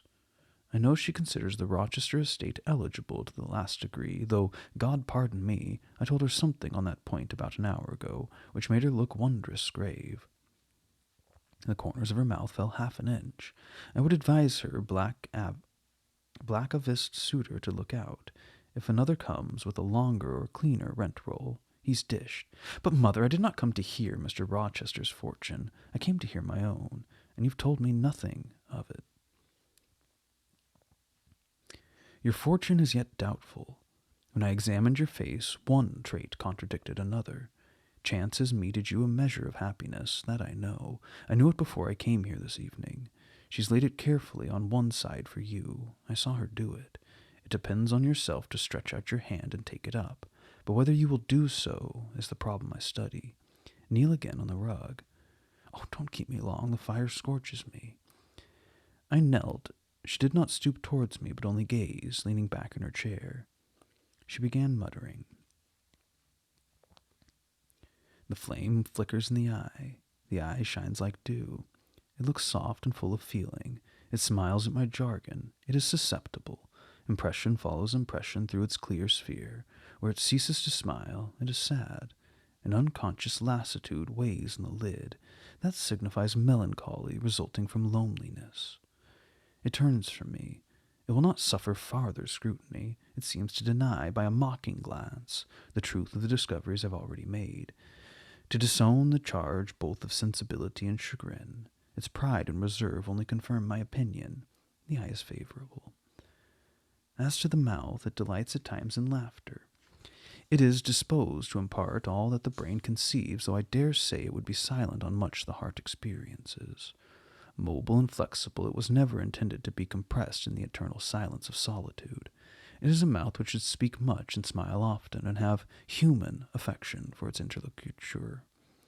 That feature, too, is propitious.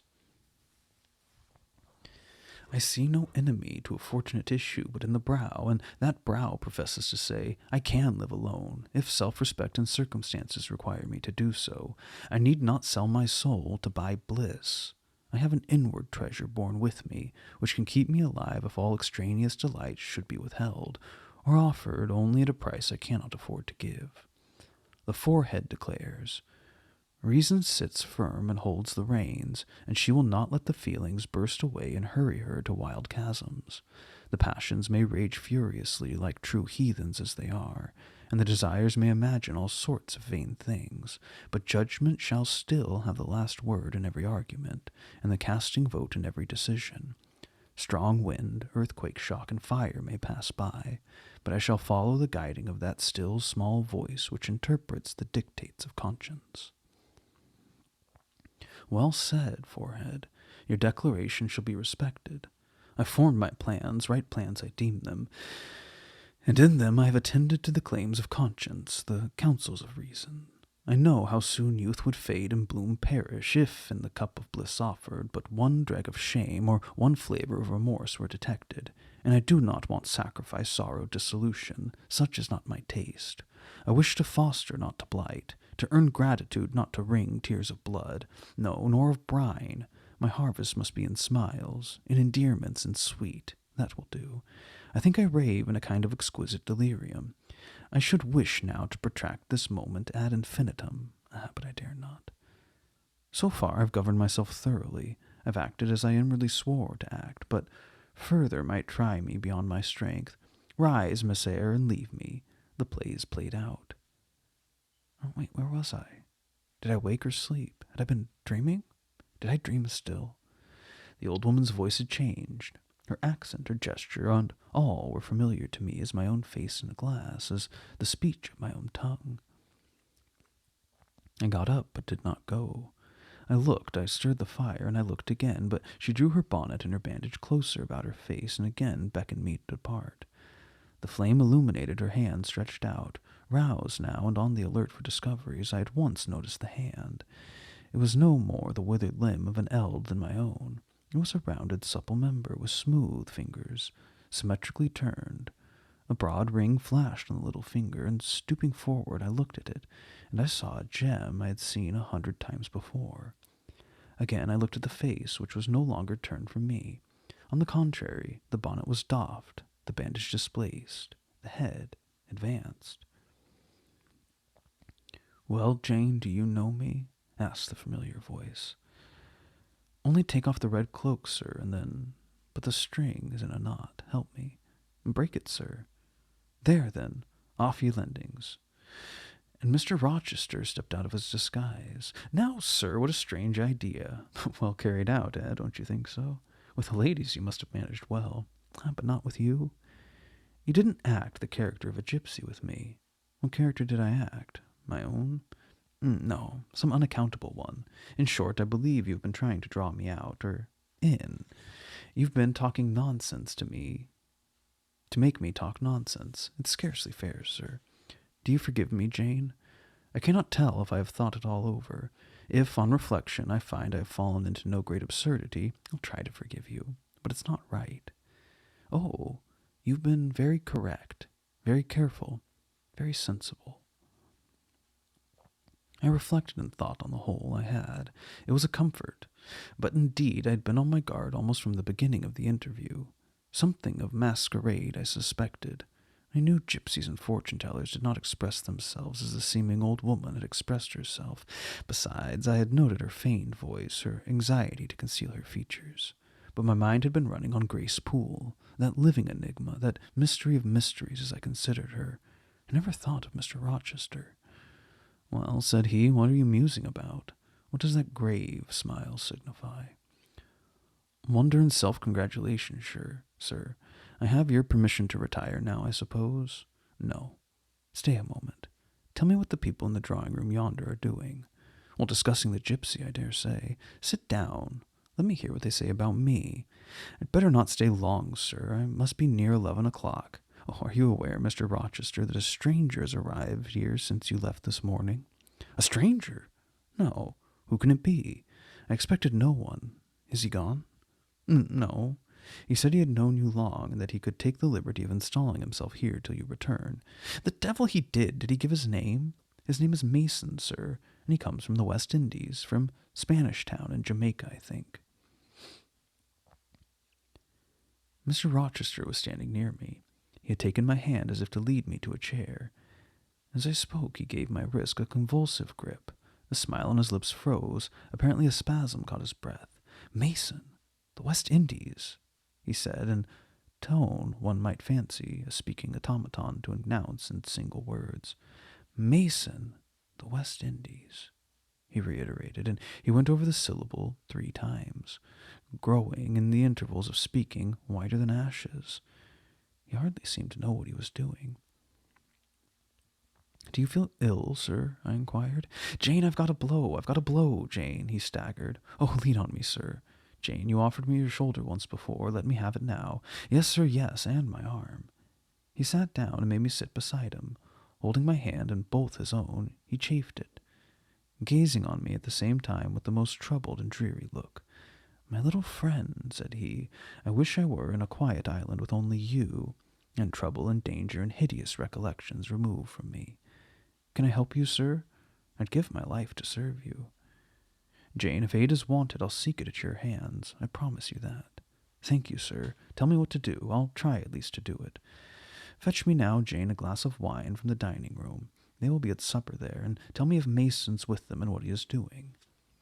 I went and found all the party in the dining room at supper. As Mr. Rochester had said, they were not seated at table. The supper was arranged on the sideboard. Each had taken what he chose, and they stood about here and there in groups, their plates and glasses in their hands. Everyone seemed in high glee. Laughter and conversation were general and animated. Mr. Mason stood near the fire, talking to Colonel and Mrs. Dent, and appeared as merry as any of them. I filled a wine-glass. I saw Miss Ingram watch me frowningly as I did so.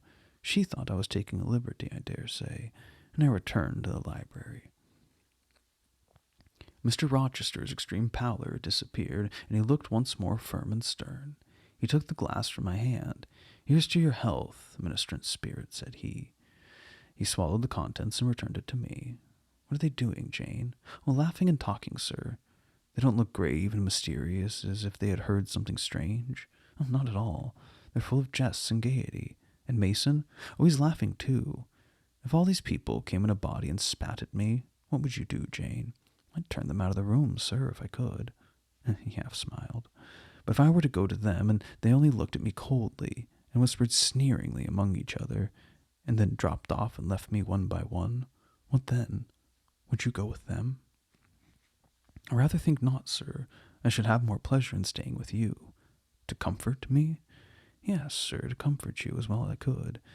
And if they laid you under a ban for adhering to me, I probably should know nothing about their ban, and if I did, I should care nothing about it. Then you could dare censure for my sake? I could dare it for the sake of any friend who deserved my adherence, as you, I am sure, do. Go back now into the room. Step quietly up to Mason and whisper in his ear that Mr. Rochester has come and wishes to see him. Show him in here, and then leave me." "Yes, sir." I did his behest. The company all stared at me as I passed straight among them. I sought Mr. Mason, delivered the message, and preceded him from the room. I ushered him into the library, and then I went upstairs. At a late hour, after I had been in bed some time, I heard the visitors repair to their chambers. I distinguished Mr. Rochester's voice and heard him say, "This way, Mason. This is your room." He spoke cheerfully. The gay tone set my heart at ease. I was soon asleep. Chapter 20. I had forgotten to draw my curtain, which I usually did, and also to let down my window blind. The consequence was that when the moon, which was full and bright, for the night was fine, came in her course to that space in the sky opposite my casement and looked in at me through the unveiled panes, her glorious gaze roused me. Awaking in the dead of night, I opened my eyes on her disk, silver-white and crystal clear. It was beautiful, but too solemn. I half rose and stretched my arm to draw the curtain. Good God! What a cry! The night, its silence, its rest, was rent in twain by a savage, a sharp, a shrilly sound that ran from end to end of Thornfield Hall. My pulse stopped.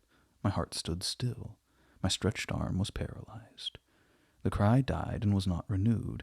Indeed, whatever being uttered that fearful shriek could not soon repeat it.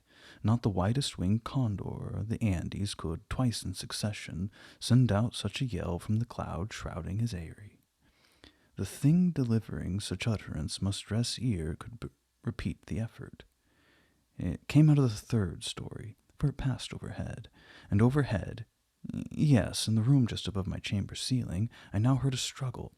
A deadly one, it seemed, from the noise, and a half-smothered voice shouted, "Help, help, help," 3 times, rapidly. Will no one come? It cried, and then, while the staggering and stamping went on wildly, I distinguished through plank and plaster, Rochester, Rochester, for God's sake come. A chamber door opened, someone ran or rushed along the gallery. Another step stamped on the flooring above, and something fell. There was silence. I put on some clothes, though horror shook all my limbs. I issued from my apartment. The sleepers were all aroused. Ejaculations, terrified murmurs sounded in every room. Door after door unclosed. One looked out and another looked out. The gallery filled. Gentlemen and ladies alike had quitted their beds, and, "Oh, what is it? Who's hurt? What's happened? Fetch a light. Is it fire? Are there robbers? Where shall we run?" was demanded, confusedly, on all hands. But for the moonlight they would have been in complete darkness. They ran to and fro, they crowded together, some sobbed, some stumbled. The confusion was inextricable. "Where the devil's Rochester?" cried Colonel Dent. "I cannot find him in his bed." "Here, here," was shouted in return. "Be composed, all of you. I'm coming." And the door at the end of the gallery opened, and Mr. Rochester advanced with a candle. He had just descended from the upper story. One of the ladies ran to him directly. She seized his arm. It was Miss Ingram.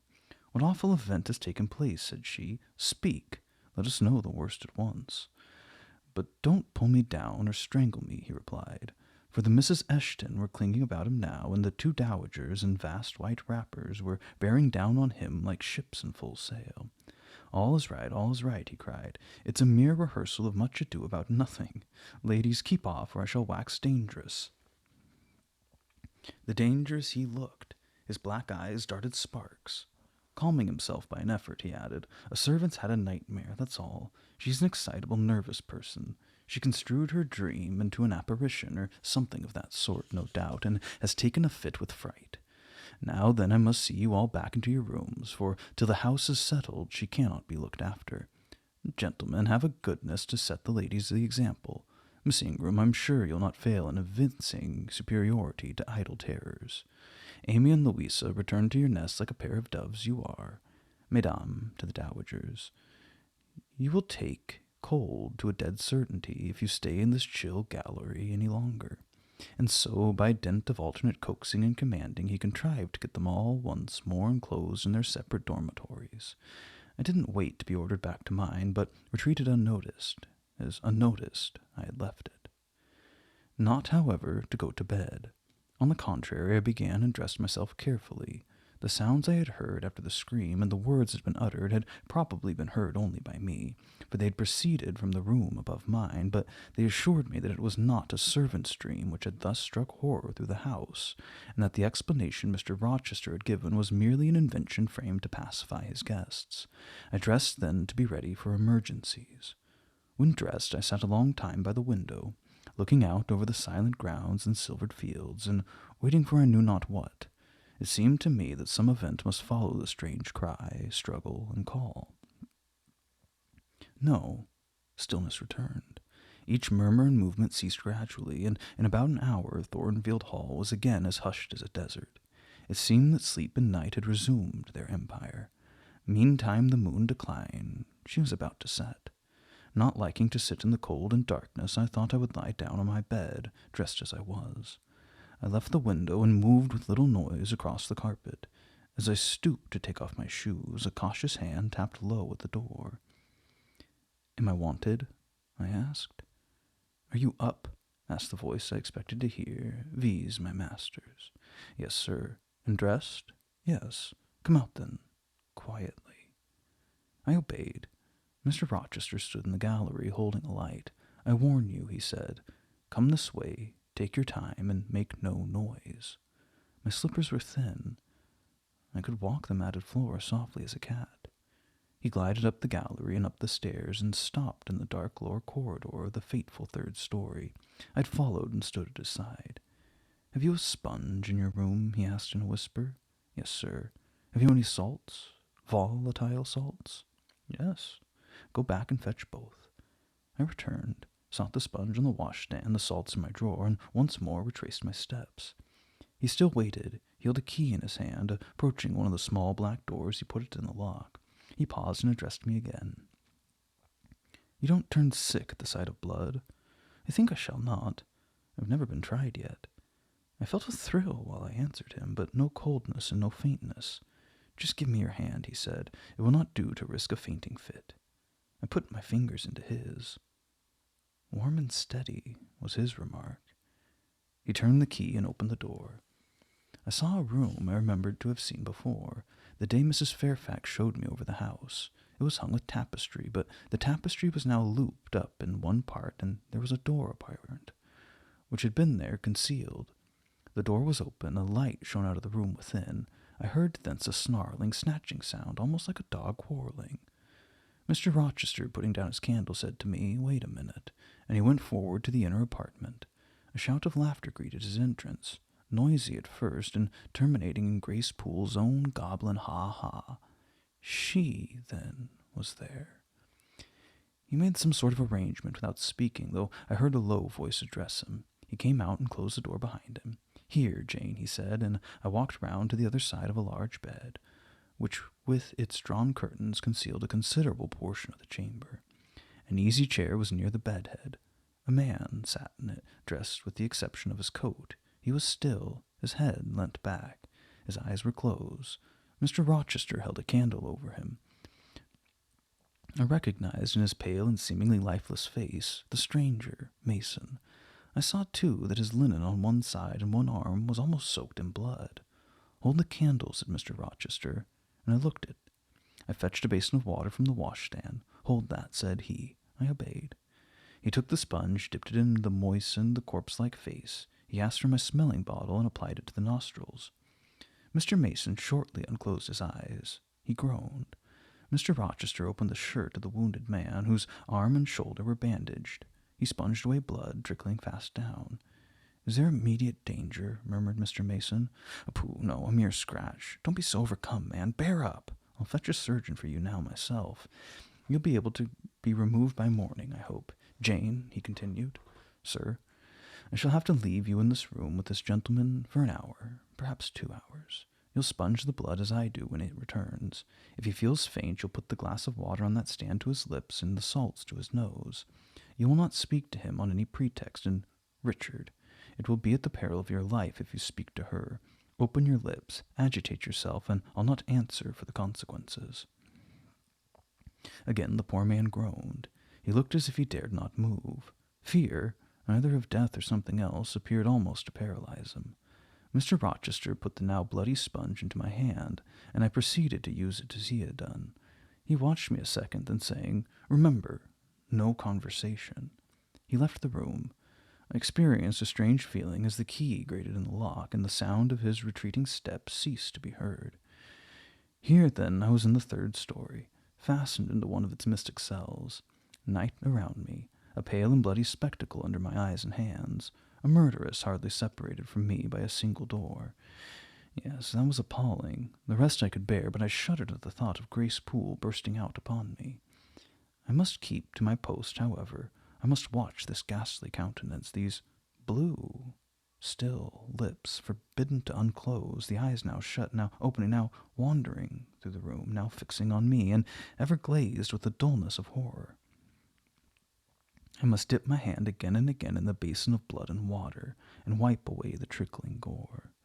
I must see the light of the unsnuffed candle wane on my employment, the shadows darken on the wrought antique tapestry round me, and grow black under the hangings of the vast old bed, and quiver strangely over the doors of a great cabinet opposite, whose front, divided into 12 panels, bore a grim design, the heads of the 12 apostles, each enclosed in its separate panel as in a frame, while above them at the top rose an ebon crucifix and a dying Christ.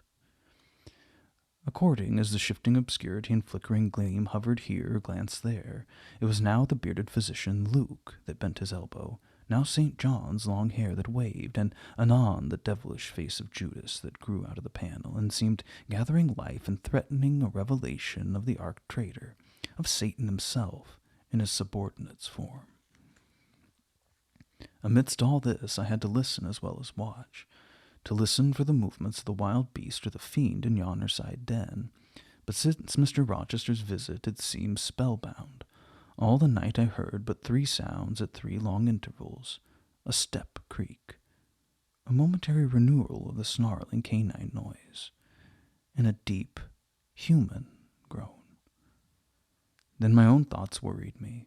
What crime was this that lived incarnate in the sequestered mansion, and could neither be expelled nor subdued by the owner? What mystery that broke out, now in fire and now in blood, at the deadest hours of night? What creature was it that, masked in an ordinary woman's face and shape, uttered the voice, now of a mocking demon, and anon of a carrion-seeking prey-bird? And this man I bent over, this commonplace, quiet stranger, how had he become involved in the web of horror, and why had the fury flown at him? What made him seek this quarter of the house at an untimely season, when he should have been asleep in bed? I had heard Mr. Rochester assign him an apartment below. What brought him here? And why now was he so tame under the violence or treachery done him? Why did he so quietly submit to the concealment Mr. Rochester enforced? Well, why did Mr. Rochester enforce his concealment? His guest had been outraged, his own life on a former occasion had been hideously plotted against, and both attempts he smothered in secrecy and sank in oblivion.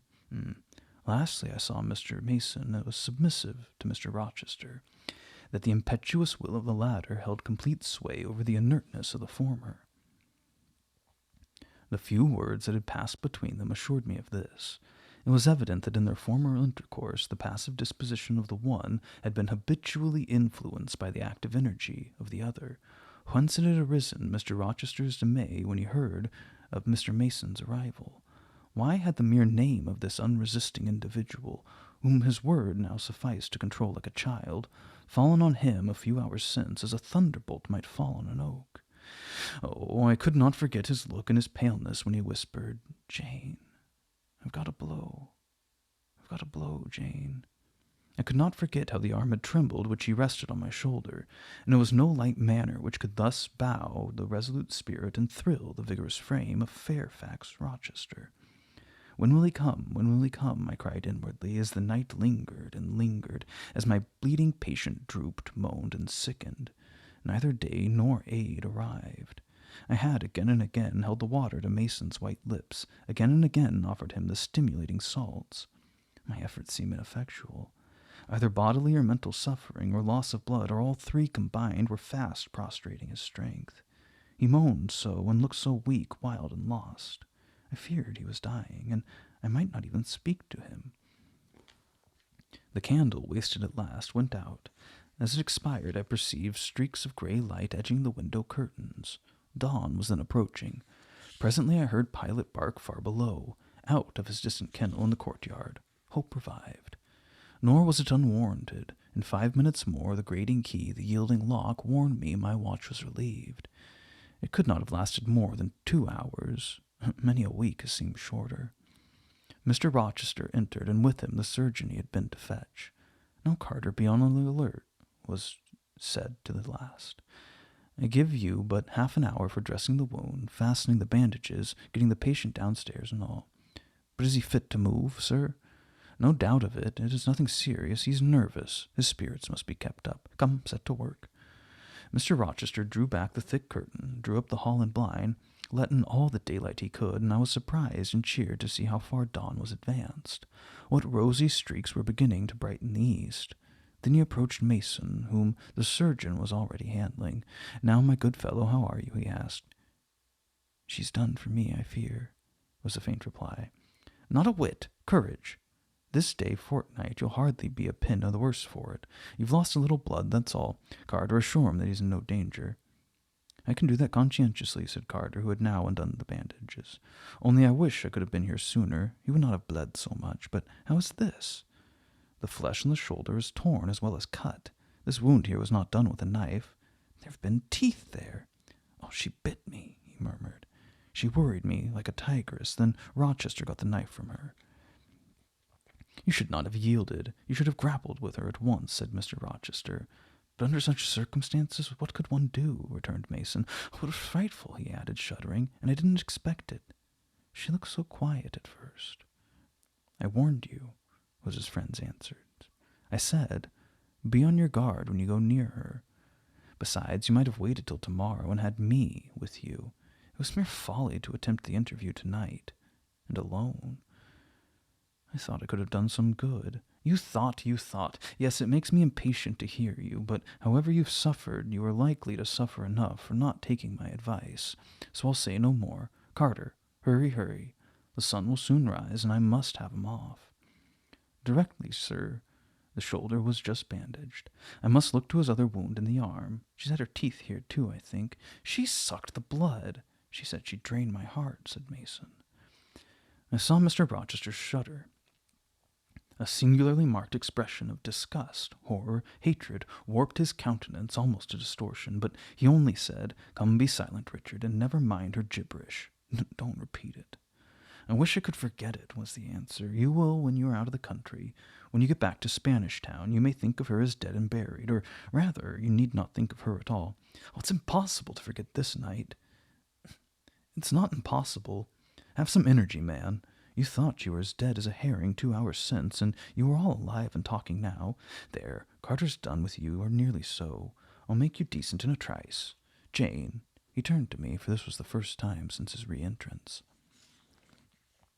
"Take this key, go down into my bedroom, and walk straight forward into my dressing room. Open the top drawer of the wardrobe, and take out a clean shirt and neck handkerchief. Bring them here, and be nimble." I went, sought the repository he had mentioned, found the articles named, and returned with them. "Now," said he, "go to the other side of the bed while I order his toilet. But don't leave the room. You may be wanted again." I retired as directed. "Was anybody stirring below when you went down?" Jane inquired Mr. Rochester presently. "No, sir, all was very still." "Well, she'll get you off cannily, Dick. And it will be better both for your sake and for that of the poor creature in yonder. I've striven long to avoid exposure, and I should not like it to come at last.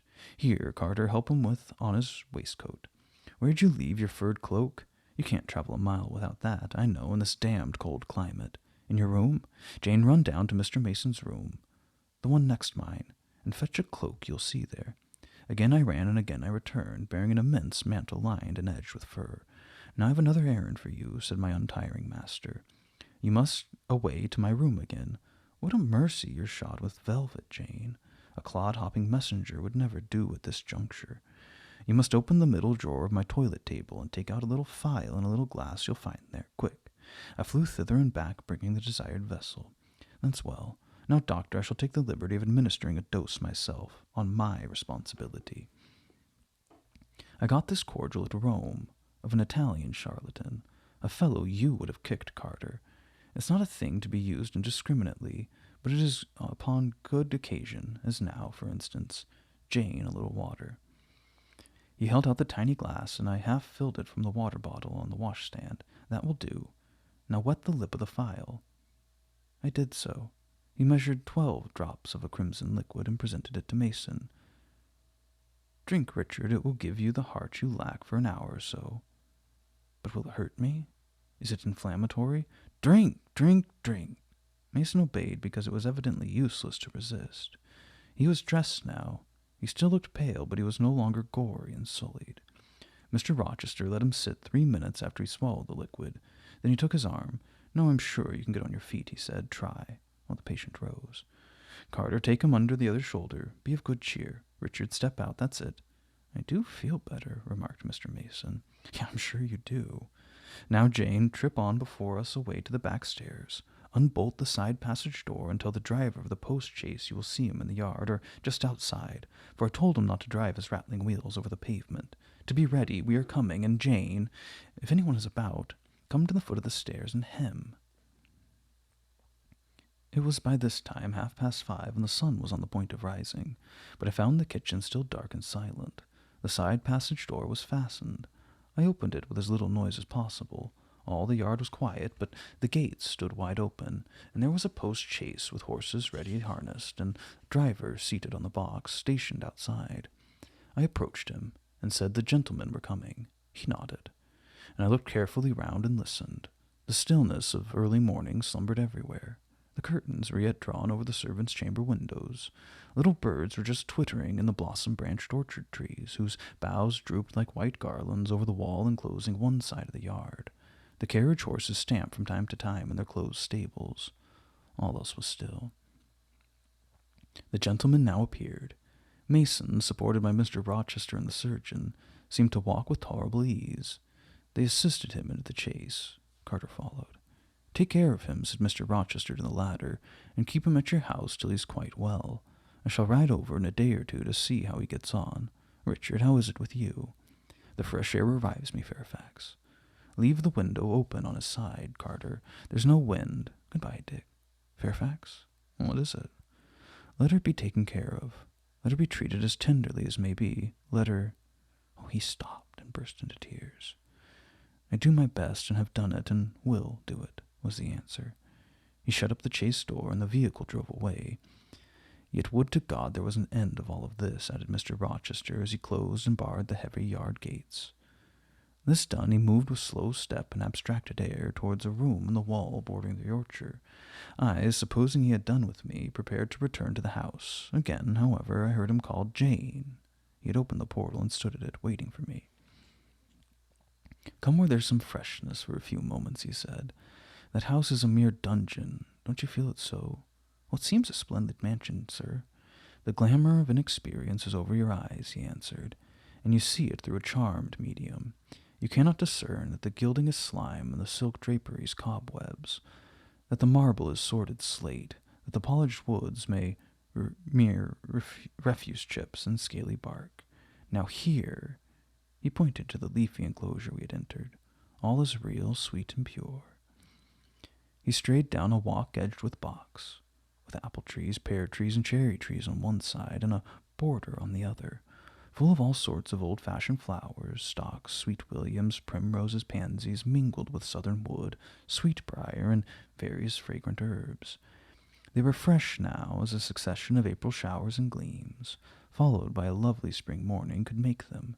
The sun was just entering the dappled east, and his light illumined the wreathed and dewy orchards, and shone down the quiet walks under them. "Jane, will you have a flower?" He gathered a half-blown rose, the first of the bush, and offered it to me. "Well, thank you, sir." "Do you like the sunrise, Jane? That sky with its high and light clouds, which are sure to melt away as the day waxes warm, this placid and balmy atmosphere?" "I do, very much." "You've passed a strange night, Jane." "Oh, yes, sir." "It's made you look pale. Were you afraid when I left you alone with Mason?" "I was afraid of someone coming out of the inner room, but I'd fastened the door. I had the key in my pocket. I should have been a careless shepherd if I had left a lamb, oh, my pet lamb, so near a wolf's den, unguarded. You are safe." "Will Grace Poole live here still, sir?" "Oh, yes, don't trouble your head about her. Put the thing out of your thoughts. Yet it seems to me her life's hardly secure while she stays. Never fear, I'll take care of myself." "Is the danger you apprehended last night gone by now, sir?" "I cannot vouch for that till Mason's out of England, nor even then. To live for me, Jane, is to stand on a cratered crust which may crack and spew fire any day." "But Mr. Mason seems a man easily led. Your influence, sir, is evidently potent with him. Will never set you at defiance or willfully injure you." "Oh, no, Mason will not defy me, nor knowing it will he hurt me, but unintentionally he might in a moment, by one careless word, deprive me, if not of life, yet forever of happiness. Tell him to be cautious, sir. Let him know what you fear, and show him how to avert the danger." He laughed sardonically, hastily took my hand, and as hastily threw it from him. If I could do that, simpleton, where would the danger be? Annihilated in a moment. Ever since I've known Mason, I've had only to say to him, "Do that," and the thing's been done. But I cannot give him orders in this case, and I cannot say, "Beware of harming me, Richard," for it's imperative that I should keep him ignorant that harm to me is possible. Oh, now you look puzzled, and I'll puzzle you further. You're my little friend, are you not? Oh, I like to serve you, sir, and to obey all in you that is right. "Precisely, I see you do. I see genuine contentment in your gait and mien, your eye and face, when you're helping me and pleasing me, working for me and with me in, as you characteristically say, all that is right. For if I bid you do what you thought wrong, there would be no light-footed running, no neat-handed alacrity, no lively glance and animated complexion. My friend would then turn to me, quiet and pale, and would say, 'No, sir, that's impossible. I cannot do it because it's wrong.' And you would become immutable as fixed star. Well, you too have power over me and may injure me, yet I dare not show you where I'm vulnerable, lest, faithful and friendly as you are, you should transfix me at once. If you have no more to fear from Mason than you have from me, sir, you are very safe. Oh, God grant it may be so. Here, Jane is an arbor. Let's sit down. The arbor was an arch in the wall, lined with ivy. It contained a rustic seat. Mr. Rochester took it, leaving room, however, for me, but I stood before him. Sit, he said. The bench is long enough for two. You don't hesitate to take a place at my side, do you? Is that wrong, Jane? I answered him by assuming it. To refuse would, I felt, have been unwise. Now, my little friend, while the sun drinks the dew, while the flowers in this old garden awake and expand, and the birds fetch their young ones' breakfast out of the thornfield, and the early bees do their first spell of work, I'll put a case to you, which you must endeavor to suppose your own. But first look at me, and tell me you're at ease, and not fearing that I err in detaining you, or that you err in staying. No, sir, I'm content. Well then, Jane, call aid to your fancy. Suppose you were no longer a girl well-reeled and disciplined, but a wild boy indulged from childhood upwards. Imagine yourself in remote foreign land. Conceive that you there commit a capital error, no matter of what nature or from what motives, but one whose consequences must follow you through life and taint all your existence. Mind, I don't say Chapter 21. Presentiments are strange things, and so are sympathies, and so are signs, and the three combined make one mystery to which humanity has not yet found the key. I never laughed at presentiments in my life, because I've had strange ones of my own. Sympathies, I believe, exist, for instance, between far-distant, long-absent, wholly estranged relatives, asserting, notwithstanding their alienation, the unity of the source to which each traces his origin, whose workings baffle mortal comprehension, and signs, for aught we know, may be but the sympathies of nature within man. When I was a little girl, only 6 years old, I one night heard Bessie Leaven say to Martha Abbott that she had been dreaming about a little child, and that to dream of children was a sure sign of trouble, either to oneself or one's kin. The saying might have worn out in my memory, had not a circumstance immediately followed which served indelibly to fix it there. The next day Bessie was sent for home to the deathbed of her little sister. Of late I had often recalled this saying and this incident, for during the past week scarcely a night had gone over my couch that had not brought with it a dream of an infant, which I sometimes hushed in my arms, sometimes dandled on my knee, sometimes watched playing with daisies on the lawn, or again dabbling its hands in running water.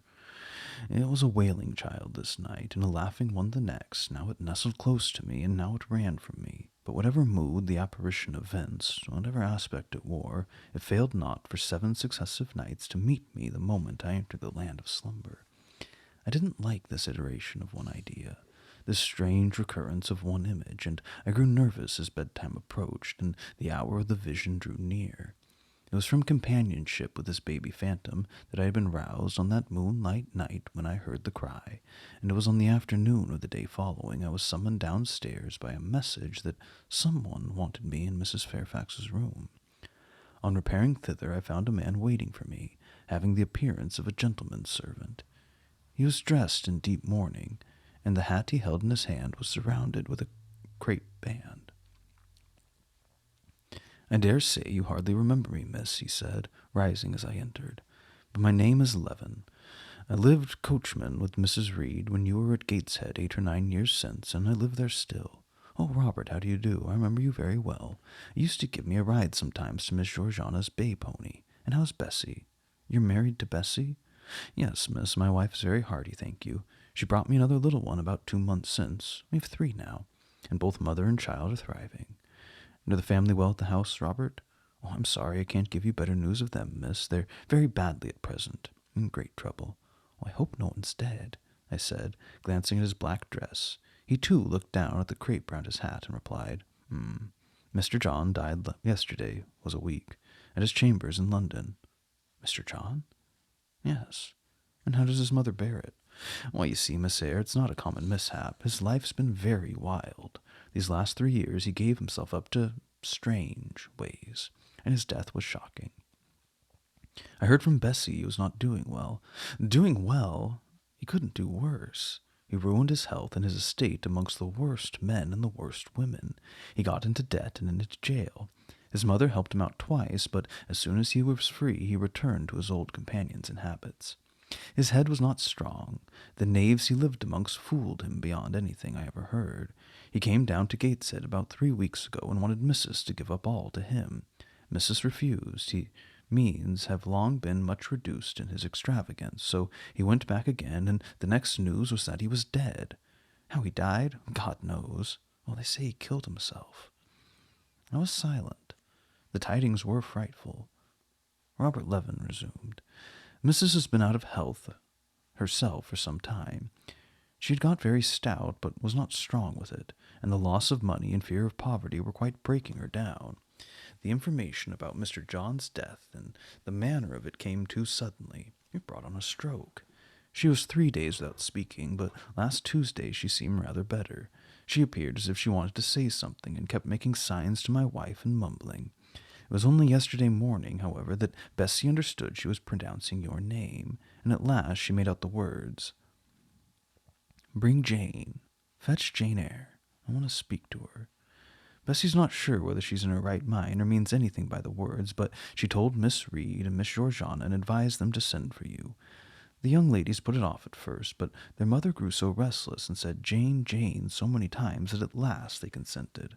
I left Gateshead yesterday, and if you can get ready, miss, I shall like to take you back with me early tomorrow morning. Yes, Robert, I shall be ready. It seems to me that I ought to go. I think so too, miss. Bessie said she was sure you would not refuse, but I suppose you'll have to ask leave before you can get off? Yes, and I will do it now. And having directed him to the servants' hall and recommended him to the care of John's wife and the attentions of John himself, I went in search of Mr. Rochester. He was not in any of the lower rooms. He was not in the yard, the stables, nor the grounds.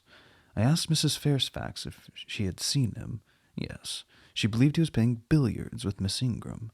To the billiards room I hastened. The click of the balls and the hum of voices resounded thence. Mr. Rochester, Miss Ingram, and 2 Mrs. Eshton and their admirers were all busied in the game. It required some courage to disturb so interesting a party. My errand, however, was one I could not defer, so I approached the master where he stood at Miss Ingram's side. She turned as I drew near and looked at me haughtily.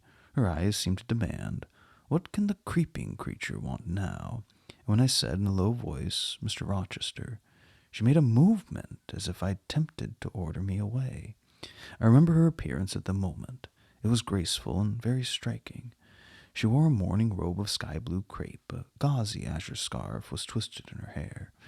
She had been all animation with the game, and irritated pride did not lower the expression of her haughty lineaments. "Does that person want you?" she inquired of Mr. Rochester. And Mr. Rochester turned to see who the person was. He made a curious grimace, one of his strange and equivocal demonstrations, threw down his cue, and followed me from the room.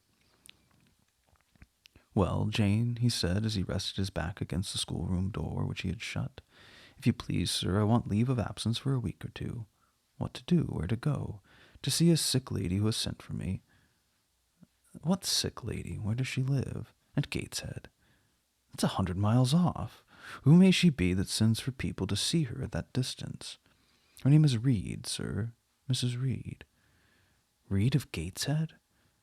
"There was a Reed of Gateshead, a magistrate. It's his widow, sir." "And what have you to do with her? How do you know her?" "Mr. Reed was my uncle, my mother's brother." "The deuce he was! You never told me that before. You always said you had no relations." "None that would own me, sir. Mr. Reed is dead, and his wife cast me off." "Why?" "Because I was poor and burdensome, and she disliked me." "But Reed left children? You must have cousins." "Sir George Lynn was talking of a Reed of Gateshead yesterday, who, he said, was one of the veriest rascals on town, and Ingram was mentioning a Georgiana Reed of the same place, who was much admired for her beauty a season or 2 ago, in London. John Reed is dead too, sir. He ruined himself and half ruined his family, and is supposed to have committed suicide. The news so shocked his mother that it brought on an apoplectic attack. And what good can you do her? Nonsense, Jane. I would never think of running 100 miles to see an old lady who will, perhaps, be dead before you reach her. Besides, you say she cast you off. Yes, sir, but that's long ago, and when her circumstances were very different. It could not be easy to neglect her wishes now. How long will you stay? Well, as short a time as possible, sir. Promise me only to stay a week. I'd better not pass my word. I might be obliged to break it. At all events, you will come back. You'll not be induced under any pretext to take up a permanent residence with her. Oh, no, I shall certainly return if all be well. And who goes with you? You don't travel 100 miles alone. No, sir, she was sent her coachman. A person to be trusted? Yes, sir, has lived with family 10 years. Mr. Rochester meditated. When do you wish to go? Early tomorrow morning, sir. Well, you must have some money. You can't travel without money, and I dare say you have not much. I have given you no salary yet. How much have you in the world, Jane? He asked, smiling. I drew out my purse, a meagre thing it was. 5 shillings, sir. He took the purse, poured the hoard into his palm, and chuckled over it, as if its scantiness pleased him. Soon he produced his pocket-book. Here, said he, offering me a note. It was £50, and he owed me but 15. I told him I had no change. I don't want change, you know that. Take your wages. I declined accepting more than was my due. He scowled at first, and then, as if recollecting something, he said, right. Better not give you all now. You would perhaps stay away 3 months if you had £50. There are 10. Is it not plenty? Yes, sir, but now you owe me 5. Come back for it, then. I'm your banker for £40. Mr. Rochester, I may as well mention another matter of business to you while I have the opportunity. Matter of business? I'm curious to hear it. You have as good as informed me, sir, that you're going shortly to be married. Yeah, what then? In that case, sir, Adele ought to go to school. I'm sure you'll perceive the necessity of it. To get her out of my bride's way, who might otherwise walk over her rather too emphatically. There's sense in the suggestion, no doubt of it. Adele, as you say, must go to school, and you, of course, must march straight to the devil? Oh, I hope not, sir, but I must seek another situation somewhere. Of course, he exclaimed, with a twang of voice and a distortion of features equally fantastic and ludicrous. He looked at me some minutes. And old Madam Reed, or the missus, her daughters, will be solicited by you to seek a place, I suppose? No, sir, I'm not on such terms with my relatives as would justify me in asking favors of them, but I shall advertise. You'll walk up the pyramids of Egypt, he growled. At your peril you advertise. I wish I had only offered you a sovereign instead of £10. Give me back £9, Jane. I've a use for it. So have I, sir, I returned, pointing my hands and purse behind me. I could not spare the money on any account. Refusing me a pecuniary request, give me £5, Jane. Not 5 shillings, sir, nor 5 pence. Just let me look at the cash. No, sir, you're not to be trusted. Jane! Sir? Oh, promise me one thing. I'll promise you anything, sir, that I'm likely to perform. Do not advertise. And to trust this quest of a situation to me, I'll find you one in time. I shall be glad to do so, sir, if you, in your turn, will promise that I and Adele shall both be safe out of the house before your bride enters it. Very well, very well. I'll pledge my word on it. You go tomorrow, then? Yes, sir, early. Shall you come down to the drawing-room after dinner? No, sir, I must prepare for the journey. Then you and I must bid good-bye for a little while? I suppose so, sir. And how do people perform the ceremony of parting, Jane? Teach me, I'm not quite up to it. They say, farewell, or any other form they prefer. Then say it. Farewell, Mr. Rochester, for the present. And what must I say? The same, if you like it, sir. Farewell, Miss Eyre, for the present. Is that all? Yes. It seems stingy to my notions, and dry and unfriendly. I should like something else, a little addition to the rite. If one shook hands, for instance, but no, that wouldn't content me either. So you'll do no more than say farewell, Jane? It's enough, sir. As much goodwill may be conveyed in one hearty word as in many. Very likely, but it's blank and cool. Farewell. How long is he going to stand with his back against that door? I asked myself. I want to commence my packing. The dinner bell rang, and suddenly away he bolted, without another syllable. I saw him no more during the day, and was off before he had risen in the morning. I reached the lodge at Gateshead about 5 o'clock in the afternoon of the 1st of May. I stepped in there before going up to the hall. It was very clean and neat. The ornamental windows were hung with little white curtains. The floor was spotless. The gate and 5 irons were burnished bright, and the fire burnt clear.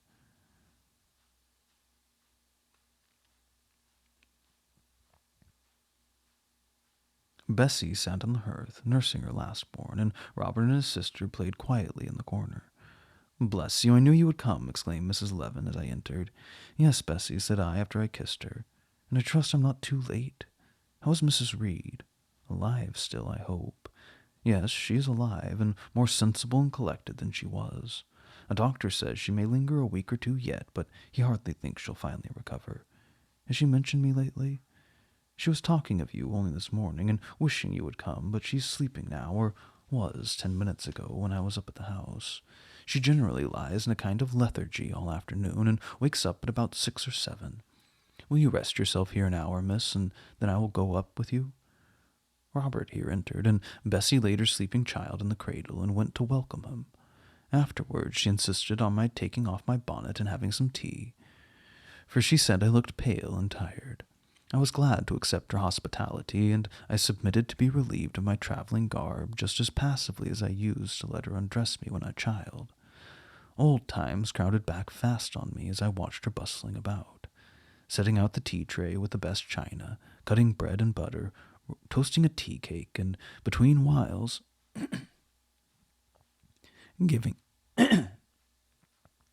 giving little Robert or Jane an occasional tap or push, just as she used to give me on former days. Bessie retained her quick temper as well as her light foot and good looks. Tea ready, I was going to approach the table, but she desired me to sit still, quite in her old peremptory tones. "I must be served at the fireside," she said, and she placed before me a little round stand with my cup and a plate of toast, absolutely as she used to accommodate me with some privately purloined dainty on a nursery chair, and I smiled and obeyed her as in bygone days. She wanted to know if I was happy at Thornfield Hall, and what sort of a person the mistress was.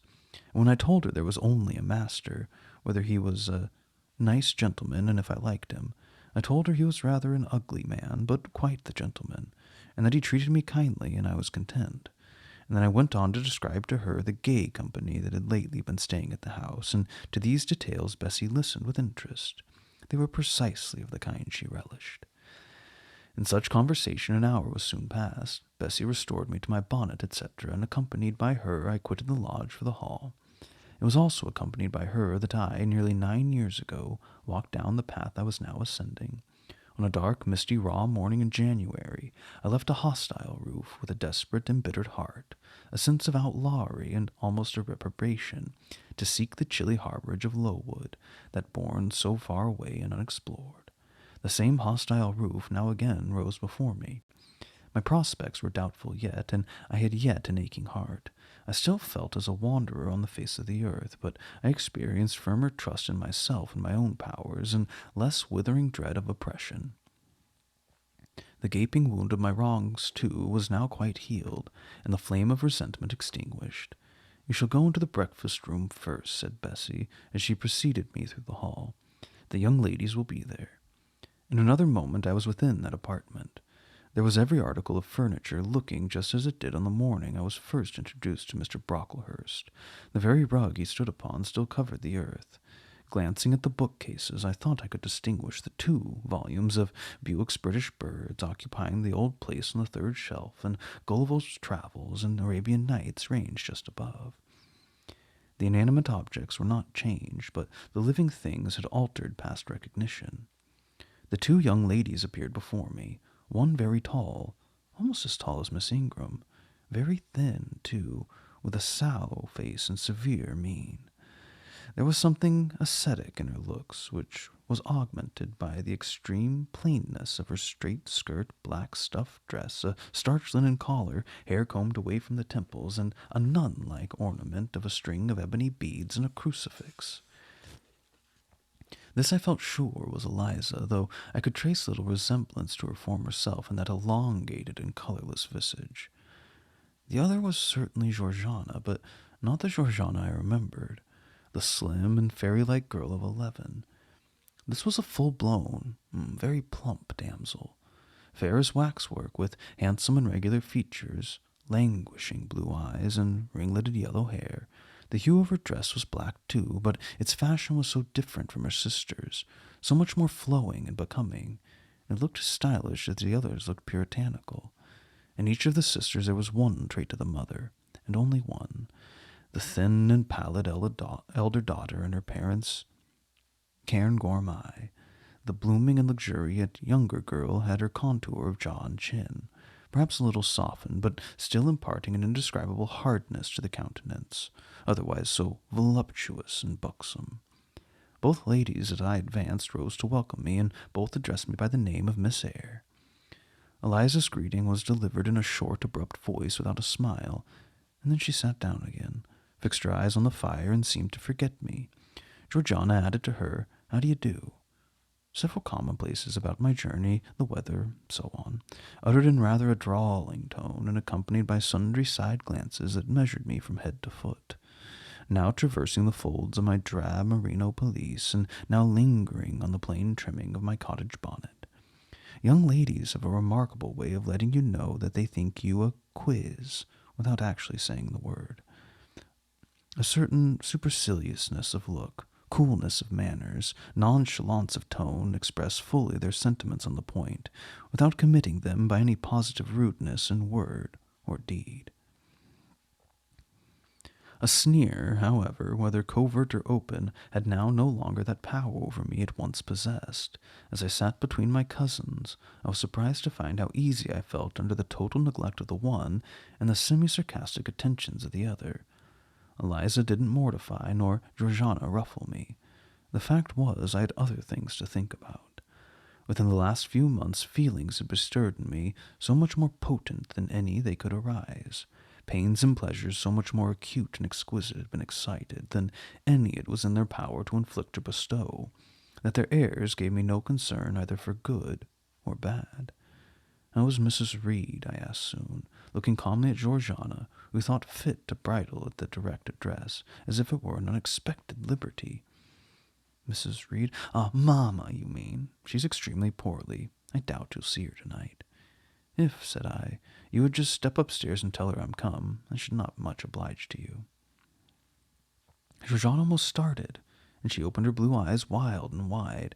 I know she had a particular wish to see me, I added, and I would like not defer attending to her desire longer than is absolutely necessary. Mamma dislikes being disturbed in an evening, remarked Eliza. I soon rose, quietly took off my bonnet and gloves, uninvited, and said I would just step out to Bessie, who was, I dared say, in the kitchen, and ask her to ascertain whether Mrs. Reed was disposed to receive me or not tonight. I went, and having found Bessie and dispatched her on my errand, I proceeded to take further measures. I had heretofore been my habit always to shrink from arrogance. Received as I had been today, I should a year ago have resolved to quit Gateshead the very next morning. Now, it was disclosed to me all at once that would be a foolish plan. I had taken a journey of 100 miles to see my aunt. I must stay with her till she was better, or dead. As to her daughter's pride or folly, I must put it on one side, make myself independent of it. So I addressed the housekeeper, asked her to show me a room, told her I should probably be a visitor here a week or two, and my trunk conveyed to my chamber, and followed it thither myself. I met Bessie on the landing. "Missus is awake," said she. "I've told her you're here. Come and let us see if she will know you." I didn't need to be guided to the well-known room, to which I had so often been summoned for chastisement or reprimand in former days. I hastened from Bessie. I softly opened the door. A shaded light stood on the table, for it was now getting dark. There was the great four-post bed with amber hangings as of old. There the toilet table, the armchair and the footstool, at which I had 100 times been sentenced to kneel to ask pardon for offenses, by me uncommitted. I looked into a certain corner near, half expecting to see a slim outline of a once-dreaded switch, which used to lurk there, waiting to leap out imp-like and lace my quivering palm or shrinking neck. I approached the bed. I opened the curtains and leant over the high-piled pillows. Well, did I remember Mrs. Reed's face? And I eagerly sought the familiar image. It's a happy thing that time quells the longings of vengeance and hushes the promptings of rage and aversion. I left this woman in bitterness and hate. I came back to her now with no other emotion than a sort of ruth for her great sufferings, and a strong yearning to forget and forgive all injuries, to be reconciled and clasp hands in amity. The well-known face was there, stern, relentless as ever. There was that peculiar eye which nothing could melt, and that somewhat raised, imperious, despotic eyebrow. How often had I lowered on me menace and hate, and how the recollection of childhood's terrors and sorrows revived as I traced its harsh lines now. Yet I stooped down and kissed her. Oh, she looked at me. "Is this Jane Eyre?" she said. "Yes, Aunt Reed. How are you, dear aunt?" I had once vowed that I would never call her aunt again. I thought it no sin to forget and break that vow now. My fingers had fastened on her hand which lay outside the sheet, and she pressed mine kindly. I should at that moment have experienced true pleasure, but unimpressionable natures are not so soon softened, nor are natural antipathies so readily eradicated. Mrs. Reed took her hand away, and turning her face rather from me, she remarked that the night was warm. Again she regarded me, so icily. I felt at once that her opinion of me, her feeling towards me, was unchanged and unchangeable. I knew by her stony eye, opaque to tenderness, indissoluble to tears, that she was resolved to consider me bad to the last, because to believe me good would give her no generous pleasure, only a sense of mortification. I felt pain, then I felt ire, then I felt a determination to subdue her, to be her mistress in spite both of her nature and her will. My tears had risen just as in childhood. I ordered them back to their source. I brought a chair to the bedhead. I sat down and leaned over the pillow. "You sent for me," I said, "and I am here, and it is my intention to stay till I see how you get on." "Oh, of course. You've seen my daughters?" "Yes." "Well, you may tell them I wish you to stay till I can talk some things over with you I have on my mind. Tonight it's too late, and I have difficulty in recalling them, but there was something I wished to say. Let me see." The wandering look and changed utterance told what wreck had taken place in her once vigorous frame. Turning restlessly, she drew the bedclothes round her. My elbow, resting on the corner of the quilt, fixed it down. She was once irritated. "Sit up," she said. "Don't annoy me with holding the clothes fast. Are you Jane Eyre?" "Yeah, I am Jane Eyre. I've had much trouble with that child than anyone would believe.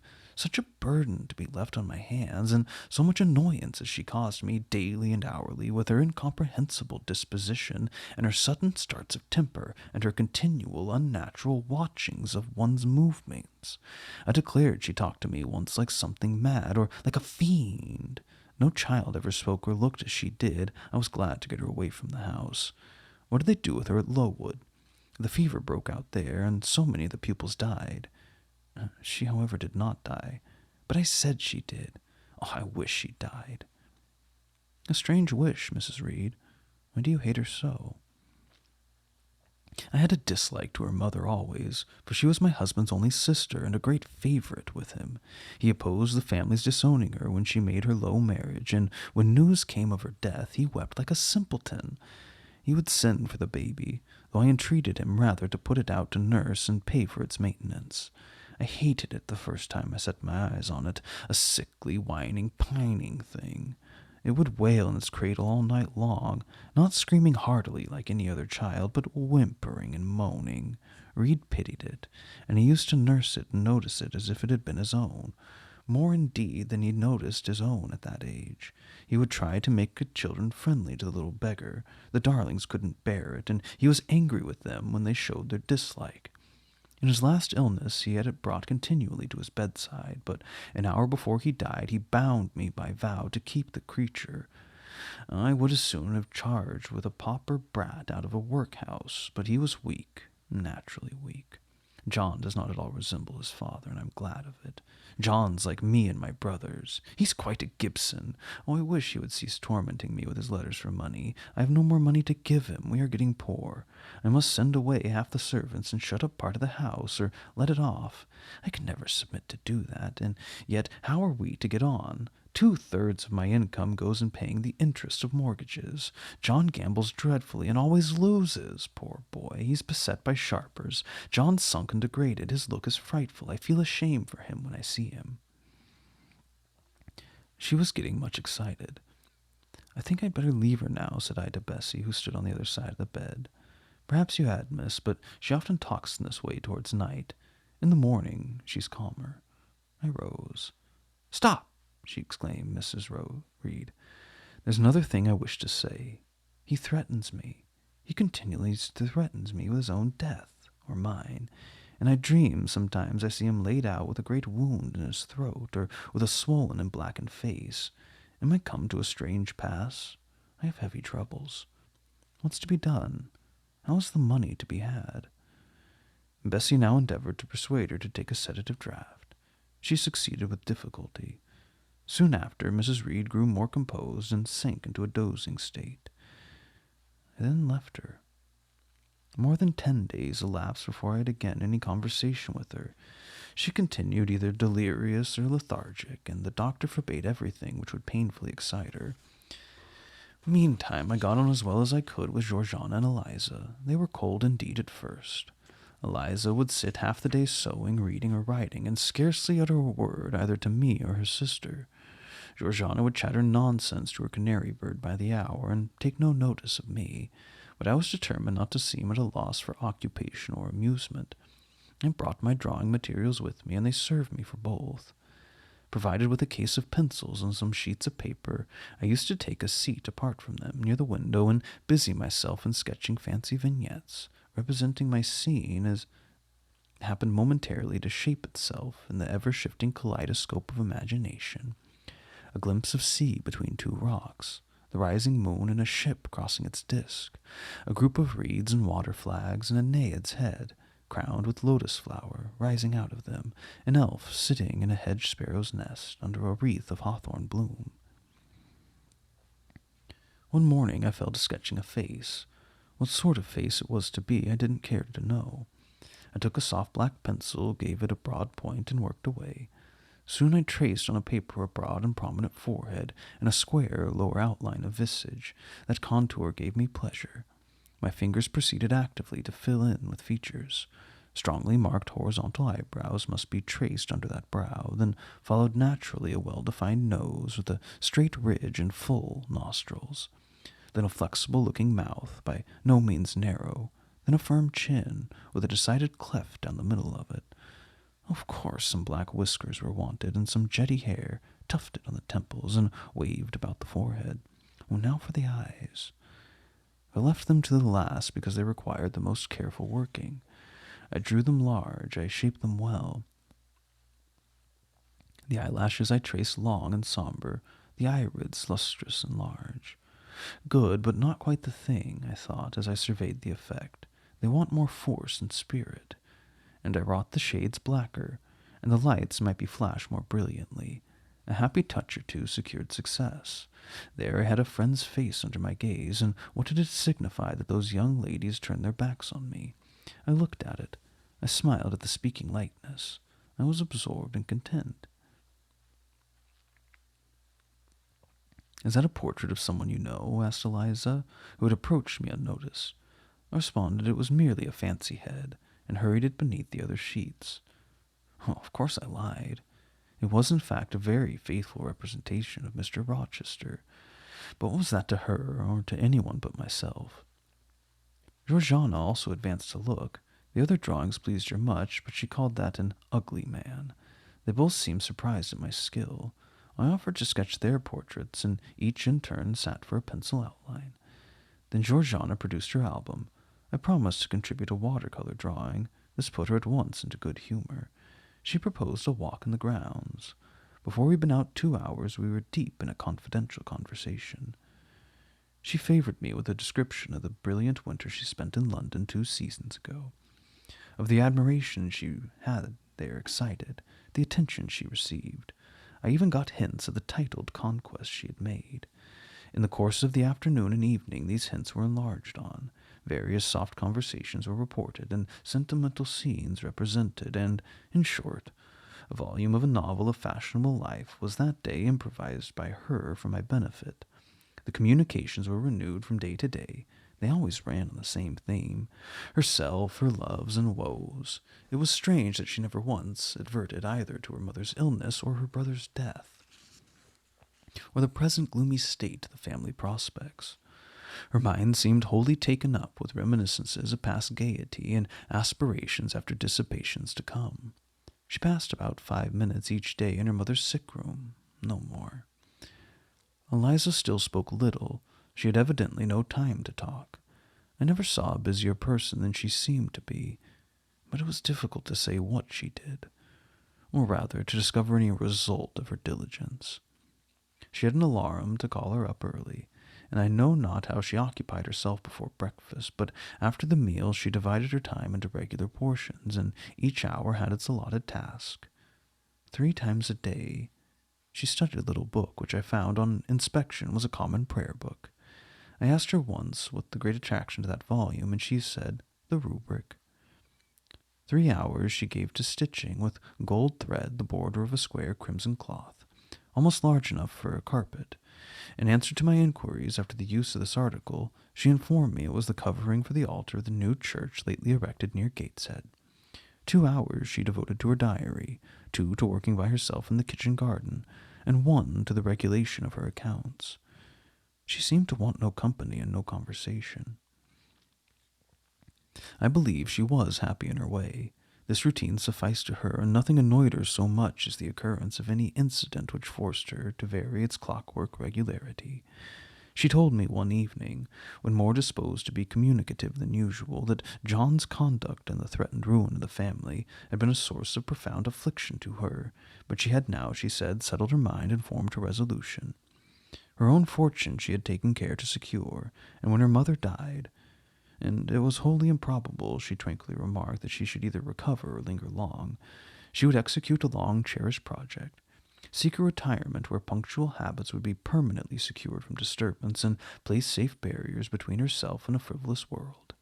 I asked if Georgiana would accompany her. Of course not. Georgiana and she had nothing in common. They never had. She would not be burdened with her society for any consideration. Georgiana should take her own course, she said. Eliza would take hers. Georgiana, when not unburdening her heart to me, spent most of her time lying on the sofa, fretting about the dullness of the house, and wishing over and over again that her Aunt Gibson would send her an invitation up to town. It would be so much better, she said, if she could only get away, out of the way for a month or 2 till all was over. I did not ask what she meant by all being over, but I suppose she referred to the expected decease of her mother and the gloomy sequel of funeral rites. Eliza generally looked no more notice of her sister's indolence and complaints than if no such murmuring, lounging object had been before her. One day, however, as she put away her account-book and unfolded her embroidery, she suddenly took her up thus. Georgiana, a more vain and absurd animal than you was certainly never allowed to cumber the earth. You had no right to be born, for you make no use of life. Instead of living for, in, and with yourself as a reasonable being ought, you seek only to fasten your feebleness on some other person's strength. If no one can be found willing to burden her or himself with such a fat, weak, puffy, useless thing, you cry out that you're ill-treated, neglected, miserable.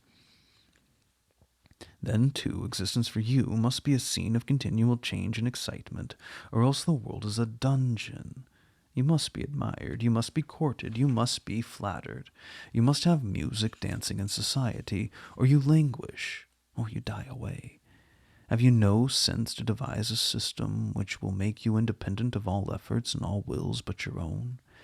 Take one day, share it into sections, To each section apportion its task. Leave no stray unemployed quarters of an hour, 10 minutes, 5 minutes, include all. Do each piece of business in its turn with method, with rigid regularity. The day will close almost before you're aware it's begun, and you are indebted to no one for helping you to get rid of one vacant moment. You've had to seek no one's company, conversation, sympathy, forbearance. You have lived, in short, as an independent being ought to do. Take this advice, the first and last I shall offer you, and then I will not want me or anyone else, happen what may. Neglect it. Go on as heretofore, craving, whining, and idling, and suffer the results of your idiocy, however bad and insufferable they may be. I tell you this plainly, and listen, for though I shall no more repeat what I am about to say, I shall steadily act on it. After my mother's death, I wash my hands of you. From the day her coffin's carried to the vault of Gateshead Church, you and I will be as separate as if we had never known each other. You need not think that because we chance to be born to the same parents, I shall suffer you to fasten me down by even the feeblest claim. I can tell you this. If the whole human race, ourselves excepted, were swept away, and we two stood alone on the earth, I would leave you in the old world, and betake myself to the new. She closed her lips. You might have spared yourself the trouble of delivering that tirade, answered Georgiana.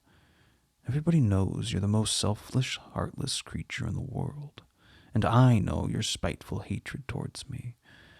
I've had a specimen of it before in the trick you played me about Lord Edwin Vere. You could not bear me to be raised above you, to have a title, to be received into circles where you dare not show your face, and so you acted the spy and informer and ruined my prospects forever. Georgiana took out her handkerchief and blew her nose for an hour afterwards. Eliza sat cold, impassible, and assiduously industrious. True generous feeling is made small account of by some, but here were two natures rendered, the one intolerably acrid, the other despicably savourless for the want of it. Feeling without judgment is a washy draught indeed, but judgment untempered by feeling is too bitter and husky a morsel for human deglutition. It was a wet and windy afternoon. Georgiana had fallen asleep on the sofa over the perusal of a novel. Eliza was gone to attend a Saint's Day service at the new church, for in matters of religion she was a rigid formalist. No weather ever prevented the punctual discharge of what she considered her devotional duties. Fair or foul, she went to church thrice every Sunday, and as often on weekdays as there were prayers. I bethought myself to go upstairs and see how the dying woman sped, who lay there almost unheeded. The very sermons paid her but the remittent attention. The hired nurse, being little looked after, would slip out of the room whenever she could. Bessie was faithful, but she had her own family to mind, and could only come occasionally to the hall. I found the sick room unwatched, as I expected. No nurse was there. The patient lay still and seemingly lethargic, her livid face sunk in the pillows. The fire was dying in the grate. I renewed the fuel, rearranged the bedclothes, gazed a while on her who could now gaze on me, and then I moved away to the window. The rain beat strongly against the panes, the wind blew tempestuously. One lies there, I thought, who will soon be beyond the war of earthly elements. Whither will that spirit, now struggling to quit its material tenement, flit when at length released? In pondering the great mystery, I thought of Helen Burns. I recalled her dying words, her faith, her doctrine of the equality of disembodied souls.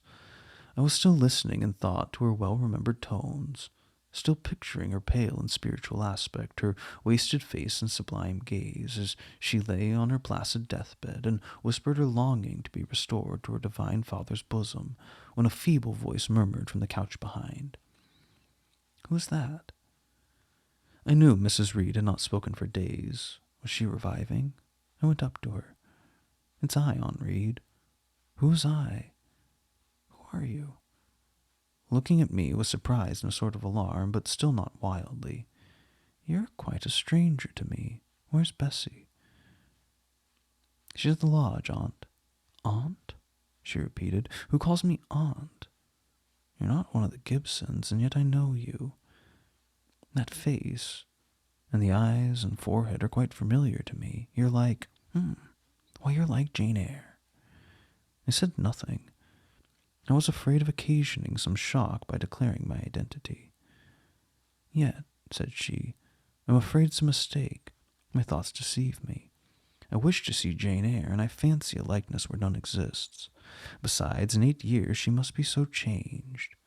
I now gently assured her that I was the person she supposed and desired me to be, and seeing that I was understood, that her senses were quite collected, I explained how Bessie had sent her husband to fetch me from Thornfield. I'm very ill, I know, she said ere long. I was trying to turn myself a few minutes since, and find I cannot move a limb. It is as well I should ease my mind before I die. What we think little of in health burdens us at such an hour as the present is to me. Is the nurse here, or is there no one in the room but you? I assured her we were alone. Well, I've twice done you a wrong which I regret now. One was in breaking the promise which I gave my husband to bring you up as my own child. The other, she stopped. After all, it's of no great importance, perhaps, she murmured to herself. And then I may get better, and to humble myself so to her is painful. She made an effort to alter her position, but failed. Her face changed. She seemed to experience some inward sensation, the precursor, perhaps, of the last pang.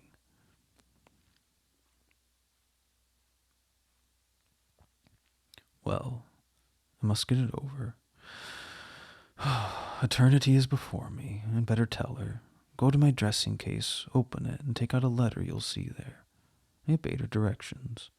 Read the letter, she said. It was short, and thus conceived. Madam, will you have the goodness to send me the address of my niece, Jane Eyre, and to tell me how she is? It's my intention to write shortly and desire her to come to me at Madeira. Providence has blessed my endeavors to secure competency, and as I'm an unmarried and childless, I wish to adopt her during my life and bequeath her at my death, whatever I have left to leave. I am, Madam, etc., etc., John Eyre, Madeira. It was dated 3 years back. Why did I never hear of this, I asked. Because I disliked you too fixedly and thoroughly ever to lend a hand in lifting you to prosperity. I wouldn't forget your conduct to me, Jane, the fury with which you once turned on me, the tone in which you declared you abhorred me, the worst of anybody in the world, the unchildlike look and voice with which you affirmed that the very thought of me made you sick, and asserted that I had treated you with miserable cruelty. I couldn't forget my own sensations when you thus started up and poured out the venom of your mind. I felt fear, as if an animal that I had struck or pushed had looked at me with human eyes and cursed me with a man's voice. Bring me some water. Oh, make haste.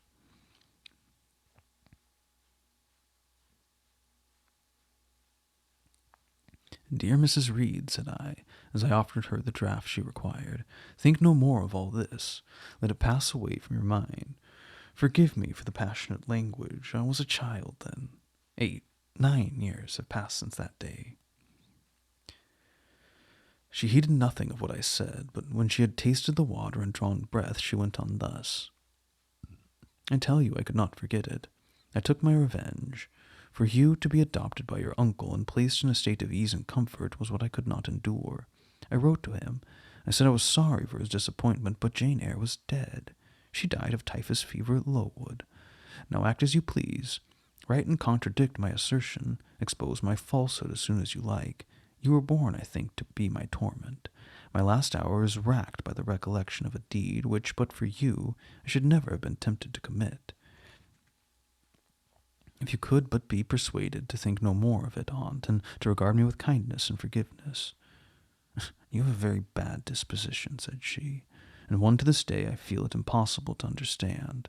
How for 9 years could you be patient and quiescent under any treatment, and in the 10th break all the fire and violence? I can never comprehend. My disposition's not so bad as you think. I'm passionate, but not vindictive.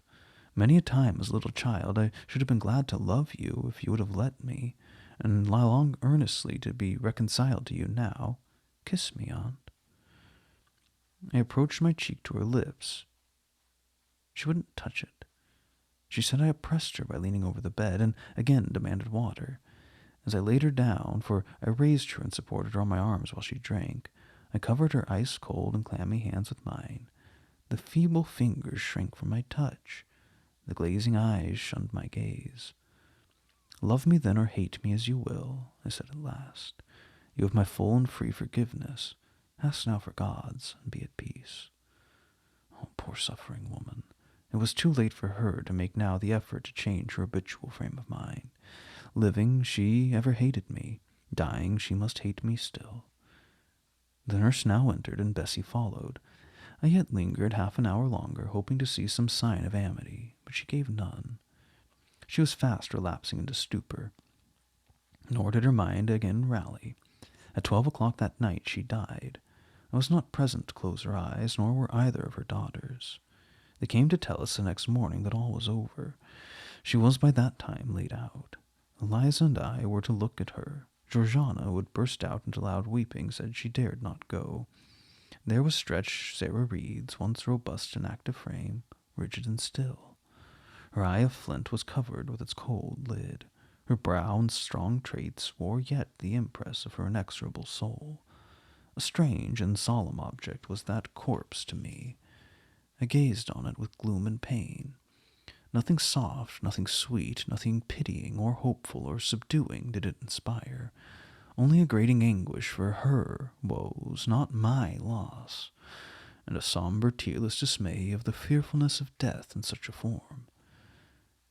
Eliza surveyed her parent calmly. After a silence of some minutes, she observed, "With her constitution, she should have lived a good old age. Her life was shortened by trouble." And then a spasm constricted her mouth for an instant. As I passed away, she turned and left the room. So did I. Neither of us had dropped a tear. End of Volume 1.